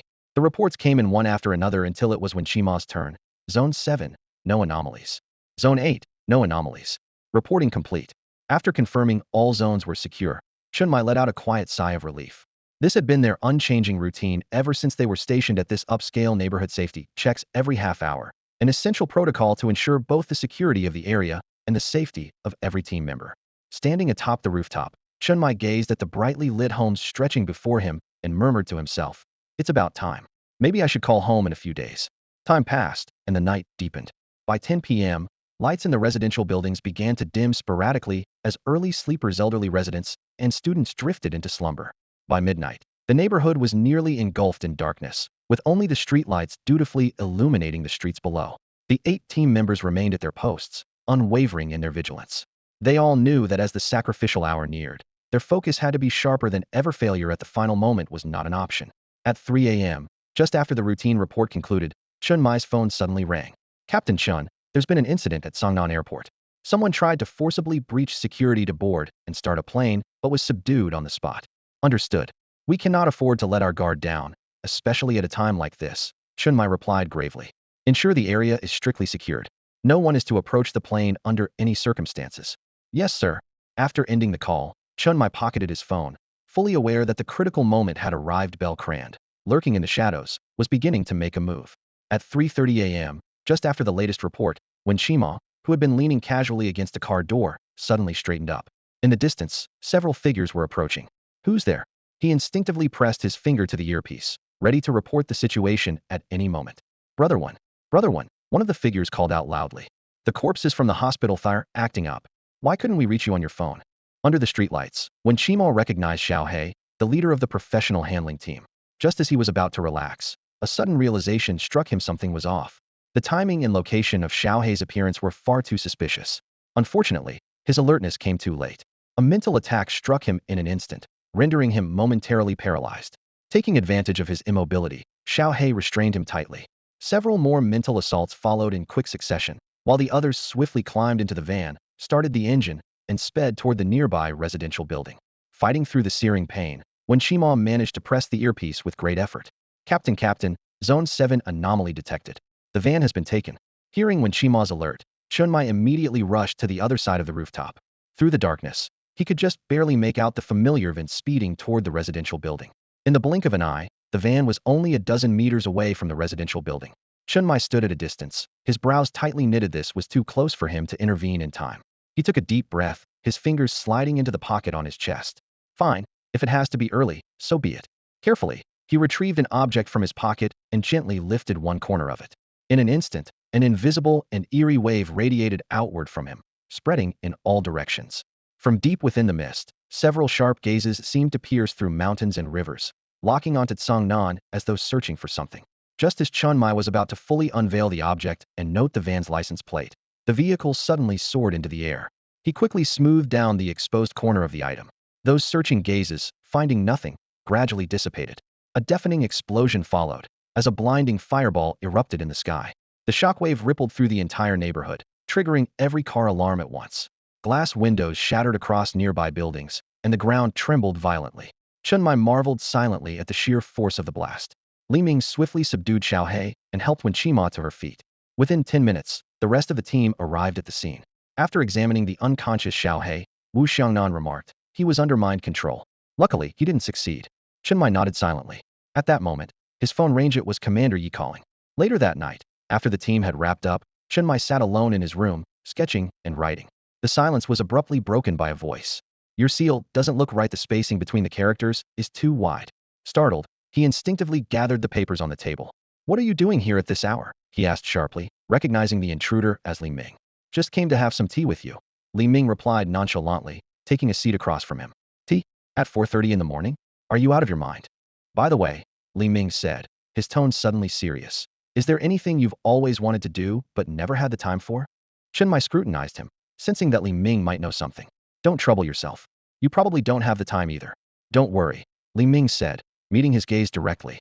I've got plenty of time. You know, may never joke about serious matters.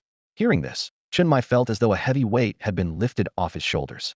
Relaxing for the first time in a while, he thought for a moment before replying. I don't think there's anything left, really. My wife and kid are taken care of by the night watchers. Just promise me, if you ever make it big, look out for the brothers in Team 136. As Li Ming stood to leave, he unexpectedly called out. Got it, Captain. See you around. Watching the door close behind him, Chunmai couldn't help but smile. He pulled out the papers again, hesitated for a long moment, and ultimately chose not to add Li Ming's name. That kid might just be trying to comfort me.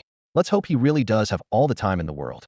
Meanwhile, on a highway just outside Tsangnan, a dashing young man stepped out of a Maybach and gazed in the direction of the city. Finally found you, Shiva's curse.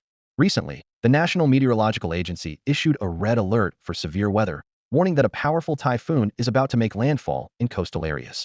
On TV, the news broadcast the agency's latest forecast. This will be the strongest typhoon in terms of wind speed and the fastest moving one in over 20 years, expected to bring extreme weather including strong winds, heavy rain, and storm surges. The screen suddenly went black and switched to an interview program. Hong Ying, holding the remote control, rolled her eyes at Wu Xiangnan with a disapproving look. What are you looking at me for? This interview is so interesting. In the office of Team 136, Li Ming stood by the window, his fingers teasing a crow in a cage. Chirp, chirp. Wishing you prosperity. Stop. Wen Qima, who was feeding the bird, quickly intervened. I really don't want to hear the sound of this harbinger of disaster. Lynchia carefully observed the crow in the cage. Apart from its feathers being darker than those of a regular crow, he couldn't see anything unusual. Is this one of the forbidden objects too? Wen Qima cautiously picked up the birdcage. Of course, living forbidden objects like this are very rare and can only be found in a few particularly important cities. It can predict danger and warn with its cries. The captain brought it to Tsangnan 10 years ago, again with 10 years ago, and again with Tsangnan. Lin Qiye frowned slightly. Why would something so rare be in a small city like Tsangnan? Si Xiaonan rested her chin in her hands, gazing up at the pitch-black crow. I've been with Team 136 for so long, and I've never heard it make a sound. Lung Xian, have you? Lung Xian, who was meticulously maintaining his firearm, didn't even look up as he gave a brief reply. No. Ha. Ha. Ha. Li Ming suddenly snatched the birdcage, pretending to drool. If that's the case, why don't we cook it? I've got a homemade recipe right here. Hey, put it down now. Wen Qima hastily grabbed the birdcage back and moved far away. At that moment, the office door on the second floor creaked open, and Chunmai walked out. Clapping his hands to get everyone's attention, he announced, You all look so bored. Let's go for some team building. Hooray! Long live the captain. In the park, Chen Mai was shaking his head repeatedly at the snacks in Li Ming's hand. Take that away. Why? How can you be so picky at your age? No means no, Chen Mai said firmly. What kind of decent food has corpse starch written on the packaging? Frustrated, Li Ming put away the specialty snack from Zanhammer and walked over to the picnic mat. He muttered under his breath about how they hadn't even gotten to the canned ant beef, yet what a waste of good food. Sitting on the picnic mat, Li Ming opened a bottle of Thunder Sprite and let out a satisfied burp. Leaning back on his hands, he looked around. Hong Ying and Wu Xiangnan were bickering about something again. When Shima was skewering meat and handing it to Chun Mai to grill, and Si Xiaonan and Lung Xian were sitting under a nearby tree, chatting about who knows what, their bodies inching closer together. TCH, since when did those two get so close? Li Ming muttered to himself. The skewers are ready. Come and get them. Chun Mai and when Shima called out, holding 4 large plates of steaming, fragrant meat skewers. At the sound, everyone eagerly ran over, ready to dig in. Hong Ying, look at this. Si Xiaonan carefully held a large handful of vibrant green flowers in both hands and presented them to Hong Ying. Hong Ying took the bouquet, her brows slightly furrowed. These flowers resemble the shape of the manjasaka, but aren't they supposed to be red? Actually, the manjasaka comes in several varieties. Wu Xiangnan began explaining the flowers' different color meanings, but was interrupted by Li Ming, who exclaimed excitedly, I know. The green manjasaka symbolizes the vitality of life. Wu Xiangnan sighed helplessly. It symbolizes the hope of endless renewal. The meaning is quite lovely, Chun Moi commented as he skillfully distributed skewers and drinks to everyone. Let's bring it back to the office later. As the aroma of grilled skewers mingled with the fizz of carbonated drinks, Li Ming took a bite of a grilled pork belly skewer. The perfect blend of juicy meat and seasonings prompted him to praise Chun Moi's culinary skills. The group sat in a circle, chatting and laughing. Li Ming, Qiye, try this tendon skewer. Xiaonan, pass me the grilled bread. Amid the cheerful banter, Li Ming and Lin Qiye exchanged stories about their training camp and the friends they had met. Chun Moi, like a gentle guardian, quietly observed everyone, occasionally handing out freshly grilled skewers or napkins. After eating their fill, everyone sprawled out on the grass, savoring the rare moment of leisure. Suddenly, Chun Moi spoke up. While we're all here, I've got some good news to share. All eyes turned to him with curiosity. I just received the notice today. Shangjing is organizing a training program for night watchers, and our Sangnan team has been specially invited. They'll be sending you off tomorrow, so make sure to pack your bags. He paused, then added, all expenses will be covered. A free trip. Hong Ying cheered. Hooray! Captain, aren't you coming with us? Wu Xiangnan asked, puzzled. Chen Moi shook his head. Sangnan can't be left completely unattended. Besides, this is a good opportunity for Li Ming and Lin Qiye to familiarize themselves with the workflow. When Shima seemed thoughtful, why would they suddenly choose a team from a small third-tier city like ours? This training has been ongoing, and it's just our turn now, Chen Moi explained, handing over a document. Oh, and keep it to yourselves, I have some connections in Shangjing. The document finally put everyone's doubts to rest. That afternoon, in the old district, Lin Qiye stood at the street corner, gazing at the dim yellow lights spilling from the windows of a low building in the distance. For the safety of his family, he had planned not to return home for a while, fearing that enemies or mysterious forces might harm his aunt and Ajin. Yet the familiar street, which he had walked countless times, carried the memories of over a decade of his life. For the first time, he truly felt the bittersweet longing of returning home. After a moment of hesitation, he made up his mind and stepped forward. Inside, his aunt was tidying up the house when she heard a knock at the door. She looked puzzled. Ajin, go see who it is. All right. Yang Jin's lips curved into a small smile, as if he had a hunch. He walked quickly toward the door, with the little black dog, Li, wagging its tail excitedly at his feet. Click. The door opened. Ajin, Auntie, I'm back. Lynchia looked at his familiar family members and smiled warmly. Returning to his long-missed home, a glimmer of anticipation flashed in Li Ming's eyes. He quickly did the math. 86 points remaining from the last draw, 246 points earned from defeating Zhuang Qi and his two companions at Jinan Mountain, plus 621 points gained from taking down Ma Yishian, a total of 953 points. I've never fought a battle with this much wealth. Li Ming's lips curled into a slight smile as he gazed at his unprecedented fortune. Although he was still far from the 10,000 points needed for a level 3 draw, he had enough for 9 level 2 draws. With the Tsangnan Divine War fast approaching, he knew his current strength was limited for such a high-stakes confrontation. For now, he could only hope the draws would bring a turning point. With a thought, light flickered, and a roulette wheel materialized before him. As the first 300 points vanished, 3 items appeared. A power sword, a squad of 12 titanium fire warriors, and, what the heck, ant beef canned food. Li Ming frowned at the third reward, unable to suppress a wry smile. The first 2 items were decent, but the third one was downright ridiculous. To think he could still draw something like this at the level 2 stage. Pushing aside his frustration, Li Ming first retrieved the power sword.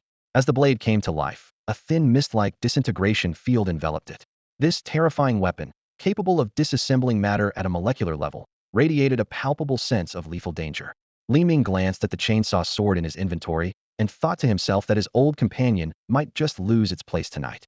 The second round of 300 points was spent, and this time, Li Ming raised an eyebrow in satisfaction. A Technician Kid character card, the Breath of Flame skill, and a Danger Sense skill. While the Technician Kid was merely a humble greenskin craftsman with basic tinkering skills, the other two abilities were undeniably valuable. A Breath of Flame allowed psychic flames to erupt from the mouth and eyes, while Danger Sense provided early warnings of threats, akin to Spider-Man's Spider Sense. By the four gods, may the Emperor protect me. Taking a deep breath, Li Ming poured his final 300 points into the wheel. As the pointer slowed to a stop, the last three rewards were revealed. The regeneration skill, the healing skill, and Li Ming's eyes lit up. The Weeping Legion Space Marine squad. While regeneration and healing overlapped somewhat, one focusing on physical recovery and the other on mental restoration, the squad of 10 elite Astartes was the true jackpot. Eager to witness the strength of this formidable force, Li Ming immediately activated the Gate of Infinity. Minutes later, a spatial portal quietly opened amid the night at Jinan Mountain. The sounds of insects chirping and distant beasts echoed sporadically in the darkness. Li Ming took a deep breath of the crisp night air and slowly drew out the identity card from his inventory. The next moment, 10 Astartes clad in yellow power armor appeared before Li Ming. They stood like towering steel giants, each wielding a menacing chainsword and a heavy bolter, arranged in perfect formation. Their presence seemed to press a universal mute button. Jinan Mountain fell into complete silence as all insects and beasts instinctively sensed the overwhelming aura of these apex predators. Li Ming gazed at the elite squad, his expression complex. "Who am I?" A sergeant immediately stepped forward and saluted, his voice firm and resonant. "You are the living saint, the human incarnation of the Emperor." The response was expected. Li Ming shifted his consciousness to another version of himself, the true Emperor. The two were two sides of the same coin, intrinsically connected. After putting away his identity card, Li Ming remained silent for a moment before beginning to inspect his figurines. With the infusion of psychic energy, 4 figures appeared one after another. A massive gray spider emerged first, followed by a shimmering silver Rubik's Cube of the 3rd tier, then a man wielding a long halberd, and finally a flame-vein earth dragon towering as high as a 17 or 18-story building. These entities existed in a unique state, both tangible and capable of phasing through matter, straddling the line between physical and spiritual forms. Li Ming lightly tapped the Rubik's Cube, and the surrounding space instantly distorted and shifted. This was originally the cube's ability to create forbidden zones, but now it was entirely under Li Ming's control, with the cube itself devoid of any consciousness. Absolute domination, is it? Li Ming mused, snapping his fingers. Snap! The 4 figurines instantly regained consciousness, their memories frozen at the moment of their death. As they recognized Li Ming before them, fear surfaced on their faces. They were fully aware that their souls were now under his absolute control, incapable of resistance. The spiderling quickly transformed into a young boy, frantically shaking his head. "Steamed bun, you guys still not convinced?" He seemed to accept reality rather quickly, thinking that being brought back to life was already a blessing. Meekly, he muttered, "Thank you." Li Ming nodded in satisfaction, turning his gaze to the halberd-wielding man, Han Xiaoyun, who stood guarded. "Little Han, still remember calling me kid back in Songnan? What should you call me now?" Han Xiaoyun hesitated for a moment before lowering his head. "My lord." "Good." Li Ming patted his shoulder. "Who you follow doesn't matter, right? Perform well, and I'll help you overthrow the ancient god church. Maybe he'll even take you to visit Gusu City." Han Xiaoyun's head shot up, his eyes burning with newfound determination. Finally, there was the flame-vein earth dragon. A grin crept onto Li Ming's face as he imagined how grand it would be to ride such a colossal creature. The dragon lowered its gaze to the group and, following the spiderling's example, transformed into a human form, a tall woman with fiery red hair cascading to her waist and amber vertical pupils fixed intently on Li Ming. The tail of the flame-vein earth dragon swayed gracefully behind it, its scales mimicking the surroundings like a chameleon, gradually forming a tight, armor-like exterior. The newly appeared red-haired woman, exuding confidence and charm, seemed unusually excited, imitating the Spider Kid by shaking her head wildly. Li Ming stared at the flame-vein earth dragon, now in human form, his lips twitching involuntarily downward. "Turn back into your original form immediately." The flame-vein earth dragon tilted its head, wearing a perplexed expression. After ensuring a safe space around them, Li Ming decisively withdrew the 4 soul fragments. Just as he was about to speak, something crossed his mind. "Wait, I haven't finished asking about the cube." He then let out a cold chuckle. "An automatic dishwasher talking about rights? Maybe you'd like to try my fist first. The surroundings fell silent once more, leaving only Li Ming. He shifted his attention to the Emperor's true form, calculating in his mind. Now that I've reached level 12, the psionic energy should be sufficient. However, he ultimately suppressed his urge to act if the energy wasn't enough to open the gate of infinity. He'd be stuck here with the rats and mosquitoes of Jinan Mountain. The next morning, outside the airport, Uncle Chun, Li Ming, Qiye, you guys stay in Songnan and take care of things. Hong Ying beamed brightly, waving goodbye to the three while putting an arm around Xiao Nan's shoulder as they walked toward the airport entrance. Don't worry, he'll bring you back some gifts. The group of 5 was about to board a flight to Shangjing. As they disappeared into the airport, Lin Qiye turned to Chen Mai. Captain, why did you send Sister Hong Ying and the others away? Chen Mai's expression shifted slightly as he countered. What do you mean by that? Did Li Ming tell you something? No, Lin Qiye replied, pulling a document from his pocket. I saw Li Ming go to your office yesterday, and out of curiosity, I used my senses. I found this.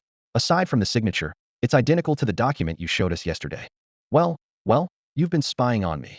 Li Ming exclaimed, feigning shock. Lin Qiye rolled his eyes. I just had a feeling you were hiding something from me. Chen Mai fell silent for a moment before taking the forged document. Slowly, he began to speak. Although the document is fake, the exchange program is real. I do have connections in Shangjing. Once everything is settled, they'll come back. Settled? Lin Qiye's brows furrowed. Is something going to happen in Songnan? High above the skies, hundreds of kilometers from Songnan City, a military transport plane was cutting through the clouds, racing towards its destination. Inside the cabin, 8 individuals cloaked in golden capes sat in silence, the atmosphere heavy with tension. So, our mission this time is to apprehend the mysterious figure from abroad Belkrand, said a scholarly-looking man named Kong Shang as he closed the file in his hands, his gaze sweeping across the group. Does anyone have anything to add? I have a question. A blonde woman eagerly raised her hand. I think we should recruit Li Ming and Lin Qiye into our Phoenix squad. Kong Shang seemed to ignore her entirely and continued. Since no one has any other questions, then we. Kong Momo, are you ignoring me as your captain? The blonde woman slammed the table and stood up in frustration. Captain, they've already joined Songnan's night watch. It's impossible for them to join us. Just let it go. Kong Shang sighed helplessly. No, I have a bold idea. Keep your bold ideas to yourself. The other 6 members, already accustomed to their bickering, looked on without much reaction. Suddenly, the plane tilted sharply, and the view outside the windows revealed they were changing course. Aren't we supposed to be heading to Songnan for the mission? Someone asked in confusion. At that moment, the cockpit door opened, and a man in military uniform stepped out to explain. Apologies, everyone. Songnan has now cut off all external communication and is on lockdown. No one can enter or leave. But we're a special task force. The blonde woman immediately unfastened her seatbelt and rushed forward. No exceptions, the military officer replied firmly. Meanwhile, along the eastern coastline, the weather turned ominous. Heavy leaden clouds pressed low in the sky, and as black clouds churned, streaks of lightning danced wildly, signaling the arrival of an eternal night. A white line raced across the horizon. It was a towering wave, tens of meters high, surging towards the shore. Just as the colossal wave was about to engulf the coast, a clear sword hum pierced through the cacophony. The wave was split cleanly in half, one strike to sever the tide. A figure emerged from the misty city, holding a sword and carrying a long case. He fixed his gaze on the shadowy forms within the waves and declared, word by word, ahead lies the Great Xia. No god shall pass. At the same time, on the northern border of the Great Xia, a deadly darkness advanced relentlessly until it was stopped by a radiant golden Buddhist light. A middle-aged man, wielding a star-patterned blade, stared coldly into the encroaching darkness. Halt where you are. In an instant, a figure appeared before him. You must be Yi Fan. Hand over the Shiva grudge. Only Olympus can protect this artifact in the game of gods. Ah, gods who survive by sacrificing their entire population. Yi Fan sneered. Did you know that 6 months ago, the goddess of night appeared in the Great Xia? I wonder how she would react to the gods who sacrificed her children. What? Impossible. That woman is long dead. Hades, the god of the underworld, shouted in disbelief. Meanwhile, on the outskirts of Songnan, a Maybach was speeding down the road. Suddenly, the car window was knocked on, and a delivery rider, riding an electric scooter, managed to keep pace with the speeding luxury car. The slender man inside glanced outside in disbelief, then looked at his speedometer, which showed over 200 km/h. Wait, scooters are this fast now? Nuclear-powered? I didn't even order takeout. The delivery rider glanced at the order details and handed a pizza box straight through the car window. Mr. Loki, god of mischief, this is indeed your order. Enjoy your meal. Boom. In an instant, the box exploded, and flames engulfed the entire Maybach. Inside the agency, caw, a sharp cry of a raven pierced through the silence. The raven of calamity, caged on the table, suddenly went berserk. It violently slammed against the cage walls, feathers scattering everywhere as crimson streaks of blood seeped from its scarlet eyes. Once silent, the raven let out one piercing screech after another, each shriller than the last, until its cries turned hoarse. When blood-tinged froth dripped from its beak, the bird collapsed heavily onto the bottom of the cage, lifeless. Hearing the commotion, the three people upstairs rushed down and now stood around the table, staring at the eerie scene. "Captain, what happened?" Lin Qiye turned to Chun Mai, his brows furrowed in concern. "Have you heard of Shiva's grudge?" Chun Mai asked in a low voice. At the mention of the name, Lin Qiye nodded instinctively. Recently, the terms Shiva's grudge and Tsangnan had surfaced frequently, seemingly linked by an enigmatic connection. He had long wanted to uncover the truth behind them. Chun Mai wiped his mouth and said, "Shiva's grudge is in my possession now." "In your possession?" Lin Qiye was incredulous. He remembered Yuan Gang mentioning that even deities coveted this forbidden artifact. How could it have fallen into their captain's hands? "Because my forbidden void is unique. It can isolate its aura," Chun Mai explained, nodding. "But things have changed recently. I can feel my own strength waning, while Shiva's grudge is growing stronger. I'm afraid I won't be able to hold out much longer." A few days ago, during a mission, part of it was exposed, and its aura leaked, drawing the attention of terrifying entities beyond Xia. "Old Chun, this isn't your fault," Li Ming said with a grin. "If worst comes to worst, we'll fight them heathen. What's the big deal? A scar on our heads is all we'll get." Looking at the ever-optimistic Li Ming and the resolute Lin Qiye, Chun Mai couldn't help but smile. "Exactly, if it comes to that, we'll fight them. Even gods will have no choice but to bow before our defiance." Meanwhile, in the Asylum of the Gods, Lin Qiye, following Merlin's guidance, devised a summoning method to aid in Merlin's treatment. This pushed Merlin's recovery progress to 61, and Lin Qiye gained the ability to wield transformation magic. However, the summoned half-personality inexplicably vanished. In the Church of the Old Gods, a figure addressing their subordinates suddenly erupted into incoherent laughter. "Waha! In the name of corn, Patrick Starr, you've finally arrived." On the outskirts of Tsangnan, a lithe woman walking along gradually transformed into a thin man. He gazed toward the outskirts of Tsangnan. "So this is Xia's finest? You've managed to find my doppelganger. But this is where it ends." Before the last word fell, a massive portal materialized out of nowhere. Hundreds of towering, ice-blue silhouettes emanating an icy chill poured out in an orderly stream, surging toward Tsangnan. It was an army of frost giants from the Chuan realm. High above, inside an armed helicopter, an officer lowered his binoculars, his face pale with shock. Frost giants from the Chuan realm were rare, even in second- or third-tier cities, where only a handful of elites could match their might. Even a watchman captain could barely reach their level. Yet now, hundreds of frost giants were being sent here like disposable pawns. "Open fire with everything we've got." At the command, a barrage of firepower rained down on the giants like a relentless storm. However, the frost giants that were struck only staggered for a moment before their shattered bodies mended themselves in an instant, pressing forward undeterred. Whoosh, whoosh, whoosh. Massive ice axes hurled from the giant ranks, slicing through the air and effortlessly cleaving the firepower-laden vehicles into fragments. "Sir, these frost giants are too powerful. With our current firepower, we can't hold them back," the officer in the armed helicopter said, staring intently at the battlefield below, his brows tightly furrowed. The explosions from the artillery barely scratched the giants, as if they were merely swatting away an itch. "What about the special unit? Didn't headquarters deploy them?" he asked urgently, pressing his earpiece. "They were en route to Tsangnan, but we lost contact with them." As the frost giants were about to break through the final defense line, the sky suddenly changed. Heavy clouds spread across the heavens like spilled ink, and silver lightning tore through the darkness like blades. Amid the deafening thunder, one particularly massive bolt of lightning took on a human form. "Hand over the Shiva's grudge," a resounding voice boomed across the sky. The Indian god of thunder and storms, Indra, had descended upon the battlefield. From the ground came a derisive scoff, followed by an ancient, rustic carriage that shot into the sky like a streak of light. One of humanity's strongest, Fuzi, charged forward to meet the god.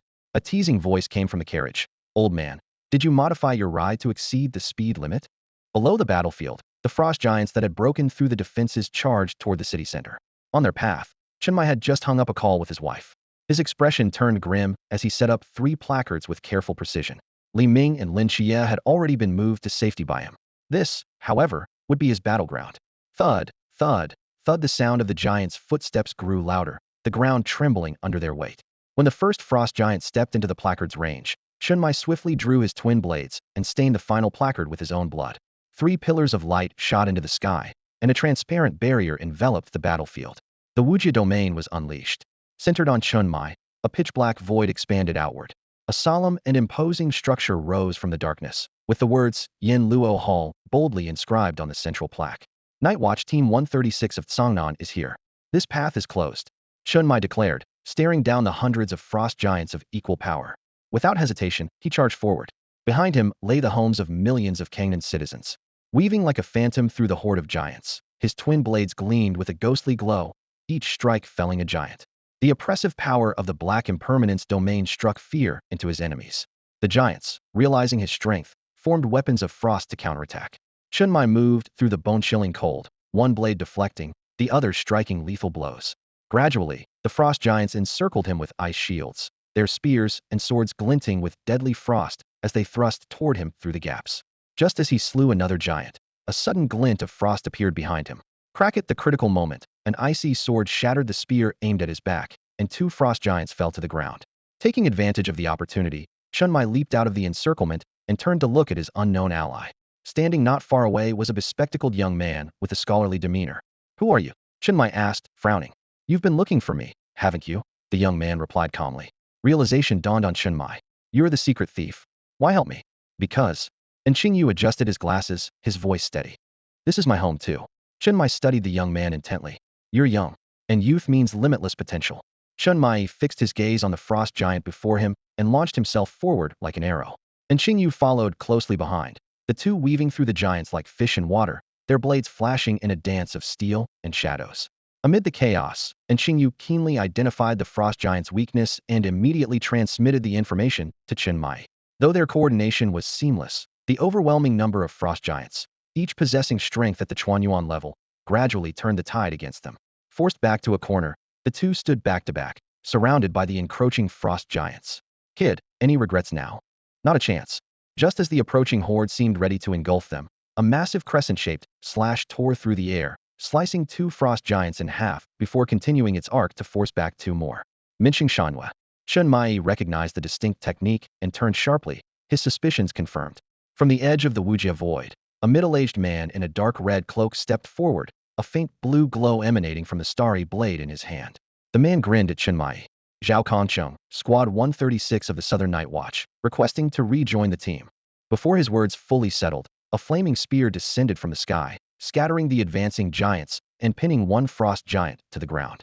Simultaneously, a thin veil of energy enveloped both Shunmai and Qingyu. Following the direction of the spear, Shunmai saw 5 familiar figures emerging within the Wujia void. "Well, Uncle Chun, you almost tricked us." "Good thing we're sharp." Hong Ying huffed indignantly as she retrieved her spear. "Captain, didn't expect us back, did you?" Shunmai stared at the familiar faces in disbelief. "Weren't you all in Shanjing? How did you get back?"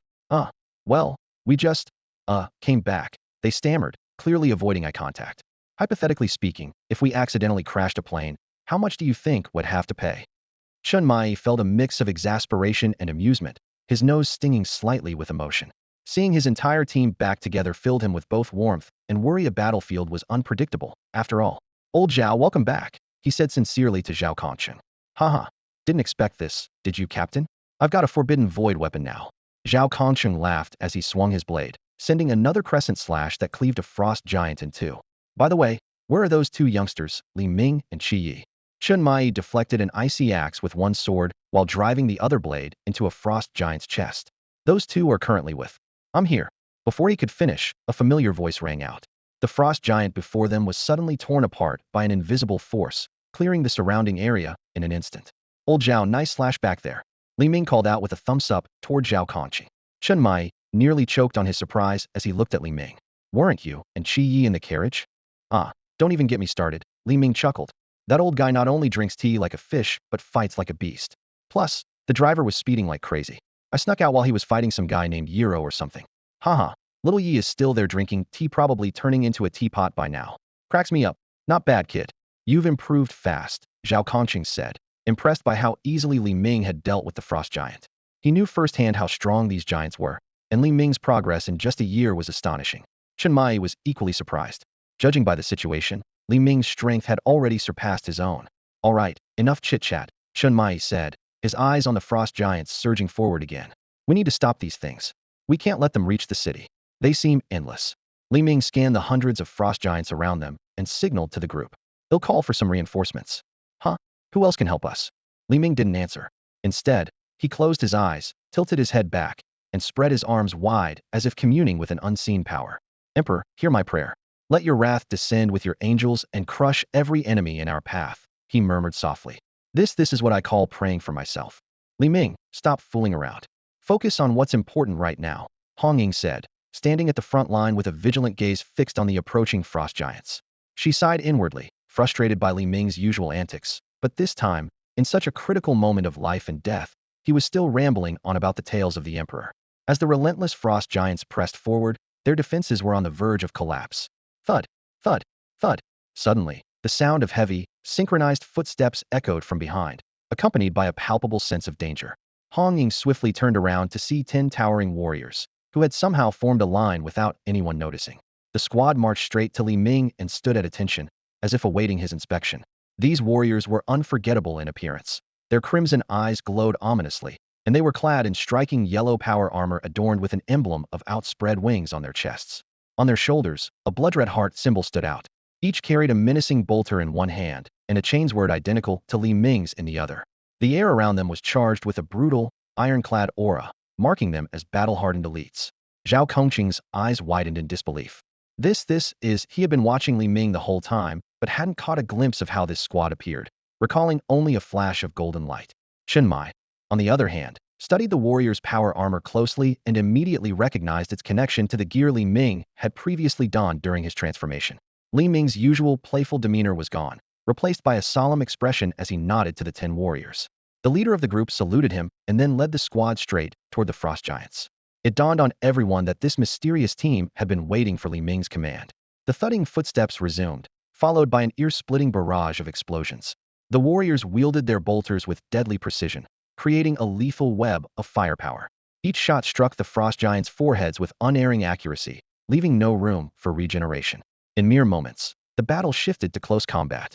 The chainswords roared, their teeth spinning ferociously as they tore through the frost giants' flesh. The battlefield was soon littered with severed limbs and fallen bodies, the frost giants collapsing one after another. This clash was both a display of impeccable military discipline and a terrifying spectacle of raw, violent beauty. You're actually serious this time. The Emperor has truly manifested, Hong Ying murmured, her gaze fixed on the warriors fighting fiercely. She had initially thought Li Ming was just joking again. These are seasoned warriors, Chen Mai added. The 10-member squad, through seamless coordination and swift movements, held off an enemy dozens of times their size. They were like an unyielding wall of steel, making the 136th squad seem almost redundant.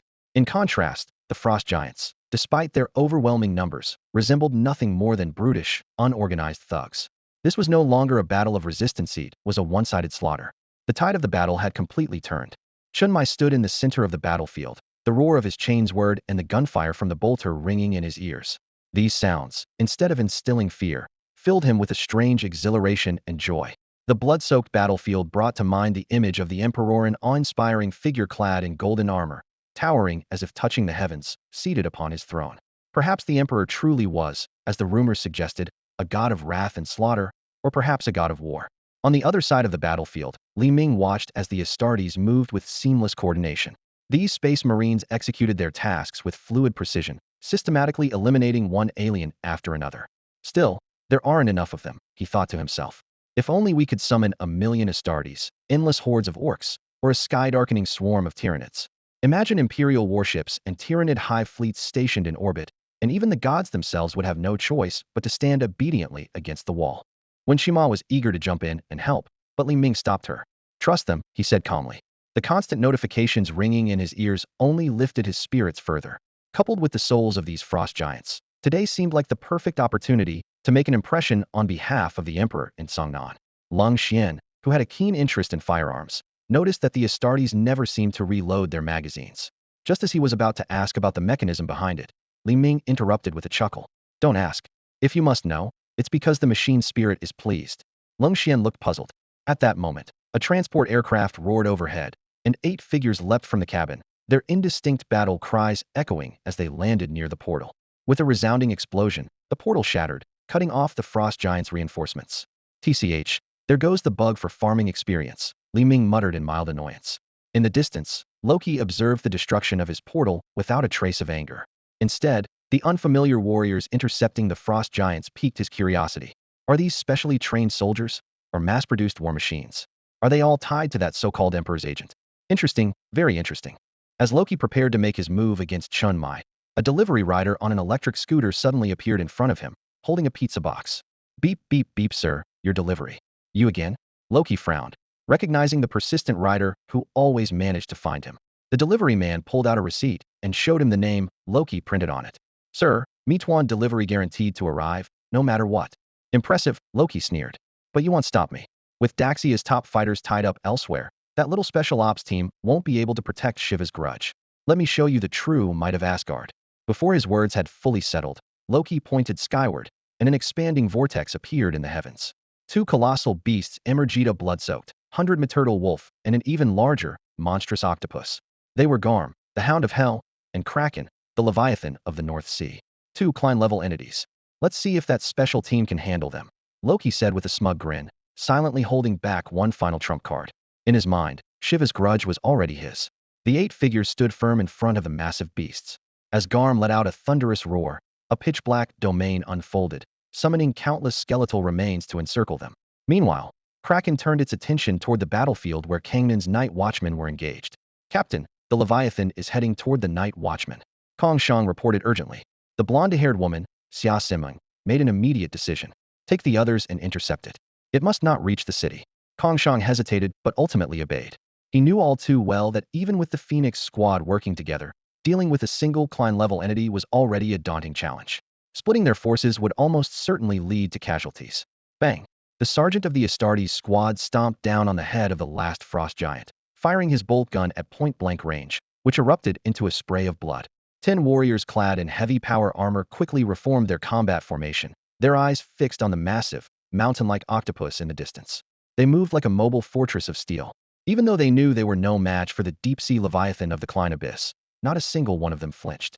Chainswords buzzed menacingly, bolt guns were primed, and their determination to die for the Emperor, their souls destined for the Golden Throne, was etched into every taut muscle. Fall back. Your mission is complete. Li Ming decisively ordered the withdrawal of the Astartes squad, knowing the battle ahead was beyond their capabilities. The 10 warriors sheathed their weapons in unison. The squad sergeant spread his arms, palms inward, thumbs crossed over his chest, and performed a precise Aquila salute to Li Ming. With a slight nod of acknowledgement, Li Ming watched as their figures dissolved into streaks of light, vanishing into the void. Li Ming, those warriors just now, who were they? Zhao Kongqing couldn't suppress his curiosity. They were the Emperor's angels of death, sent here by his command, Li Ming replied, closing his eyes and assuming a posture of devout prayer. Angels? That's what angels look like. Zhao Kongqing looked baffled. That's nothing like the angels I imagined. Forget wings, these guys were over 2 meters tall, built like fortress walls, wielding guns in one hand and swords in the other. What kind of angelic image is that? Enough talk, Wu Xiangnan interjected nervously, pointing ahead. That giant octopus is coming straight for us. The special squad couldn't even slow it down. No, it's coming for me, Chun Moi said in a deep voice. You all need to leave now. This should have ended 10 years ago. Captain, don't say such nonsense. When Shima immediately retorted. Team 136 never abandons a teammate. If we fight together. The rest of the team nodded in agreement, their resolve unwavering. So it's come to this, hasn't it? Chun Moi murmured. Before his words fully sank in, several chains erupted from his domain, binding his teammates in an instant. Only the chain aimed at Li Ming was stopped by an invisible force, unable to advance. Chun, there's no need for me to keep pretending anymore, Li Ming said calmly. Pretending? Pretending what? Chun Moi asked, utterly confused. Meanwhile, inside a carriage high above the battlefield. Since you've made up your mind, I won't stop you. Remember, Lin Qiye, under no circumstances can you leave Songnan, the Confucian scholar warned. Lynchia nodded in agreement and stepped out of the carriage with a flicker of his figure. Finally, no more tea drinking. The scholar looked skyward at Indra, who commanded the thunder and lightning. Good. Now that the 2 youngsters are gone, I can fully test the so-called god of storms. On the ground, a void gate suddenly opened.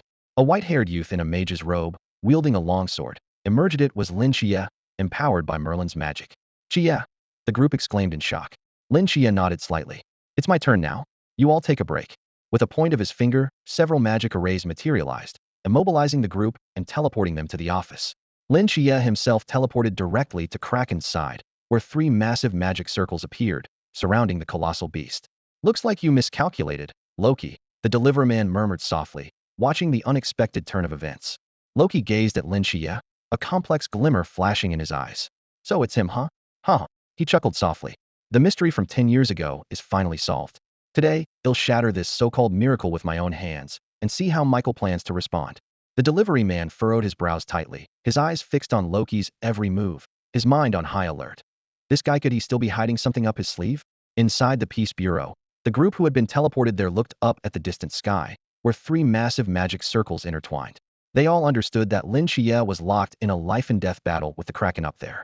Just then, a sudden wave of searing pain coursed through Si Xiaonan's body. She instinctively clutched her head, curling into a ball. A foreign voice echoed in her mind. Si Xiaonan, you will never escape my control. If you know what's good for you, hand over Shiva's grudge, or everyone in your little team will die. Awaken, my agent. Xiaonan, what's wrong? Li Ming, what are you doing? 2 shocked voices rang out simultaneously. A sinister energy and an overwhelming sense of oppression instantly filled the Peace Bureau. Si Xiaonan suddenly stood up, her usual gentle demeanor replaced by the sharp, commanding presence of a Kleintier powerhouse. At the same time, Chenmai was pinned to the ground by Li Ming, who now held Shiva's grudge, the weapon Chun had always kept by his side. Everyone was struck speechless by the sudden turn of events, staring in disbelief at the scene before them. In mere seconds, 2 companions who had lived and fought side by side seemed like entirely different people. Ha! Li Ming let out a maniacal laugh, exuding malevolence. Shiva's grudge is finally mine. Lord Loki, my mission is complete. While laughing, he discreetly attempted to store Shiva's grudge in an unknown space, but his efforts failed due to excessive spiritual energy depletion. This outcome, however, seemed to have been within his expectations. Li Ming, stop joking around. This isn't funny at all. Hong Ying forced a smile. And you, Xiaonan, stop messing around too. Even Si Xiaonan, who was initially preparing to act, now looked bewildered. Haha, seriously? Seriously? Li Ming's expression twisted further. You still think I'm joking? Have none of you ever questioned my identity? Why did an unheard-of god suddenly appear? Why has my power advanced so rapidly, even surpassing Lin Qiye, the dual divine agent? This barrage of questions sowed doubt in everyone's minds. This time, it seemed unlikely to be one of Li Ming's usual pranks. Yet, they weren't entirely sure after all. Li Ming was known for his love of mischief. Was he truly a traitor? The group was plunged into confusion. Because all of this was orchestrated by Lord Loki. Li Ming continued, getting close to Lin Qiye at the second school, revealing the identity of a divine agent in the old city, joining the Night Watch. Undergoing training every single step was part of his master plan. The goal was to uncover the hidden secrets deep within Songnan City. Hearing this, everyone fell into stunned silence. And you? Li Ming suddenly turned to Si Xiaonan, his voice filled with venom. Why does Lord Loki favor you so much, making you his agent? When he asked you to take Shiva's grudge earlier, why did you hesitate? You're not loyal enough. These words made Si Xiaonan fully certain of Li Ming's true identity. Just moments ago, Loki had indeed contacted her. If Li Ming wasn't one of Loki's pawns, how could he possibly know about that? It seemed that Loki had anticipated the possibility of forming attachments to the Night Watch squad, so he deliberately planted a mole by his side. The god of mischief truly lived up to his reputation. Suddenly, a bullet whistled toward Li Ming's wrist, the one holding Shiva's resentment, but it was effortlessly blocked by a barrier formed from his psychic energy. In the next moment, Li Ming unleashed his telekinetic control, and Lin Qiye's body was pulled toward him uncontrollably. Within the blink of an eye, Li Ming had gripped his throat. You think you're qualified to teach me how to use a gun? Li Ming sneered, tightening his fingers. I was playing with guns before you even knew where you were. Now dot. He increased the pressure, and Lin Qiye's face quickly flushed red. No. Si Xiaonan screamed in panic. Although she possessed the power of the Klein realm, she didn't dare to act rashly against Li Ming, who represented Loki. Other team members tried to charge at Li Ming, but his psychic force instantly pinned them to the ground, rendering them immobile. Li Ming glanced at Si Xiaonan with amusement. What's the matter, my dear agent? Do you want to save him? Si Xiaonan forced herself to stay calm, gritting her teeth as she replied. No. I just think killing him outright is too easy. Why not leave him to me? I'll train him. Watching him turn his gun on his comrades would be a far more entertaining sight. Ha ha ha, good. Li Ming laughed. Now that's more like the agent of Lord Loki. With that, he casually tossed Lin Qiye towards Si Xiaonan and ascended into the air. Let's go. Time to meet Lord Loki. Si Xiaonan caught Lin Qiye and glanced down at her fallen comrades with a complicated expression before following Li Ming. Once the two had disappeared, the oppressive force on the others vanished as well, allowing them to move again. Hong Ying, tears brimming in her eyes, grabbed her spear and prepared to give chase, her voice choked with emotion. That damn Li Ming. He used to stay at my house, and I was the one who picked him up after training ended and brought him back to Congnan. Chunmai quickly stopped her, revealing a piece of paper in his palm. Hong Ying, don't act recklessly. Look at this. The note read, Old Shun, I'm heading to Loki for some fun. Forget about Shiva's resentment, you won't be able to protect it, and I've got other plans. Don't follow me, alright? You guys are way too weak right now, just a bunch of super soldiers at best. Think about Ingza, Hei Tu, and the rest of their lives. By the Emperor, they'll be fine. You saw those Emperor's death angels today. Love, Li Ming. At the end was a playful smiley face, drawn with 2 dots and a curved line, as if it were winking mischievously. Outside the city of Tsangnan, an earth-shattering battle was unfolding. The sound of cracking and shattering echoed continuously. Lin Qiye's face was pale, and the magical energy emanating from him grew increasingly chaotic. His gaze was fixed on the kraken trapped within 3 colossal magic arrays. The creature's massive tentacles relentlessly battered the magical barriers, and Lin Qiye's heart sank as he saw the cracks on the arrays growing larger with each impact. Damn it, this is still too much for me, Lin Qiye muttered through gritted teeth. One hand struggled to maintain the crumbling ceiling cube, while the other reached into his pocket and pulled out an emblem, hesitation flickering in his eyes. On the other side of the battlefield, Kong Shang reported to Xia Simeng with a grave expression. Captain, Lynchia can't hold on much longer. He had initially intended to lead the team to intercept the Kraken, but was beaten to it by Lin Qiye. Xia Simeng locked eyes with the increasingly frenzied Garm before her and made a swift decision. Everyone, it's time to give it everything we've got. We must take down this hellhound immediately. If we have to face 2 Klein-level mythical creatures at once, we won't stand a chance. Hearing this, the members of Phoenix Squad exchanged bold smiles and drew the emblems they carried. Captain, we knew this day would come from the moment we joined the squad. All right then, see you in the Watcher's Cemetery. At that critical moment, a thunderous roar tore through the sky. A massive black dog, as swift as lightning, leapt out of Tsangnan City. It stepped on the void and lunged directly at the Kraken. The giant canine clamped its jaws onto the Kraken, and despite the creature's desperate thrashing and retaliatory attacks with its tentacles, the black dog struck back with bursts of lightning that left the Kraken wounded. Bah! This meat isn't even fit for dogs. The black dog spat out in perfect Mandarin, and in just a few decisive moves, it tore the Klein-level mythical creature to shreds. Without pause, it turned and charged at the blood-soaked Garm. The 2 hounds faced off, but the black dog's overwhelming presence alone caused Garm to retreat repeatedly. Lin Qiye watched the ferocious black dog and couldn't shake the feeling that it seemed strangely familiar. Meanwhile, Lu Wuwei, locked in a standoff with Loki, spoke coldly. It seems your plan is falling apart. Is that so? It's just a stray dog. I might as well deal with it too, Loki said nonchalantly, idly twisting the ring on his finger. However, his gaze shifted to Lin Qiye. That boy is the key to everything that has happened. Not while I'm here. Lu Wuwei shouted as he charged at Loki in his electric vehicle, reaching out to grab him. But in an instant, Loki's form dissolved into countless venomous snakes that scattered in all directions before reforming at a distance. An interesting ability reading timelines through touch and sending objects into the past, Loki remarked with a cold smirk. But now that I know, I won't let you touch me again. Without that, catching me won't be so easy. With those words, Loki's figure vanished.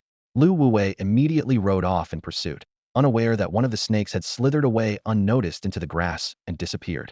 At that moment, a stranger suddenly appeared before Lin Qiye. Every cell in Lin Qiye's body screamed in alarm. He could feel if this thin man before him was 1,000 times more terrifying than the Kraken he had just faced. Who are you? Lin Qiye asked warily, his heart pounding uncontrollably. Lin Qiye, this is our first and last meeting. My name is Loki. The silver-haired man approached slowly, a faint, almost imperceptible smile tugging at the corners of his lips. As the aura of Shiva's wrath grew stronger, a carefully orchestrated scheme was nearing its conclusion. Hearing the name, Lin Qiye's muscles tightened instantly. Loki, the god of mischief, just the name itself, spelled danger. Before he could react, Loki's gaze had already locked onto him. In that moment, Lin Qiye felt as though an invisible force had pinned him in place, making even breathing difficult. Despite the power of Merlin coursing through him, the overwhelming gap in strength rendered him utterly insignificant. Watching Loki draw closer with every step, Lin Qiye's mind raced in desperation, but his body refused to obey, not even the slightest twitch of a finger. At this critical juncture, 3 figures descended from above. Loki turned his attention to them, his eyes scanning his agent, Si Xiaonan, a stranger, and Li Ming, the agent of an unknown deity.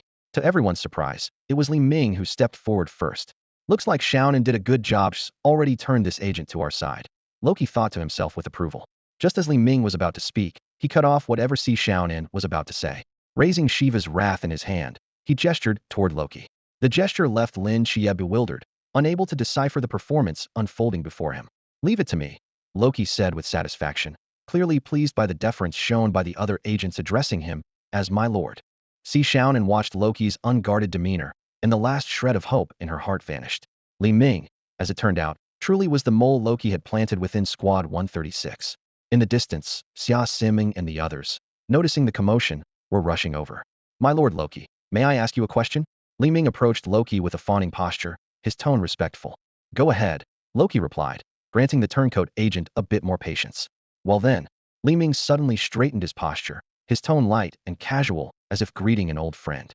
How old is your mother, and is she married? The question was so abrupt that everyone present froze.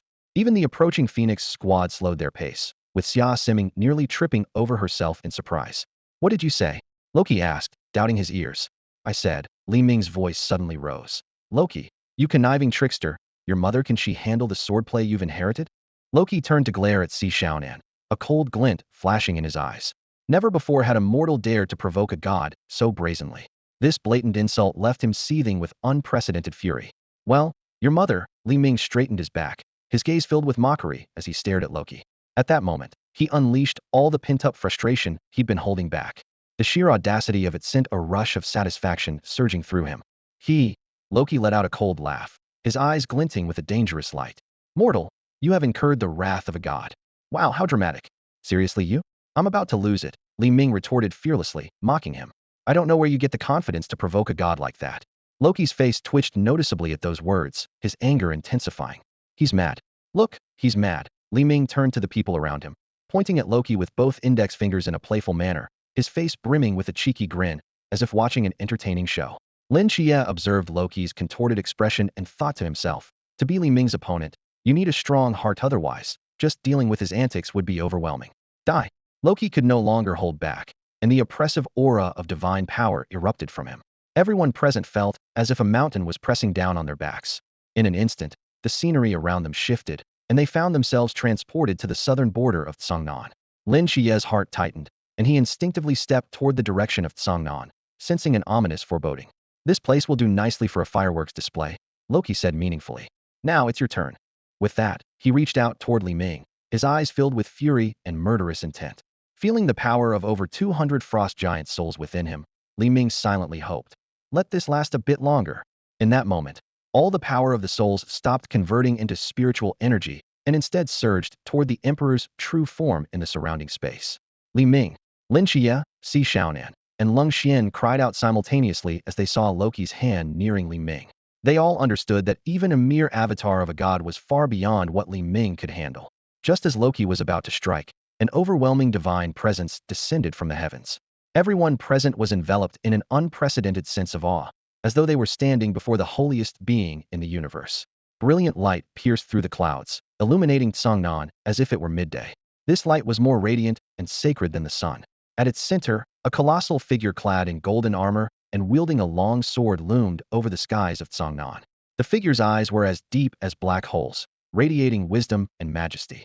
Intricate runes adorned the golden armor. The long sword in its right hand was wreathed in golden flames, and the golden claws of its left hand gleamed with a chilling light. The being sat upon a resplendent golden throne inscribed with mysterious symbols. Countless residents of Tsangnan were startled and stepped out of their homes to gaze at the sky. Many elderly individuals dropped to their knees in reverence. In this moment, the veil of the extraordinary world was lifted ever so slightly for the people of Tsangnan. In Lin Qiye's home, Yang Jin felt the sacred and divine presence, falling into deep contemplation.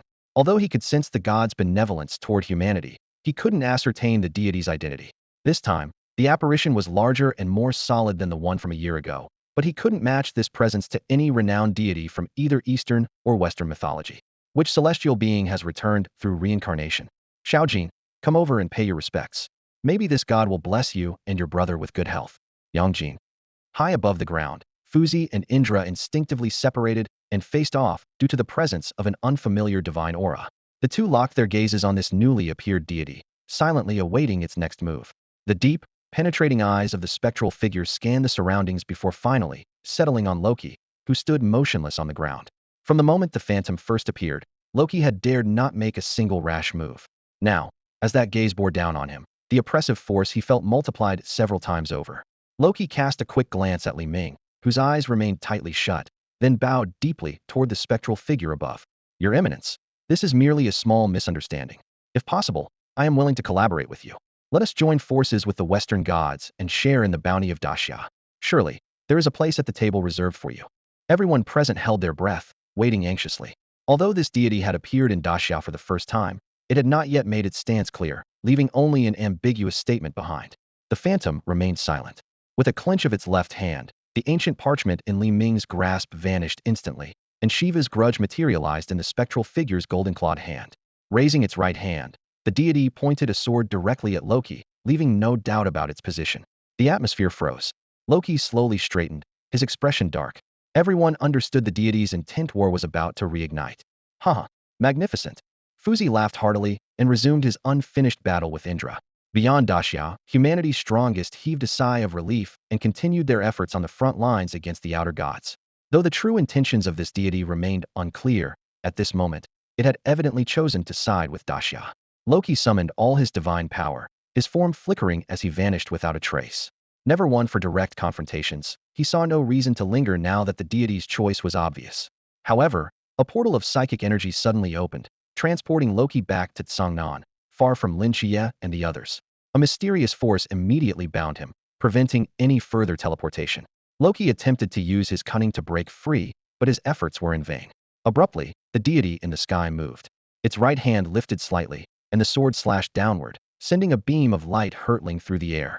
Loki's instincts screamed danger, his entire being on high alert before the sword's light even reached him.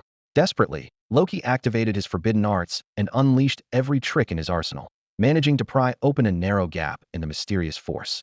He shifted his body 5 meters away at the last moment. Flash! The sword's light tore through the earth, and despite Loki's evasive maneuver, he couldn't completely escape. Half of his body was instantly reduced to a mist of blood. Had he not moved, that strike would have obliterated him entirely. Fine. You leave me no choice. Loki roared, glaring at the spectral figure above. His hand moved to his ring as he channeled divine energy into it. The moment divine power surged into the ring, the phenomena above the heavens abruptly shifted. The scattered silver-white lightning, as if summoned, instantly converged into a thick pillar of thunder, all directed toward a single point. Amidst the interwoven flashes of lightning, a white-robed figure slowly emerged, a spectral image of a one-eyed elder, none other than Odin, the Norse Allfather. Indra sensed the sudden change and struck the scholar with a powerful palm, sending him flying into the distance. He turned his shocked gaze toward the direction of Tsangnan. The lightning and thunder under his command were inexplicably submitting to another deity. There was only one explanation for this: his opponent's divine authority surpassed his own. In the city of Tsangnan, an ordinary Taoist stood observing the unfolding confrontation. He had some knowledge of Odin's origins, but the other deity left him puzzled. The Taoist shook his head slightly. Though this was merely a projection, even he, a celestial being, could not discern its true nature. Odin's gaze fell upon Loki, who was reduced to half a body. His expression was indifferent. To Odin, this was nothing more than a mere avatar. Are you certain you want to protect this blasphemer? Odin asked, his tone calm but commanding. Once he matures, he will become a threat to all gods. He was referring to Lin Qiye. Li Ming did not respond. He merely stared into Odin's single eye. Beneath the eye patch, he sensed a chilling malice. By all accounts, Odin should not have appeared here. There had to be a deeper mystery behind this. Seeing Li Ming's silence, Odin's patience wore thin. He raised his right hand, and an ancient, dark golden spear materialized as a spectral image in his grasp. It was a fragment of Gungnir, the most powerful artifact of Asgard. As the spear manifested, Li Ming felt himself locked in its deadly aim. You, an unknown deity, have no idea of Asgard's power, Loki sneered, even in his severely injured state. Despite his condition, he couldn't help but laugh triumphantly. Even a sliver of Gungnir's might retained its legendary ability to pierce through all. Whoosh! As Odin's spectral image dissipated, the lightning-wreathed Gungnir shot forth.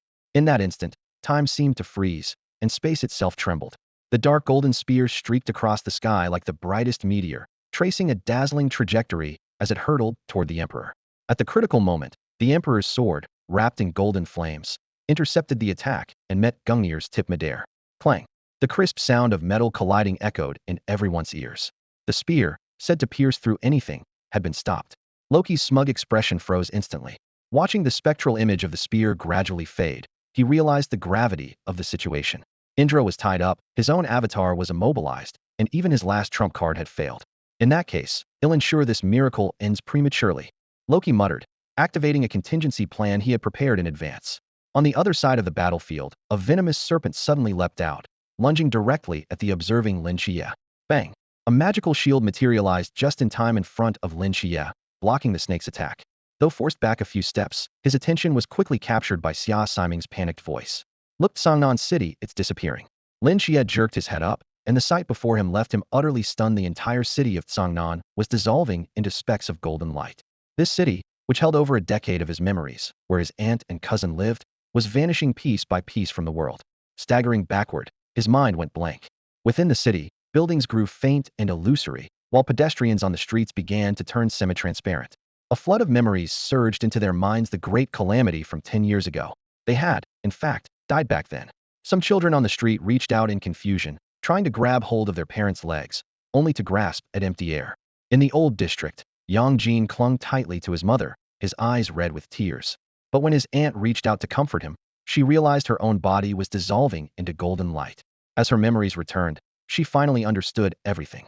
I'm sorry, Mom, Yang Jin said, lifting tear-filled eyes, the unique patterns in his pupils faintly glowing. 10 years ago, we were still trapped in the cycle of reincarnation. We couldn't stop what happened, we couldn't save anyone. In the Office of Peace Affairs, Chun Moi gazed at his gradually fading body. Despite his team's panicked expressions, he offered them a serene smile. Time's up. 10 years ago, it was Lin Qiye's miracle that saved Songnan and gave us this extra decade. Please, thank him for me. Underground, as the shadow of Gungnir dissipated, Li Ming endured a splitting headache. The souls of over 200 frost giants had been completely consumed. Loki, witnessing the scene, laughed triumphantly. But his laughter faltered when he realized Li Ming wasn't vanishing. He was undergoing a transformation. An unknown power from another dimension was merging with his soul. A colossal sword descended from the heavens, shattering Loki into dust. Pure energy surged into the Emperor's true form, while Li Ming, gazing down at Songnan beneath him, made his final decision. I grant you 3 days of freedom to settle your affairs. A resounding and majestic voice echoed in everyone's ears. Golden light rained down like a shower, reassembling everything that had dissolved. The mortal divine domain within Lin Qiye, which had sustained Songnan City for 10 years, erupted into a pillar of light, completing the final transfer of time and space. Standing on solid ground once more, Li Ming opened his eyes and murmured softly, at the very least, let them have time to say goodbye to their families. At the edge of Songnan City, Lin Qiye was enveloped in an endless golden radiance.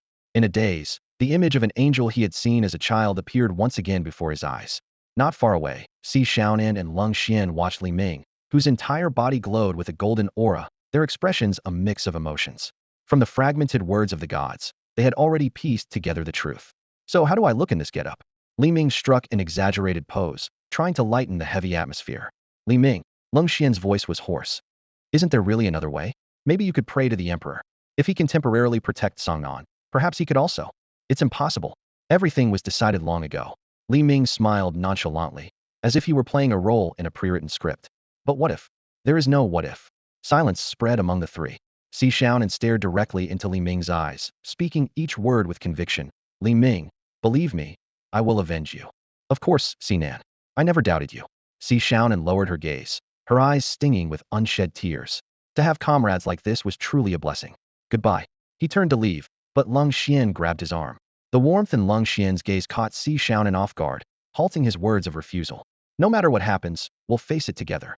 With that, Lung Xian handed a metal box to Li Ming and then followed Si Xiaonan out.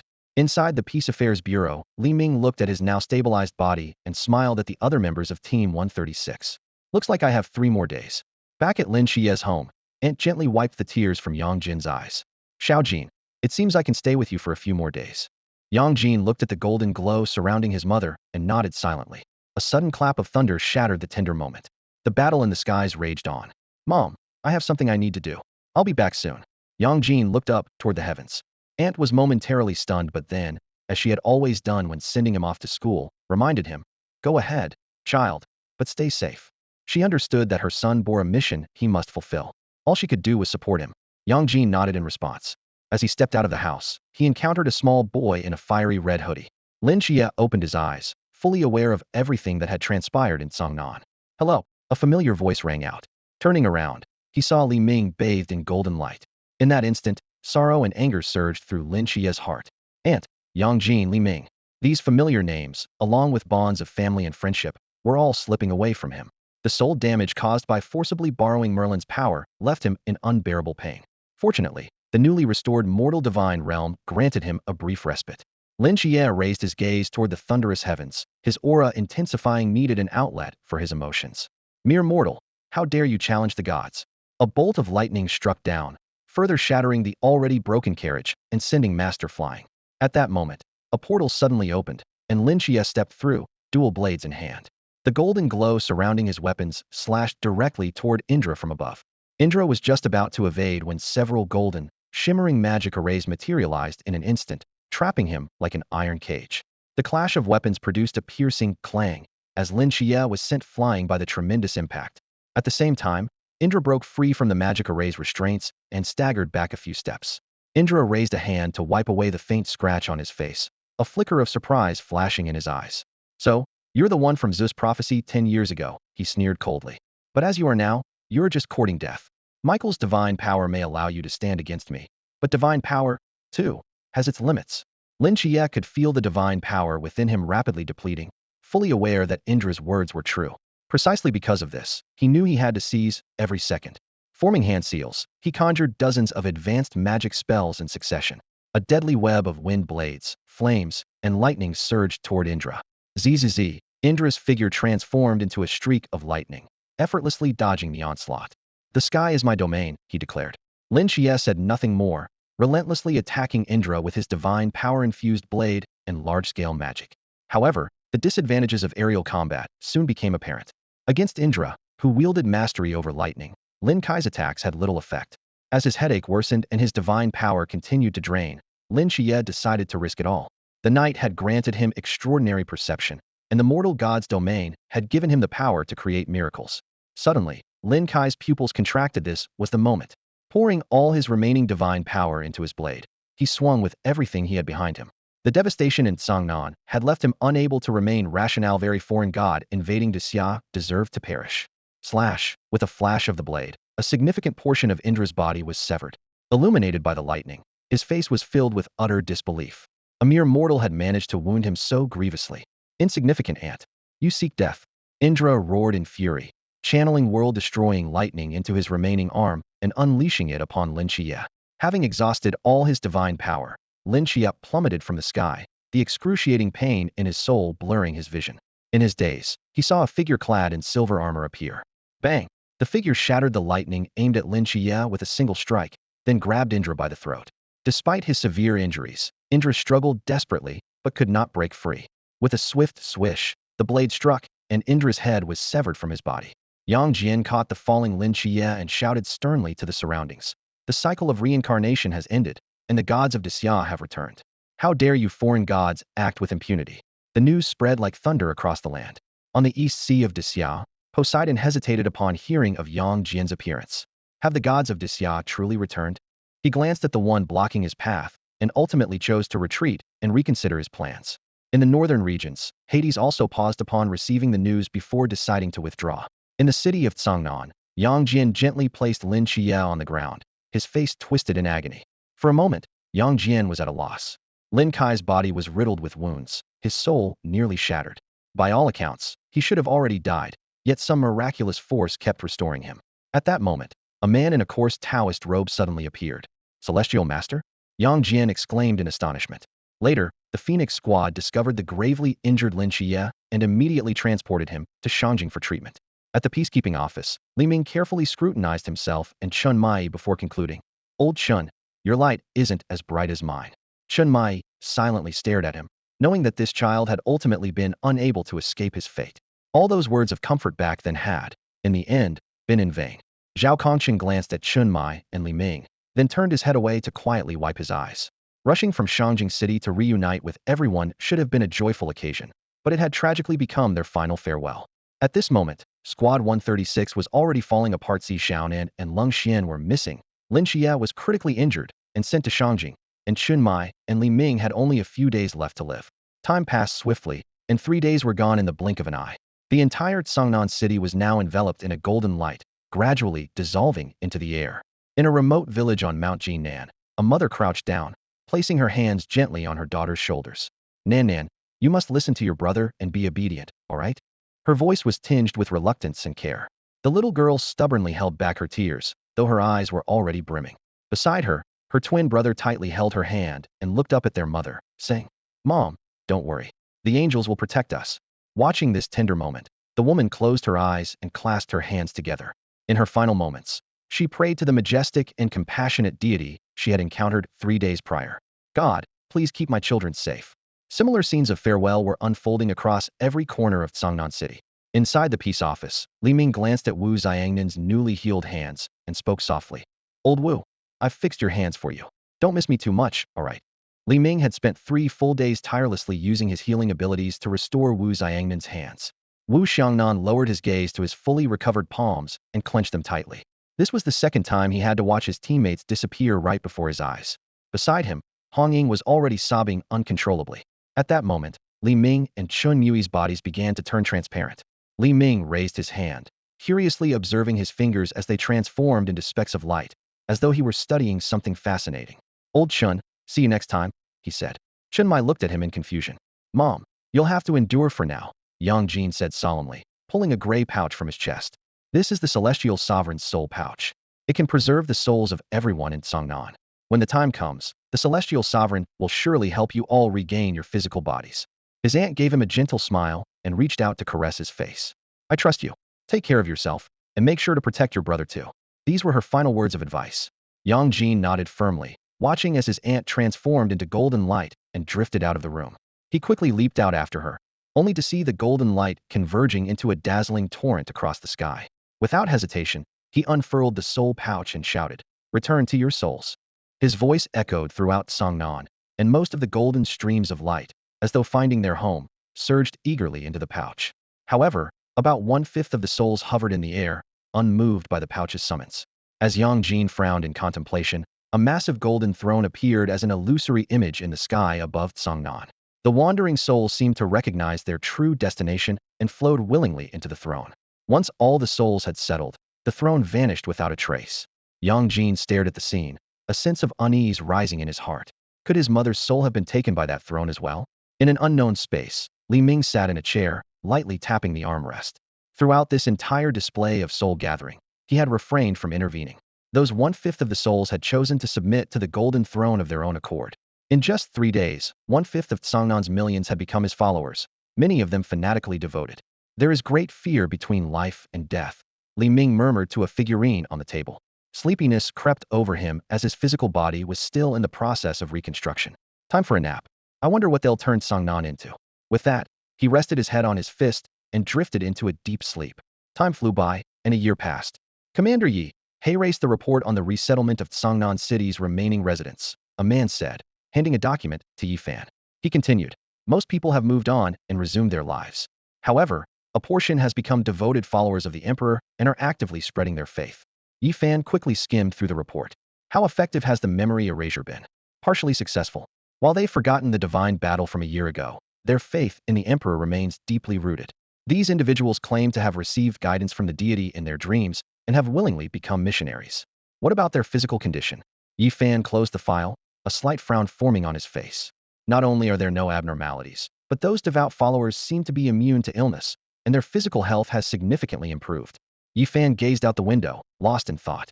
What exactly was the intent of this so-called emperor? Songnan City. Hong Ying stood on the familiar old street, her gaze sweeping over the nearly unchanged surroundings, stirring up a wave of melancholy in her heart. It was here, a year ago, that Uncle Zhao, Uncle Chun, and Li Ming disappeared. The street remained as aged as ever, the scenery as ordinary as before, but Team 136 could no longer assemble a complete squad. Hong Ying, stop dwelling on these things. Don't forget why we're here today. Zhao Kongqing's voice interrupted her thoughts. Over the past year, Hong Ying had taken over as the leader of Team 136. Although Zhao Kongqing and Wu Xiangnan both met the criteria to be team leader, they voluntarily stepped aside. As Zhao Kongqing put it, we oldtimers should give the younger generation a chance to grow. I know. I'm just feeling a bit sentimental, Hong Ying said, pulling herself together before turning to Wenqima. Qima, are you sure about the intel? Don't worry, Captain. Their objective is clear. This time field definitely passed through here, Wenqima replied firmly. Over the past year, apart from the Watchmen, 2 extraordinary forces had emerged in Songnan City: a treasure thieves and the Phantom Squad. Ironically, they were no strangers to these groups. In fact, they had even fought side by side before. This time, no matter what happens, we have to get ahead of them. At the very least, we won't be the cleanup crew again, Hong Ying said through gritted teeth. It had been a turbulent year. Though the lingering aura of the divine battle should have prevented new mysteries from taking root in Songnan, It couldn't stop outside mystics from sneaking in, hoping to seize opportunities from the battlefield. Fortunately, these intruders were mostly low-level amateurs who fancied themselves clever. Songnan City had maintained a record of 0 casualties so far, thanks to a mysterious 10-person squad. Whenever a supernatural incident occurred, they always arrived ahead of Team 136, like predators guarding their territory, eliminating every threat and leaving behind only broken corpses for Hong Ying's team to clean up. Suddenly, the sound of heavy, synchronized footsteps echoed. 10 towering figures appeared at the end of the street, approaching steadily. They were still clad in their signature thick yellow power armor, exuding an aura that sent shivers down one's spine. Though silent apart from their footsteps, their oppressive presence was suffocating. This time, however, they didn't immediately raise their weapons. Are they not here to confront an enemy this time? Zhao Kongqing mused, stroking his chin with a puzzled expression. The 10 Astartes came to a halt, standing rigidly in place without moving an inch. Hey, did you guys spot something this time? Zhao Kongqing asked curiously, his tone devoid of hostility. After all, even headquarters turned a blind eye to this squad, and besides, they had some connection to Li Ming. The 10 figures remained silent. Zhao Kongqing coughed awkwardly and shrugged at Hong Ying. Are they waiting for someone? Wen Shima speculated. Seems like it, Hong Ying replied. The scene fell into a tense stillness as the two teams stood opposite each other. Team 136 wanted to figure out what was happening, but had no choice but to wait patiently. 13 minutes later, a few golden sparks suddenly appeared in the empty space between the two groups. The sparks gathered, gradually forming the outline of a humanoid figure. A flash of golden light flickered and vanished, and a man appeared out of thin air. He was tall and imposing, his black hair wildly whipping in the fierce wind. His muscular frame exuded an overwhelming, suffocating aura of power. With the mechanical sound of power armor activating, 10 Astartes warriors knelt on one knee in perfect unison. This was precisely the purpose of their mission. Li Ming. Zhao Kongqing looked up, his gaze fixed on the familiar, yet unfamiliar face, his voice tinged with uncertainty. Though the man bore a resemblance to Li Ming, his demeanor was entirely different, majestic, yet compassionate, sacred with a trace of enigmatic allure. The conflicting traits blended harmoniously within him. The man slowly opened his eyes, scanning his surroundings. With a snap of his fingers, a robe materialized out of nowhere, which he draped loosely over himself to barely cover his body. He gestured for the kneeling Astartes to rise. Even barefoot, his towering height rivaled that of the armored warriors. You've worked hard, Li Ming said with a slight frown. But it seems you've grown stronger? I'm not sure if that's due to your recent battles or my own increased abilities. For the Emperor, the 10 warriors shouted in unison. The 4 resolute words carried an undeniable tone of unwavering loyalty. Li Ming studied the squad intently before waving his hand. In an instant, the 10 figures dissolved into streaks of light, vanishing into the void. He turned to face Squad 136, spreading his arms with a warm smile. Everyone in back. Did you miss me? Are you really Li Ming? Zhao Kongqing's voice trembled. Of course, the genuine article. Ah, it really is Li Ming. Overwhelmed with joy, the group rushed forward excitedly. The resurrection of a fallen comrade filled them with an intoxicating euphoria that swept away all reason. Hey, stop pulling. I'm only wearing this one piece of fabric. Li Ming's protest rang out. Hong Ying recoiled as if shocked, her face instantly flushing crimson. As the initial joy faded and rationality returned, she realized Li Ming had indeed appeared stark naked. Oh no, I've been tainted, she wailed, covering her face in despair. Meanwhile, in the fasting quarters of Shangjing City, a young man opened his eyes, clarity returning to his gaze. In another room, a scarred man addressed their leader. Boss, you've got the best chance in this election. You're bound to take the top spot. Beside him, a man with extensive tattoos nodded repeatedly in agreement. Though their leader was relatively young, his courage and decisiveness far surpassed the older veterans in their organization. Shun Qingzhu spoke in a calm, emotionless tone. There's been unusual activity on Zhen Shu's side recently. Keep a close watch on him. At this critical time, I won't tolerate any mistakes. Understood. The two subordinates responded in unison. After they left, Shen Qingzhu stepped out of the room, walking steadily down the corridor. Along the way, voices calling him boss echoed without pause, but he remained indifferent. So cool, that's our boss. A true man should be like him. This time, the boss is sure to take the top spot and lead us to new heights. After Shen Qingzhu disappeared from view, the corridor buzzed with a chorus of admiration. Creak, the rusty iron door swung open. Shen Qingzhu stepped onto the rooftop, pulling out his phone and dialing a familiar number. Captain, when are we wrapping this up? If we wait any longer, they're going to make me the boss of the gang, Shen Qingzhu said in a low voice. 3 days, came the reply. 3 days. A lazy, slightly mocking voice responded from the other end of the line. You said 3 days at the start of the mission, then 3 days 6 months ago, and a month ago, it was still 3 days. Do you even know what I've been through this past year? What else could it be? Shin Qingzhu's voice rose with frustration. Living it up with your underlings. Who on the streets doesn't know that the Green King is ruling the scene right now? You better watch your tone with me. The voice on the other end turned serious. I'm the only one who still believes in you.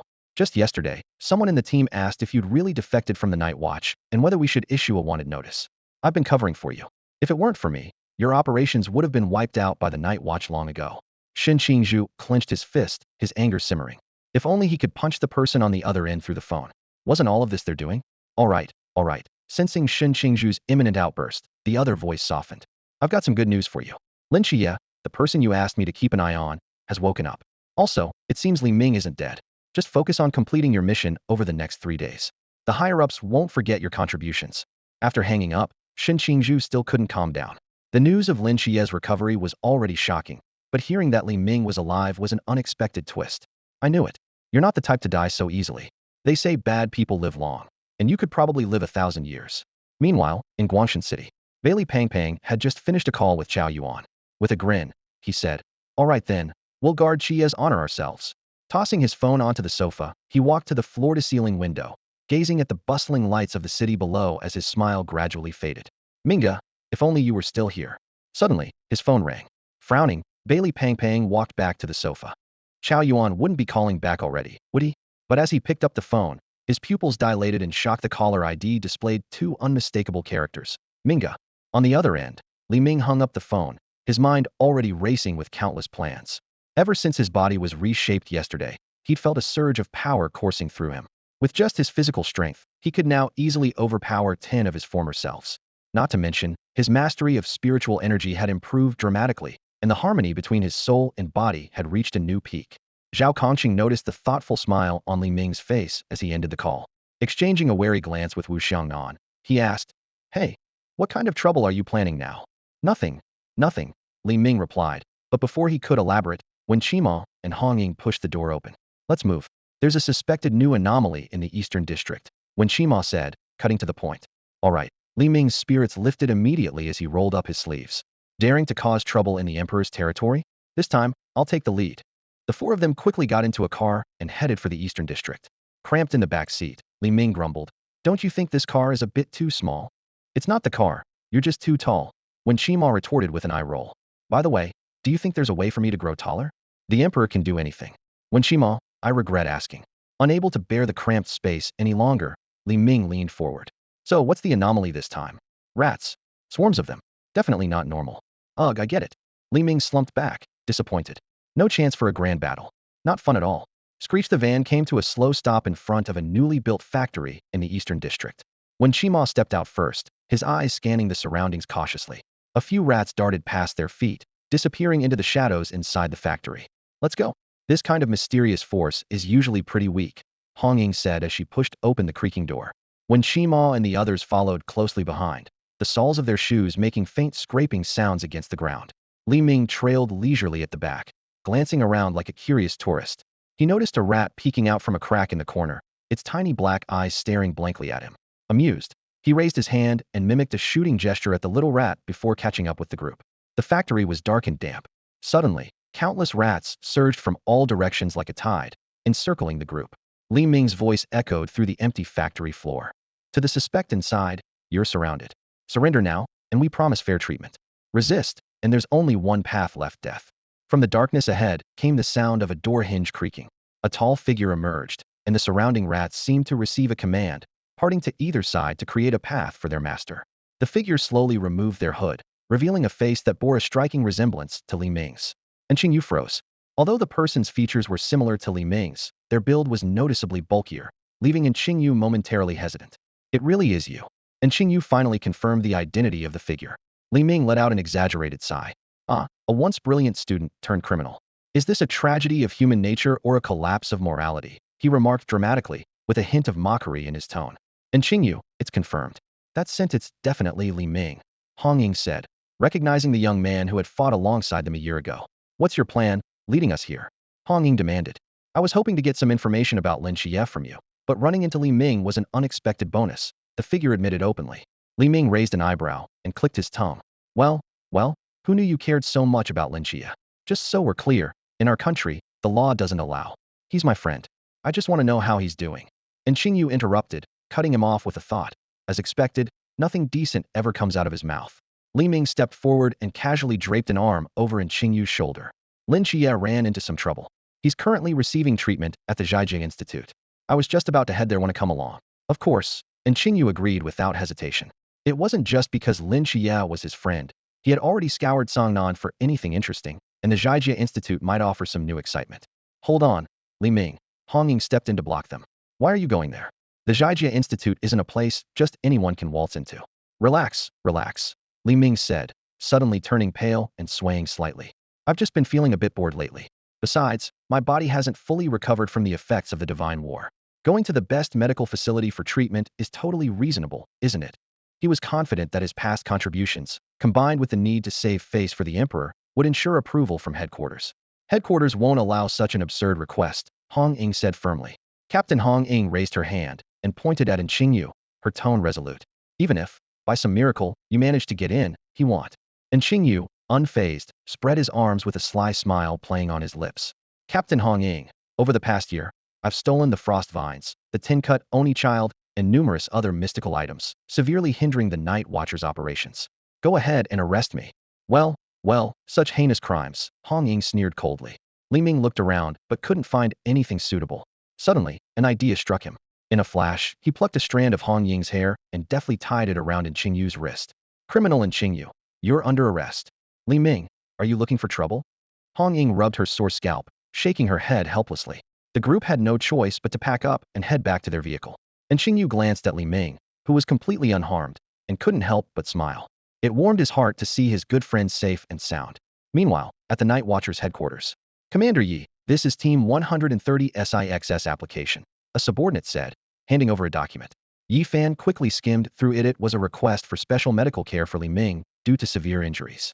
Approved, Yi Fan said decisively. Commander, this doesn't seem to comply with regulations. The subordinate hesitated. Just do as I say, Yi Fan replied firmly. And don't treat Li Ming as an ordinary subordinate. To be precise, consider him an ally and guest of the Night Watchers. Is he really worth it? The subordinate was even more puzzled. Yi Fan recalled the detailed reports from the Tsangnan Divine Battle and nodded resolutely. He's worth it. As long as it benefits Xia, it's all worth it. While the Night Watchers wouldn't rely too heavily on divine beings, having an additional ally was undoubtedly a blessing for Xia in its current state. At that moment, Yi Fan was already formulating plans for Li Ming's future role. The scene shifts to an office in a high-rise building. Mission accomplished. Shen Qingzhu, you're cleared to return to the team. Shen Qingzhu thought of Li Pangpang's phone call and immediately addressed the captain. I suspect there are still unresolved matters. I request an extension to continue the mission at the purification facility. Xiaopinga gave him a knowing look. Don't think I don't know what you're up to. Just this once, don't push your luck. Understood. A minute later, outside the office door, a Night Watcher shoved Shen Qingzhu forward, speaking loudly on purpose. Let's go, oh mighty Qing King. Let's see if you can keep that attitude at the purification facility. The underlings outside erupted in anger at the sight. Boss, let go of our boss. Damn it. Even if you're a Night Watcher, you won't get away with this. The scene shifts again, this time to the purification facility. A year. Lynchia stared at Dr. Li in disbelief. Dr. Li nodded calmly. Yes, you'll need to stay here for at least a year. We need to ensure your mental state is fully recovered before you can leave. Lin Qiye couldn't accept it. His mind was consumed by too many pressing matters, avenging his aunt and Ajin, seeking justice for Li Ming and the captain, and avenging the millions of lives lost in Songnan. All his hatred pointed to one target: Loki must die. And the deity who had once wielded Shiva's wrath must also pay the price. Even after a year, the pain of losing loved ones still haunted him. Sensing Lin Qiye's dissatisfaction, Dr. Li tried to reassure him. This is for your own well-being. Besides, the conditions here aren't too bad: balanced meals, fully equipped facilities, and during designated times, you'll even have some freedom of movement. You were about to say yard time, weren't you? Lin Qiye narrowed his eyes. This is no different from prison. Oh well, there's not much we can do. Purification facility is only so big. When lunchtime arrived, Lin Qiye got his meal and ignored the strange looks from the other inmates. He found a corner to sit in, mulling over the possibility of escape. Suddenly, a familiar voice broke through the noise of the cafeteria. What the hell? I'm a patient, and this is what you're feeding me? This is inhumane. I'm filing for legal aid. Lin Qiye shot up from his seat, turning toward the serving line in disbelief. His eyes widened as he recognized the familiar figure. Li Ming. Huh? Xiao Yezi, you're here too. It's said that His Majesty the Emperor preserved the souls of some of the people. Praise the great Emperor. Li Ming closed his eyes devoutly, his voice filled with genuine reverence. Hearing this, Lin Qiye let out a sigh of relief, a glimmer of hope flashing in his eyes. If that were true, then his aunts and Ajin souls might also be within the protected range. Perhaps, someday, by some miracle, they could be brought back to life. The aroma of the chicken leg on the plate was irresistible. Lynchia noticed Li Ming's gaze lingering on the chicken leg in his plate and felt a warmth in his heart. You can have it. I'm not eating, he said. Oh, you're impossible. Being picky about food isn't good for you, Li Ming replied, swiftly taking the chicken leg from Lin Qiye's plate. Lin Qiye stared blankly at the scene. In just a few bites, Li Ming had devoured the chicken leg, then casually pulled out a perfectly clean bone. What can I say? This new body of mine has an insatiable appetite. If it weren't for holding back, I could probably crunch chicken bones like biscuits. After lunch came a brief recreation period. The prisoners dispersed into small groups. Some played basketball, while others strolled around. A man with a scarred face leaned toward a burly fellow nearby. Boss, look at those two in the hospital gowns. Aren't they something else? Especially the tall one, he's even prettier than a woman. You've lost your mind from being in here too long. Boss Han snapped, but he couldn't help casting a glance in their direction. He froze for a moment. His underling wasn't wrong. There was indeed something strangely captivating about Li Ming. Boss Han considered approaching them, but hesitated upon seeing Li Ming's sturdy physique. In this place, past status meant nothing. Everything came down to raw physical strength. Send someone to test the waters. Find out who they are. Meanwhile, Lin Qiye was sweating profusely at the workout station. A year of being in a coma had caused muscle atrophy, and he was undergoing grueling rehabilitation. Li Ming stood nearby, watching with amusement. He could easily use his cellular control ability to help Lin Qiye recover quickly, but seeing his friend work so hard, he couldn't bring himself to interfere. Let him train for 3 more days, Li Ming thought. Having a brother like him is truly Lin Qiye's blessing. Suddenly, 3 men stepped out from the crowd. Li Ming immediately perked up. This was going to be entertaining. He remembered these guys had tried to mess with Lin Qiye before, only to get thoroughly beaten. He was ready to tease Lin Qiye about it when he realized something was off. The trio was heading straight for him. Hey, kid, which gang are you with? A burly man stood in front of Li Ming, taunting him arrogantly. Nearby prisoners began gathering to watch the scene unfold. Entertainment was scarce in a place like this. Even Lin Qiye paused his workout, looking at the fools with a gaze full of pity. Li Ming glanced down at the 3 idiots before him, and with a flicker of his mind-reading ability, he quickly grasped the situation. His gaze swept over the crowd and landed on Boss Han. His heart sank slightly. There seemed to be an issue with this body. Are you deaf, kid? Didn't you hear our boss asking you something? Don't think being tall makes you special. You think we're scared of you. The provocative voice rang out again, right in his ear. We've got plenty of brothers here. Just one spit from each of us could drown you. A cocky lackey stepped forward from behind the burly man, raising his hand, ready to teach Li Ming a lesson. Crack! The sharp sound of bones dislocating pierced the air. The lackey's arm twisted at an unnatural angle in an instant, and then, with a savage yank, it was torn off entirely. Blood sprayed everywhere, and his agonized scream shattered the silence. The onlookers collectively gasped, terror rippling through the crowd. This newcomer had the audacity to act so ruthlessly in broad daylight. Even the seasoned prisoners wouldn't dare display such arrogance. Was he fearless out of ignorance? Or did he have something to rely on? Son of a b, you're asking for it. The burly man clenched his fists and stepped forward, enraged by the humiliation of his underling. But Li Ming moved like lightning. With 2 fingers, he struck the man multiple times in quick succession, creating several bloody holes in his body. In the same moment, he spun and sent another lackey flying with a single blow. Blood gushed like a fountain from the burly man as he collapsed to the ground, writhing in agony, futilely trying to cover his wounds. Amid the screams, Li Ming casually strolled toward the lackey he had sent flying. With a deliberate motion, he stepped down lightly on the man's arm, reducing it to pulp as if it had been crushed by an elephant. Gulp! The surrounding crowd swallowed nervously in unison. Li Ming clearly had the power to kill them in an instant, but he chose instead to torment them. Talk. Who's your boss? Li Ming demanded, though he already knew the answer. At the same time, he opened another bloody wound on the burly man. Blood quickly pooled into a dark red puddle on the ground. The burly man initially tried to hold out, aware of the consequences of betraying his boss. But after enduring more torment and the excruciating pain of another finger being bent backward and broken, finally broke down. It's Boss Han, he stammered, trembling as he pointed toward the crowd with his uninjured hand. You? The Aholi over there, come here. Li Ming barked, pointing directly at Boss Han. Boss Han's cold, sinister gaze became even more chilling as he strode forward with dozens of his men behind him. He had ruled this prison with an iron fist for years, and no one had ever dared to challenge him like this. Outside, he was merely a Sea Realm expert, with his strength limited to physical enhancement. But in this prison, suppressed by the boundary stone, Even higher-level powerhouses like those in the Infinite or Klein realms would bow before him. Seeing the situation escalate, Lin Qiye unhesitatingly stepped up to stand beside Li Ming. Kid, you think you're tough? Being able to fight means nothing here, Boss Han sneered, jabbing a finger at Li Ming's chest. Here, it's all about influence and connections. Sure, you can take down one or two guys, but can you handle all of them? He gestured to the human wall of his men behind him. Li Ming simply pointed at himself and Lin Qiye. What do you think about the two of us? He asked calmly. Lin Qiye glanced at him in confusion, unsure of what he was planning. Boss Han let out a cold laugh. Trying to beg for mercy now? Too late. When free time's over, you'd better clean yourself up and get ready for me. After I've had my fill, these brothers of mine will take turns. Once we've had enough, maybe just maybe you'll consider letting you go. Laughter erupted from the crowd, echoing all around. Li Ming scanned the faces, noticing that nearly 80 of them were fixated on him. A sense of unease crept into his mind. Normally, someone like Lin Qiye, with his soft and harmless appearance, would be the prime target in a place like this. But for some reason, this group was fixated on him, a man who could take down two bears with a single punch. Something was definitely off. Cat, got your tongue? Say something, someone jeered. Li Ming let out a sinister chuckle, rolling his shoulders as the sound of popping joints filled the air. A savage aura emanated from him, suffocating those nearby. Perfect. I've been itching for a fight. Don't worry, I'll make sure to leave you all alive. Kid, acting so arrogant, guess you've never had a proper beating, huh? Li Ming's rebuttal instantly irritated Han Laoda's lackeys, who tightened their encirclement like a pack of wolves. Just as Li Ming clenched his fists, ready to teach these guys a lesson, a deep voice cut through the tense atmosphere. Two men in grained white prison uniforms pushed through the crowd and strode forward, exuding the sharp, commanding presence unique to former watchmen. Han Laoda frowned, his gaze sweeping over the pair. You two want to stick your noses into this as well?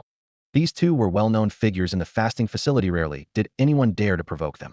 Their past as watchmen and their exceptional combat skills made even seasoned inmates think twice. We may be former watchmen, but we're not about to stand by and watch you bully a couple of rookies, one of them said in a deep voice. Han Laoda glanced at his three lackeys sprawled on the ground, sneering internally. Who was bullying whom here? So, you're saying you insist on getting involved? Why don't you try and find out? The tension was palpable, as if the air itself had frozen. Their gazes clashed like sparks in midair. Just as the standoff reached its peak, a deafening gunshot shattered the silence. Bang! Disperse. Everyone back off. The guards, noticing the growing crowd of inmates in the activity area, fired a warning shot. Armed prison guards quickly assembled, their weapons at the ready. In this fasting facility, where all powers were suppressed, firearms held an unparalleled deterrent, turning everyone into potential targets. The crowd began to stir, retreating like a receding tide. Sensing the shift in momentum, Han Laoda made a swift decision. Retreat, he barked, leading his men away. There would be plenty of time to deal with these upstarts later. The last lackey couldn't resist making a parting gesture, sliding his thumb across his throat as he sneered at Li Ming. You got lucky this time, big guy. Next time, make sure you're cleaned up otherwise. Don't worry, there won't be a next time. Li Ming's voice was calm, and in a flash, his fist shot out like lightning. The lackey's head exploded instantly, a gruesome fountain of blood spraying into the air. Exterminated Heretic 1, points 30. Han Jinlong turned back at the sound, just in time to see Li Ming retract his fist, expressionless, while his lackey's headless body crumpled to the ground, blood gushing out. The scene fell into a stunned silence. Li Ming's steady gaze swept over the remaining crowd, as if he were casually selecting his next target. His expression was indifferent, like someone picking produce at a market. Initially, he had refrained from killing out of respect for the former watchman, but these pests had pushed his patience too far. Like buzzing flies, they had to be swatted. As for how the watchman might judge him, didn't care. He'd cursed gods before. Why would he worry about their opinions? Old Fong, is this kid really a watchman? His methods are brutal. One of the men who had stepped in earlier muttered. Fong Yonghui glanced at Wang Lu but remained silent. You bastard. You're dead meat. Han Jinlong roared, though he subtly retreated half a step. In a place like this fasting facility, anyone who could crush a skull with one punch was not to be underestimated. It was clear that dealing with someone like Li Ming would require a coordinated effort. Bang, bang, bang. A series of rapid gunshots suddenly echoed through the air. Don't move, nobody move. Li Ming spread his hands casually, an innocent smile on his face. Officer, you saw it yourself. This was purely self-defense. The prison guard's gaze shifted back and forth between Li Ming, clad in a patient's uniform, and the three half-unconscious men lying on the ground. His brow furrowed. You call this self-defense? The scene was quickly brought under control. The guards immediately halted the outdoor activity and escorted all inmates back to their respective cells. Medical staff arrived shortly after, and the three injured individuals were swiftly carried away for treatment. Li Ming and Lin Qiye were also taken back to their hospital room ahead of schedule. Old Li, how long are you planning to keep this up? In the hospital room, Li Ming lounged lazily on the sofa, peeling a banana while glancing at Lin Qiye's primary physician, who sat upright across from him. Well, the doctor hesitated. Do you ever feel any discomfort? He had already been informed about the incident in the activity area and was now scrutinizing Li Ming with a professional eye, suspecting that this patient might require more attention than Lynchia. Damn, they're treating me like I'm crazy, Li Ming cursed inwardly. Tossing the banana peel aside, he straightened up and said with a serious expression, bathed in the benevolence of His Majesty the Emperor, I feel neither discomfort nor confusion. Speaking of which, Dr. Li, spending all your time in this secluded placedo, you ever feel empty inside? Allow me to introduce you to the Almighty. Oh no, he's targeting me now, the doctor thought, alarm bells ringing in his mind. An hour later, the doctor finally found an excuse to leave. Li Ming picked up a glass of water to soothe his dry throat, feeling smug. Amateur, trying to play games with me? Taking advantage of the quiet moment, Li Ming turned his attention to the lottery wheel in his mind. With the 10,603 points he earned from slaying the frost giant a year ago, plus the 53 leftover points from before and the 30 he gained today, he now had a total of 10,686 points, enough for a level 3 draw. A level 3 draw can't be that bad, right? Li Ming rubbed his hands together in anticipation. With a thought, 10,000 points vanished instantly. A more extravagant lottery wheel than ever before appeared, gleaming with golden light. The pointer spun rapidly before gradually coming to a stop. Congratulations. You have acquired comprehensive knowledge of all 19 types of enhancement surgeries. A torrent of information surged into his mind, detailing methods for cultivating and implanting enhanced organs. The soldiers created through these modifications would be absolutely loyal to him, ensuring there would be no betrayals like the spear turned on its master. Not a bad start, though not very useful right now, Li Ming muttered, tapping the table in thought. Leaving aside prerequisites like genetic seeds and power armor, just the time needed for organ cultivation and human modification was extensive. During that time, he could easily earn more points through combata, even hit the jackpot, and summon an army of Astartes through another draw. Sigh, having cheats makes everything feel so dull. Is it too late to quit the Wind Spirit Moon Shadow sect? Li Ming sighed theatrically, though he was secretly delighted as he immersed himself in studying the surgical knowledge. It might not be useful now, but who could say what the future held? Meanwhile, in the residential area hallway, 2 new inmates were being escorted by prison guards. Chains scraped noisily against the floor. One of them looked scholarly and frail, while the other carried an air of arrogance, his gaze dismissive. Inmates on either side of the corridor crowded against the bars, eyeing the newcomers with malicious intent. Some licked their lips, their eyes gleaming with predatory excitement. Creak. The lead guard opened 2 adjacent cells. Inmate 039821, and Qingyu. Inmate 039822, Shen Qingzhu. These are your rooms. The guard's footsteps gradually faded into the distance, and the atmosphere in the cell instantly grew restless. Hey, pretty boy, what landed you in here? The one-eyed prisoner in the opposite cell shouted at Qingyu, his tone dripping with provocation. Qingyu stood still, his gaze cold and analytical, as if he were examining a specimen. He scrutinized the one-eyed prisoner from head to toe. After a moment, he shook his head in disappointment, not even bothering to respond. The one-eyed man, seeing Qingyu's disdainful expression, became even more excited. Yeah, that's the look. Kid, you've got my attention now. Qingyu ignored him, lowering his head to flex his fingers. A thin, white thread silently extended from his fingertips. Good, it escaped the search. I can still use it here, he thought to himself, referring to the eerie thread had obtained from the tavern owner. In the adjacent cell, Shen Qingzhu lay on his bed, lost in thought. How did Li Ming end up here? Where are Li Ming and Lin Qiye? I can't reach them by phone. How am I supposed to find them? A few hours later, the cell doors opened simultaneously, and a voice came through the wall-mounted speaker. Recreation time. If you need. The prisoners filed out in an orderly line, heading toward the activity area. As Qingyu stepped out of his cell, the one-eyed man blocked his path, his eyes gleaming with menace. Come on, kid. I'll take you somewhere special to see something amazing. Qingyu nodded calmly and followed without a word. He needed someone to explain the rules of this prison. Shen Qingzhu, noticing the odd interaction between the two, frowned and decided to follow them. When the two entered the restroom, Shen Qingzhu stood by the door. Suddenly, he heard Qingyu's calm voice questioning someone inside. Shortly after, the air was filled with the metallic scent of blood. Qingyu emerged from the restroom after handling the body, casually washing his hands as if nothing had happened. He noticed Shen Qingzhu standing at the door and recalled seeing him earlier that year through the perspective of a rat at Hong Ying's villa. Hello, I'm Qingyu, he said, extending his hand. His instincts told him this man was worth studying. Shen Qingzhu, came the reply. Meanwhile, outside the penitentiary, a conversation took place inside a carriage. Master, Li Ming killed someone in the penitentiary, the young carriage driver reported after taking a phone call. Isn't death in the penitentiary a common occurrence? The master's voice came from within the carriage. But he killed someone in front of everyone, the driver exclaimed. Oh, that's it. Don't you have anything else to say? The driver asked, stunned. Well done, driver.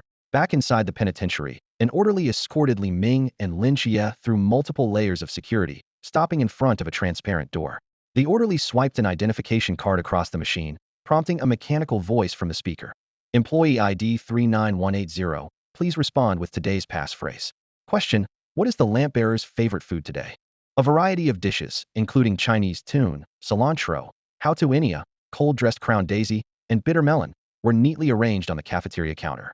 Leming glanced at the vegetarian options and couldn't help but mutter, "TSK, you lamplights sure have an interesting palate." The caregiver standing nearby remained silent, his expression blank. On the first day, he had already experienced the brunt of Li Ming's preaching and was determined not to give him any opportunity to start a conversation this time. Li Ming, unfazed, strode through the transparent glass door, heading straight for the cafeteria's serving counter. Another plate of chicken legs, Li Ming demanded as he stared at the food on his tray, clearly dissatisfied. With this measly portion, if some foreigner saw it, they'd think I couldn't afford to eat. One plate for me, one for my buddy. The elderly server responded expressionlessly. First, there are no foreigners here. Second, the meals are free. And third, the food is distributed per person, with fixed portions. Next, ugh, Li Ming grumbled as he carried his tray to a table and sat down in frustration. To him, these emotionless cafeteria servers were practically his lifelong enemies. He picked up the palm-sized chicken leg and devoured it in a few bites, leaving nothing but a clean bone. After finishing everything on his plate with the speed of a whirlwind, Li Ming rubbed his stomach, marveling at how much larger his appetite was in this new body.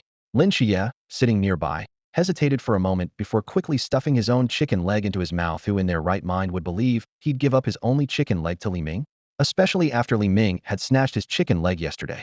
At that moment, two individuals carrying trays approached and sat down at their table. I'm Wang Lu, formerly of the Guiyang City 076 Squad. I'm Fang Yanghui, formerly of the Chuanxiang City 021 Squad. Chuanxiang City. Li Ming looked at Fang Yanghui in surprise. Old Yang, you got locked up too early. Otherwise, you could have been a big shot in Chuanxiang by now. Fang Yanghui looked puzzled. What's so special about Chuanxiang City? Ignore him, Lin Qiye interjected. He has bouts of normalcy, but is otherwise perpetually insane. We're night watchers from Sangnan City 136 Squad. Sangnan. Wang Lu's expression changed. The city that disappeared a year ago? Lu. Fang Yang. Thanks for yesterday, Li Ming said. So, what brings you here today? My name is Wang Lu. Wang Lu corrected him with a serious tone. If Han Jinlong comes looking for trouble while we're not around, head straight to the activity yard. There's a sniper station there. Avoid staying in the cafeteria or other blind spots. If they block the cameras, it could get dangerous. People have died before. They've already used this trick to harm many. Someone already died yesterday, Li Ming replied nonchalantly. If they block the cameras, even better. As everyone knows, cameras and batons follow the law of energy conservation. I may not have a baton, but those guys better pray there are cameras around. Otherwise, don't think killing someone yesterday will scare them off, Fang Yanghui quickly explained, alarmed by Li Ming's casual attitude. The detention facility is entirely different from the outside world because of the suppression monument. Here, raw physical strength and numbers rule. Outside, Han Jinlong might just be a small-time C rank, but in here, even boundless rank or Klein rank individuals have to bow to him. Li Ming remained relaxed. The suppression monument doesn't affect my spiritual energy. Besides, even if it's just raw physical strength, I could easily crush Han Jinlong into a ball or flatten him. I just need to be careful not to accidentally kill him. After all, he's a fun little toy to pass the time. As time passed, more prisoners filled the cafeteria. Li Ming scanned the room before suddenly standing up. What are you doing? Lynchia asked, puzzled. Don't worry, Li Ming said, picking up his tray with a sly grin. I'm going hunting. A lot of these people look like they don't enjoy chicken legs. Good old Li will kindly help them out. Boss, Meng and his 3 buddies are now permanently disabled, and Huang Mao is dead. What do we do? Are we just going to let that punk off the hook? In the cafeteria, a man with a scarred face hurriedly approached Han Jinlong, who was just about to eat, carrying his tray. Han Jinlong's chopsticks froze in midair, a glint of malice flashing in his eyes. Let him off? Absolutely not, he said through gritted teeth. That traitor Meng dared to betray me. He deserves worse than death. As for that new kid, how dare he disrespect me? He needs to be taught a lesson. He set down his chopsticks. Spread the word. Tell all the brothers to get ready. Tomorrow, we're going to make him pay. Before he could finish speaking, the scar-faced man's expression froze. Be boss, he stammered, pointing behind Han Jinlong, his voice trembling. The memory of witnessing Li Ming smashing someone's skull like a watermelon was still fresh in his mind. The sheer brutality of that human-shaped beast sent chills down his spine. Han Jinlong turned around, immediately feeling an invisible wave of pressure. When he saw the tall figure approaching, he instinctively glanced at the 30 or so men around him, regaining a bit of confidence. I haven't even looked for you yet, and here you are delivering yourself. Han Jinlong began, but before he could finish his threat, Li Ming walked right past him as if he didn't exist. He casually sat at a nearby table and grabbed all the untouched chicken drumsticks in front of him. Since you all seem to have lost your appetite, your grandpa here will help you out, Li Ming said, biting into a drumstick, his gaze filled with unmistakable provocation. For him, holding a grudge overnight was already a generous concession. The cafeteria fell into an eerie silence. Han Jinlong stared at Li Ming, leisurely munching on the drumsticks, while feeling the mocking gazes of his men around him. This wasn't just eating chicken, it was a blatant slap in the face. He knew all too well that if he let a newcomer humiliate him like this, his days as a leader in the detention center were over. All right, Han Jinlong sneered. Take care of the cameras. A few men immediately got to work, skillfully smearing glue over the surveillance lenses. Clearly, this wasn't their first time. Not far away, Wang Lu and Feng Yanghui watched the scene unfold, stomping their feet in frustration. What the hell? You're still eating? Your teammate's about to get beaten up, Wang Lu said in disbelief, glaring at Lin Qiye, who was calmly focused on his meal. Feng Yanghui had already grabbed a chair, ready to jump in and help. Relax, Lin Qiye said nonchalantly. Li Ming never acts without confidence. It's always the others who end up regretting it. Once the cameras were fully obstructed, 40 to 50 men quickly surrounded Li Ming, encircling him completely. Han Jinlong, seeing the overwhelming numbers, finally allowed himself a triumphant grin. 50 against 1. The odds are in my favor. You little punk, did you even bother finding out who's in charge here in the detention center? The scar-faced man, confident the situation was under control, stepped forward to curry favor with Han Jinlong. Li Ming glanced at the crowd forming around him. Without warning, the chicken drumstick bone in his hand transformed into a sharp weapon. Moving with lightning speed, he stabbed the scar-faced man in the chest multiple times. If you're eating, just eat. Less talking. Scarface lowered his head, staring in disbelief at the fatal chicken bone lodged in his chest. It was as if all the strength drained from his body in an instant. He collapsed heavily to the ground, twitched twice, and then lay still as dark red blood slowly spread beneath him. Damn it, kill him! Han Jinlong roared, issuing the command. Before the words even finished leaving his mouth, a burly man had already grabbed a chair and swung it fiercely at Li Ming's head. Li Ming effortlessly sidestepped and countered with a palm strike to the man's head. The celestial touches my crown. Divine strength opens my mind deliberately controlled his power, but the blow crushed the man's skull into his chest cavity. The attacks from the others came one after another. Li Ming grabbed 2 unlucky attackers by their necks, one in each hand, and used them as human weapons. Swinging his human swords with sweeping arcs, no one could get close to him. The sound of cracking bones and agonized screams intertwined, creating a macabre symphony in the dining hall. Bright red blood splattered onto the walls, painting them in vivid, grotesque strokes. Wang Lu narrowly dodged a flying severed limb, gritting his teeth. Feng Yanghui had already dropped the chair he was holding. Are you sure he's a night watchman? Wang Lu asked, turning to Lin Qiye, who stood in the corner. He wouldn't even kill a chicken this ruthlessly. Lin Qiye, having anticipated this, simply nodded calmly. In the center of the Asylum of Abstinence at the Sunshine Psychiatric Hospital, Dr. Li stared at the surveillance footage, urgently jotting down notes on Li Ming's behavior. Bloodthirsty, ruthless, utterly devoid of mercy toward enemies, he was so engrossed that he subconsciously ignored his primary patient, Lin Qiye. No wonder Commander Yi had sent the seemingly normal Li Ming here. His condition was clearly far more severe.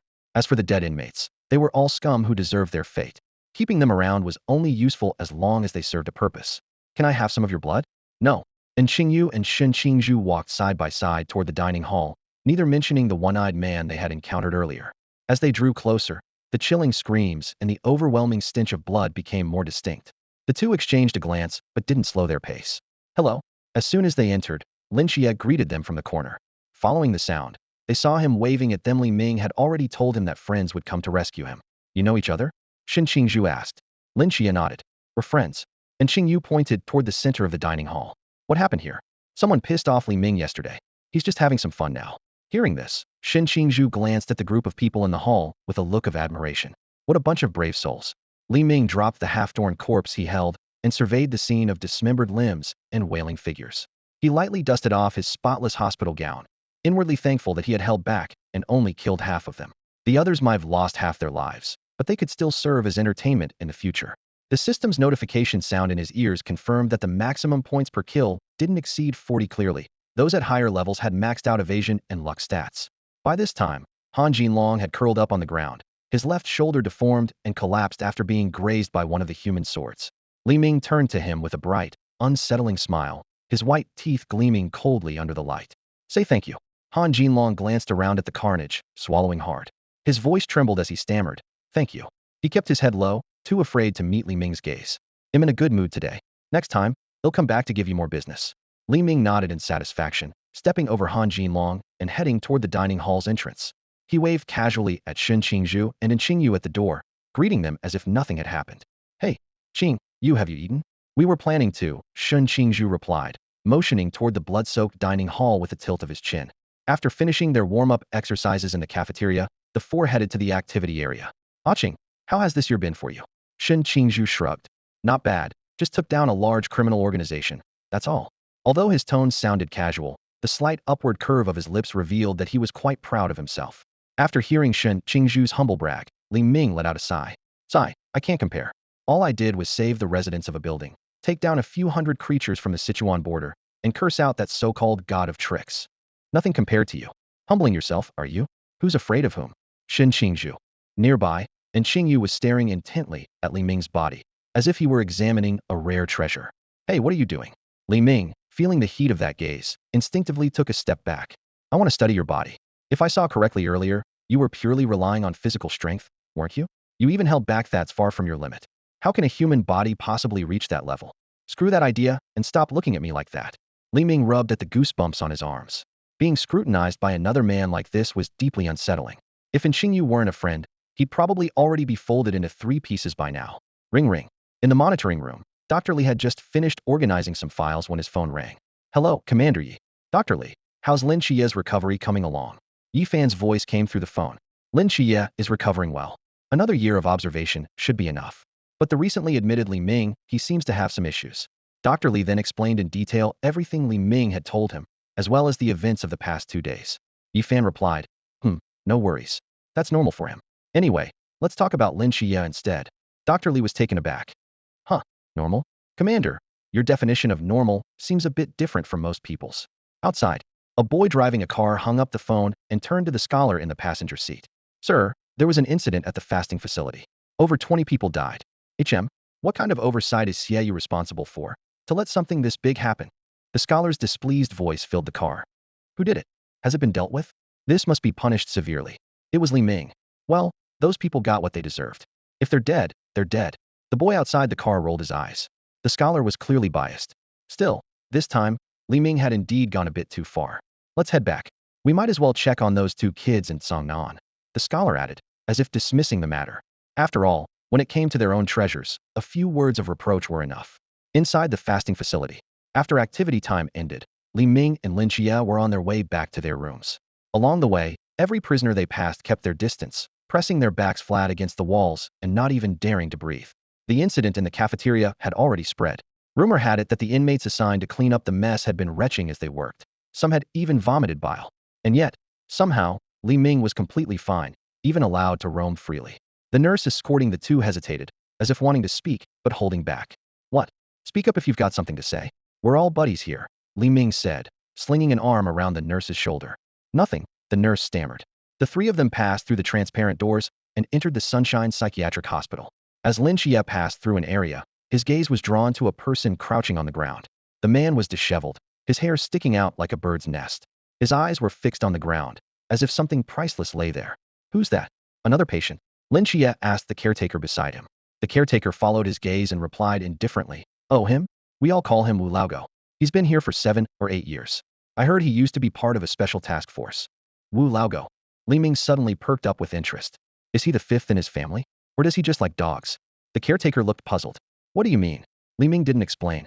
Instead, he walked over with curiosity, crouched down next to Wu Laogo, and began staring at the ground just as intently. The 2 of them squatted there silently, like statues. 10 minutes passed. The caretaker couldn't bear to watch anymore and decided to leave after all. The patients were safely within the psychiatric hospital's grounds, so his job was technically done. An hour later, Lin Qiye still couldn't figure out what Li Ming was up to and decided to head back to his room. Another 2 hours went by before Wu Laogo, who had maintained his crouched position all this time, finally couldn't take it anymore. He stretched his stiff neck and curiously glanced at Li Ming, who was still intently focused. "What are you looking at?" he asked. Li Ming raised a finger to his lips. "Should keep it down. Don't wake up, little flower." At the mention of little flower, Wu Lega's pupils suddenly contracted, and his gaze dropped. "But there's no little flower here," he muttered. Li Ming patted him on the shoulder. "Who says? As long as someone remembers them, they'll always exist." With that, he stood up, stretched his numb legs, and walked away. Wu Laogo stared at his departing figure for a long time before finally leaving as well. The next morning, Lynchia woke up, rubbing his aching temples. Yesterday, he had gained some initial understanding of Bragi's condition and even obtained an ability, the Sky's Poet. However, he still had no clue how to proceed with Bragi's treatment. Never mind, we'll find a chance to ask Dr. Li. He's supposed to be the best psychiatrist in Daxia, after all. The moment he opened his door, Lynchia sensed something was off. The surroundings were eerily quiet. By this time, the medical staff should have already started their routine, yet not a single person was in sight. No, there was one persona familiar figure crouching in the distance. The figure seemed to hear the door open and slowly stood up, turning to face him. It was none other than Wu Laogo, the man he had seen yesterday. Scratching his signature bird's nest of hair, Wu Laogo abruptly asked, "What's your favorite food?" Lin Qiye frowned, immediately sensing that something was wrong. Bang, bang, bang. A frantic knocking jolted Lin Qiye awake. He glanced at the clock. It was already 8:30, over an hour later than usual. Was that a dream? How could it feel so real? Opening the door, he narrowly avoided Li Ming's fist. "Hurry up, let's go," Li Ming urged. After getting ready, the two followed a caretaker out. When they reached the transparent doors, the caretaker scanned a card, and a mechanical voice sounded. "Employee ID 39180, please answer the passphrase. What does the lamplighter want to eat most today?" "The refreshing and cool minty mutton ice." This phrase sent a jolt through Lin Qiye's heart. It was the exact same thing Wu Laogo had mentioned in his dream. Filled with questions, he stepped into the activity area. The cafeteria was bustling with activity. Li Ming was casually leaning by the serving counter, while the old man serving food was methodically following a peculiar rule. Each time an inmate came to get their meal, the old man would place a chicken drumstick on the tray, and the inmate would then respectfully present the tray to Li Ming, who would take the drumstick without hesitation. "Come on, old man, isn't this a bit unnecessary? Just hand it directly to me, and we can save the trouble," Li Ming remarked with a faint, mocking smile. The old man remained expressionless, like a precise meal-distributing machine. "Fixed portions, allocated per person," he replied mechanically. "Tisk," Li Ming clicked his tongue and smirked. "I'll introduce you to another old man sometime. He can teach you a thing or two about running a cafeteria properly." Before long, Li Ming carried 2 trays piled high with chicken drumsticks to one of the tables. "All right, everyone sit down." "Yes, bossly." The inmates standing around him responded in unison, their voices echoing through the cafeteria. Only then did they obediently take their seats. On one side of the table, Shen Qingzhu watched the scene unfold, the corner of his mouth twitching slightly. This situation felt strangely familiar, like déjà vu. At a neighboring table, Wang Lu and Fang Yonghui exchanged knowing glances, both silently agreeing that Li Ming seemed more like an undercover gangster than a night watchman. How could someone adapt to the role of a boss so naturally? All right. Don't say I treat my brothers unfairly." Li Ming began distributing the chicken drumsticks one by one. "One for Yezi, one for me. One for Qingyu, one for me. One for Xiaozhu, one for me." Despite his meticulous fairness, the 3 politely declined his offer. Li Ming didn't insist, and instead began enjoying the meal himself. By the time the last bone was carelessly tossed onto the table, Li Ming contentedly wiped his hands. The table was now piled with chicken bones, forming a small mountain. Everyone else in the room had finished eating, but remained silent and motionless, too intimidated to leave on their own. In a corner of the cafeteria, a man couldn't suppress the urge to stand up, but the 2 people beside him firmly pressed down on his shoulders. "Don't act rashly. The boss orders are more important," one of them whispered sharply into his ear. After a brief silence, Li Ming stood up. Instead of leaving the cafeteria, he walked to the center of the room and spoke loudly. "I've heard there are followers of the ancient god cult here. Who are they? Show yourselves." As soon as he finished speaking, Han Jinlong, with his left arm in a sling around his neck, hobbled over to Li Ming, bowing obsequiously. He pointed toward the corner of the room and said with a fawning smile, "Boss Li, it's them. They're the followers of the ancient god cult." His finger was directed at the very spot where the man who had tried to stand earlier was seated. Li Ming cast an admiring glance at Han Jinlong before raising his hand and delivering a resounding slap. The force of the blow sent Han Jinlong staggering backward, his right cheek swelling instantly, marked with a vivid handprint. "Did I ask you to speak? Keep your mouth shut," Li Ming barked coldly. To him, Han Jinlong was nothing more than a convenient punching bag, perfect for venting his frustrations. If he weren't strong enough, he thought, he might have ended up being someone else's target instead. Han Jinlong kept his head lowered, trying his best to hide the shadow in his eyes. In a hoarse voice, he replied, "You're right, Boss Li. I spoke out of turn. I deserve that." Li Ming's spiritual energy swept over Han Jinlong, easily detecting the gloom on his face, but he paid it no mind. Someone like Han Jinlong would never have the chance to retaliate. "Did your ears stop working?" Li Ming's gaze shifted to the three people huddled in the corner. "Which of you are followers of the ancient god cult? Step forward now, or I'll deal with you myself." Hearing the mention of the ancient god cult, Lin Qiye and Shen Qingzhu immediately stepped closer, their deep-seated hatred for these cultists evident. The three cultists in the corner realized they couldn't avoid the confrontation and reluctantly stood up. The leader, known as the fourth seat, sneered coldly. "Li, you'd better watch yourself. Out there, people like you are a dime a dozen. I could crush you with one hand. Remember, not all followers are stuck in this detention hall, and you won't be here forever either." Li Ming scoffed disdainfully, taking a few steps forward. He lightly patted the fourth seat's face with his hand. "You know this is the detention hall, yet you still dare to talk to me like that? You're quite bold, aren't you?" The fourth seat's face turned red with suppressed anger as he clenched his teeth, holding back his fury. Behind him, the sixth and 12th seats moved to step forward, but he raised a hand to stop them. "You're right, Boss Li. We were wrong," the fourth seat said through gritted teeth, silently calculating his next move.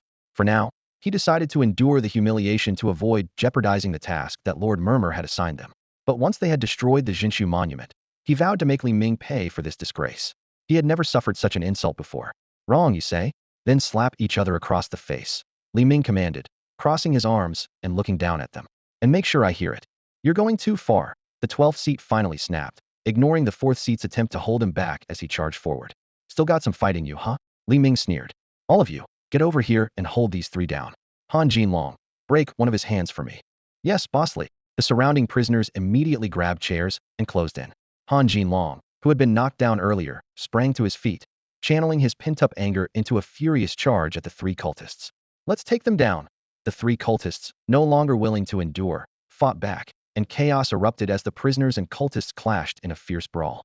Shen Qingzhu watched the three cultists being beaten, recalling the events of the previous day. She couldn't help but marvel at the contrast. In the training camp, Li Ming had seemed almost like a gentle gentleman. Truly, nothing highlights brutality like a stark comparison. Crack! The sharp sound of bones breaking echoed through the cafeteria. Three whispering faith followers were pressed to the ground like lifeless dogs, while the arm of the 12th seat bent at a grotesque angle. "Boss Li, it's done." Li Ming nodded slowly, crouching down with a mocking smile tugging at the corner of his lips. "Now, I'll give you two choices: death, or slap each other in the face. Pick one." The 4th seat struggled to lift his head, his bloodshot eyes glaring daggers at Li Ming. He silently vowed that if given the chance, he would tear this bastard to pieces. But reality forced him to grit his teeth and respond. I choose to slap. After all, completing the Whispering Order's mission was the top priority. That's more like it." Li Ming stood up and waved his hand nonchalantly. There's an old saying in Daxia, the wise adapt to the times. The underlings released their grip, allowing the three followers to stand. Instinctively, they formed a triangular stance. One of them hesitantly gave his companion a light slap across the face. "Are you kidding me? I didn't even hear that. Do you want to die?" Li Ming's taunting voice ignited the 4th seat's rage. He raised his hand abruptly, as if envisioning Li Ming standing before him, and delivered a resounding slap to the 12th seat's face. Smack! The crisp sound of the slap reverberated through the cafeteria. "Are you out of your mind?" The 12th seat clutched his burning cheek, staring at the 4th seat in disbelief. "Don't stop."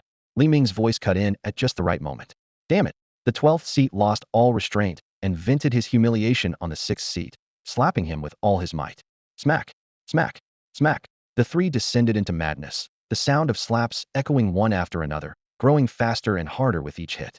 Soon, their faces were swollen beyond recognition, resembling bloated pig heads. Li Ming watched coldly from the sidelines, calculating silently. The 4th seat is a Klein-tier expert, and while I can't recall the exact levels of the other two, being sent by the Whispering Order means they're at least void-tier. Destroying the Jinshu steel to lure the snake out of its hole is acceptable, but letting them fully recover their strength? Not a chance. Who would pass up the opportunity to beat a drowning dog instead of challenging them at their peak? Suddenly, the sharp sound of a whistle pierced the air. Within minutes, prison guards arrived at the scene. "What's going on here?" The guard looked at the three disfigured followers and questioned the surrounding inmates. Li Ming casually raised his hand to explain. "Sir, these three have some peculiar hobbies. They insisted on putting on a show for the brothers here, and we couldn't stop them. You can ask them yourself if you don't believe me." "Yeah, that's right. They're all into it." Other inmates chimed in enthusiastically. The guard eyed the three skeptically. "Is that true?" Yais. The fourth seat lowered his head, answering through gritted teeth. Seeing their reaction, the guard sighed and waved it off. All right, just be more mindful next time. Everyone disperse. Once the guards left, Li Ming strolled toward the recreation area with Lin Qiye and the others, his mood light. Ah, that felt good. Come on, let's head outside and walk it off. The cafeteria was left with only the 3 followers. The 12 seats, eyes burned with fury. They'll kill that bastard, mark my words. They'll kill him. They had been quietly eating moments ago, only to be humiliated and beaten senseless. How could they possibly swallow their anger? Let it go. Focus on the mission. The 4th seat tried to pacify him, but the 12th seat exploded. Screw you. You hit the hardest back there. In a secluded corner of the activity area, Li Ming, Shen Qingzhu, and Qingyu sat in a circle, sketching the layout of the fasting ward on the ground with a tree branch.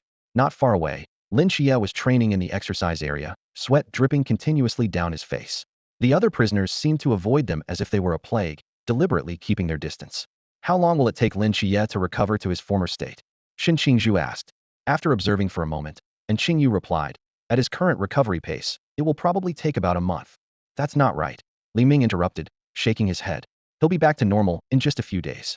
A few days? That's impossible. And Qingyu retorted firmly. He's been bedridden for a whole year. His muscles have completely atrophied, and his bodily functions have severely deteriorated. There's no way he can recover in just a few days. Li Ming raised an eyebrow. If you're so sure, how about a bet? And Qingyu stared at Li Ming but didn't take the bet. After a moment of silence, he asked, you really have a way? Did you use some kind of forbidden item? Though he couldn't figure out how Li Ming planned to make it happen, his instincts told him Li Ming wasn't bluffing. What puzzled him more was why Li Ming hadn't helped Lin Qiye recover from the start. At that moment, Lin Qiye, drenched in sweat, walked over. His damp hair clung to his forehead as he flexed his fingers, gauging the progress of his training. How's the discussion coming along? Everything else is planned out, Shen Qingzhu replied. We're just waiting for the right moment and for your body to recover. A prison guard suddenly approached and announced, activity time is over. Everyone, return to your rooms. The 3 of them quickly erased the diagram on the ground with their feet. Shen Qingzhu and Qingyu headed back to their cells together, while Li Ming and Lin Qiye were escorted away by the attendants from the psychiatric hospital. Back at the psychiatric hospital, they ran into Wu Laogo again. Li Ming, brimming with enthusiasm, wanted to continue this statue game from the day before. But as soon as Wu Laogo saw him, he immediately got up, pretended to yawn, and said, Little Hua and the others are already asleep. I'm feeling tired too. With that, he quickly retreated to his room, his footsteps growing faster and faster. Lin Qiye couldn't hold back a chuckle and patted Li Ming on the shoulder. Congratulations, you've earned the title of Nemesis of the Insane. TSK, that Wu guy has no manners, Li Ming muttered, pursing his lips. Then, turning to Lin Qiye with a meaningful smile, he added, Nemesis of the Insane, huh? Little Lin, you still need more practice, some time to reflect and settle yourself. With that, he returned to his room, leaving Lin Qiye puzzled. Knowing Li Ming well, Lin Qiye had a nagging feeling that trouble was heading his way. That night, Li Ming sensed a strange force trying to pull him into a dream. He didn't resist, allowing himself to be drawn into an expanse of pure white. Old Wu scratched his messy, nest-like hair, frowning deeply. This is the scene you remember most vividly? How strange. The most vivid scene? Li Ming's lips curved into a slight smile as he chuckled softly. With a snap of his fingers, the blank white space around them was instantly filled with vibrant colors. A battlefield unfolded before their eyes. Dense beams of laser light pierced the sky, while bullets rained down like a storm. Colossal mechs, resembling towering steel giants, charged through the smoky chaos, and soldiers wielding various firearms fought valiantly amidst the blood and fire. Their opponents were revolting humanoid monsters with grotesque single horns jutting from their foreheads, their bloodshot single eyes oozing nauseating pus. Their bodies were riddled with putrid green and dark brown boils. Worse yet were the corpses crawling with maggots, their flesh gnawed into horrifying, gaping wounds. In the distance, a massive abomination loomed closer. Its hideous head was adorned with numerous horns, and its mountainous body was decayed and festering. Its skin was covered in moss-like boils, oozing a foul-smelling liquid. The creature's body was riddled with holes, exposing its internal organs and entrails. With every step it took, countless disgusting, small creatures hatched from within its rotting flesh. Ugh! Old Wu couldn't hold it in anymore. He doubled over, retching violently.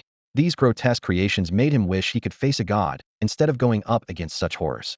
With a sharp snap, the world returned to pure white. Li Ming apologized with a sheepish grin. Sorry, I've never actually seen a great unclean one myself. The imagery might not have been very accurate. Hope it didn't offend you. Swish, the white space shattered, and Old Wu hastily disconnected from the link. Back in the hospital room, Li Ming smirked, turned over, and went back to sleep. The next day, during relaxation time, Li Ming and Lin Qiye followed a caretaker outside. Midway, they unexpectedly ran into Old Wu. The moment Old Wu saw Li Ming, his face turned ghostly pale. His Adam's apple bobbed violently, and after a few dry heaves, he covered his mouth and fled in embarrassment. What did you do to him? Lin Qiye asked, puzzled. Nothing much, just showed him a little movie. Li Ming replied nonchalantly. Forget about him. Let's see what's on the menu today. In the cafeteria, Li Ming casually collected offerings from the other prisoners while chatting with the grumpy, old man serving food. Wow, beef noodles. Hey, old man, your name wouldn't happen to be Iron Ox, would it? Nope, the old man replied curtly, maintaining his usual cold demeanor. After everyone had made their offerings, Li Ming approached 3 particularly unlucky prisoners. The 4th one took a deep breath, reluctantly pushing his bowl forward. No need. Enjoy a good meal today, Li Ming said, only taking the beef from the bowls of the 6th and 12th prisoners. With a satisfied grin, he walked away, leaving the trio staring at each other in bewilderment. Back at the table, Lin Qiye glanced at Li Ming's bowl, which was now piled high with beef slices, and his eye twitched. He thought to himself that the prisoners here were really out of luck. Before Li Ming arrived, some of them had been getting by just fine. But now, everyone had to suffer together. How about that? Li Ming said smugly. With Lord Li here, justice has prevailed. Fairness, fairness, and more goddamn fairness. The fasting ward has practically achieved equality for all. Wang Lu at the next table choked on a mouthful of food and began coughing violently. Hearing the word equality, his expression subtly shifted as he glanced at the person speaking. Is this what you call equality? Being oppressed by the same person is supposed to be equality. Before the words fully left his mouth, Wang Lu quickly waved his hands to deny it, then lowered his head to focus on the meat in his bowl, afraid of provoking unnecessary trouble. After the meal, the prisoners began moving toward the activity area. Spotting the opportunity, 3 of the apostles planned to slip away amidst the crowd. However, a towering figure suddenly blocked their path. It was Li Ming. Reaching out, he grabbed the 4th seat by the arm, a playful tone in his voice. Hey, 4th, come with me to the restroom. I've got something interesting to show you. His words drew the attention of the surrounding prisoners, many of whom exchanged knowing glances. The 4th seat looked at Li Ming's muscular build, a flicker of anger flashing in his eyes. Li, don't push it. If you push me too far, I'll risk everything to make you pay. Li Ming leaned closer to the 4th seat's ear, his voice low and menacing. Think carefully before you speak. The consequences of disobedience can be severe. You wouldn't want anything to happen to your 2 companions, would you? The threat slithered into the 4th seat's ears like a venomous snake, causing him to tense up completely. The 4th seat calculated silently. Lord Yu's plan must not fail, especially since the 12th seat still carried the critical item. Seeing the 6th and 12th seats about to intervene, he hastily stopped them. Don't act rashly. For the sake of the bigger picture, he had no choice but to endure the humiliation. But inside, his rage was boiling. Li Ming, I swear I'll kill you. Li Ming let out a triumphant laugh, dragging the 4th seat toward the restroom as if he were carrying a helpless chick. The 6th and 12th seats could only stand by helplessly, watching as the 2 disappeared behind the door. The restroom door slammed shut. Li Ming first used his spiritual energy to carefully inspect the surroundings, ensuring there were no surveillance devices, then set up a spiritual barrier to isolate the space from the outside world. Cornered against the wall, the 4th seat silently cursed his misfortune for ending up in such a predicament. Hee, Li Ming chuckled darkly. You'd better cooperate from here on out. You bastard. He'll settle this with you sooner or later. The 4th seat growled through clenched teeth. Do you think you've misunderstood something? Li Ming snapped his fingers, and in an instant, 10 beams of light materialized in the air, forming into 10 tall figures. Despite the cramped space of the restroom, the figures seemed unfazed, all bowing in unison to Li Ming. The 4th seat's eyes widened in shock. You can actually use the Forbidden Void. Forbidden Ruins? Li Ming shook his head lightly and raised his right hand, making a gripping motion toward the 4th seat. In an instant, an invisible force tightly restrained the 4th seat, rendering him completely immobile. What are you doing? The 4th seat's voice carried a hint of panic. Li Ming's lips curved into a faint smile. Relax, Shaoxi.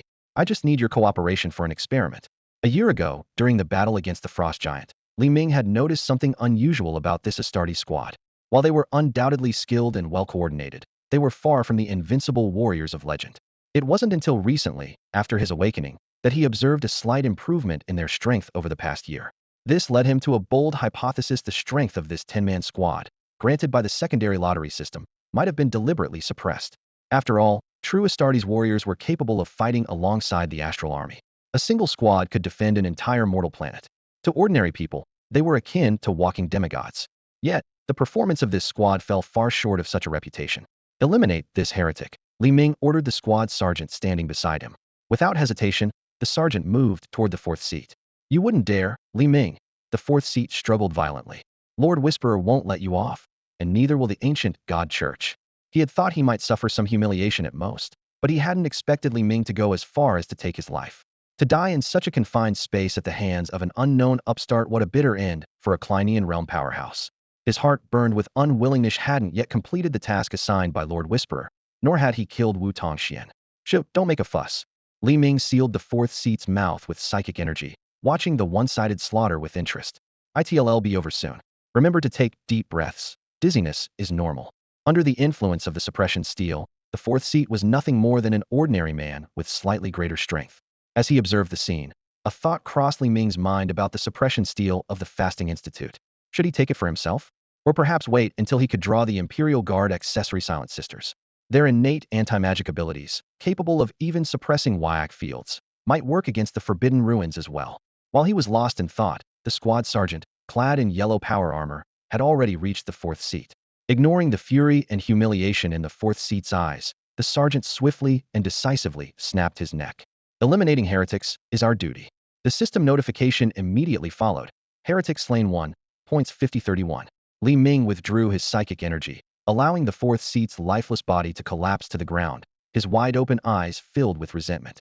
With a mere thought, Li Ming captured and refined the fourth seat's soul. The rate of psychic energy enhancement has slowed significantly, Li Ming mused. Is it because it gets harder the further I progress? Or is it related to this new body? He didn't dwell on it for long. After all, there were few in this world who could pose a threat to him. If it came down to it, he could always activate the Wind Spirit Moon Shadow Sex trump card. He turned his attention to the squad sergeant, and as expected, the sergeant's aura had noticeably strengthened. Li Ming's speculation was confirmed. Summoning an Astartes squad required only 100 points. This left him feeling a bit guilty, thinking that deploying such an elite force this early might have been premature. Although he couldn't fully grasp the meaning of the Living Saint's earlier remark, when all the Astartes warriors knelt on one knee in unison and shouted, "For the Emperor," their unwavering loyalty deeply moved him. After dismissing the squad, Li Ming walked over to the corpse of the fourth seat. He noticed how clean and efficient the sergeant's methods were. There wasn't a trace of blood at the scene, a stark contrast to his usual brutal style. Doing it so cleanly, seems like I really did stand out among the weepers, he muttered to himself. No sooner had he spoken than 2 scorching beams of fire shot from his eyes. With precise control, the intense heat instantly reduced the corpse to a small pile of ashes, leaving the surrounding walls and floor completely unharmed. A faint, charred aroma lingered in the air. Li Ming inhaled softly and remarked, "As expected, the key to everything is the right level of heat." Using his psychic powers, he flushed the ashes down the sewer, washed his hands, and exited the restroom. The moment he stepped out, he ran into the 6th seat, 12th seat, and a group of prison guards. "Li Ming, where's the 4th seat?" they demanded urgently. "How would I know? I'm not his dad," Li Ming replied nonchalantly. "Maybe he escaped through the restroom and is halfway to the ocean by now." "Don't give us that nonsense. You were the one who took him away." "Oh, and then what?" Meanwhile, in the office, a prison guard rushed in to report the 4th seat's disappearance. Acting Director Qiye abruptly stood up, slamming the desk with a grim expression, causing the water glass on it to tremble. "This can't go on any longer.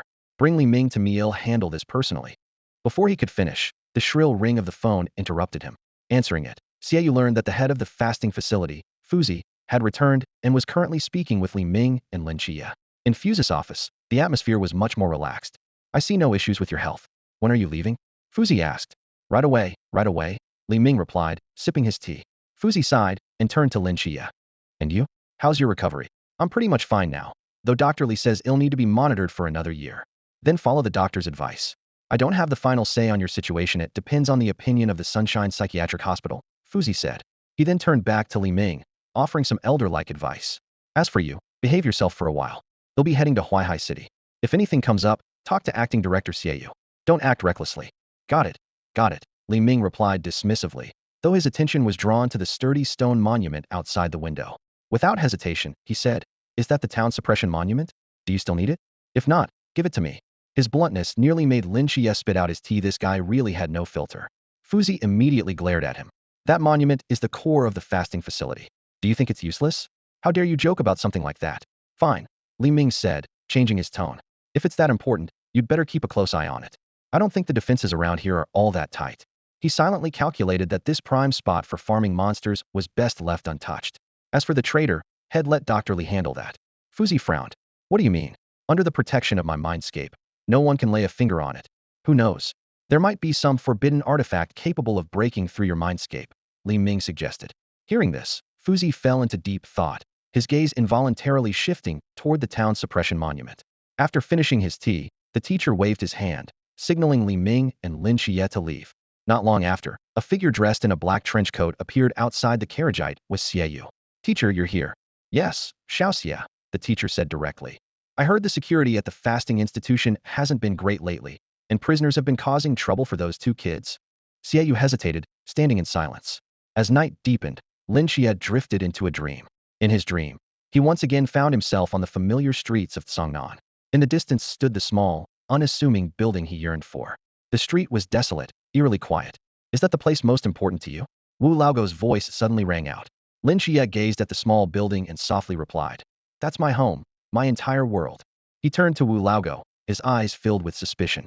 "What exactly are you trying to do, invading my dreams over and over?" "I just think we're a lot alike, both carrying certain burdens." "What do you mean?" Wu Laogo didn't answer immediately, only shaking his head. After a brief pause, he said, "When the time is right, I'll help you leave." "Why help me? You don't belong here. You have a larger stage waiting for you. And about your friend, Li Ming, you need to." Before he could finish, Wu Laogo suddenly began retching violently, and the entire dream started to distort. Watching this unfold, Lin Qiye's confusion deepened. "Li Ming, what exactly have you done?" The days that followed were uneventful. The two other believers seemed to have been hidden away by someone and never crossed paths with Li Ming again. One day, after finishing his workout, Lin Qiye was resting and wiping away his sweat when someone gave his shoulder a firm pat. "How's your recovery going?" Li Ming asked. "Not bad. I've recovered about halfway. In another 10 days or so, I should be fully healed." "That's pretty fast," Li Ming remarked with admiration, then flashed a mysterious smile.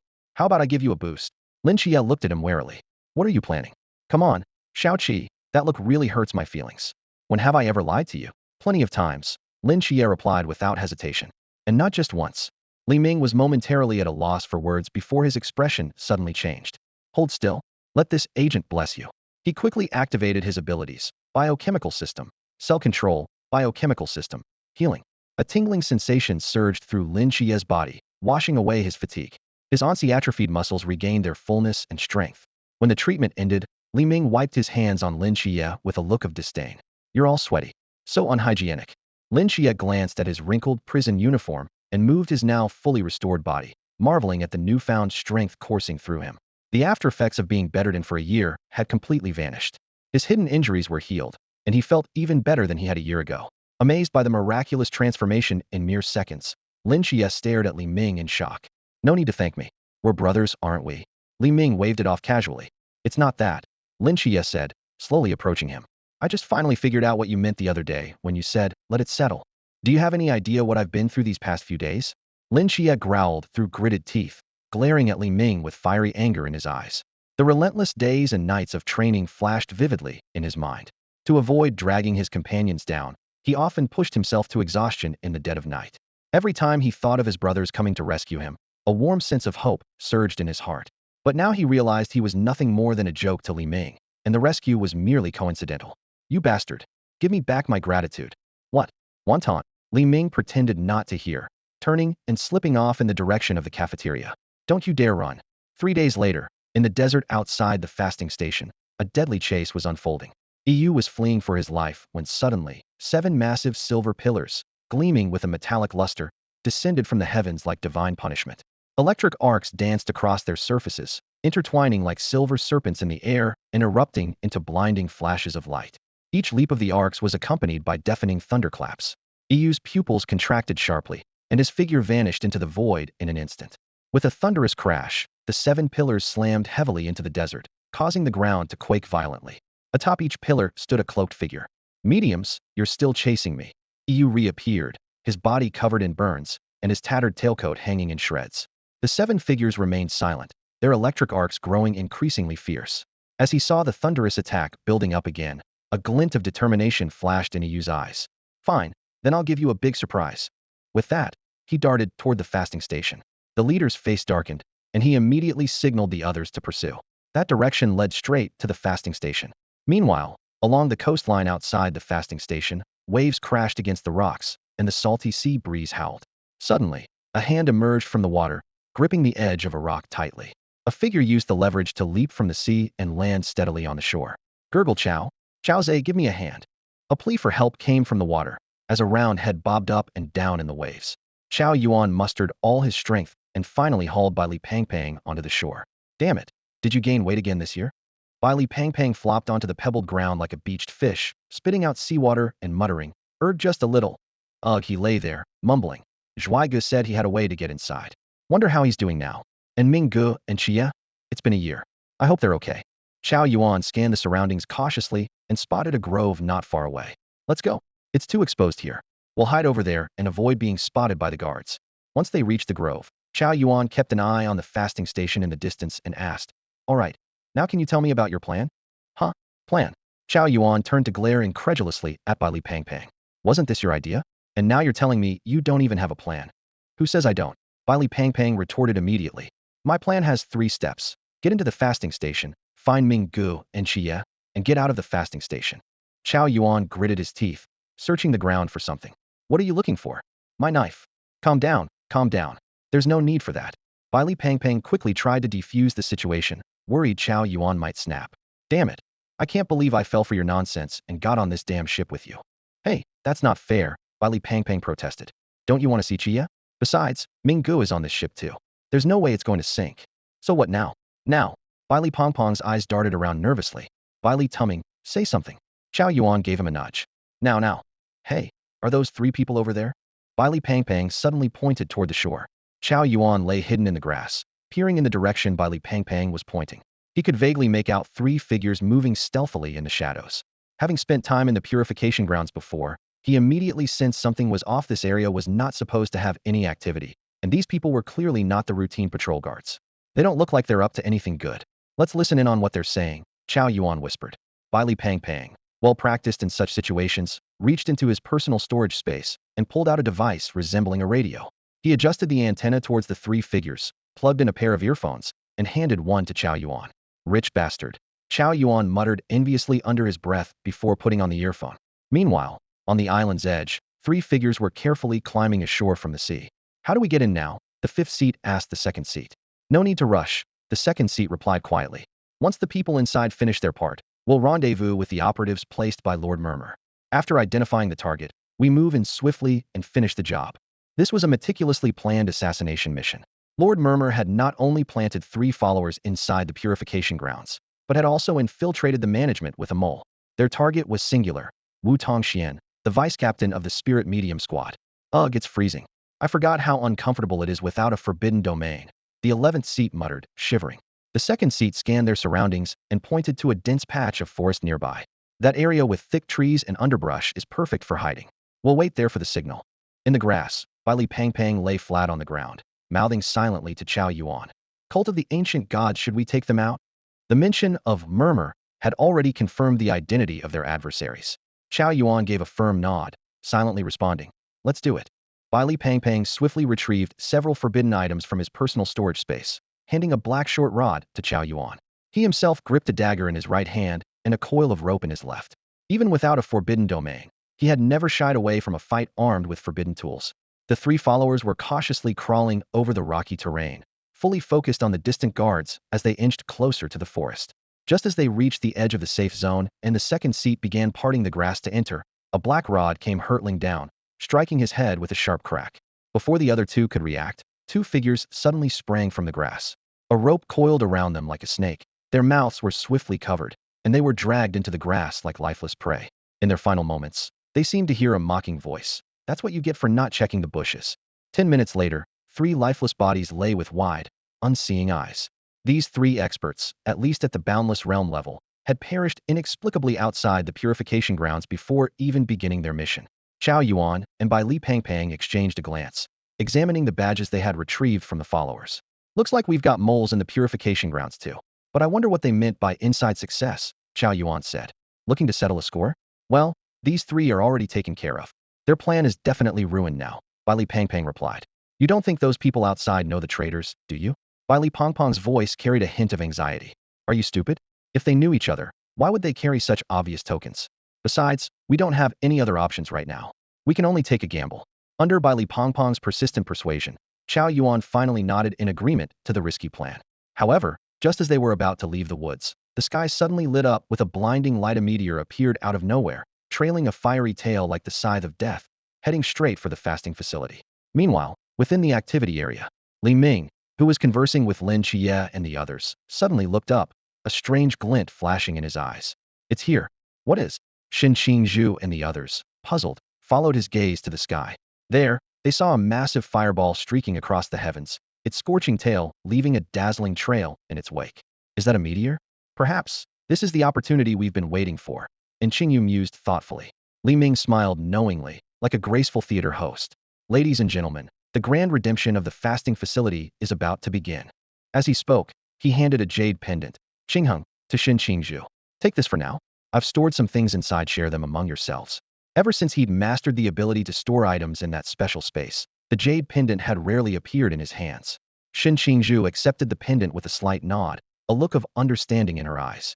At the critical moment when the meteor was about to strike the fasting facility, several missiles launched from within the compound.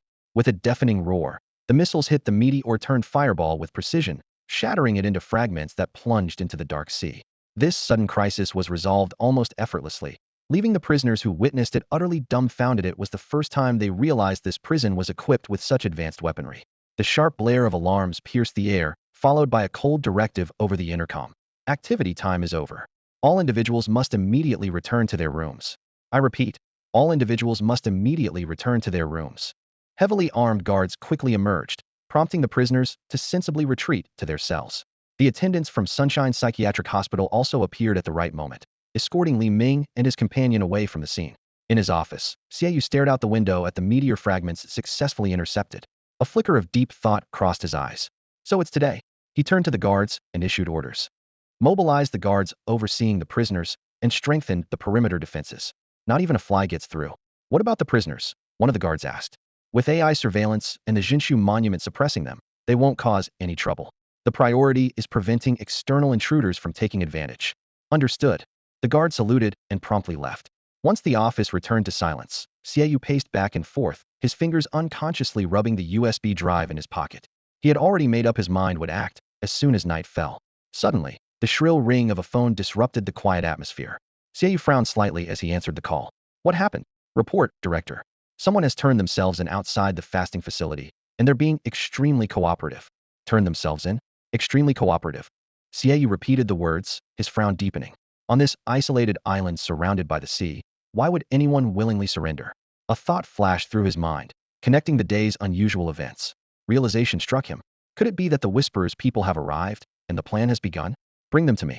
I want to interrogate them personally. Understood. Half an hour later, four fully armed guards escorted two handcuffed men into the office. One was portly, the other thin.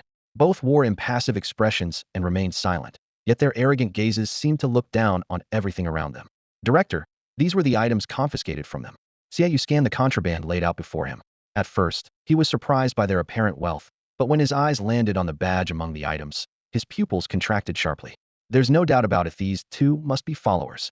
Xiaoyu cast a cold, piercing glance at the prison guards. Leave now. I need to interrogate these two alone. One of the guards was about to protest, but froze under Xiaoyu's icy stare, immediately silenced. The others exchanged uneasy glances, reluctantly placing the confiscated contraband on the table before quietly exiting the room. The office was now left with Xiaoyu and the two prisoners. Li Pangpang and Chao Yuan maintained stoic, indifferent expressions, remaining silent to avoid exposing any flaws. Only after the guards' footsteps faded entirely down the corridor did Xiaoyu take out a key and unlock their shackles. You were far too reckless, barging in like that, Xiaoyu said in a low voice. Chao Yuan stretched his numb wrists and replied, we just wanted to complete the mission as quickly as possible. How are things on your end? Li Pangpang, still silent and exuding an air of a reserved expert, walked swiftly to retrieve his spatial device and badge from the table. My fault, Xiaoyu admitted while glancing at the darkening sky outside. I was too focused on diverting the guards and couldn't contact you in time. It's already night now. Stay here for the moment to avoid being caught on the surveillance cameras. I'll go disable the AI system, and once the time is right, we'll move together. Exchanging a meaningful glance, Chao Yuan and Li Pangpang nodded silently. They knew that disabling the surveillance system was crucial to rescuing Lin Qiye and the others. As for this informant, they could deal with him after he completed his task. Seeing their agreement, Xiaoyu breathed a quiet sigh of relief. His biggest concern was that these unruly followers wouldn't listen to reason. Carefully locking the office door behind him, he made his way through the empty corridor and stopped in front of the central control room. After verifying his identity and entering the password, the heavy metal door slowly opened. Xiaoyu approached the control panel and inserted a pre-prepared USB drive. Lines of unreadable code filled the screen as he began to work swiftly. With the combined efforts of the insider and the virus, the facility's control system was quickly compromised.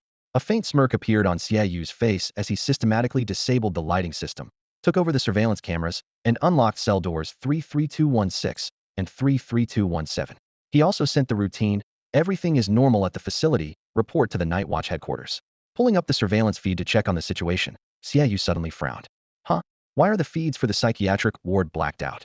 At the moment Xiaoyu issued his commands, the entire cell block plunged into darkness, sparking immediate commotion. What's going on? Lights out already? We still have morning drills tomorrow.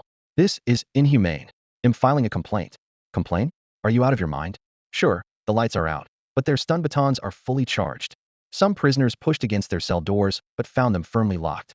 The remaining guards, startled by the sudden power outage, quickly realized it was just a blackout and relaxed. They banged their batons against the bars, creating sharp, grating noises. Quiet down. Stay in your cells, and don't cause trouble. Gradually, the prisoners fell silent. But no one noticed that in the most secluded corner, the doors of 2 cells had quietly opened, allowing the inmates inside to slip away unnoticed under the cover of darkness. Meanwhile, as the lights went out, Lin Qiye sat up abruptly in his bed, alert. He realized this might be the perfect chance to escape. Pressing the nurse call button, he prepared to knock out whoever came to check on him and execute a switch. Knock, knock, knock. Soon, there was a knock at the door. Lin Qiye pushed open the door and walked toward the bathroom, complaining to the caregiver. Why is the light off? And the toilet is clogged again. Really? Let me check. The caregiver responded and bent down to inspect the toilet, back facing Lin Qiye. Seizing the moment, a cold glint flashed in Lin Qiye's eyes. His right hand formed a knife-like edge and swiftly struck toward the back of the caregiver's neck. But just as the strike was about to land, his wrist was suddenly and firmly caught by the other party. Haha, Shaolin, lying isn't a good habit for kids. The familiar tone immediately put Lin Qiye on high alert. He was about to raise his other hand to counterattack, but froze upon hearing those words. Examining the caregiver more carefully, although their height and clothing were the same as usual, the way they spoke. Li Ming, Lin Qiye tentatively asked.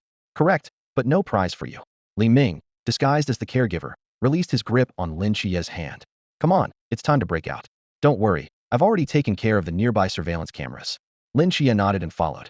As they passed through the hallway, they encountered Wu Tongxian, who was muttering to himself in a crazed manner. Old Wu, out for a stroll? Old dog Wu, we're leaving. Want to come with us? Lin Qiye remembered that Wu Tongxian knew the secret code and extended an invitation. No need. I won't be leaving this place. Wu Tongxian gave Lin Qiye and the caregiver beside him a meaningful look. Remember today's code. It's a phrase that all night watchers know. Truly fitting for the agent of the Divinathirs, even an undercover operative in the mental asylum.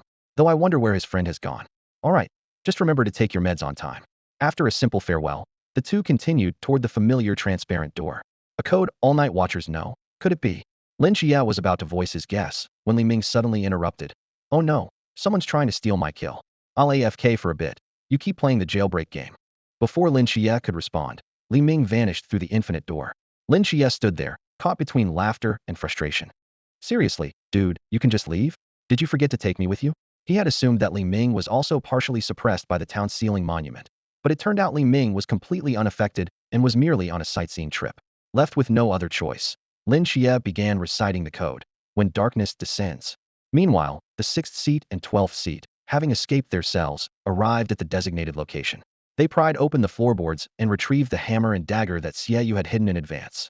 Let's go destroy the town ceiling monument. Let's go. Using their exceptional skills, the two quickly reached the location Xiaoyu had described. The mission is finally coming to an end, the 12th seat remarked with emotion. Yeah, the 6th seat replied in a weary tone. Who would have thought such a small undercover mission would encounter so many twists and turns? The 4th seat was the strongest among us, yet he died mysteriously before even seeing the town ceiling monument. We still haven't found his body. The 12th seat removed his shirt, while the 6th seat gripped the dagger tightly. Do you have any last wishes?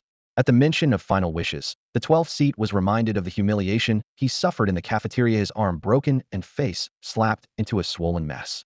His anger flared, veins bulging on his forehead. Make sure you carve Li Ming into pieces, skin him alive, and break every bone in his body. Don't let him die too quickly, that's my only request. The sixth seat's hand trembled as he thought of Li Ming. I will. The 12th seat closed his eyes, ready to face death with acceptance.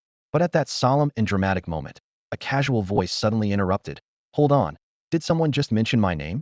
Let me see what's going on. Dressed in a flowing robe, Li Ming appeared out of nowhere, shattering the somber atmosphere. Damn, it's Li Ming. The 12th seat's face turned pale as he urgently shouted at the 6th seat. For Lord Whisper's plan, act now. Inside the fasting chamber, both of them, stripped of their forbidden void abilities, knew they were no match for Li Ming. Without hesitation, the 6th seat gripped a dagger that gleamed with a chilling light and aimed it directly at the 12th seat's vital point. This was their last chance. Only by shattering the suppression monument could they see a glimmer of hope. Li Ming's lips curled into a faint smile as he nonchalantly snapped his fingers. In an instant, an invisible force, as overwhelming as a mountain, pinned the two firmly to the ground. Watching the two helpless devotees kneeling before him, Li Ming couldn't help but muse. No wonder Shaoqing loves snapping his fingers so much.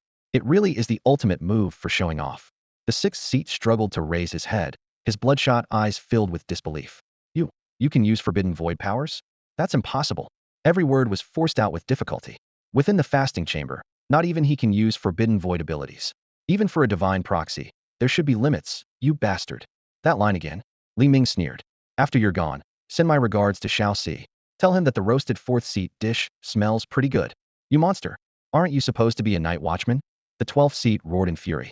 Li Ming had no interest in continuing the conversation. With a simple gesture, he sealed the 12th seat's mouth shut and summoned the Astartes squad. Take them out. Moments later, the system notifications chimed in rapid succession.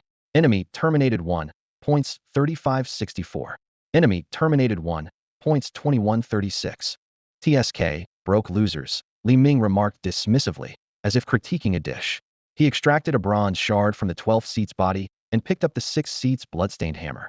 Most notably, the shard was none other than the Blade of Illusions from Sequence 035. Fate clearly brought this to me, Li Ming quipped, gripping the Blade of Illusions and gently slicing through the fabric of reality before him. A tear appeared in the mental realm set up by the Confucian scholar. Stepping inside, he found himself in the same place where he, the scholar, and Lin Qiye had shared tea just days ago. However, the massive stone monument that once stood there had vanished without a trace. As expected, my suppression monument is gone. Those old foxes are as crafty as ever, Li Ming muttered, his imposing figure capable of punching through 10 bulls betraying his shamelessness as he added. Unlike me, freshly 18 and still a tender, youthful boy. After leaving the mental realm, Li Ming led the Astartes squad to continue their search. Meanwhile, in the prison sector, Shen Qingzhu retrieved a blade from Qing Hong, muttering to himself in confusion. What is Li Ming up to this time? On a whim, he swung the monomolecular combat blade at the iron bars of the cell door. To his astonishment, the blade sliced through the metal effortlessly, as if it were cutting through butter. Damn, is this a forbidden artifact? It's insanely sharp, Shen Qingzhu exclaimed, stepping out of the cell in amazement. Although he had seen Li Ming use it a few times before, he never imagined this seemingly ordinary blade could be so extraordinary. He quickly moved to the adjacent cell, freeing Qingyu, and handed him an identical weapon from Qing Hong. Qingyu accepted the monomolecular combat blade, his eyes gleaming with intense curiosity. This kind of weapon shouldn't exist in this era. Save the research for later. Let's get out of here first, Shen Qingzhu reminded him. After spending time together over the past few days, he knew all too well that Qingyu was a science enthusiast, endlessly curious about anything unknown. Qingyu understood the urgency of the situation and nodded. Together with Shen Qingzhu, he headed toward the exit. At the corner, they ran into Lynchia. You're out? Perfect timing, I was just about to look for you, Lynchia said as he quickly approached them. Meanwhile, in the main control room, Xiaoyu frowned as he stared at the surveillance screens, which had suddenly gone dark. He vividly remembered the scene of the two cultists about to take action, but the footage had cut off at the critical moment. Despite waiting for some time, the feed didn't return, yet the effects of the Jinshu steel were still active. We can't wait any longer, Xiaoyu muttered, a resolute glint in his eyes. Master Fuzi could return at any moment. This was their only chance. He swiftly entered commands into the control panel, throwing the entire facility into chaos. All cell doors unlocked, electronic devices and weapon systems were disabled, and all remote communication was severed. Finally, he pressed the missile launch button. With the facility in disarray, I need to get back to the office immediately and send those two into the psychiatric hospital to deal with Wu Tongxian. Inside the prison, the sound of locks clicking open echoed through the silent corridors. Prisoners stepped out of their cells in disbelief, realizing that all the iron gates were wide open. The few remaining guards raised their guns to issue warnings, but they were hopelessly outnumbered by the surging crowd. Brothers, charge. Freedom is right in front of us. A single shout ignited a chain reaction, and thousands of prisoners swarmed forward, easily overpowering the outnumbered guards. Suddenly, a deafening explosion shook the facility. Missiles struck the outer defensive structures of the compound, blasting dozens of gaps in the high walls. The officers guarding the main gate looked grim, unable to contact their superiors while struggling to control the escalating chaos. As Lin Qiye, Shun Qingzhu, and In Qingyu prepared to leave, the sounds of the riot behind them caught their attention. As members of the Night Watchers, they knew they couldn't stand idly by. After calmly analyzing the situation, In Qingyu pointed out that the exit at the end of the hallway was the best spot to hold their ground. The three immediately sprinted toward it. However, just as they were about to reach the exit, they came to an abrupt halt. Li Ming was already waiting for them, having set up an ambush. 10 fully armed Astartes soldiers stood behind him, their bolt guns aimed squarely down the corridor. The moonlight streaming in elongated their menacing silhouettes, completely sealing off the exit. Lin Qiye, Shin Qingzhu, and Qingyu, you are under arrest. Surrender immediately, Li Ming's cold voice echoed through the hallway. Shin Qingzhu's entire body seemed to be on high alert, every cell screaming warnings. He watched the 10 strangers beside Li Ming with intense vigilance, sensing a deadly aura emanating from each of them. What is going on here? Shin Qingzhu asked, his gaze fixed on Li Ming.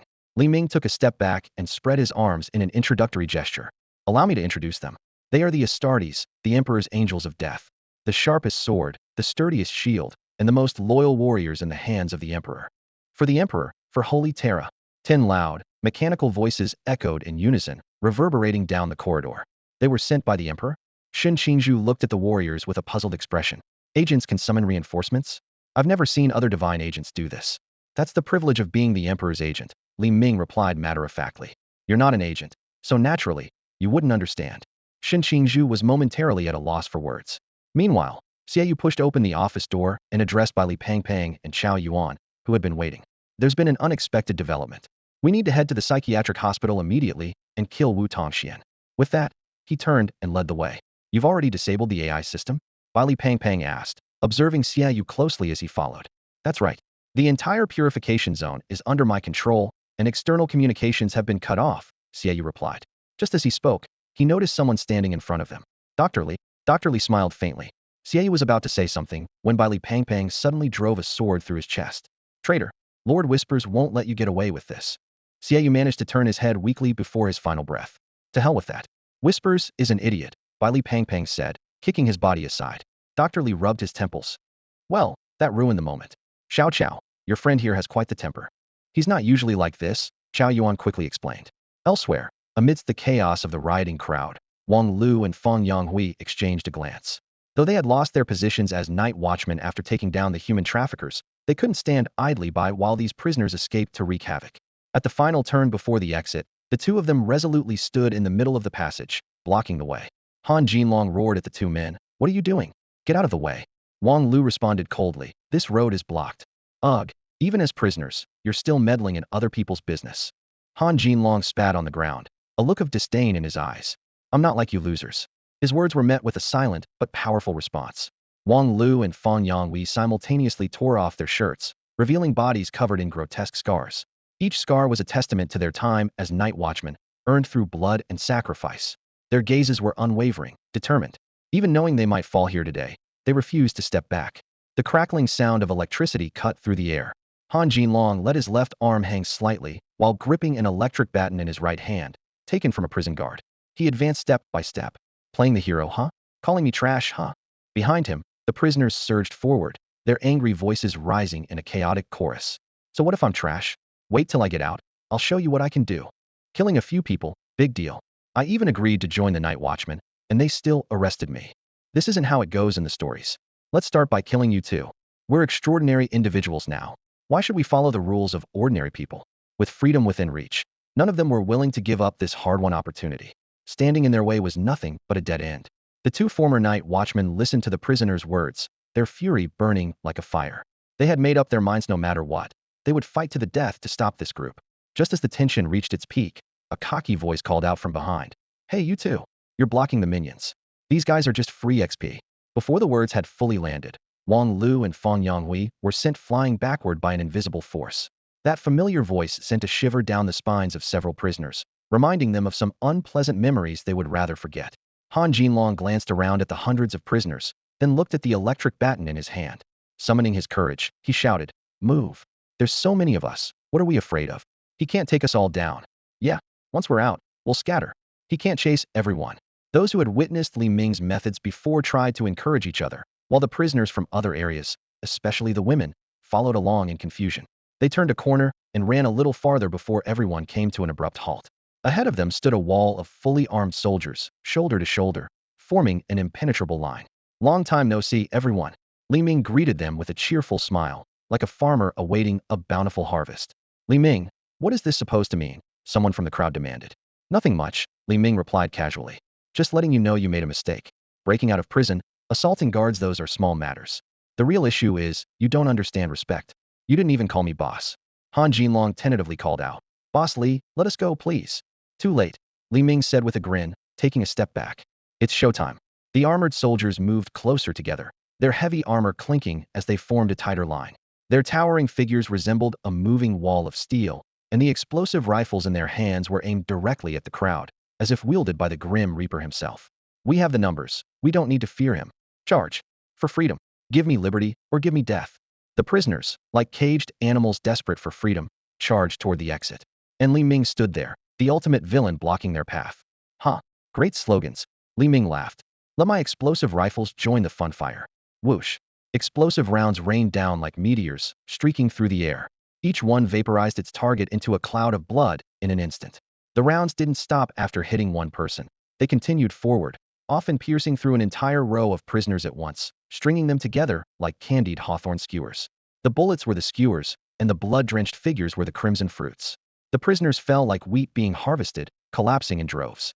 Those behind them surged forward, only to be mowed down by the next wave of fire. In mere seconds, the crowd was decimated, leaving only blood splattered across the walls, ceiling, and floor. Eliminated Heretic 1, points 30. Eliminated Heretic 1, points 60. The system notifications echoed incessantly in Li Ming's ears. The gains from this journey to the fasting sanctuary had far exceeded those from the last divine war. Behind him, Shen Qingzhu, seeing the Space Marines for the first time, was overwhelmed with awe. The towering Astartes warriors left an indelible impression on him.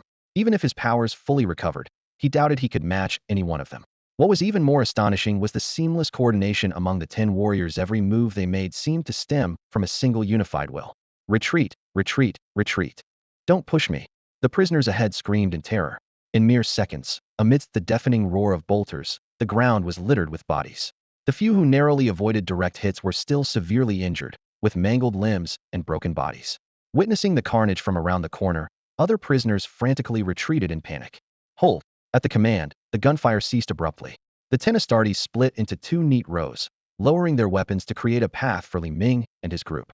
The corridor was now filled with the groans of the wounded, while the few survivors trembled in fear, too scared to even breathe loudly. "Whoa, Minga, Chia, I'm here." The familiar voice of Bailey Pang Pang suddenly broke the grim atmosphere. In the distance, a golden longsword sliced through the air, carrying 2 figures on its blade. Chao Yuan leapt down gracefully with his blade in hand, landing steadily beside Lin Qiye, while Bailey Pang Pang almost lost his balance, saved only by Li Ming grabbing the back of his collar just in time. Taking in the hallway that now resembled a slaughterhouse, Bailey Pang Pang swallowed hard. "Sorry, maybe I came at the wrong time." "No, you're right on time." Li Ming laughed heartily. After a year, the 5 training legends and Sangnan Jerry have finally reunited. 5 training legends? What are you even talking about? Lin Qiye asked, confused. "Of course, you wouldn't know," Li Ming chuckled. "I just came up with it 3 seconds ago." And Qingyu sighed helplessly. All right. But don't tell me I'm supposed to be this, Sangnan Jerry." "Jia, are you okay? How's your recovery going?" Chao Yuan asked with concern. "I'm doing fine." Lin Qiye felt a surge of warmth in his heart. He hadn't expected his brothers to risk entering the fasting sanctuary for him. Well, except for Li Ming, he was clearly just here for fun. Li Ming took the lead, striding into the corridor, with Lin Qiye following closely behind. Bailey Pang Pang, Shen Qingzhu, and Chao Yuan, feeling the oppressive aura of the Astartes on either side, trailed after them. At the rear, and Qingyu curiously observed the warriors as they moved. "Li Ming, can I?" "No, you can't." The 10 Astartes fell into formation, marching in 2 perfect rows behind the 6. Wang Lu and Fang Yonghui exchanged helpless glances and reluctantly followed at the very back. The disparity in treatment was all too obvious. "TSK still alive, huh? Truly living up to your reputation as a named extra." Li Ming stood before Han Jinlong, looking down at the prisoner whose legs had been broken and who was now crawling helplessly on the ground. Bossly, I won't dare escape again. Please give me another chance. Han Jinlong's voice trembled, his eyes filled with fear. At this moment, the thought of freedom was long gone. All he wanted was to cling to his life. Li Ming stared at him coldly. Sorry, someone like you alive only makes rice more expensive. Before he finished speaking, two scorching beams of light shot out from his eyes, instantly reducing Han Jinlong to a charred corpse. Turning to the other prisoners writhing on the ground, Li Ming swiftly and decisively helped them end their suffering. Master Li is merciful. He can't bear to see anyone in pain, he remarked nonchalantly.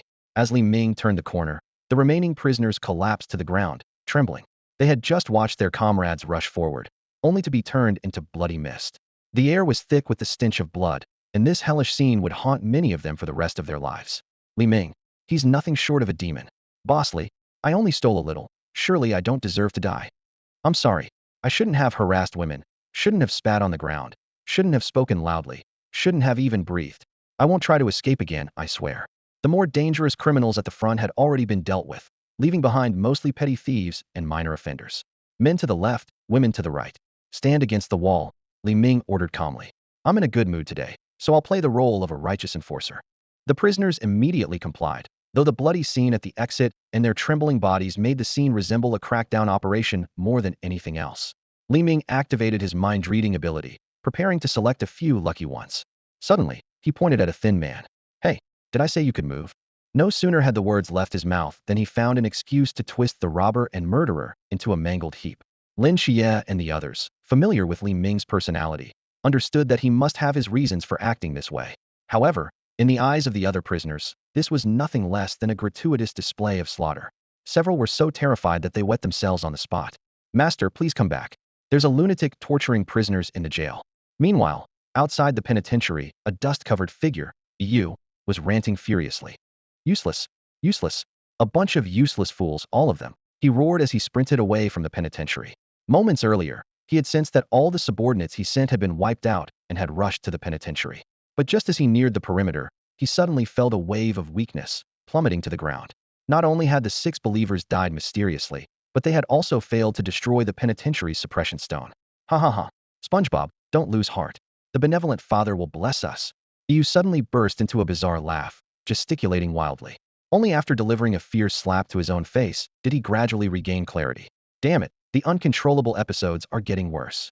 After leaving the suppression stone's range of influence, Yu rose into the air, glaring at the penitentiary in the distance with a conflicted expression. He was caught between advancing and retreating. Just then, a series of thunderous booms erupted as 7 towering silver pillars descended from the sky mediums had come after him again. Realizing the situation, Yu begrudgingly vanished into the void, knowing that escaping was now his top priority. On top of the giant pillar, 7 cloaked figures stood silently. The man leading them shifted his gaze back and forth between the spot where the murmurs had disappeared and the fasting hall nearby, a thoughtful expression crossing his face. We're already here, so why not go check on Wu Ziyagao? Just for a little while, he said softly. However, the other 6 remained silent, standing motionless. All right, that's settled.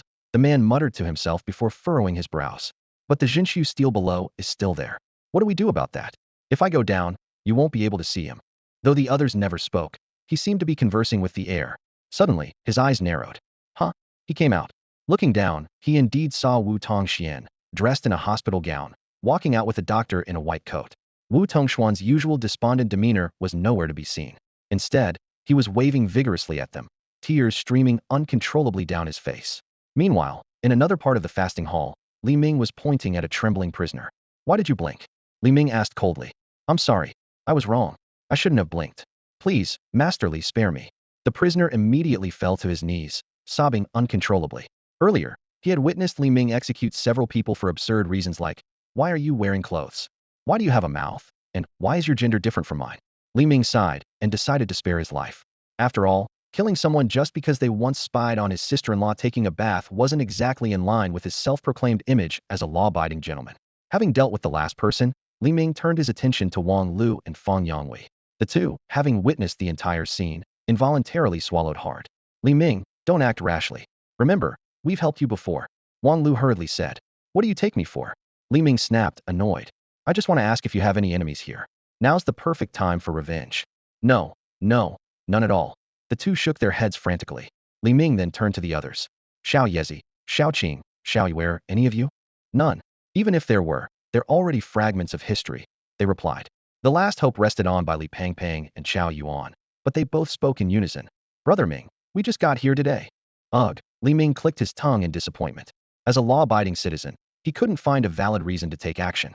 At that moment, he sensed the patrol team and watchmen approaching. All right, ladies and gentlemen, our fasting hall tour ends here. Please gather around me. We're heading back. The group quickly moved closer together. However, when Wang Lu and Fang Yonghui tried to approach, they were blocked by an invisible force. Apologies, gentlemen, but you didn't purchase a return ticket. You're not allowed to board. Before the words fully settled, Li Ming and his group of 6 vanished into thin air. Shortly after, 10 Astartes transformed into streaks of light and disappeared into the void. Wang Lu and Fang Yonghui. Wang Lu exclaimed in surprise, his eyes wide open. They just left like that, just like that? You saw it right. Fang Yonghui nodded, his expression serious. Wang Lu collected himself and sighed. Li Ming must be really wealthy. Exactly, Fang Yonghui analyzed. I'd wager he's carrying no less than 5 forbidden items. Clearly, they still believe that Li Ming's extraordinary abilities were all due to forbidden items. After all, in the suppression field of the fasting grounds, the powers Li Ming displayed were too baffling to explain surely. He hadn't already surpassed the limits of human capability, had he? Just then, the sound of synchronized footsteps grew louder, approaching from a distance. Like late arrivals in a movie, the long-lost night watchers and prison guards finally arrived on the scene.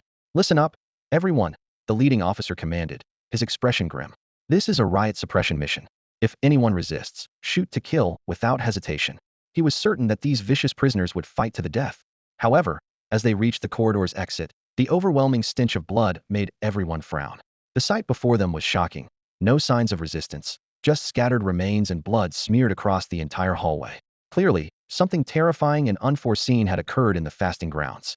The officer paused in silence, then gritted his teeth and gave the order, "Move in." As they cautiously made their way through the blood-soaked corridor, the scene that greeted them was unexpectedly absurd. A group of prisoners huddled in a corner like frightened quails. Instead of displaying hatred upon seeing the guards, they looked at them as though they were saviors. "Thank goodness you're here. Please lock me up. I love my cell the most. Can I get a pair of pants? Who soak mine?" Meanwhile, by the distant seaside, Li Ming and his group of 6 were discussing their plan to cross the sea. "Don't worry, I've got this all figured out," Li Ming said confidently, patting his chest. Bailey Pangpang immediately lit up with excitement. "Brother Ming is the most reliable. Are we going to fly across?" "Keep dreaming." Li Ming rolled his eyes and pulled a small boat out of his spatial storage. "Isn't this the fasting grounds boat?" Lin Qiye pointed out, noticing the markings on it. "Who cares? It's ownerless anyway." Li Ming shrugged, then took out 5 oars. "Ah, my bad, seems I'm one short." "You did that on purpose," Shen Qingzhu grumbled as she grabbed an oar. In the end, everyone but Li Ming ended up rowing. "One Piece is real," Bailey Pangpang suddenly shouted. "I'm going to be the pirate king. Stop fooling around." Amid laughter and chatter, the small boat gradually drifted toward the horizon, eventually becoming a tiny black before disappearing from sight. "The master is on his way." High above, a carriage streaked through the clouds like a shooting star. Moments ago, the master's expression had darkened. One of the 2 mental warning points he had set at the Fasting Institute had been triggered. What unsettled him even more was that the location was precisely where the Zhenshu steel had originally been stored. It seems there really is a mole among the higher-ups of the Fasting Institute, leaking even such classified information. The master thought to himself, feeling a sliver of relief that he had acted on Li Ming's suggestion a few days earlier and relocated the Zhenshu steel in advance. Commander Yi was right. This young man is truly remarkable. When I return, I must reward him with my finest tea. "Master, Dr. Li is calling," came the clear voice of the young attendant from outside the carriage. Taking the phone, the master listened to Dr. Li's report, his brows furrowing deeper with each word. Heavy casualties among the prisoners, guards plagued by hallucinations, destroyed weaponry, all emergency supplies looted. Even the most basic items like handcuffs and drinking water were nearly depleted. "I've weathered countless storms before. I refuse to believe they can bring down the entire Fasting Institute," the master said, though his tone betrayed a heavy seriousness. Meanwhile, a small boat drifted on the sea. Lin Qiye and his companions were sprawled out in exhaustion, having rowed until they were completely drained of energy. The only one still lively was Li Ming, who was cheerfully sorting through the spoils from the mysterious space, a smug grin on his face. "Minga, you've grown so much taller in the past year and more handsome too." Li Pangpang tried to strike up a conversation. "A perfect score can't be improved, no matter how you add to it," Li Ming replied with a laugh. Before long, the ravenous Li Pangpang suggested fishing to stave off their hunger. To everyone's surprise, Li Ming simply pulled out an array of meats from his storage space: beef, lamb, pork, chicken, everything imaginable. All of this was taken from the Fasting Institute. Honestly, they were wasting it, Li Ming remarked, munching on a piece of beef. Immediately, the group began shouting their orders for dishes like meat sandwiches, yellow braised chicken, and beef noodles. Though Li Ming grumbled, "Don't treat me like your personal canteen," he still prepared each request without fail. After the feast, everyone on the boat grew drowsy. Just as they were about to drift off, a chilling laugh shattered the calm. Well, now that you're all full, you can rest easy on your journey to the afterlife." The iconic sinister laugh shattered the silence of the night. Li Ming stood at the bow of the boat, gazing into the distance. "Come on, Minga, stop messing around. I'm so tired. Do you have a blanket?" Li Pang mumbled lazily with his eyes closed. "Wait, something's not right." Lin Qiye initially thought Li Ming was joking, but his sharp senses quickly picked up on someone approaching at high speed. Xin Qingzhu and Chao Yuan immediately became alert, springing to their feet in readiness. On the surface of the sea, a man clad in a red cloak was striding across the waves as if they were solid ground. He held a phone to his ear, speaking calmly. "Yes, Master Fuzi, Dr. Li, I've located them. They'll call back later." The man pocketed his phone as he arrived near the small boat. Before he could say a word, Li Ming suddenly shouted, "Reporting to Warring States Marshal. Bounty hunter Li D. Ming has captured 5 pirates and is on his way to Konoha village to claim the bounty." Yi Fan closed his mouth with a sigh, his expression exasperated as he looked at Li Ming's theatrics. No wonder Master Fuzi and Dr. Li repeatedly warned him this personality was truly unpredictable. "Minga, do you know him?" Li Pang nudged Li Ming. Li Ming immediately leapt back dramatically. "You fool, don't act so familiar. How could you not recognize the legendary Sengoku the Buddha? With your level of knowledge, you'll never make it to the New World. You're destined to remain a low-ranking ninja in East Blue's Windmill Village." Ahem. Yi Fan cleared his throat, interrupting Li Ming's nonsense. "I am Yi Fan, commander of the Night Watchers. Hey, race my emblem." He produced an insignia and looked toward Chao Yuan. "He should recognize me." Chao Yuan nodded in acknowledgement. "Yes, it was him who got me out of the fasting hall. Forgive my poor eyesight." Li Ming chugged a bottle of cola theatrically, downing it in large gulps. 3 drinks as self-punishment. 3 drinks as self-punishment. The others couldn't help but chuckle at Li Ming's ridiculous antics, and the tense atmosphere gradually eased. "So, Commander Yi, what brings you here?" Lin Qiye asked cautiously. Yi Fan's expression grew serious. "You all should be aware of the consequences of breaking out of prison, right? Not only did you escape, but there was also a prison break involved. The fasting hall is..." Gulp, gulp, burp. Li Ming's exaggerated drinking noises interrupted Yi Fan mid-sentence. "Hand that over." Yi Fan lunged forward, snatching the drink from Li Ming's hand. He took 2 satisfying gulps before letting out a contented sigh and smiling. "Not bad, this is pretty good. All right, I won't scare you anymore. I'm not here to pursue the jailbreak. This time, I'm here to talk about the Special Task Force."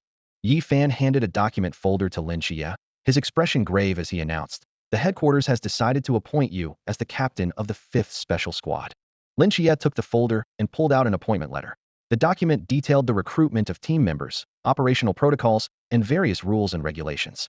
He frowned slightly and looked up at Yi Fan. "Me? Why me?" The decision was indeed puzzling. After all, he had only joined the Night Watchers a little over a year ago, and his strength had just broken through to the Chuan realm. By any standard, he didn't seem to meet the qualifications for a special squad captain. "Because your potential is extraordinary exceptional, even," Yi Fan replied seriously. "The special squad needs someone as remarkable as you to lead it and achieve rapid growth." "That doesn't make sense," Li Pang said, scratching the back of his head in confusion. "That sounds more like you're describing Ming Ge."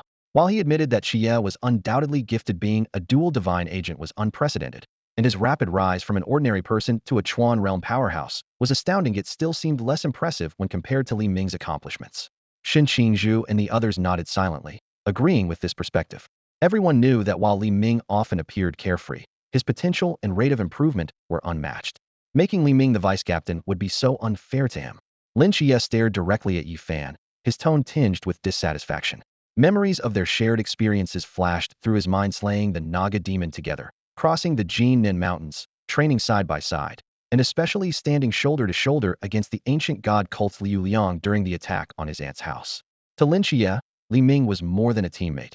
He was a brother who would face life and death with him. On the surface, Li Ming might seem like he was always fooling around, but Lin Qiye knew his true capabilities. Behind every seemingly casual action was a well-thought-out decision. Many times, it was Li Ming's insights that helped him uncover the truth or identify crucial clues.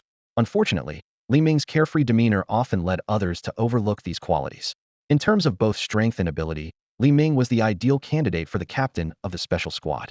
Li Ming won't be the vice-captain, Yi Fan said, shaking his head. His words stunned everyone. Lin Qiye, Shen Qingzhu, and Qiao Yuan all reacted with visible frustration. If Li Ming wasn't chosen as captain due to his personality, it might be understandable, but denying him even the position of vice-captain seemed entirely unreasonable.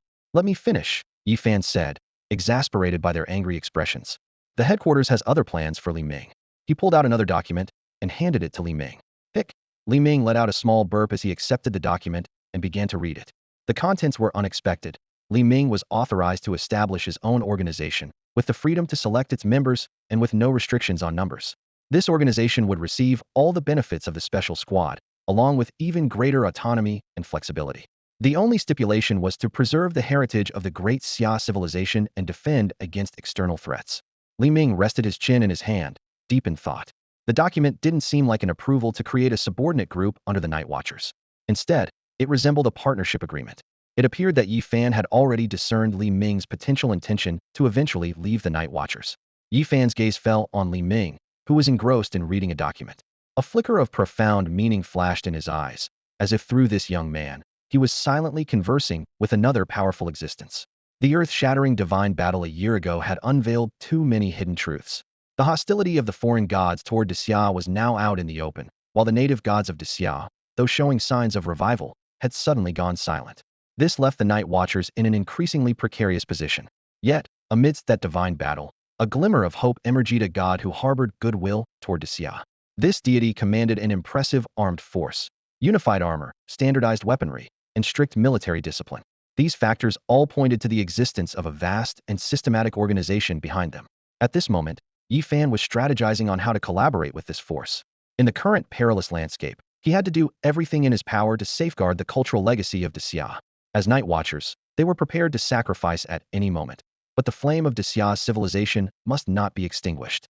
And Li Ming was the ideal candidate to communicate with this benevolent deity. Li Ming finished reading every word of the document carefully and pressed his lips together. The intent of the document was unmistakably clear. The Night Watchers sought an alliance with the god he served. This decision was evidently based on the deity's attitude displayed in King Yana's decisive willingness to aid against the Western gods. Of course, this was merely an initial proposition, and Yi Fan's visit carried a sense of cautious exploration. The future remained uncertain. Understanding this, Li Ming's respect for the Night Watchers, and especially for Yi Fan, deepened. In this world fraught with danger, they were doing everything they could to unite any potential allies, all for the sake of protecting Xia and its people. Commander Yi, I agree, Li Ming said earnestly. Yi Fan smiled with relief, patting Li Ming on the shoulder. This young man had left a profound impression on him, stopping Han Xiaoyan from destroying Cangnan, risking his life to save villagers during the floods in Jinan, and fighting alongside comrades during the divine battle. Honest to friends, ruthless to enemies. Although Li Ming's sense of belonging to the Night Watchers wasn't as strong as others, his dedication to protecting civilians was no less than anyone else's. Are we really forming two special teams at once? Li Pangpang asked in surprise. This was unprecedented in the history of the Night Watchers. Shen Qingzhu frowned thoughtfully. Two teams, Lin Qiye and Li Ming. That's a tough choice to make. No, Li Ming's case is unique, Yi Fan explained. For now, it's just him, and there are special requirements for team members. You can only choose to join Lin Qiye's special team. Ah, I see. Li Pangpang sighed in relief and chuckled. Then there's no dilemma, it's an obvious choice. Then I agree as well, Lin Qiye said, tucking away the appointment letter. Clearly, he had no intention of wasting more time in the monastery. So are we officially a special team now? Not yet, Yi Fan shook his head. You're only a reserve team for now. You'll need to pass a series of evaluations to be officially established. Evaluations? Us. That's right. Yi Fan nodded. For now, you'll act together and undergo evaluations as a group. The main task will be handling various mysterious incidents. Keep in mind, during the evaluation period, you won't be able to prove your status as a special team and won't receive any support. After completing each mission, you'll need to leave a mark as proof of completion. After addressing some key points, Yi Fan surveyed the group and asked, is there anything else?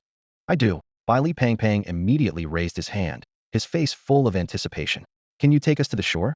The corners of Yi Fan's mouth curved slightly upward as he looked at Li Pangpang's hopeful eyes. He replied calmly, of course not. The assessment has already begun. Before his words fully landed, he turned and swiftly disappeared from sight. Outside the fasting quarters, Master Fuzi and Dr. Li had been waiting for some time. So, did they agree? Fuzi asked. They agreed. Yi Fan gazed out at the distant sea, where the faint outline of the small boat was still visible. They're still too young and need to grow quickly. The time left for Xia is running out. Is everything settled at the fasting quarters? Yi Fan turned to Fuzi. Almost, but we still need to stock up on a significant amount of supplies, Fuzi replied, his expression slightly uneasy. How much more could it possibly be? These are trivial matters. My main purpose this time is to meet with some former Night Watchers and give them a chance to redeem themselves. Fuzi fell silent at his words, thinking to himself that he hoped Commander Yi would remain this calm when he saw the bills. Meanwhile, on the small boat out at sea, Li Ming tucked the documents into an unknown space, choosing to bury the matter deep in his heart. From now on, I'm part of the special team too. Let's see who still dares to say I only succeeded because of my family. Li Pang exclaimed excitedly, clearly thrilled by Lin Qiye's earlier invitation. Go, go, go. A new journey begins. Li Ming, using his telekinetic abilities, transformed the small boat into a yacht. His thoughts drifted to Jialan, whom they were about to meet, wondering what attitude the other would have toward him in this cycle. The yacht sped across the water, leaving a long trail of white spray behind. Slow down, slow down. It's too fast, I can't take it. Li Pang clung tightly to the boat's edge, shouting words that could easily be misunderstood. The others crouched low, fearing they might be thrown off. Surfing, it's all about riding the waves. Shut up. Who even defines surfing like that? As they neared the shore, Li Ming retracted the yacht and took everyone into the air, landing in an uninhabited area. Brother Ming. Qi, where's the mission location this time? Li Pang asked while wringing water out of his clothes. I think it's Tahi County. Li Ming said uncertainly. It's Anta County. Can you be more serious? Lin Qiye corrected him, exasperated. Close enough, close enough. That place is so remote you can only get there by greenskin train. And Qingyu added. On the whistling greenskin train. While the others rested with their eyes closed, Li Ming began to tally the gains from their trip to the fasting quarters. The three followers had contributed 10,731 points, while the other criminals added up to 7,342 points. Combined with the 686 points he had left previously, the total came to 18,759 points. He decided to use 3,759 points for the lottery and keep 15,000 points as a reserve. 37 second-tier draws and 59 first-tier draws. Surely something good will come out of this, Li Ming thought as he activated the lottery wheel with a flicker of intent. Then, he invested all 3,759 points into the system, triggering a series of notifications. Ding! A rapid succession of alerts flashed through his consciousness. Monomolecular combat knives, explosive guns, and chainsaw axes appeared one after another, with some items even repeating multiple times. Various character cards popped up in quick succession: Ujulin, Fart Fairy, Titanium Fire Warrior Squad, along with a box of greenskin teeth and medical stimulants. Numerous knife bugs and gun bugs were also listed in the rewards. Li Ming frowned. 37 draws, yet he hadn't obtained the skill card he desired most. Although he wasn't in urgent need of new skills at the moment, having a larger skill reserve was always better. Among the rewards, the most valuable ones were 2 Titanium Fire Warrior Squads, 3 Ujulins, 4 Fart Fairies, and 30 knife and gun bugs. The rest consisted of weapons, equipment, and various supplies, such as antelope beef cans, corpse starch, and energy bar sand. Overwhelming stockpile. He speculated internally that as his strength improved, the variety and quality of items in the lottery wheel would likely expand accordingly. Opening his eyes, Li Ming's focus returned to the train carriage. Li Pang was restlessly shifting in his seat and nudged Lin Qiye beside him. How much longer until we get there? Almost there. Just a few more hours, Lin Qiye replied. Huh? Still that long? Li Pang groaned, fidgeting uncomfortably. Clearly, this pampered young master was struggling with the hardships of prolonged hard-seat travel. Li Ming silently observed the scene. Across from him, a little girl with braided pigtails shyly offered him an orange, saying she couldn't finish it and wanted to give it to the handsome brother. Li Ming glanced at the girl's grandfather, who managed a faint approving smile on his otherwise stern face. Li Ming thanked her and accepted the orange. Throughout the journey after leaving the fasting hall, strangers had frequently tried to strike up conversations. The elderly man across from him asked about his destination. Li Ming casually mentioned he was heading to the northeast to see the primeval forest, earning a puzzled reaction from the old man, who seemed baffled by young people's interests. Meanwhile, Li Pang and Lynchia huddled together, whispering about what was likely mission-related matters. Their secretive behavior caught the old man's attention. He instinctively pulled his granddaughter closer and kept a wary eye on his luggage. To him, this group of young people, traveling without baggage and acting mysteriously, might very well be thieves or some other type of troublemakers. Young man, keep an eye on your belongings, the old man said, his gaze sweeping warily over Lin Qiye and his group. I don't think the train is particularly safe either. His implication was clear: these young people didn't look trustworthy. Li Pang was about to retort, but Lin Qiye quickly placed a hand on his shoulder to stop him. Unexpectedly, Li Ming raised an eyebrow and pointed at Lin Qiye and the others. You're absolutely right, sir. Just look at that bunch of misfits over there. One glance, and you can tell they're up to no good. The old man froze, clearly not expecting such bluntness. He coughed awkwardly. Well, better safe than sorry when you're traveling. By the way, didn't you say you were with some friends? Why aren't you all in the same carriage? Those misfits over there. Yeah, they're my friends. Old man. Several hours later, the train arrived in Tiana City. Since their destination, Anta County, was so remote that no railway reached it, the group had to switch to other forms of transportation. After disembarking, Li Ming and Bailey Pang Pang split up to gather supplies for their upcoming trek into the mountains. When they regrouped, Bailey Pang Pang returned alone with a peculiar expression on his face. What happened? Lin Qiye asked. Nothing much. Just that I almost bought out the city's largest shopping mall. Minga really thought things through. I'm no match for him. Lin Qiye looked puzzled. What exactly did you two buy? Noticing Li Ming's absence, and Qingyu asked, Where's Li Ming? Minga went to change clothes. I'll be back soon. The group donned their winter gear, strapped on their hiking backpacks, and disguised themselves as ordinary tourists. Just then, a voice called out, You're all ready? Let's get going. Lin Qiye turned to look at Li Ming, and his mouth twitched involuntarily. What are you wearing? What's wrong? The Li Ming before them was almost unrecognizable. A black trench coat reminiscent of a tyrant's style enveloped his broad frame. A wide-brimmed black hat shadowed his face, and he wore black gloves and military boots. He held an unusually long and thick custom-made cane, exuding an oppressive aura that was hard to ignore. If anything, he looked less like a tourist and more like someone about to carry out a high-profile heist. Why are you just standing there? Let's go. Li Ming took the bus tickets from Qingyu's hand and strode confidently toward the bus. The moment he boarded, the once noisy bus fell into complete silence. Throughout the ride, every passenger seemed subdued, intimidated by his overwhelming presence. The driver glanced nervously at Li Ming through the rearview mirror, countless thoughts racing through his head. Who is this ominous figure? Should I call the police? What if he's planning to rob us? As the driver's imagination ran wild, a deep voice broke the silence. In the mirror, Li Ming's eyes locked onto his. What's wrong? Why are you staring at me? Oh, nothing. Nothing at all. The driver quickly averted his gaze, focusing intently on the road ahead. The driver's hands trembled for a moment, causing the entire bus to swerve sharply out of the lane. Inside the bus, a child's cry instantly rang out, only to be quickly muffled by their parents. Watch the road and drive carefully. Yes. The driver instinctively responded, his voice trembling. He gripped the steering wheel tightly, his eyes fixed firmly on the road ahead, not daring to turn his head even slightly, afraid of provoking Li Ming. At the back of the bus, Lin Qiye and the others exchanged uneasy glances in silence. A stifling tension filled the air, and everyone could feel the ominous aura emanating from Li Ming. The bus jolted along for 4 or 5 hours before finally arriving at Anta County.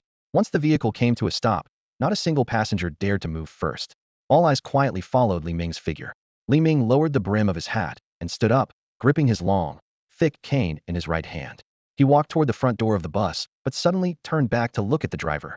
Instantly, the entire bus fell silent. Even the sound of breathing seemed to vanish. The driver, locking eyes with him, felt his heart nearly stop, his mind running wild with fearful thoughts. Remember, don't call the police.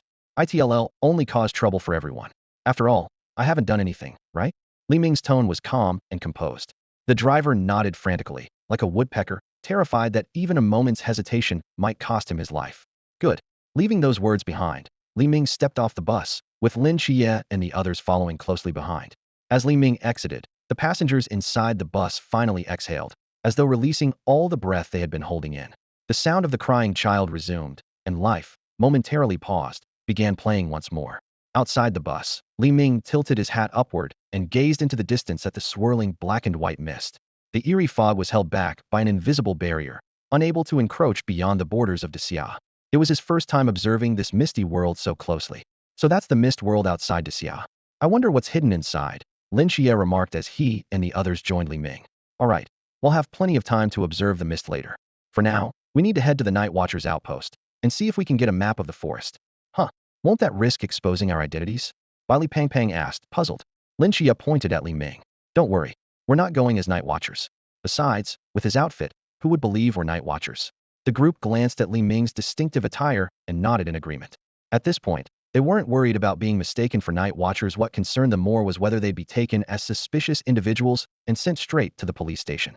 A group of 6 hurried toward the Night Watcher's outpost, the cold wind howling around them as Lin Qiye detailed the mission. According to the intelligence provided by Commander Yi, traces of large-scale mysterious activity were discovered 3 days ago in the northern primeval forest of Anta County. The initial assessment suggested it was caused by some kind of giant ant species, with strength estimated between the Chuan and high levels. Do Chuan and high-level threats require special teams? Can't the local night watchers handle it? Li Pangpang frowned slightly. In his experience, mysteries of this level in Guangshan City were usually resolved easily by the local night watchers. They can't handle it. Chao Yuan shook his head and explained. You've mostly interacted with high-level personnel, which is why you have this impression. In reality, outside major cities, the night watcher captains in most third-tier towns are only at the Chuan level. Lin Qiye nodded in agreement and added. Moreover, the night watchers team in Anta County is in a unique situation. Because the area is remote, near the border and surrounded by primeval forests, the Tianhe City's night watchers struggle to manage it effectively. So, headquarters stationed a two-person team here, both of whom are at the Qi level. As the group conversed, Li Ming quietly organized his thoughts. The captain of the Anta County Night Watchers team was no ordinary figure, was the reincarnation of Fengdu Emperor, a divine being of the Great Xia. Furthermore, Fengdu concealed numerous secrets, such as Lin Qiye's millennial Jialan and the projections of outer gods. This mission was bound to be extraordinary. After about 20 more minutes of walking, a solitary old brick house appeared before them. In front of it stood a faded, dilapidated sign that read, Anta County Forestry Bureau. The desolate surroundings made the place seem eerily abandoned. Qiye, are you sure you got the directions right? Does anyone even live here? Li Pangpang muttered as he exhaled visible breath, rubbing his hands together and stomping his feet to fend off the northeastern chill. As someone from Guangshan, he found the cold unbearable. Lin Qiye checked the map repeatedly, his tone uncertain.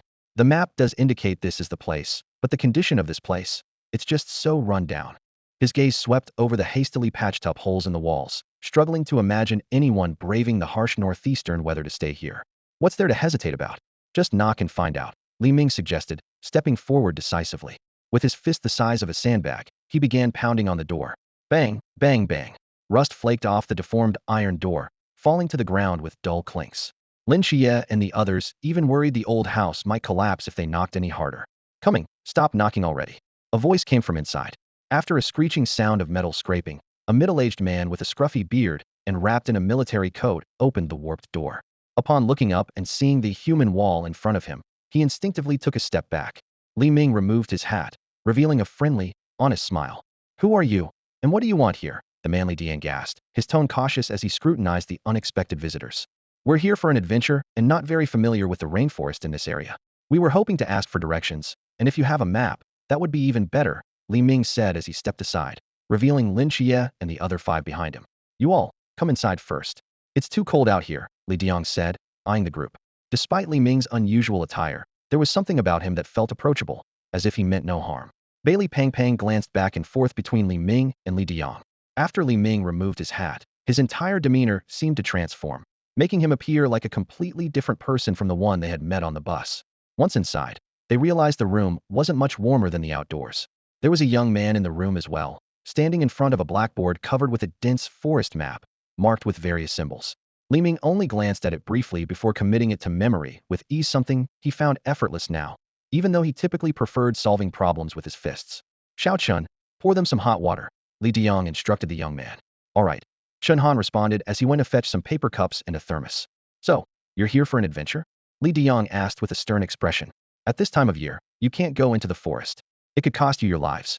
This rainforest is extremely dangerous right now. Not only is it freezing and the terrain treacherous, but there are also mysterious activities happening. All of these could be fatal. Even I, as a night watchman, wouldn't dare to venture in recklessly. Li Pangpang attempted to use money to extract more information, but Li Diang remained unmoved. While the two argued, Lynchia noticed the blackboard in the center of the room and nudged in Qingyu, signaling him to take a look. No matter what, you absolutely cannot enter the forest now. And I don't have the map you're looking for, Li Diang said firmly, standing in front of the blackboard to emphasize his point. After studying the map for a moment, and Qingyu gave Lin Qiye an okay gesture. All right, uncle, we won't go into the forest. We'll come back next year when the weather is better, Lin Qiye said. As the group got up to leave, they coincidentally ran into the grandfather and granddaughter from the train. Orange girl, we meet again, Li Pangpang greeted playfully. After seeing the 6 of them off, Li Diang, holding young Tingting in his arms, asked, Dad, do you know them? We came in on the same train, the old man replied. They said they were looking for a map to explore the rainforest. Young people these days really don't know their limits. And you're one to talk, the old man retorted, glaring at his son. You've been staying in this desolate place for so many years. Honestly, I think you'd be better off coming back with me so you can spend more time with your daughter. Li Diang fell silent, holding Tingting a little tighter. Papa, Tingting called softly. Sensing the heavy atmosphere, the old man sighed and decided to change the subject. He opened the cloth bag he had brought with him. I brought plenty of meat, vegetables, and fruit with me this time. Tonight, they'll whip up a proper meal for us to enjoy. The sky had turned completely dark, and visibility was reduced to nothing. A group of 6 turned on their flashlights and continued their journey, the pale beams flickering through the dense forest. Unnoticed by anyone, a pallid face lurked behind a tree, staring intently at their receding figures. There's always something unclean lurking in the woods at night.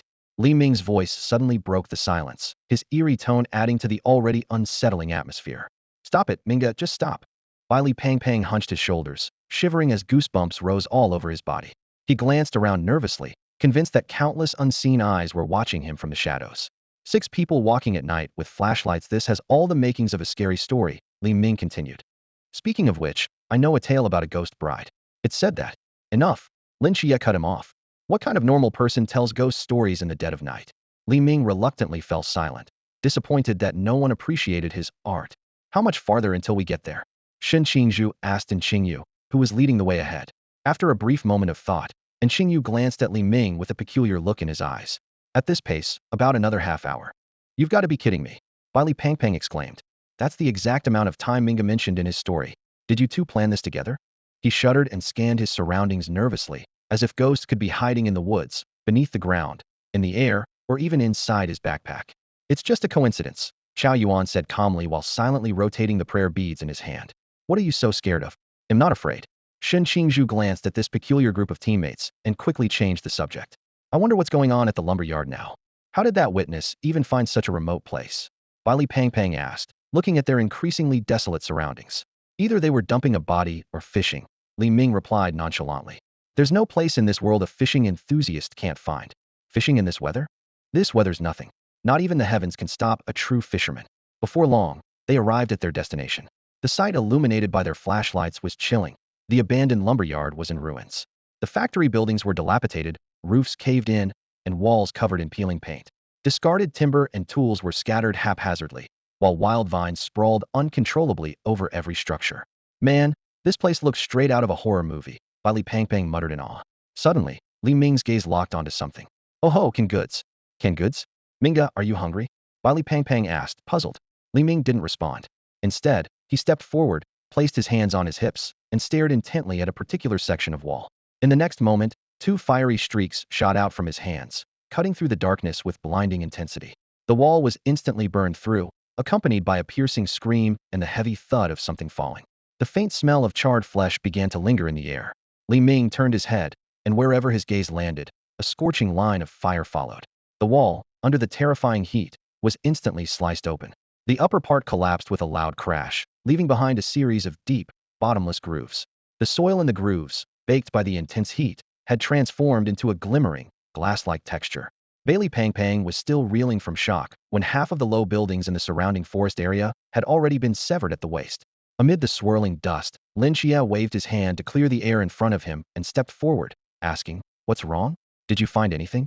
Li Ming casually gestured, and 2 massive figures flew out from the rubble. "Come on, brothers," he said nonchalantly. "I've got barbecue for you. The leftovers can be canned and sold to classmates." And Qingyu moved closer to examine the scene. They were 2 enormous red ants. One had been neatly sliced in half, its severed edges charred and gleaming, with no trace of blood. The other, though still alive, had lost its long legs and could only futilely open and close its menacing mandibles, emitting a piercing, grating sound.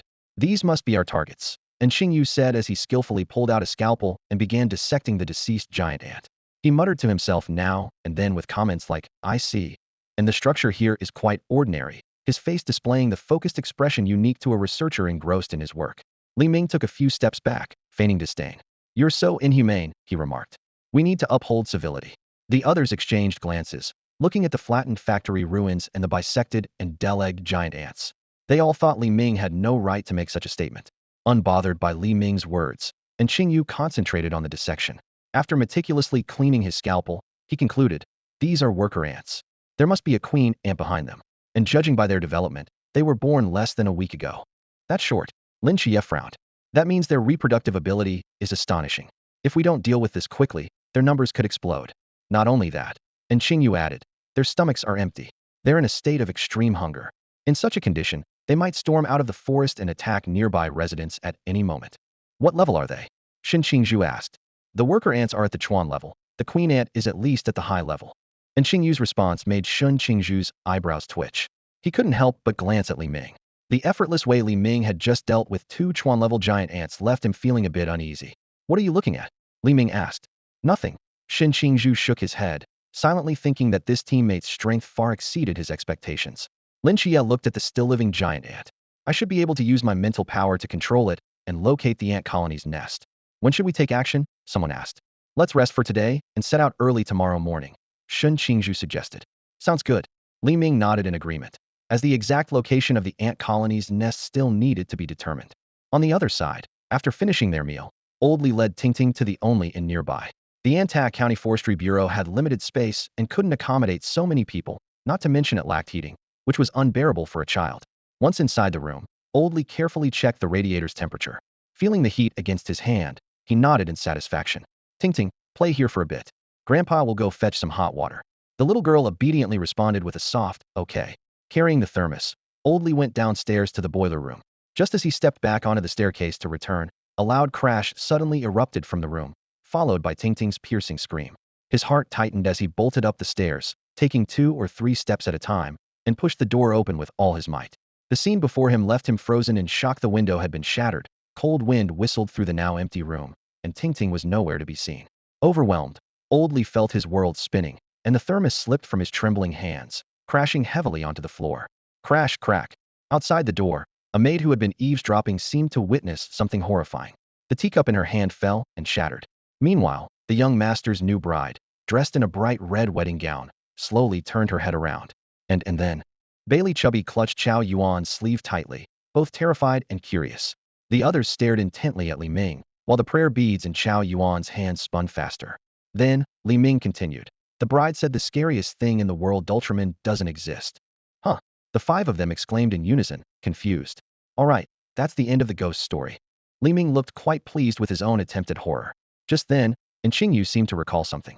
Speaking of ghost stories, I heard one at the station about the forest. It's called the paper doll substitute. You mean the kind of paper doll that? Bailey Chubby stammered, pointing shakily into the distance. Still shaken from Li Ming's story, his eyes darted nervously around the forest. To his horror, he actually spotted a strange figure in the abandoned factory building.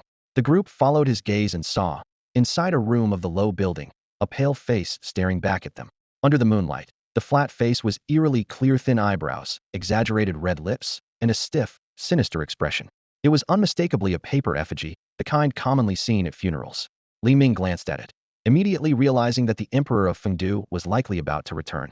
He patted Bailey Chubby on the shoulder and said in a chilling tone, "You're done for. They say paper dolls always haunt the first person who notices them." Ah. Already on edge, Bailey Chubby screamed and clung tightly to Chow Yuan. Startled by the sudden move, Chow Yuan fumbled, and his prayer beads flew out of his hand. It's over, it's over. Even the prayer beads can't subdue it. Bailey Tumming, you're doomed. Ah. An even louder scream echoed through the night. Lin Qiye glanced at Li Ming with exasperation, thinking this man truly enjoyed messing with others. He unsheathed his blade and charged toward the direction of the paper doll, determined to find out what it really was. Shin Qingzhu and Qingyu quickly followed behind. The scene was left with only Li Ming, a trembling by Li Pangpang, and Chow Yuan, who was tightly held by him. Lin Qiye and the others had just taken a few steps when those eerie paper figures vanished abruptly, as if they had never existed. Lin Qiye immediately activated his sensory abilities to carefully search the surroundings, but failed to detect even the slightest trace. He turned to look at Li Ming and noticed that from the moment the paper figures appeared, Li Ming had been teasing by Li Pangpang without showing any sign of concern. This unusual behavior made Lin Qiye suspicious. Knowing Li Ming's personality, he would never take things lightly in a critical moment. What's wrong? Couldn't catch them? Li Ming asked with a faint smile, noticing Lin Qiye's gaze. No, Lin Qiye replied, shaking his head. Well, for now, let's just eat. The group found a flat area and decided to camp there for the night. Li Pangpang pulled out a luxurious, oversized tent from his storage space and skillfully set it up. The others couldn't help but marvel at the wealth of the Bai Li family as they watched the extravagant setup. Just as they were about to enter the tent, Li Pangpang eagerly stopped them. Wait, it's not done yet, he exclaimed, pulling more items out of his storage space: blankets, mattresses, a generator, filling the tent to the brim and turning the wilderness mission into a lavish getaway. Seriously? You even brought a computer and a gaming console? Xiao Yuan asked, dumbfounded, pointing at the electronic devices. It's not that much, Li Pangpang said sheepishly, scratching his head. A lot of this was actually suggested by Brother Ming. He prepared quite a few things too. Oh, what did Li Ming prepare? Lin Qiye asked with curiosity. Li Ming raised an eyebrow and gave a knowing smile. I figured you guys might get bored late at night, so I brought some fun stuff. Teachers, students, you name it. If you're shy, I can step out. Seeing the mischievous smile on Li Ming's face, a bold thought flashed through Lin Qiye's mind. Li Ming then pulled out a pump and nodded meaningfully. Yep, it's exactly what you're thinking. Lin Qiye and Shen Qingzhu instinctively took a few steps back. Based on Li Ming's earlier suggestive remarks and the item in his hand, everyone couldn't help but imagine something inappropriate. Xiao Yezi, come on, show the brothers how it's done. No need. Really, no need, Lin Qiye said, retreating as if avoiding a plague. Xiaoqing, you do it? Why not let Xiao Yuan go first? Ba. Huh? What's wrong with you guys? Li Ming looked at their reactions in confusion, then pulled out a bag of colorful balloons from his bag. I'm just inflating balloons. Such a big tent needs some decorations, doesn't it? Lin Qiye took a closer look and noticed that the balloons were printed with cheerful images of kindergarten children playing with their teacher. You could have just said they were balloons. Why make it sound so suggestive? Huh? Li Ming asked, genuinely puzzled. I was talking about balloons the whole time. What else could it have been? Inside the tent, the glow of colorful lights added a touch of warmth to the cold night. On the folding table in the center, a steaming pot of yuanyang hot pot filled the air with the mingling aromas of chicken broth and spicy red soup. The ingredients that Li Pangpang had brought were spread out abundantly around the pot, fresh slices of beef and lamb, springy tendons, and fragrant blood sausage, all ready to go. Everyone sat around the hot pot, holding long chopsticks and exchanging bites. Li Ming picked up a perfectly cooked piece of spicy brain and handed it to Li Pangpang. Here, try this. I guarantee it's delicious. No way. Li Pangpang waved his hands repeatedly. The spiciest I can handle is the level of red braised beef noodles. What? Li Ming looked stunned. Red braised beef noodles are spicy? Of course. Super spicy. Meanwhile, the lights at the Anta County Forestry Bureau were still on.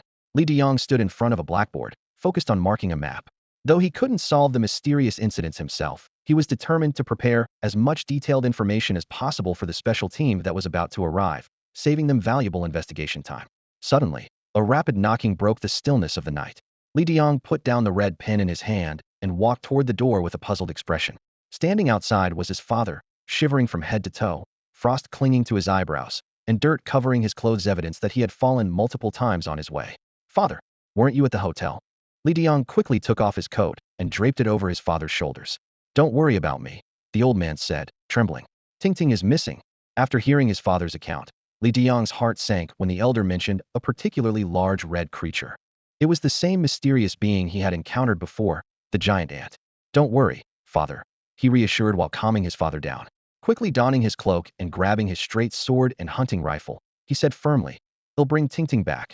Anta County Team 322, assemble. Elsewhere, inside the tent by the campfire, Shen Qingzhu and the others had already settled down to rest, leaving only Li Ming and Lin Qiye on watch duty. Before long, Li Ming stood up. You keep watch for a bit. I'm going for a stroll. All right, be careful. Lin Qiye nodded in response. Don't worry. Walking some distance away, Li Ming stopped in his tracks. After confirming that no one else was around, he focused his thoughts and instantly summoned 10 gun bugs and 20 blade bugs. These former foes now stood obediently before him, giving him a strange sense of power. Even more astonishing, beyond his own perspective, he could now see through the eyes of all 30 bugs, as if immersed in a virtual reality game. Have I become the hive mind? Li Ming mused sarcastically before shaking his head to dismiss the thought. No, at best, I'm just a node right now. Li Ming stroked his chin, his eyes sweeping over the Zerg unit before him. This is just the beginning, only 30 expendable Terran Zerg. Hardly worth mentioning. He stepped closer to the squad, scrutinizing these fearsome creatures.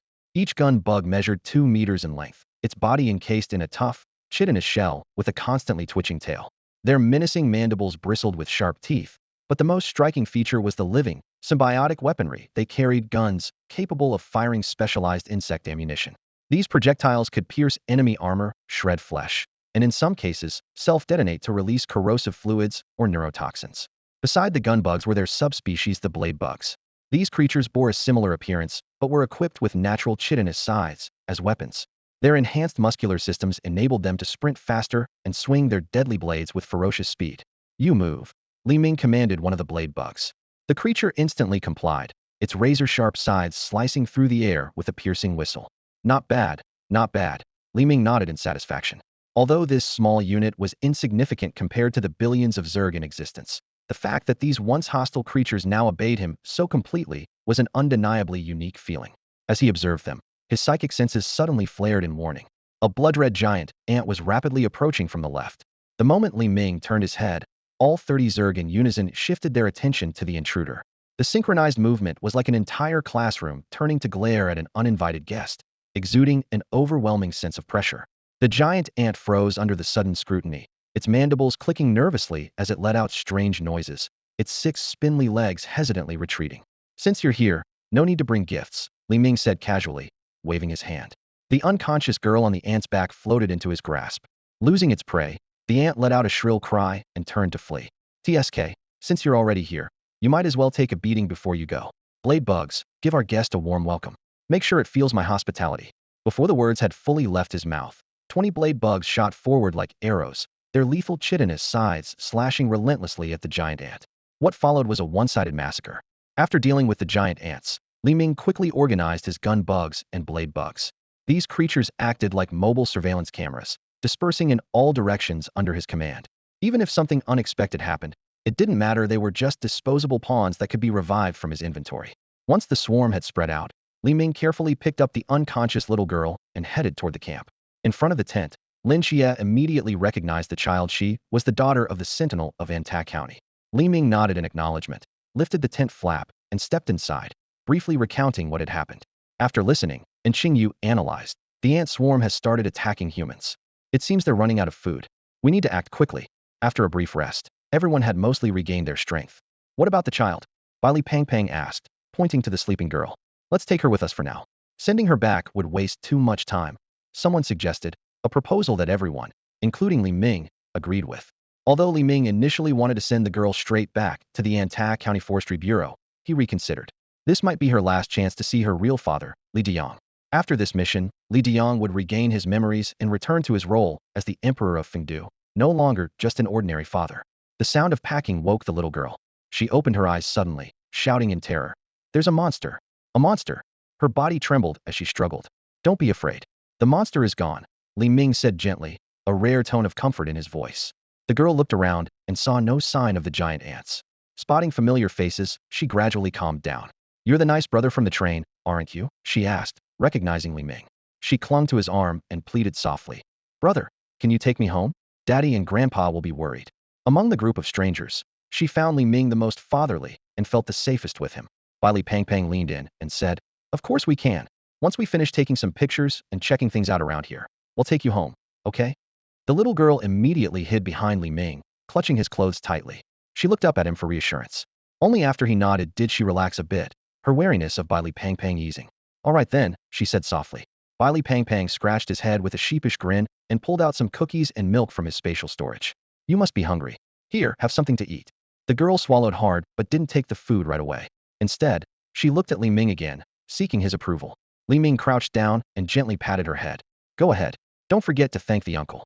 Thank you, Uncle Pang. My name is Li Ting. The little girl said cheerfully as she took the food. Hearing her call him uncle, Li Pang looked helplessly at Li Ming. I think brother sounds much better. Haha, I don't care what you think. I only care about what I think. From now on, let's stick to our own ways. You call me Minggu, she calls you uncle, and I'll call you Fatty. The sky was just beginning to lighten, and the morning dew still clung to the ground. Li Diyang and Chunhan had already been busy for hours, tracking the marks on the ground. Just yesterday, Li Diyang had settled his elderly father, left behind a bank card, and rushed to the hotel where the grandfather and granddaughter were staying. Outside the hotel, they discovered the distinctive claw marks of the giant ants, deeply embedded in the ground, pointing them in the direction to follow. At the end of the trail, they found nothing but a small pile of ash. After a thorough search, they also discovered traces of a tent having been set up. Strangely, the giant ant tracks vanished, replaced by footprints of various other creatures, spreading out in different directions. Uncle Li, what kind of strange phenomenon is this? Chunhan asked, staring at the marks that seemed to belong to the tyrannid species. Li Diyang frowned, deep in thought, before replying. Let's go. These people haven't been gone long. We can catch up and ask them what happened last night. The trail was too complex and scattered for the two of them to investigate thoroughly. More importantly, Li Diyang found this group highly suspicious. They were clearly not ordinary tourists. Meanwhile, Li Ming was carrying his little sister, Li Ting, on his back. telling her a fairy tale. Brother, what happened next? Tingting asked eagerly, sitting on her brother's broad shoulders and listening intently. Li Ming paused for a moment, a slight smile playing on his lips as he processed an image sent by the blade insect in his mind.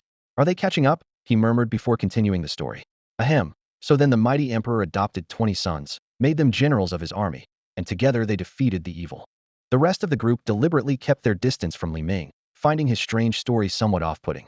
Leading the way at the front, Lin Qiye was guiding the group, using his divine power to infiltrate and manipulate the mind of the giant ant, steering it toward its nest. About 40 minutes later, a series of hurried footsteps approached from behind, accompanied by an anxious shout. Tingting. Hearing someone calling her, Li Tingting turned her head and saw her father.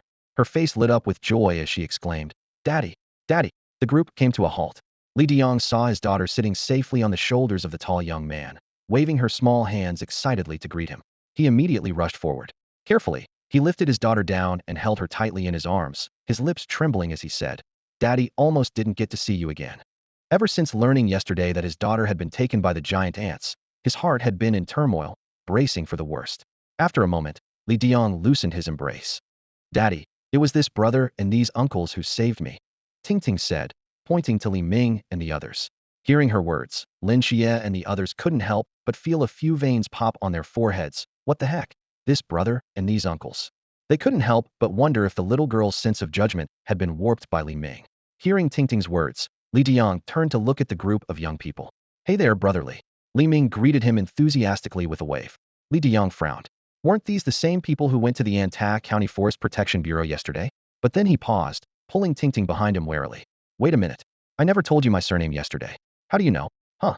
Li Ming scratched his head. Isn't Tingting your biological daughter? Or are you her uncle? Uncle, my foot. Li Diang suddenly recalled that Tingting might have mentioned his surname to them. He shook his head at his own forgetfulness, had indeed been too busy and distracted lately. Clearing his throat, he shifted the topic. Did you encounter anything unusual yesterday? Unusual? Li Ming replied with a laugh. Not at all. We just had hot pot and sang some songs. It was great fun. Li Diang's skeptical gaze swept over each of their faces. At that moment, Lin Qiye stepped forward, interrupting their conversation. He could tell that if he didn't intervene, Li Ming's talkative nature might lead to a conversation lasting all day. After all, this was someone who could stare at the floor for hours in a mental hospital without moving. If there's nothing else, take your daughter back. We need to continue our adventure, Lin Qiye said indifferently, his expression so irritatingly calm that it bore a striking resemblance to someone familiar. You're going deeper into the forest? Li Diang scolded angrily. Are you out of your minds? Just because you've got some money doesn't mean you should throw your lives away. He had warned them about the dangers yesterday, but clearly, his words had fallen on deaf ears. If you've got nothing else to say, we'll be on our way, Lin Qiye replied flatly. The group of 6 resumed walking. At the back of the group, Li Ming turned and called out. I think you should spend more time with your daughter. Goodbye, big brother. Tingting waved at Li Ming. Bye, little orange sister. Li Ming replied with a grin. Watching them confidently venture deeper into the forest, Li Diang's frown deepened. He couldn't tell if they were just foolishly reckless or had some ulterior motive, but either way, he had to stop them. Xiao Chun, take Tingting home first, Li Diang instructed, handing his daughter to Chen Han. Tingting, go back to Grandpa with this brother. I have something to take care of. Be careful, Uncle Li, Chen Han said, understanding Li Diang's stubbornness and choosing not to argue further. Tingting, come with me. Wait, Uncle. Tingting broke free from Chen Han's grasp. Hearing her call him Uncle, Chen Han's face turned pale, and he mumbled to himself, Uncle. Daddy, come back soon, okay? Tingting said, looking up at her father. Li Diang smiled warmly at his daughter. Don't worry. Daddy will be back soon. Promise. All right, pinky promise. No going back on it for 100 years. Up ahead, Li Ming used his spiritual sense to observe everything happening behind them. He clicked his tongue lightly, but said nothing. A few minutes later, Li Diang caught up with them, raising his hunting rifle to block their path. Stop. You can't go any further. Lin Qiye and his companions exchanged glances, their faces filled with helplessness. This Li Diang was like a piece of sticky gum that couldn't be shaken off. One couldn't help but sigh. We've told you to spend more time with your daughter, but you just wouldn't listen. Li Ming slowly put on his wide-brimmed hat, pulling the brim low to cover his eyes. With steady steps, he approached Li Diang. Dressed entirely in black, his imposing figure exuded a chilling aura of intimidation. Stop right there. Li Diang thrust his hunting rifle forward. He stared at Li Ming in disbelief, astonished at the stark transformation in the man's demeanor. Click, the crisp sound of the rifle being cocked broke the silence. Damn it. You're playing dirty. Li Pang Pang cursed at Li Diang, pointing a finger at him. Kids, times have changed. Li Diang smirked, his lips curling into a smug grin. You think I can't handle you? Whoosh, a shadow darted past like lightning. Old Li, times haven't changed. Li Diang looked down at his now empty hands, then raised his eyes to meet the pitch-black muzzle of the rifle. He was momentarily speechless. Who are you? He scrutinized the tall young man before him, but detected no signs of any forbidden abilities being used. This man had taken his gun purely through physical strength. But the speed was far beyond human limits, making Li Diang hesitant to act rashly, lest he expose his own forbidden ability. After all, in such a remote area, erasing someone's memory wasn't an option. He Das Hun, graduate of the Bodyguard Vocational Academy, specializing in iron body techniques. Ranked 1736th on the Bodyguard leaderboard. He Das Hun? Bodyguard Vocational Academy? Bodyguard leaderboard. Li Diang muttered, baffled by these unfamiliar terms. Has the outside world developed this much? You're not ordinary people, are you? What are you really here for? Don't try to brush me off with excuses like exploring or taking photos. Li Ming pointed at Li Pang Pang. Our young master here heard there's a Han Dynasty tomb in this area and came to see it for himself. Dragon seeking, gold splitting, check the mountain coils.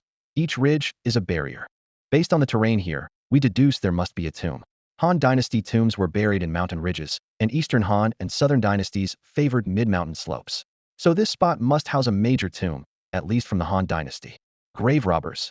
Li Diang initially suspected them of being tomb raiders, but quickly dismissed the idea. Their demeanor and physiques didn't match the profile, and those seemingly knowledgeable but misplaced lines of verse didn't align with the local landscape.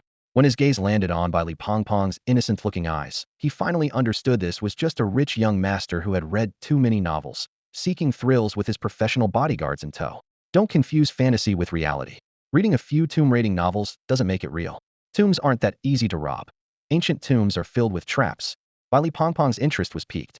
Uncle, you know about this stuff? Yes. Those traps can either delay you for a while or kill you outright, Li Diang said with a deliberately grave tone. For example? Li Diang paused for effect. Law enforcement agencies. Tomb raiding is illegal. Minor offenses get you up to 3 years in prison. Major ones can get you executed. Li Diang stood on the forest path, his gaze filled with genuine concern. You've been taking care of Ting along the way. I can tell you're not bad people. Please, take my advice and don't go any further. Lin Qiye shook his head slightly, his expression resolute. I'm sorry, but we have a compelling reason to proceed. Besides, you can't stop us now. These words left Li Diang momentarily stunned. He instinctively glanced at the gun in Lin Qiye's hand, and had to admit the young man was right without exposing the secrets of the Forbidden Ruins. He was indeed powerless to stop them. If you're determined to go, let me lead the way, Li Diang sighed. I've worked here for a long time, and I'm much more familiar with the terrain than you are. Unable to fight them and incapable of blocking their path, Li Diang decided to temporarily act as a guide. He figured he could lead them around the outskirts of the primitive forest. This way, he could ensure their safety and step in if any emergencies arose. Hearing this suggestion, Lin Qiye inwardly shook his head. Their destination was the ant nest, home to giant ants with power levels reaching the Chuan or even high stages. He didn't want this veteran night watchman, who had been protecting Anta County for years, to face such danger. Yet, before he could decline, of course that works. If you'd said so earlier, we wouldn't have wasted time, Li Ming interjected, making a subtle hand gesture. Since all that needed to be said had been said, letting Li Diang tag along was no harm. After all, the Emperor of Fengdu would eventually return, and Li Ming was eager to witness the majesty of this deity from Great Xia mythology, the ruler of the underworld. Seeing Li Ming's response, Lin Qiye chose to trust his judgment. And so, the group gained a new member. The addition of a stranger made the atmosphere slightly tense, though Li Ming remained chatty. Hey, old Li, you've worked here for so many years. Have you ever encountered anything strange? No. This place is desolate. You can go a whole day without seeing a soul. Come on, that can't be true, Li Ming said, skeptical. Isn't the Northeast known for things like shamans and spirit mediums? Surely the Forestry Bureau must have witnessed some animal gratitude stories. The 5 immortals fox, yellow weasel, hedgehog, snake, and rat are pretty famous around here. None of that is true. It's the modern age belief in science. Didn't your school teach you that? School, huh? Li Ming suddenly let out a sigh, a trace of melancholy crossing his face, as if some memory had been stirred. What happened? Li Diang asked, feeling it would be inappropriate not to. The others perked up their ears too. Even Lin Qiye, who had known Li Ming for over 2 years, knew little about his past. Li Ming stopped in his tracks and looked off into the distance. The group halted as well.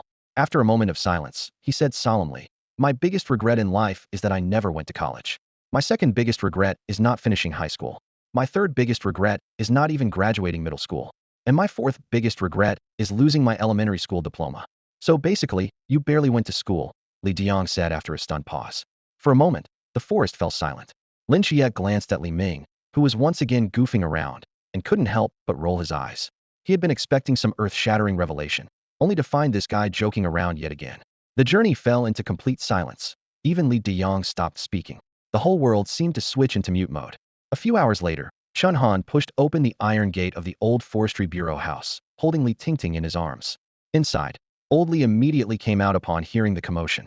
Yesterday, determined to follow his son in the search for his granddaughter, Li Diyang had locked his father inside the house for safety concerns. Tingting, are you hurt? Old Li asked anxiously. I'm fine, Grandpa. Li Tingting spun around to show she was unharmed. Old Li crouched down to inspect her carefully. Only after confirming she was safe did he breathe a sigh of relief, gripping her small hand tightly, as if afraid she might disappear again. Where's Diyang?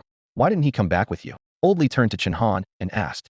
Uncle Li, he got held up with something, but he'll be back soon. Don't worry, Chun Han reassured him. All right, I'll go make dinner. Tingting, you must be hungry. Grandpa will make dumplings for everyone today. Meanwhile, Li Diyang had been trekking through the forest for hours with a group of young people. Initially, he had planned to lead them on a casual walk and call it a day, but the group paid him no mind, silently following one particular young man. At the front, Lin Qiye was using his divine power to control a giant ant hidden in his travel bag, continuously gathering information about the location of the ant nest. Suddenly, he stopped in his tracks. Let's take a break.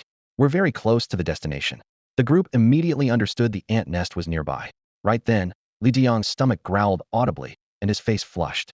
He hadn't eaten properly since yesterday, and the long trek had left him famished. Taking out a packet of compressed biscuits from his pocket, he offered them to the group. Want some? If we keep going like this, we won't last much longer. No need. We can go hunting, someone suggested. In this weather? The animals are all hiding. You won't catch anything, Li Diyang responded, shaking his head.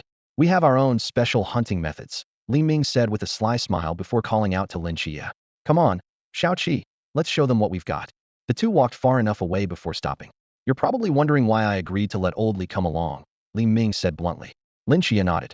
He couldn't understand why Li Ming hadn't stopped Li Diyang from getting involved. Because he was bound to come sooner or later. Remember the paper figure from the logging site? Its real target was Li Diyang, Li Ming explained. Li Diyang. Lin Qiye frowned, thinking of the seemingly ordinary man. That's because Li Diyang is the reincarnation of the Fengdu Emperor. The paper figure was trying to bring him back, Li Ming revealed. What? Fengdu Emperor? Lin Qiye was utterly shocked. In the mythology of Xia, the Fengdu Emperor was the supreme ruler of the underworld. Yes, exactly the one you're thinking of, Li Ming confirmed with a nod. Li Ming recounted the secrets of the great Xia god's reincarnation in great detail, leaving Lin Qiye stunned in place. It turned out that when the mist descended, the gods of Great Xia faced a terrifying calamity and resolutely chose to protect their people. Lin Qiye could almost envision the heroic scene. The gods standing at the borders of Great Xia, watching the surging mist approach, then glancing back at the masses behind them. Without hesitation, they ignited their divine power to build a wall of protection. In the end, they succeeded in keeping the mist at bay beyond the borders, but their divine power was completely depleted, forcing them into reincarnation. Outside of Great Xia, however, the evil gods chose to sacrifice their own people to save themselves. The stark contrast left Lin Qiye overwhelmed with complex emotions.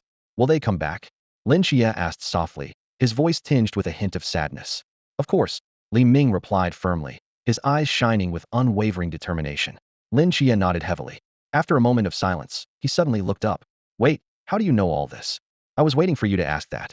Li Ming pulled out the Imperial Chronicles, gently brushing his hand over its cover. This is the enlightenment of His Majesty the Emperor. Lin Qiye was left speechless. 20 minutes later, the two emerged from the forest with an unexpected haul. Lin Qiye carried a steaming hot pot with a blank expression, while Li Ming held several trays of sliced meat, fresh fruits, and what appeared to be a full set of dining tableware resembling those found in a monastery. This really is one of the few natural forests in the Northeast. The resources are incredible, Li Ming said nonchalantly. Even the beef and lamb rolls have come to life and run around. There are wild wives too, but they're too fast to catch. Li Diyang stared at the scene in disbelief. Where on earth did you find all this? Just in the forest. What's the big deal? Li Ming replied casually, dropping slices of meat into the boiling pot. The aroma wafted through the air, making everyone's mouths water. Huh, I don't believe it, Li Diyang sneered.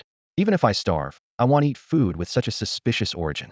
No sooner had he finished speaking than his stomach let out an embarrassing growl. Ah, smells amazing. In the end, Li Diyang succumbed to the allure of the fragrant lamb in sesame sauce.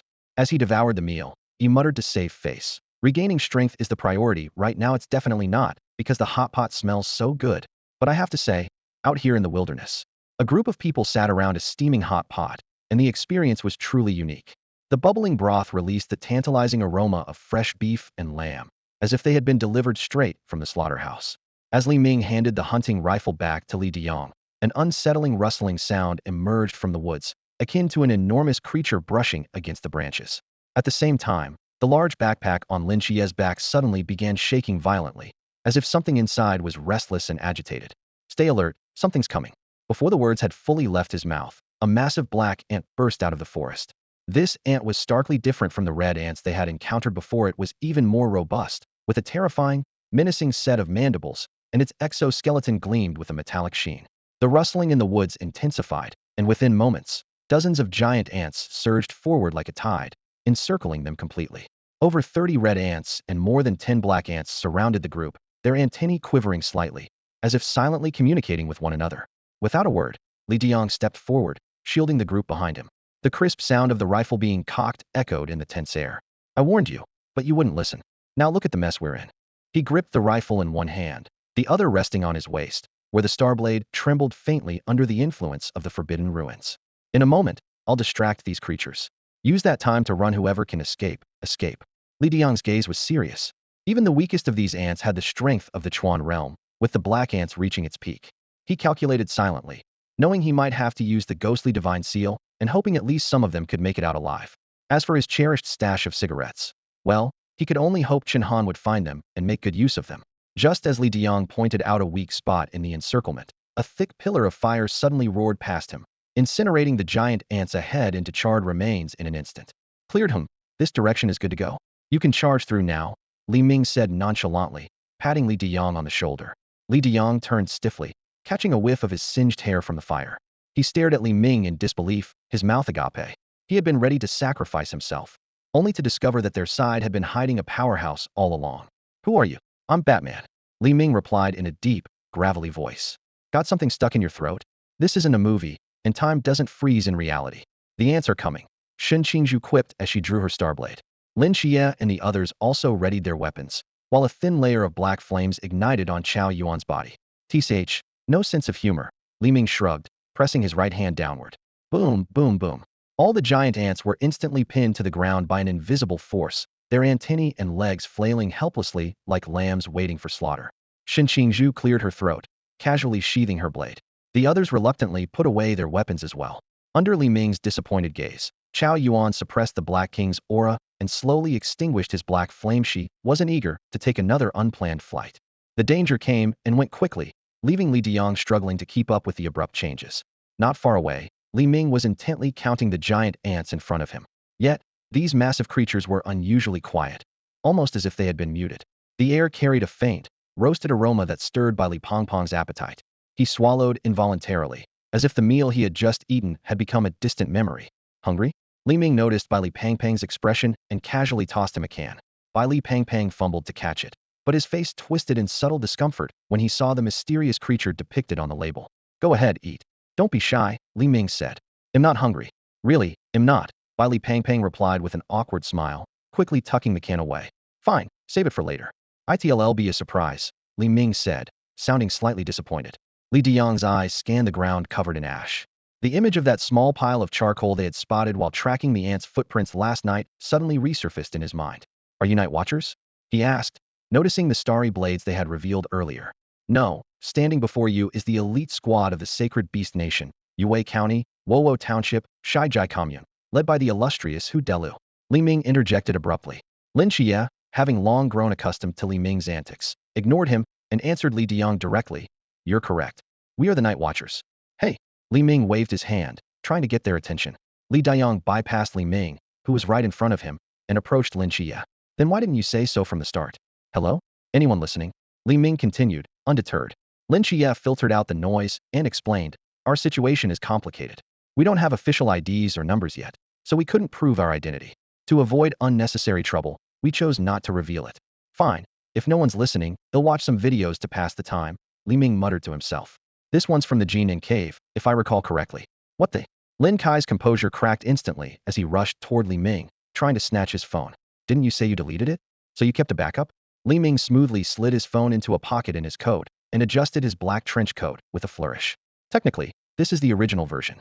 Watching the exchange, Li Diang muttered to himself, "These people don't seem very reliable. Focus on the mission," Li Ming declared, striding ahead. Lin Qiye sighed in resignation and followed. After a moment's hesitation, Li Diang trailed behind, thinking he might be able to contribute somehow. Eventually, they reached the border of Daxia, where the mist loomed in the distance, merging with the horizon. Standing before the fog, Lin Qiye and the others felt an overwhelming sense of oppression. Only Li Ming seemed unaffected, his gaze fixed on the mist with a thoughtful expression. "This stuff seems interesting," he mused. Meanwhile, Qingyu's attention shifted to the massive chasm in the ground. The deep, seemingly bottomless crevice stretched for miles along the edge of Daxia. "Is this it?" "Yes," Lin Qiye confirmed with a nod. Recalling Li Ming's earlier remarks, he suspected this place was more than just an ant nest. It might also be connected to Fengdu Dadi. And Qingyu crouched down, carefully picking up a pinch of soil from the edge of the crack, his brows furrowed. After close observation, he concluded that this crack was definitely not formed naturally. There must be some unknown changes lurking underground. Indeed, Li Ming nodded slightly as he observed the images sent back by the blade bugs and spear bugs in his mind. There's a massive number of giant ants below, with black soldier ants making up about 20 to 30%. Once we deal with these giant ants, eliminating the divine phantom in the ghost city will be a breeze. A glimmer of anticipation flashed in his eyes at the thought of using that particular item. "Let's go, Li Ming, we're heading down," Lin Qiye called out. Just as he was about to move, Li Diang hurriedly stepped forward. "Wait, take me with you. I might be able to help." Seeing that the others had no intention of including him, he volunteered. Recalling Li Ming's earlier words, Lin Qiye thought for a moment before nodding in agreement. "You fine." With Li Ming leading the way, the group descended into the depths of the crack. As they reached a certain depth, Lin Qiye suddenly spoke up. "The number of giant ants below exceeds expectations. From what I can sense alone, there are over 400 red worker ants and nearly 100 black soldier ants. To be precise, there are over 500 worker ants, more than 200 soldier ants, and one sea-level ant queen," Li Ming added casually. Hearing this staggering number, Lin Qiye and the others fell into silence. If such a swarm of giant ants were to attack all at once, even Li Ming might struggle to handle them. Hundreds of river-level giant ants were already a significant challenge, let alone the 200 plus at the peak of the river level. How can there be so many? Even if the queen is at the sea level, it seems unlikely. Could there be a mistake? Qingyu couldn't help but question. And Qingyu quickly explained. If this ant colony has existed for 2 years, and the queen has been reproducing continuously, this number is entirely possible. So what do we do now? Li Pang scratched his head, deep in thought. Li Diang suggested. How about we retreat for now, report the situation to headquarters, and request reinforcements? Lin Qiye shook his head in refusal. Giving up on their first mission was not an option. What if I use transformation magic to infiltrate and carry out a decapitation strike, taking out the queen when the opportunity arises? He proposed a bold plan. The group remained silent, as the plan was extremely risky. If Lin Qiye were exposed, he would undoubtedly face a life-threatening situation. Ahem, have you all finished discussing? If so, I'm about to get started. Li Ming, who had been silent until now, suddenly spoke up. Lin Qiye quickly grabbed his arm. Don't be reckless. There are too many giant ants below, even you can't take them heeding. Tisk. Li Ming effortlessly shook off Lin Kai's hand. Who said I was going to face them alone? Do you even understand the value of being a one-man squad? Before anyone could react, Li Ming led the group further down. They stopped about 10 meters above the bottom of the crack. Fixing his gaze on the character card in the item slot, he activated it without hesitation. In an instant, 10 streaks of light flashed, and the familiar Astartes squad appeared first. They landed heavily, causing a slight tremor. Following that, 36 streams of faint light emerged from the void, forming 3 fully armed fire warrior squads. Armed with pulse rifles or pulse carbines, they quickly arranged themselves in combat formation.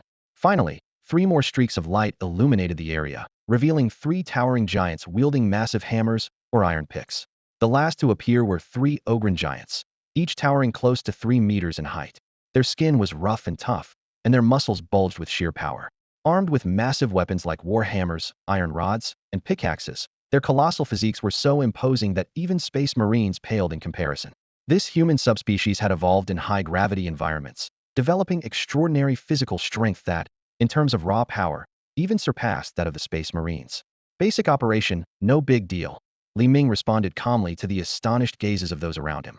Just moments ago, they had been discussing tactics, and now they had suddenly launched an all-out attack, catching everyone off guard. The commotion of the battle alerted the ant swarm at the bottom of the crevice. A dense wave of giant ants surged forward like a flood. Their massive bodies, armored with thick shells, resembled a relentless tide of armored vehicles rolling across the ground, stretching as far as the eye could see. Minga, are you sure those big guys down there can hold their ground? Li Pang swallowed nervously. Of course. You're underestimating them, Li Ming replied confidently. His assurance primarily came from the fact that his allies could revive, eliminating any concerns about losses. Fire at will. Eliminate the enemy. As the command was given, energy rounds from bolt guns and pulse rifles struck the weak points in the ants' antenna grooves, these being their critical vulnerabilities. One by one, the giant ants collapsed, twitching briefly before falling completely still. See? They're reliable warriors, Li Ming remarked, only to notice the three ogrins standing idly, looking around curiously, scratching their heads, and occasionally glancing at him expectantly. Damn it! I shouldn't have said fire at will, Li Ming muttered, covering his face in frustration. Focus on killing the ants in front of you. With the clear directive given, the ogrins roared and charged into the ant swarm. Swinging their heavy weapons, they crushed the ants' heads as if playing a game of whack-a-mole. While their intelligence left much to be desired, their courage and combat prowess were undeniably dependable. As Li Ming continued reaping the souls of the giant ants, he noticed that his soul absorption range was gradually expanding. A few stray ants managed to break through to the Space Marines, only to meet an even more gruesome fate, sliced in half by Chainswords, their innards and blood splattering everywhere. Just standing here and watching doesn't feel right, Qiao Yuan suggested, and the others nodded in agreement. After all, this was a team mission. They couldn't let Li Ming handle everything alone. Let's join the fight. Li Pang drew a radiant golden longsword. If we don't step in now, there'll be nothing left for us. Fair enough, Li Ming nodded. As a friendly gesture, I'll lend you a transport vehicle to avoid getting surrounded. Plus, it might have some hidden features you can discover. Li Ming snapped his fingers, and a wild-looking massive motorcycle materialized out of thin air before everyone.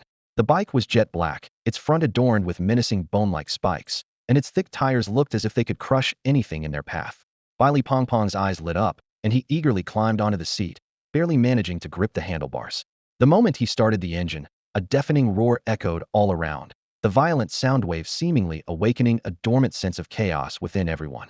Shen Qingzhu and Li Diang couldn't hold back their excitement either, stepping closer with eager anticipation shining in their eyes. Brother Ming, this is too much.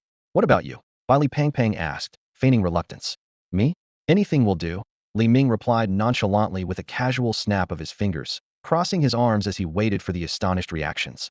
Brother Ming, you're way too casual about this. Li Pang's gaze shifted behind Li Ming, his expression turning peculiar. Li Ming turned around, only to freeze in surprise. What he had expected to be a mighty dragon was nowhere to be seen. Instead, there stood a red-haired woman clad in shimmering scale armor.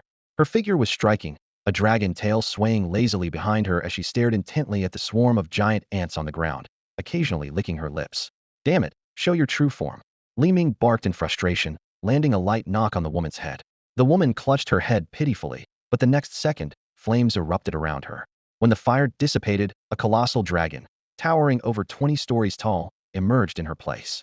Its entire body was covered in fiery red patterns, radiating a terrifying aura.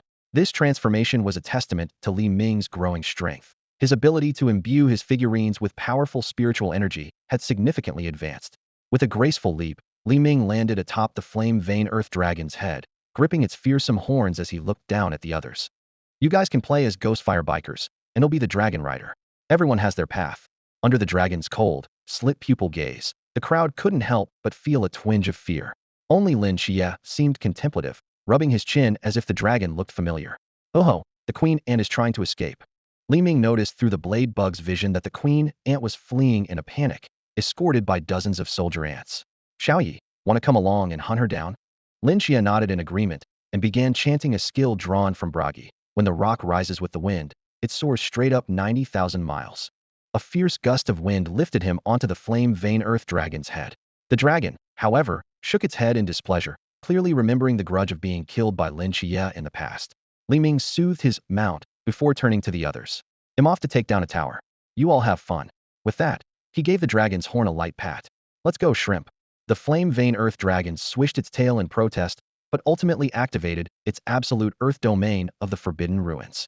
A ripple of spatial distortion passed through, and in an instant, Li Ming and his group vanished from sight. Lin Qiye's vision blurred as the surroundings shifted instantly.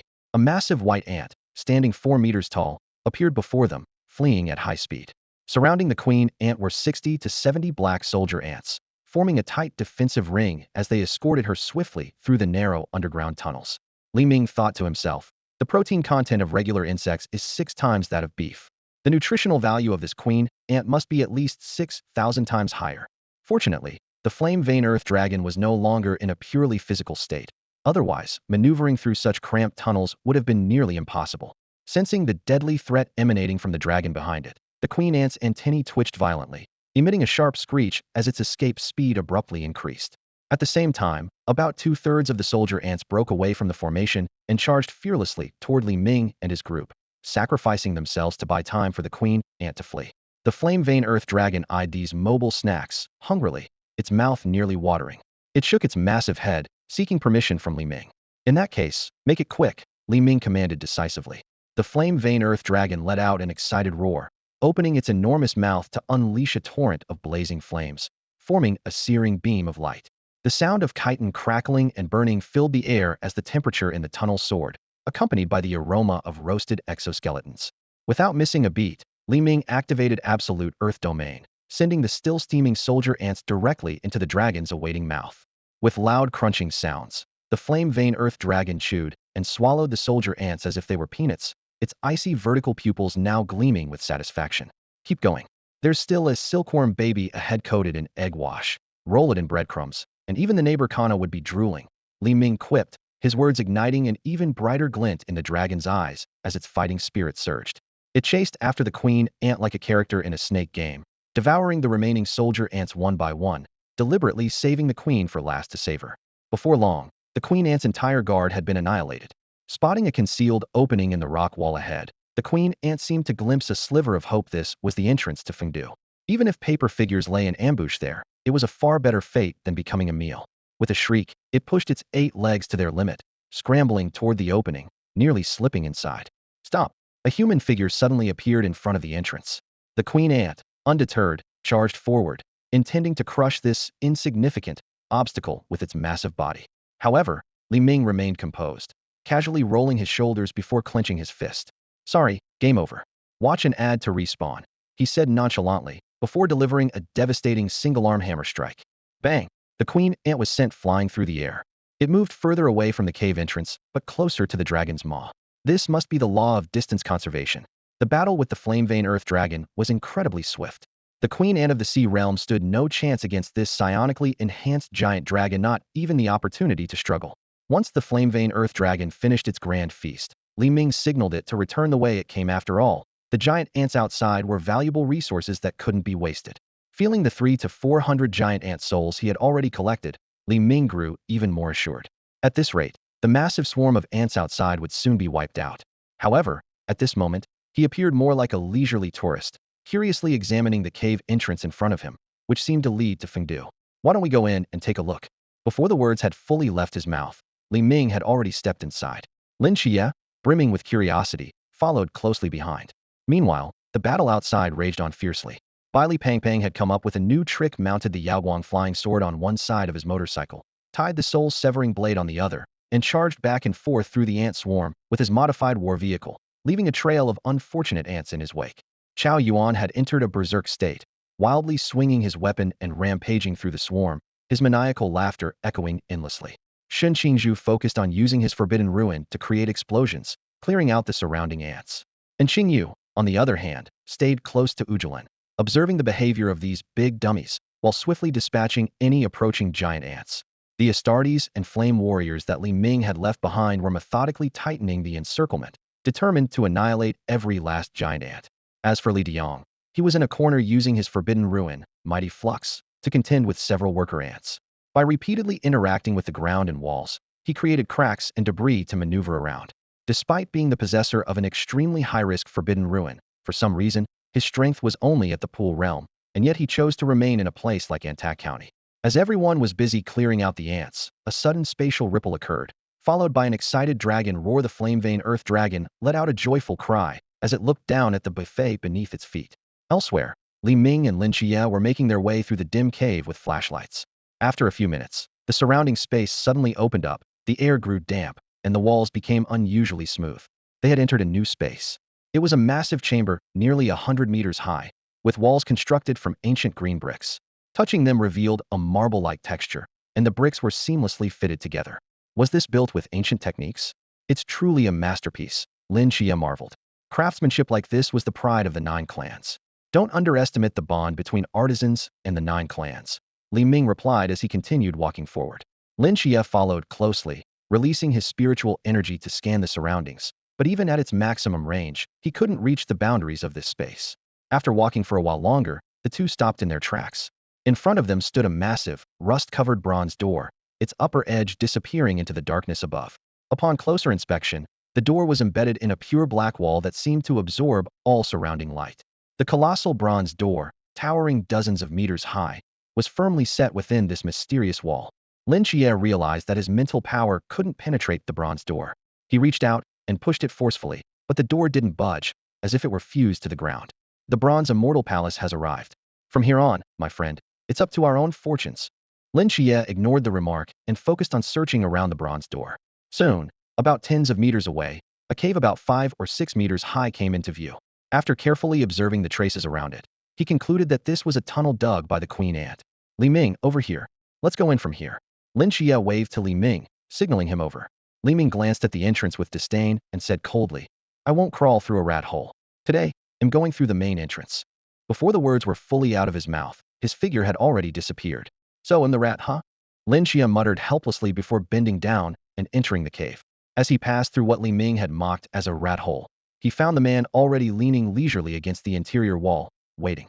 The interior of the city was pitch black, with only the faint light from their flashlights illuminating the surroundings. Lin Qiye extended his mental power, sensing the crisscrossing alleys and courtyards around them. The eerie silence was unnerving. Should we wait here for the Fengdu Emperor to return, or just move on? Lin Qiye asked cautiously, his instincts warning him of danger, dampening his enthusiasm to explore Fengdu. Well, since we're already here, Li Ming said, casually throwing an arm around Lin Qiye's shoulder, delivering the classic line. After a moment of thought, Lin Qiye agreed. Since they had made it this far, it would indeed be a shame not to witness the return of the Fengdu Emperor firsthand. Convincing himself, he followed the swaggering Li Ming deeper into the city, all the while remaining on high alert. Suddenly, Li Ming stopped in front of a house. Hey, this thing looks nice. If no one claims it, I'll take it. Lin Qiye followed his gaze and couldn't help but chuckle. Li Ming had his eye on a pair of stone lions at the entrance. The moment Li Ming approached the stone lions, a bone-chilling wind swept through, and the temperature plummeted. Lin Qiye's hair stood on end as a wave of danger surged within him. Li Ming, something's wrong. Of course something's wrong, Li Ming replied nonchalantly, pocketing the stone lions and pointing at the door. Look at this guy's complexion, so pale. He must be seriously ill. Lin Qiye followed his line of sight, and his pupils constricted sharply. At some point, a paper figure had appeared in the crack of the door. Hey buddy, you probably caught a cold. Drink more hot water, alright? Li Ming continued his cheeky banter. And by the way, someone left a couple of lousy stones at your door. Don't worry, I took care of it for you, no need to thank me. The paper figure seemed to realize something was missing from the entrance. It stiffly turned its head from side to side before slowly twisting back to fix its gaze on Li Ming. The charcoal-drawn eyes appeared to widen in shock. Even Lin Qiye could almost hear the paper figure's thoughts. You even took the paper figure's stuff? You're unbelievable. Li Ming shrugged, unapologetic. I just picked it up. The air grew heavy and still. In an instant, a fierce wind howled through the alley, and the paper lanterns by the door swayed violently. From the cracks of doors across the alley, countless paper figures emerged, their charcoal-drawn eyes silently staring at the two of them. See? Everyone's out now. They can all testify I just picked it up, Li Ming said smugly. As his words fell, an overwhelming sense of pressure engulfed them. Lin Qiye felt a wave of goosebumps spread across his entire body. His instinct told him that being touched by these paper figures would lead to something very bad. No, bro, this is not the time to provoke them. Who in their right mind picks up stuff outside someone else's door in the middle of the night? Lin Qiye shouted in frustration, but before he could finish, all the paper figures swarmed toward them, instantly blocking the entire alleyway. Picking up a random stone gets this kind of reaction? Aren't you just bullying an honest person? Li Ming muttered while grabbing Lin Qiye's shoulder. In a flash, they appeared at the alley's entrance. Bah, what a bunch of troublemakers. I'm never coming back here again. This taunt was like kicking a hornet's nest. Not only did the paper figures in the alley go berserk, but even those nearby swarmed over. A dense wave of white silhouettes surged like a tidal wave through the night. Bro, I'm begging you, stop provoking them and let's just leave. Lin Qiye was paralyzed with fear as he watched the countless paper figures closing in. He regretted everything in his heart. If he had known it would come to this, he never would have escaped prison. If he hadn't escaped, he wouldn't have joined the 5th Squad, wouldn't have taken this mission, and wouldn't have ended up in this cursed Antac County. Heh. Li Ming deftly dodged the paper figure's attacks using the Gate of Infinity. Don't you think this is thrilling? Thrilling? This isn't some battle royale game. Doesn't matter, as long as it's fun. Li Ming darted through the city with Lin Qiye in tow, stirring up every paper figure in sight. The paper figures pursued them relentlessly, as if tethered to a kite string, but no matter how hard they chased, Li Ming's speed kept them at bay. You think you can catch me? What? Do you think my name is Li Changsho or something? TCH, I'm done playing. Li Ming shook Lin Qiye slightly. Xiao Yezi, got any bright ideas? No. Lin Qiye replied, utterly defeated. This is my first time here. Think about the legends of Fengdu. There must be something useful. Lin Qiye pondered for a moment.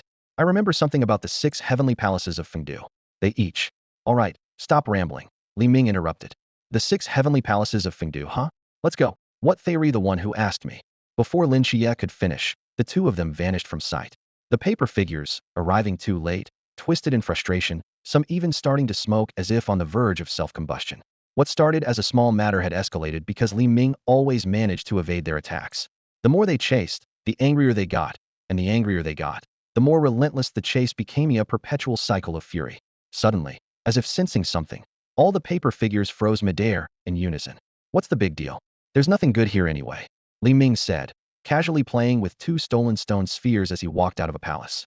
Behind him, Lin Qiye's face twitched. If he hadn't tried his best to stop him, Li Ming might have even taken the floor tiles.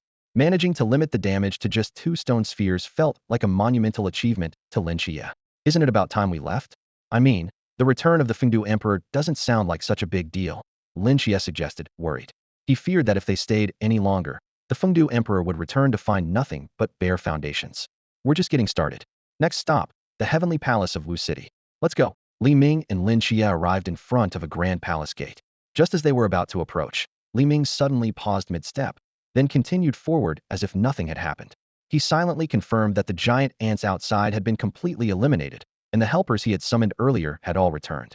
This should be it, Li Ming said, looking up at the ancient, imposing plaque above the palace door. Are we sure about this? Maybe we should head back, Lin Qiye said hesitantly. Who knows what dangers might be inside?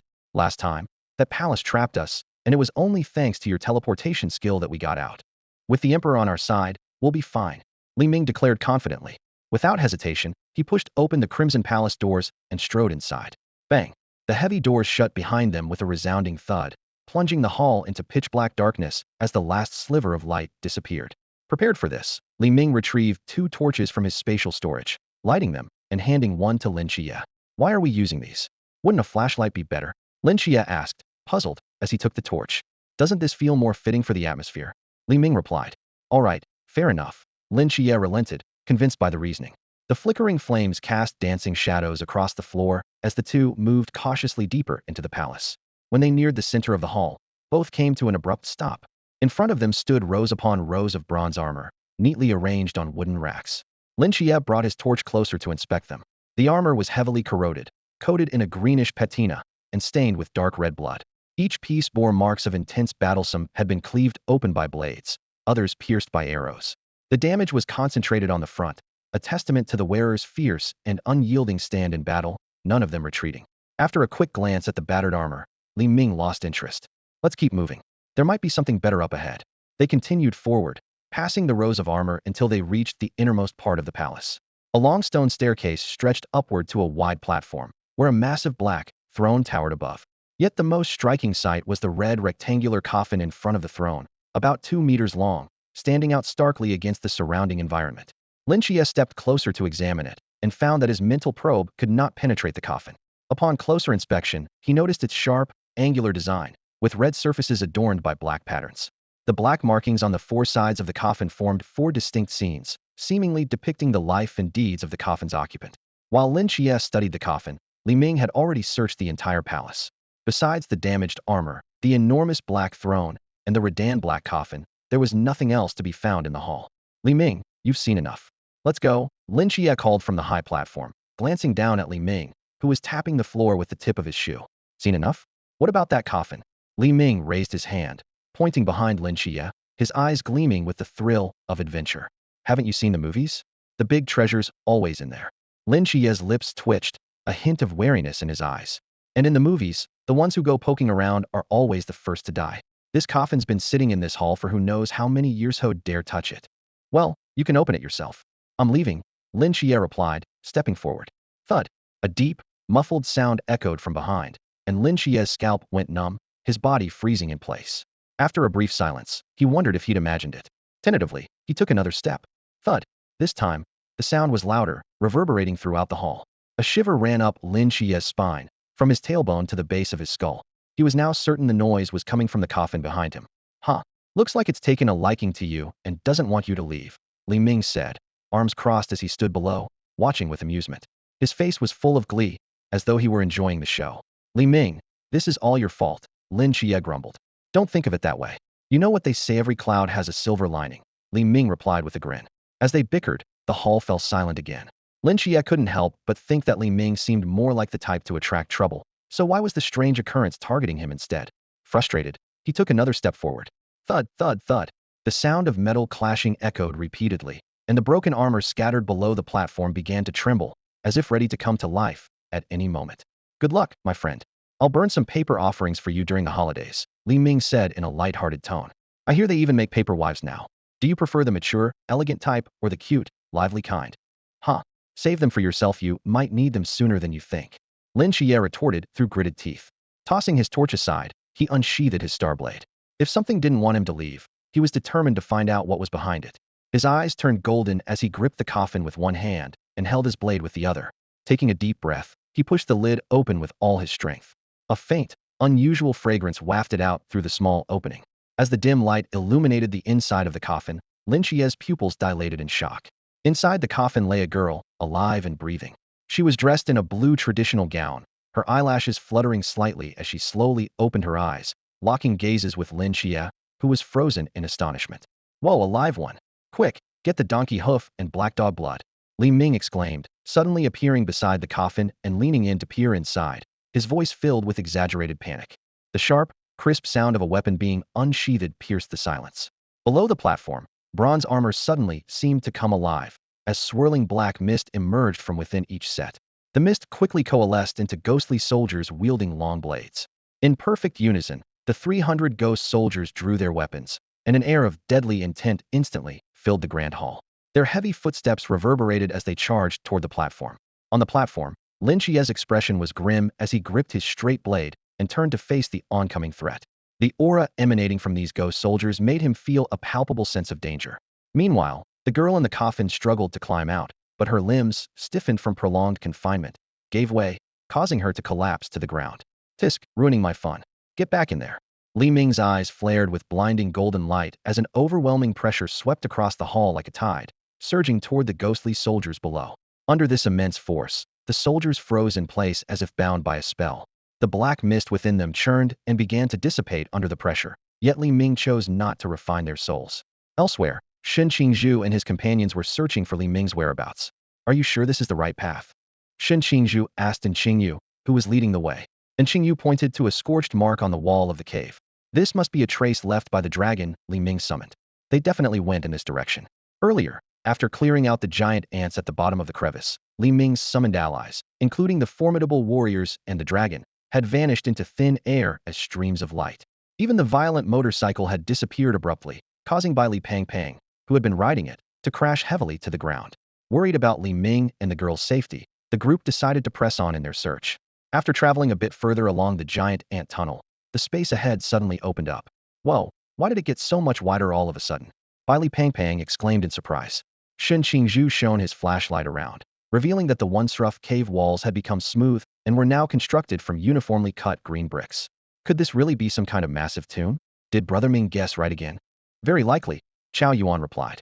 Judging by the scale of this space, the tomb's owner must have been someone extraordinary. The group continued forward until their path was blocked by a black wall.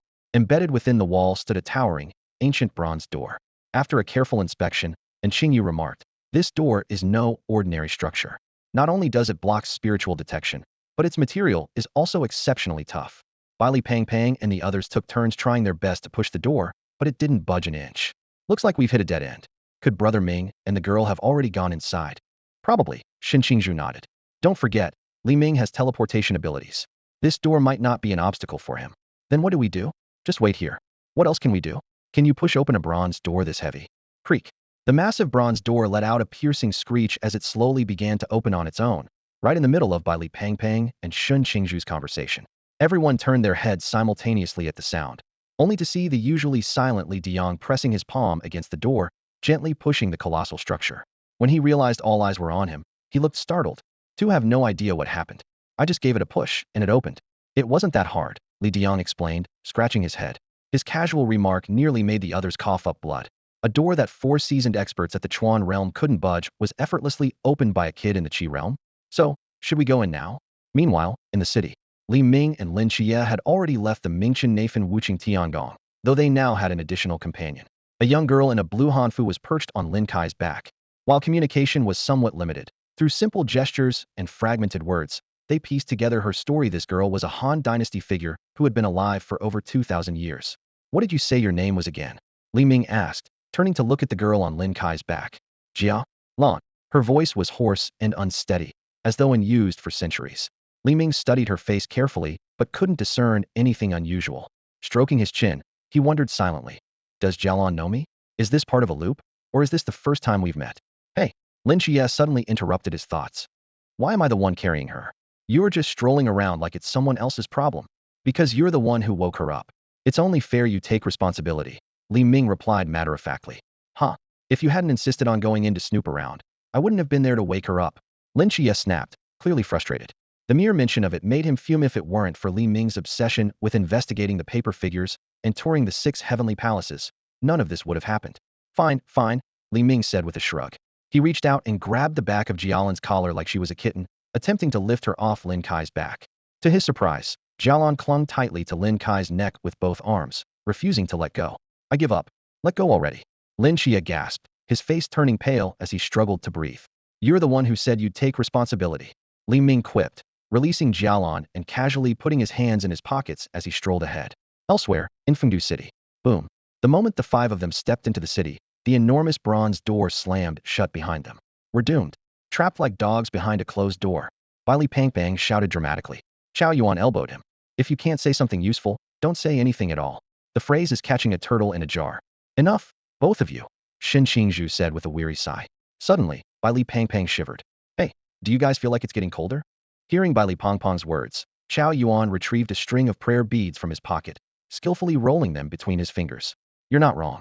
The air in this city is heavy with deathly energy. It constantly drains the vitality of ordinary people. Deathly energy? Vitality. These words struck Bai Li Pangpang like a thunderclap, causing his plump body to tremble uncontrollably. Remembering how he had been scared out of his wits by the paper figure in the forest a few days ago, he asked in a shaky voice. There aren't ghosts here, are there? The deathly energy is so thick, I wouldn't rule it out. As soon as Chao Yuan finished speaking, Bai Li Pangpang hastily pulled out his true sight monocle and put it on. The next moment, he froze in place as if struck by lightning, his lips trembling violently.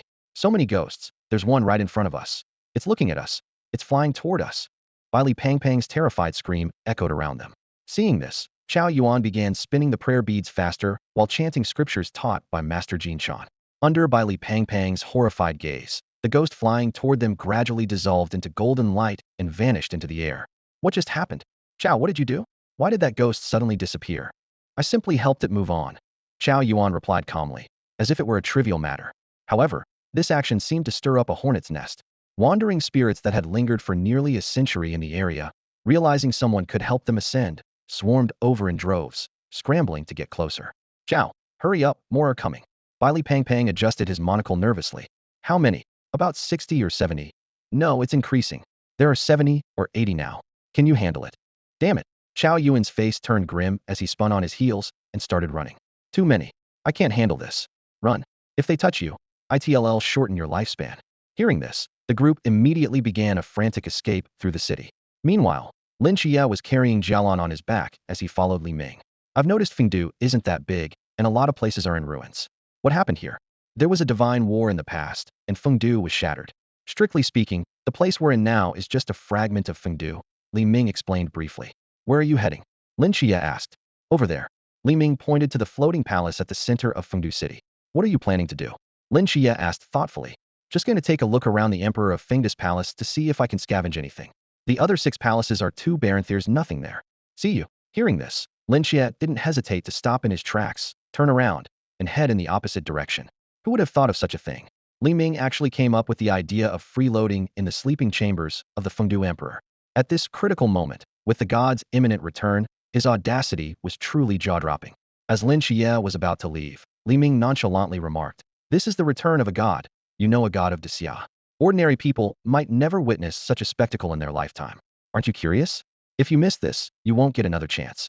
Those words, like the whispers of a devil, instantly froze Lin Qiye in his tracks, unable to take another step forward. "Let's go," Li Ming's voice called out as he walked away.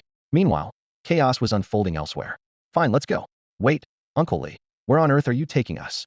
Under Li Diyang's lead, a group of people was darting back and forth through Fengdu City, hopelessly lost. "I have no idea. Does anyone here know the way?" Li Diyang shouted as he ran. "You don't know the way?" And Qingyu exclaimed in shock. "If you're lost, why are you leading us?" As it turned out, in the heat of the moment, everyone had instinctively followed the fastest runner Li Dianganli to realize he was aimlessly wandering.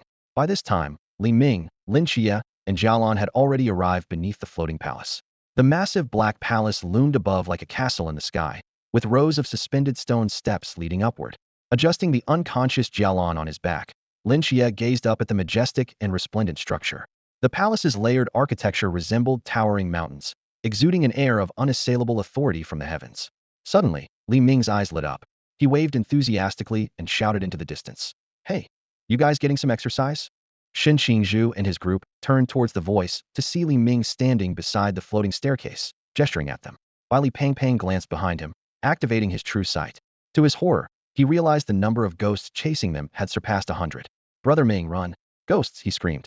Before the words had fully left his mouth, Li Ming had already appeared beside Li Pangpang in a flash, pressing a hand on his shoulder. "What did you just say? I didn't catch that." Li Pangpang, panicked and trembling, pointed at the approaching horde of ghosts. "Brother Ming, ghosts. There are ghosts. Ghosts." Li Ming leaned in closer, his voice tinged with curiosity. "Any female ones? ID like one that's good-looking." "No, Brother Ming, I'm serious. There are real ghosts. Stop joking and move." Li Pangpang pointed behind him in a state of near hysteria as one of the ghostly hands reached out toward Li Ming. "Huh? I don't see anything." "Brother Ming, move." Li Pangpang tried to push Li Ming away, only to witness something astonishing. The ghost's hand, just about to touch Li Ming, suddenly vanished as though erased by an invisible force, leaving no trace behind. Just as Li Pangpang breathed a sigh of relief, another vengeful spirit lunged at him. Snap! Li Ming, with an indifferent expression, merely snapped his fingers lightly, and the spirit vanished without a trace, as if it had never existed. This sudden turn of events caused nearly 100 vengeful spirits to freeze in their tracks, hesitating to move forward. The eerie sight left Li Pangpang wide-eyed in disbelief. He had been chased by this horde of spirits across half the city, and now he was witnessing an astonishing scene. There was no glowing light or serene expression like when Chao Yuan exorcised spirits. The ghosts simply disappeared in an instant. "Brother Ming, you can actually see them, can't you?" Li Pangpang adjusted his glasses and said, "I have to say, your speed at dealing with spirits is impressive." "Huh?" Li Ming gave him a strange look. "Exorcise? What exorcism? Do these things look like they need exorcising? These guys are clearly up to no good. Turning them into my strength is the best thing that could ever happen to them." As the two paused, the others stopped as well. "What's going on now?" Chao Yuan asked Li Pangpang. "It seems Brother Ming has stopped the spirits. Wait. No, they're coming again." The intimidation only lasted for a moment before the vengeful spirits regrouped, drifting slowly toward Chao Yuan, who was standing behind Li Ming. A chilling aura filled the air as the spirits glared with blood-red eyes, their gaping mouths twisted in malice, and their fingers transforming into sharp claws. "Why are you stopping us?" the spirits howled. "We only seek release. Please let us pass. Let us end this endless torment." Seeing this, Li Pangpang quickly handed his ring to Li Ming. "Brother Ming, hurry. Take the soul-splitting blade and cut them down." The blade had been their primary means of survival earlier, but the sheer number and speed of the spirits had made it impossible to fend them off completely. "No need," Li Ming said with a wave of his hand. "I have my own method." Before his words had fully settled, his eyes glowed with a radiant golden light. A majestic and overwhelming aura instantly enveloped the area, freezing every spirit in place. The weaker ones even began to fade and blur. Instinct warned the spirits this human was extremely dangerous. They trembled uncontrollably, their pale faces growing even more ashen. The blood red in their eyes receded, and their grotesque, terrifying forms dissolved into nothing but fear. Yet, the oppressive force left them unable to move. "Please, let me go. I no longer want release. My two children are innocent. It was an accident earlier." They're just kids. At least spare them, I beg you. Desperate pleas echoed one after another, a stark contrast to their earlier demeanor. Li Pang couldn't believe his eyes. He removed his monocle, carefully cleaned it, and put it back on. Oh, it wasn't an illusion. Even ghosts were terrified of Brother Ming. Li Ming shook his head and then reached forward, clutching at the empty air ahead. Li Ming swiftly grasped the aura of the vengeful spirits and instantly performed a refining technique. In a flash, all the spirits froze in place as if someone had pressed the pause button, then vanished without a trace. The chilling atmosphere around them dissipated entirely. These spirits were obliterated and absorbed by the Emperor's true essence without even a chance to transcend or reincarnate. Li Ming turned around and casually said to Li Pang, "Done. Let's wrap it up." He explained that these vengeful spirits were entirely different from the paper soldiers guarding Fengdu City. Having lingered here for too long, they had turned ferocious and violent. As for why he didn't give them the chance to transcend, he wasn't some bleeding heart. If they wronged him, they had to face the consequences. That's it all done? Li Pang asked in disbelief. What else? Li Ming raised an eyebrow in response. Then, leading the still shocked Li Diyang and the other 5, he headed toward the floating staircase to meet Lin Qiye. As they approached, they noticed Lin Qiye carrying a girl on his back. She had delicate features, snow-white skin, a wooden bow slung across her back, and a quiver of arrows. Brother Ming, Qiye, who's this? Someone asked. Jialon. Zongzi. 2 answers came at the same time, leaving everyone confused. Hearing the word, Zongzi, Jialon immediately puffed up her cheeks in anger and glared at Li Ming, tightening her grip around Lin Qiye's neck slightly, as if urging him to stand up for her. Lin Qiye sighed helplessly, ignoring the childish antics of the 2. Instead, he turned to the others and began recounting their experience in the Tiangong of Wuqing, where they had ventured at dawn. The Han Dynasty? Over 2,000 years. Immortal. And Qingyu's eyes sparkled with curiosity after hearing the story. His gaze at Jialon was filled with a researcher's keen interest. Jialon, uncomfortable under his scrutinizing stare, shrank her neck and clung closer to Lin Qiye's back. Sensing her unease, Lin Qiye slightly shifted his position to block Qingyu's view. He knew his friend's personality all too well. Now that the giant ants in Antak County have been completely eradicated, shouldn't we be leaving soon? Shin Qingzhu asked. Huh? Leaving already? Shao Qing, with such a massive palace complex, aren't you going to take a look around? You know, sightseeing and learning? It's not just about leaving empty-handed. Li Ming chuckled. Shin Qingzhu narrowed her eyes at him. Are you sure you're not just trying to say a thief doesn't leave empty-handed? More or less, more or less. Li Ming replied, already stepping eagerly onto the floating staircase, heading toward the palaces in the sky. Lin Qiye, aware of what was about to unfold, also appeared slightly excited. His gaze briefly landed on the seemingly ordinary Li Diyang in their group before he followed onto the staircase. The other 5, intrigued by the grandeur of the palaces, quickly followed. After all, the majestic architectural wonders piqued their curiosity, making the experience feel like exploring a museum. Li Diyang had no objections initially, but the moment his foot touched the floating staircase, his body froze in place. Countless fragments of memories surged from the depths of his mind. Deities, guardians of order, defenders against external threats. What's wrong, Uncle Li? Li Pang asked with a concerned look, watching as Li Diyang suddenly stopped in his tracks. Nothing. You go ahead, Li Diyang replied, stepping aside to make way, though a fleeting and subtle emotion flashed in his eyes. Li Pang nodded slightly and squeezed through the narrow path, shouting ahead to his companions. Shuai Gu. Chaoze, wait for me. As he watched the young man's figure disappear into the distance, a profound weariness settled in Li Diyang's gaze. He stood still, murmuring to himself. So this is how it all is? This was all part of your plan. But why me? Why does it have to be me? His voice carried hints of confusion and resignation. All I ever wanted was to take care of my father, raise Tingting, help her get into a good college. I never thought about. At this moment, he had come to understand the truth of his identity was the reincarnation of the Emperor of Fengdu. With each step he ascended, memories of his past life surged into the depths of his soul like a relentless tide. Struggling to process these revelations, he muttered under his breath, does it really have to be this way? I thought the worst-case scenario would be dying like a warrior, perishing alongside the mysterious forces to protect the innocent. Though his steps grew heavier, he never stopped moving forward. After this, will I still be me? Will I still be Li Diyang? Thud, thud, thud. As he climbed higher, the memories became clearer, more complete, and the weight of the past deepened the sorrow in his eyes. Clang. When he reached the 5th step, a resounding bell tolled, echoing through the crumbling city of Fengdu.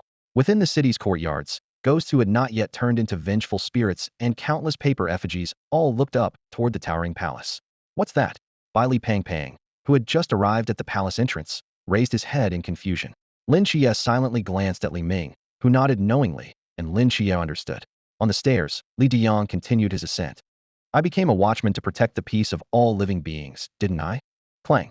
The voices of countless ghosts in the city reached his ears. I can't hold on much longer. No, I can't let myself become a vengeful spirit. Great Emperor, where have you gone? These years have been unbearable for us.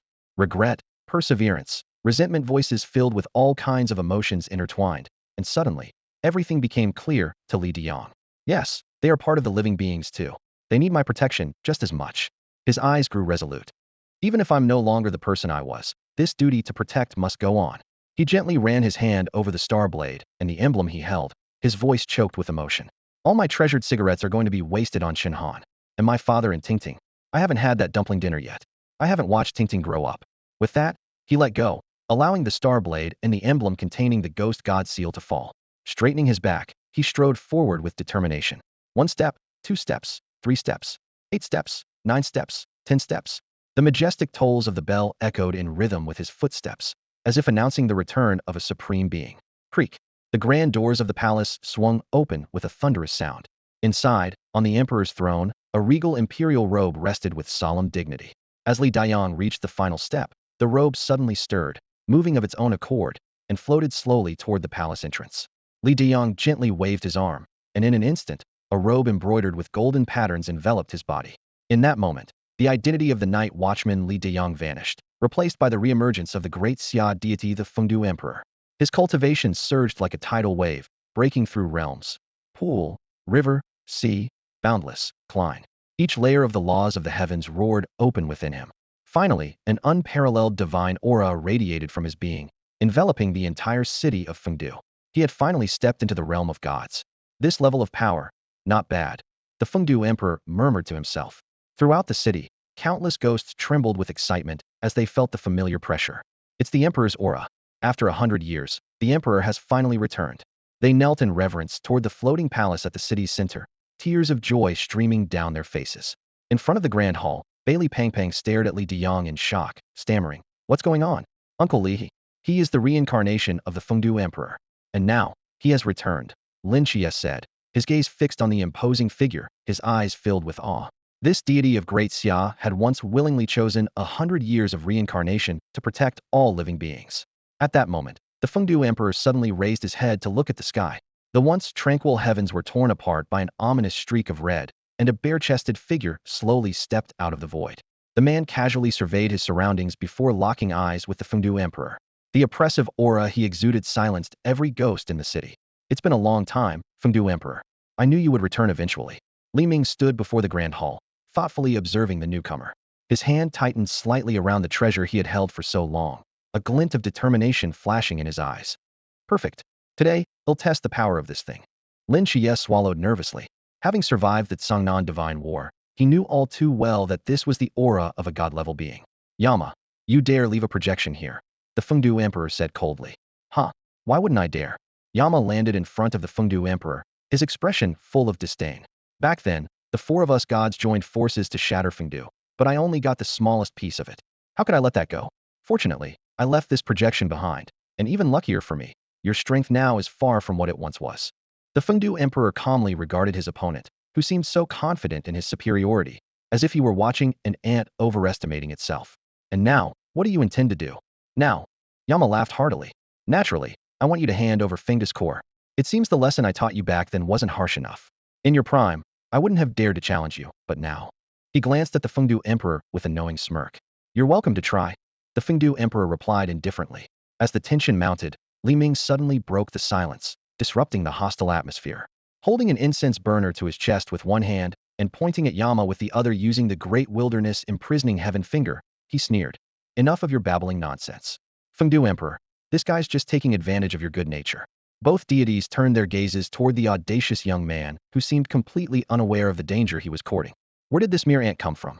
Truly ignorant of its own mortality, daring to defy divine might. Yama floated above Fengdu City, gazing down at the few teenagers on the ground with a condescending air. These ant-like beings had long been within his awareness, but he never deemed such mortals, at their insignificant level, worthy of his attention. In this land, only the Fengdu Emperor was deserving of his recognition. However, an audacious voice shattered his disdain. Li Ming stood on the ground, a faint, almost imperceptible smile playing on his lips, his eyes gleaming with an enigmatic light. If I've dared to step forward, I must have something to rely on.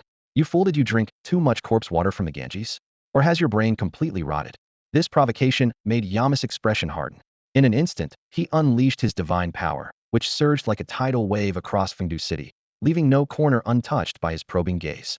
Yet, after 3 consecutive scans, the results remained the same aside from a few weak wandering souls. The only presences in the city were the Fengdu Emperor and these 6 insignificant youths. Confirming there was no ambush, Yama's fury erupted like a storm.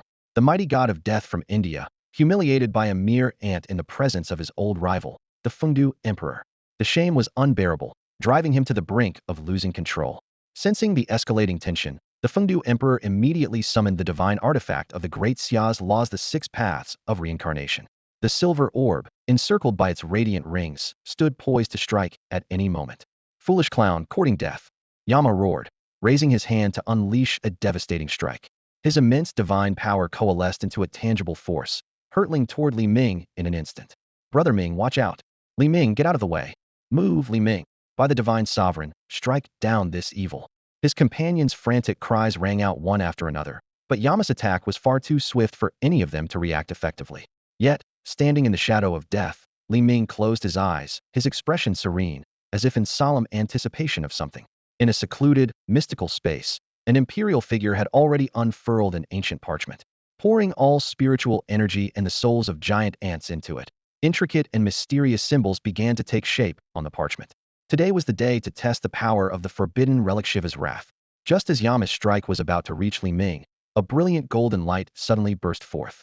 The radiance swept across like an eraser over a canvas, erasing Yama's form inch by inch, starting from his fist. He didn't even have time to utter a complete sentence before vanishing into thin air. Only the strands of Li Ming's hair, stirred by the residual energy, bore silent witness to the peril that had just passed. The rings circled back, returning to their place around the silver orb. The Fengdu Emperor gazed intently at the spot where Yama had disappeared, his expression contemplative. Shiva's wrath was it? Why does it look different? How could there be a flash of golden light? Somewhere in India, a shirtless man suddenly opened his eyes, a hint of confusion flickering within them. Yama realized that his projection had vanished without leaving any memory feedback. Just as he was pondering whether something had gone wrong in Fengdu, a sudden flash of golden light, sharp as a blade, swept across his finger and disappeared in an instant. Ah! Yama let out a blood-curdling scream. 4 of his fingers on his left hand instantly evaporated, leaving only the middle finger standing alone on his palm, as if silently mocking him. What shocked him even more was that the lost fingers were beyond his ability to regenerate. Staring at his left hand with its solitary middle finger, Yama roared furiously. Who did this? Meanwhile, in Fengdu City, Li Ming's legs suddenly gave out, and he fell heavily to the ground, his spiritual energy completely depleted. Damn, he cursed under his breath. The cost of using Shiva's resentment is terrifying. Even in that space where it was fully controlled by the Emperor's true form, it's still not a power I can wield freely in my current state. No wonder Gaia was half dead after using it just once. He recalled how he had fallen into a deep slumber after obtaining Shiva's resentment and only recently had the chance to truly explore its potential. In that unique space, Shiva's resentment was fully mastered by the Emperor's true form, significantly reducing its energy consumption and allowing it to be driven by either spiritual power or soul energy. So when he saw the swarm of giant ants, an idea struck him to test the power and cost of Shiva's resentment by using the souls of the ants along with all his spiritual energy.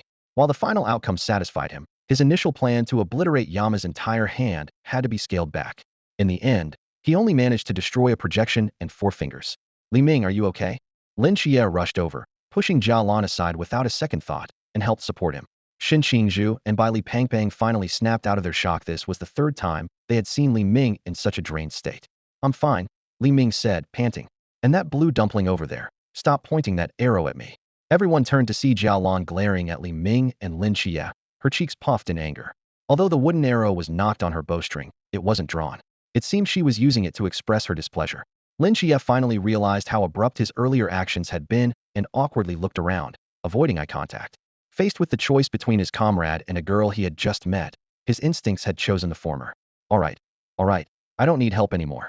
Within just a few seconds, Li Ming felt his strength and spiritual energy recovering rapidly, marveling at the abnormal resilience of his body. Lin Qiye let go and turned to help the girl he had pushed aside, only to see Jia Lan crossing her arms and turning her head away in defiance, blatantly ignoring his outstretched hand. Lynchia.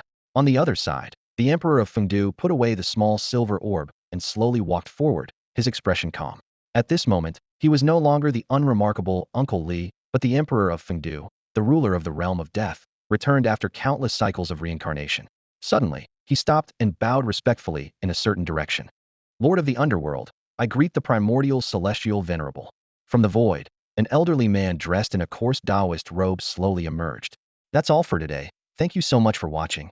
I hope you guys enjoyed. If you wish to have another part of this recap, please give us at least 1,000 likes. Please don't forget to comment and subscribe to our channel for more content like this. Until next time.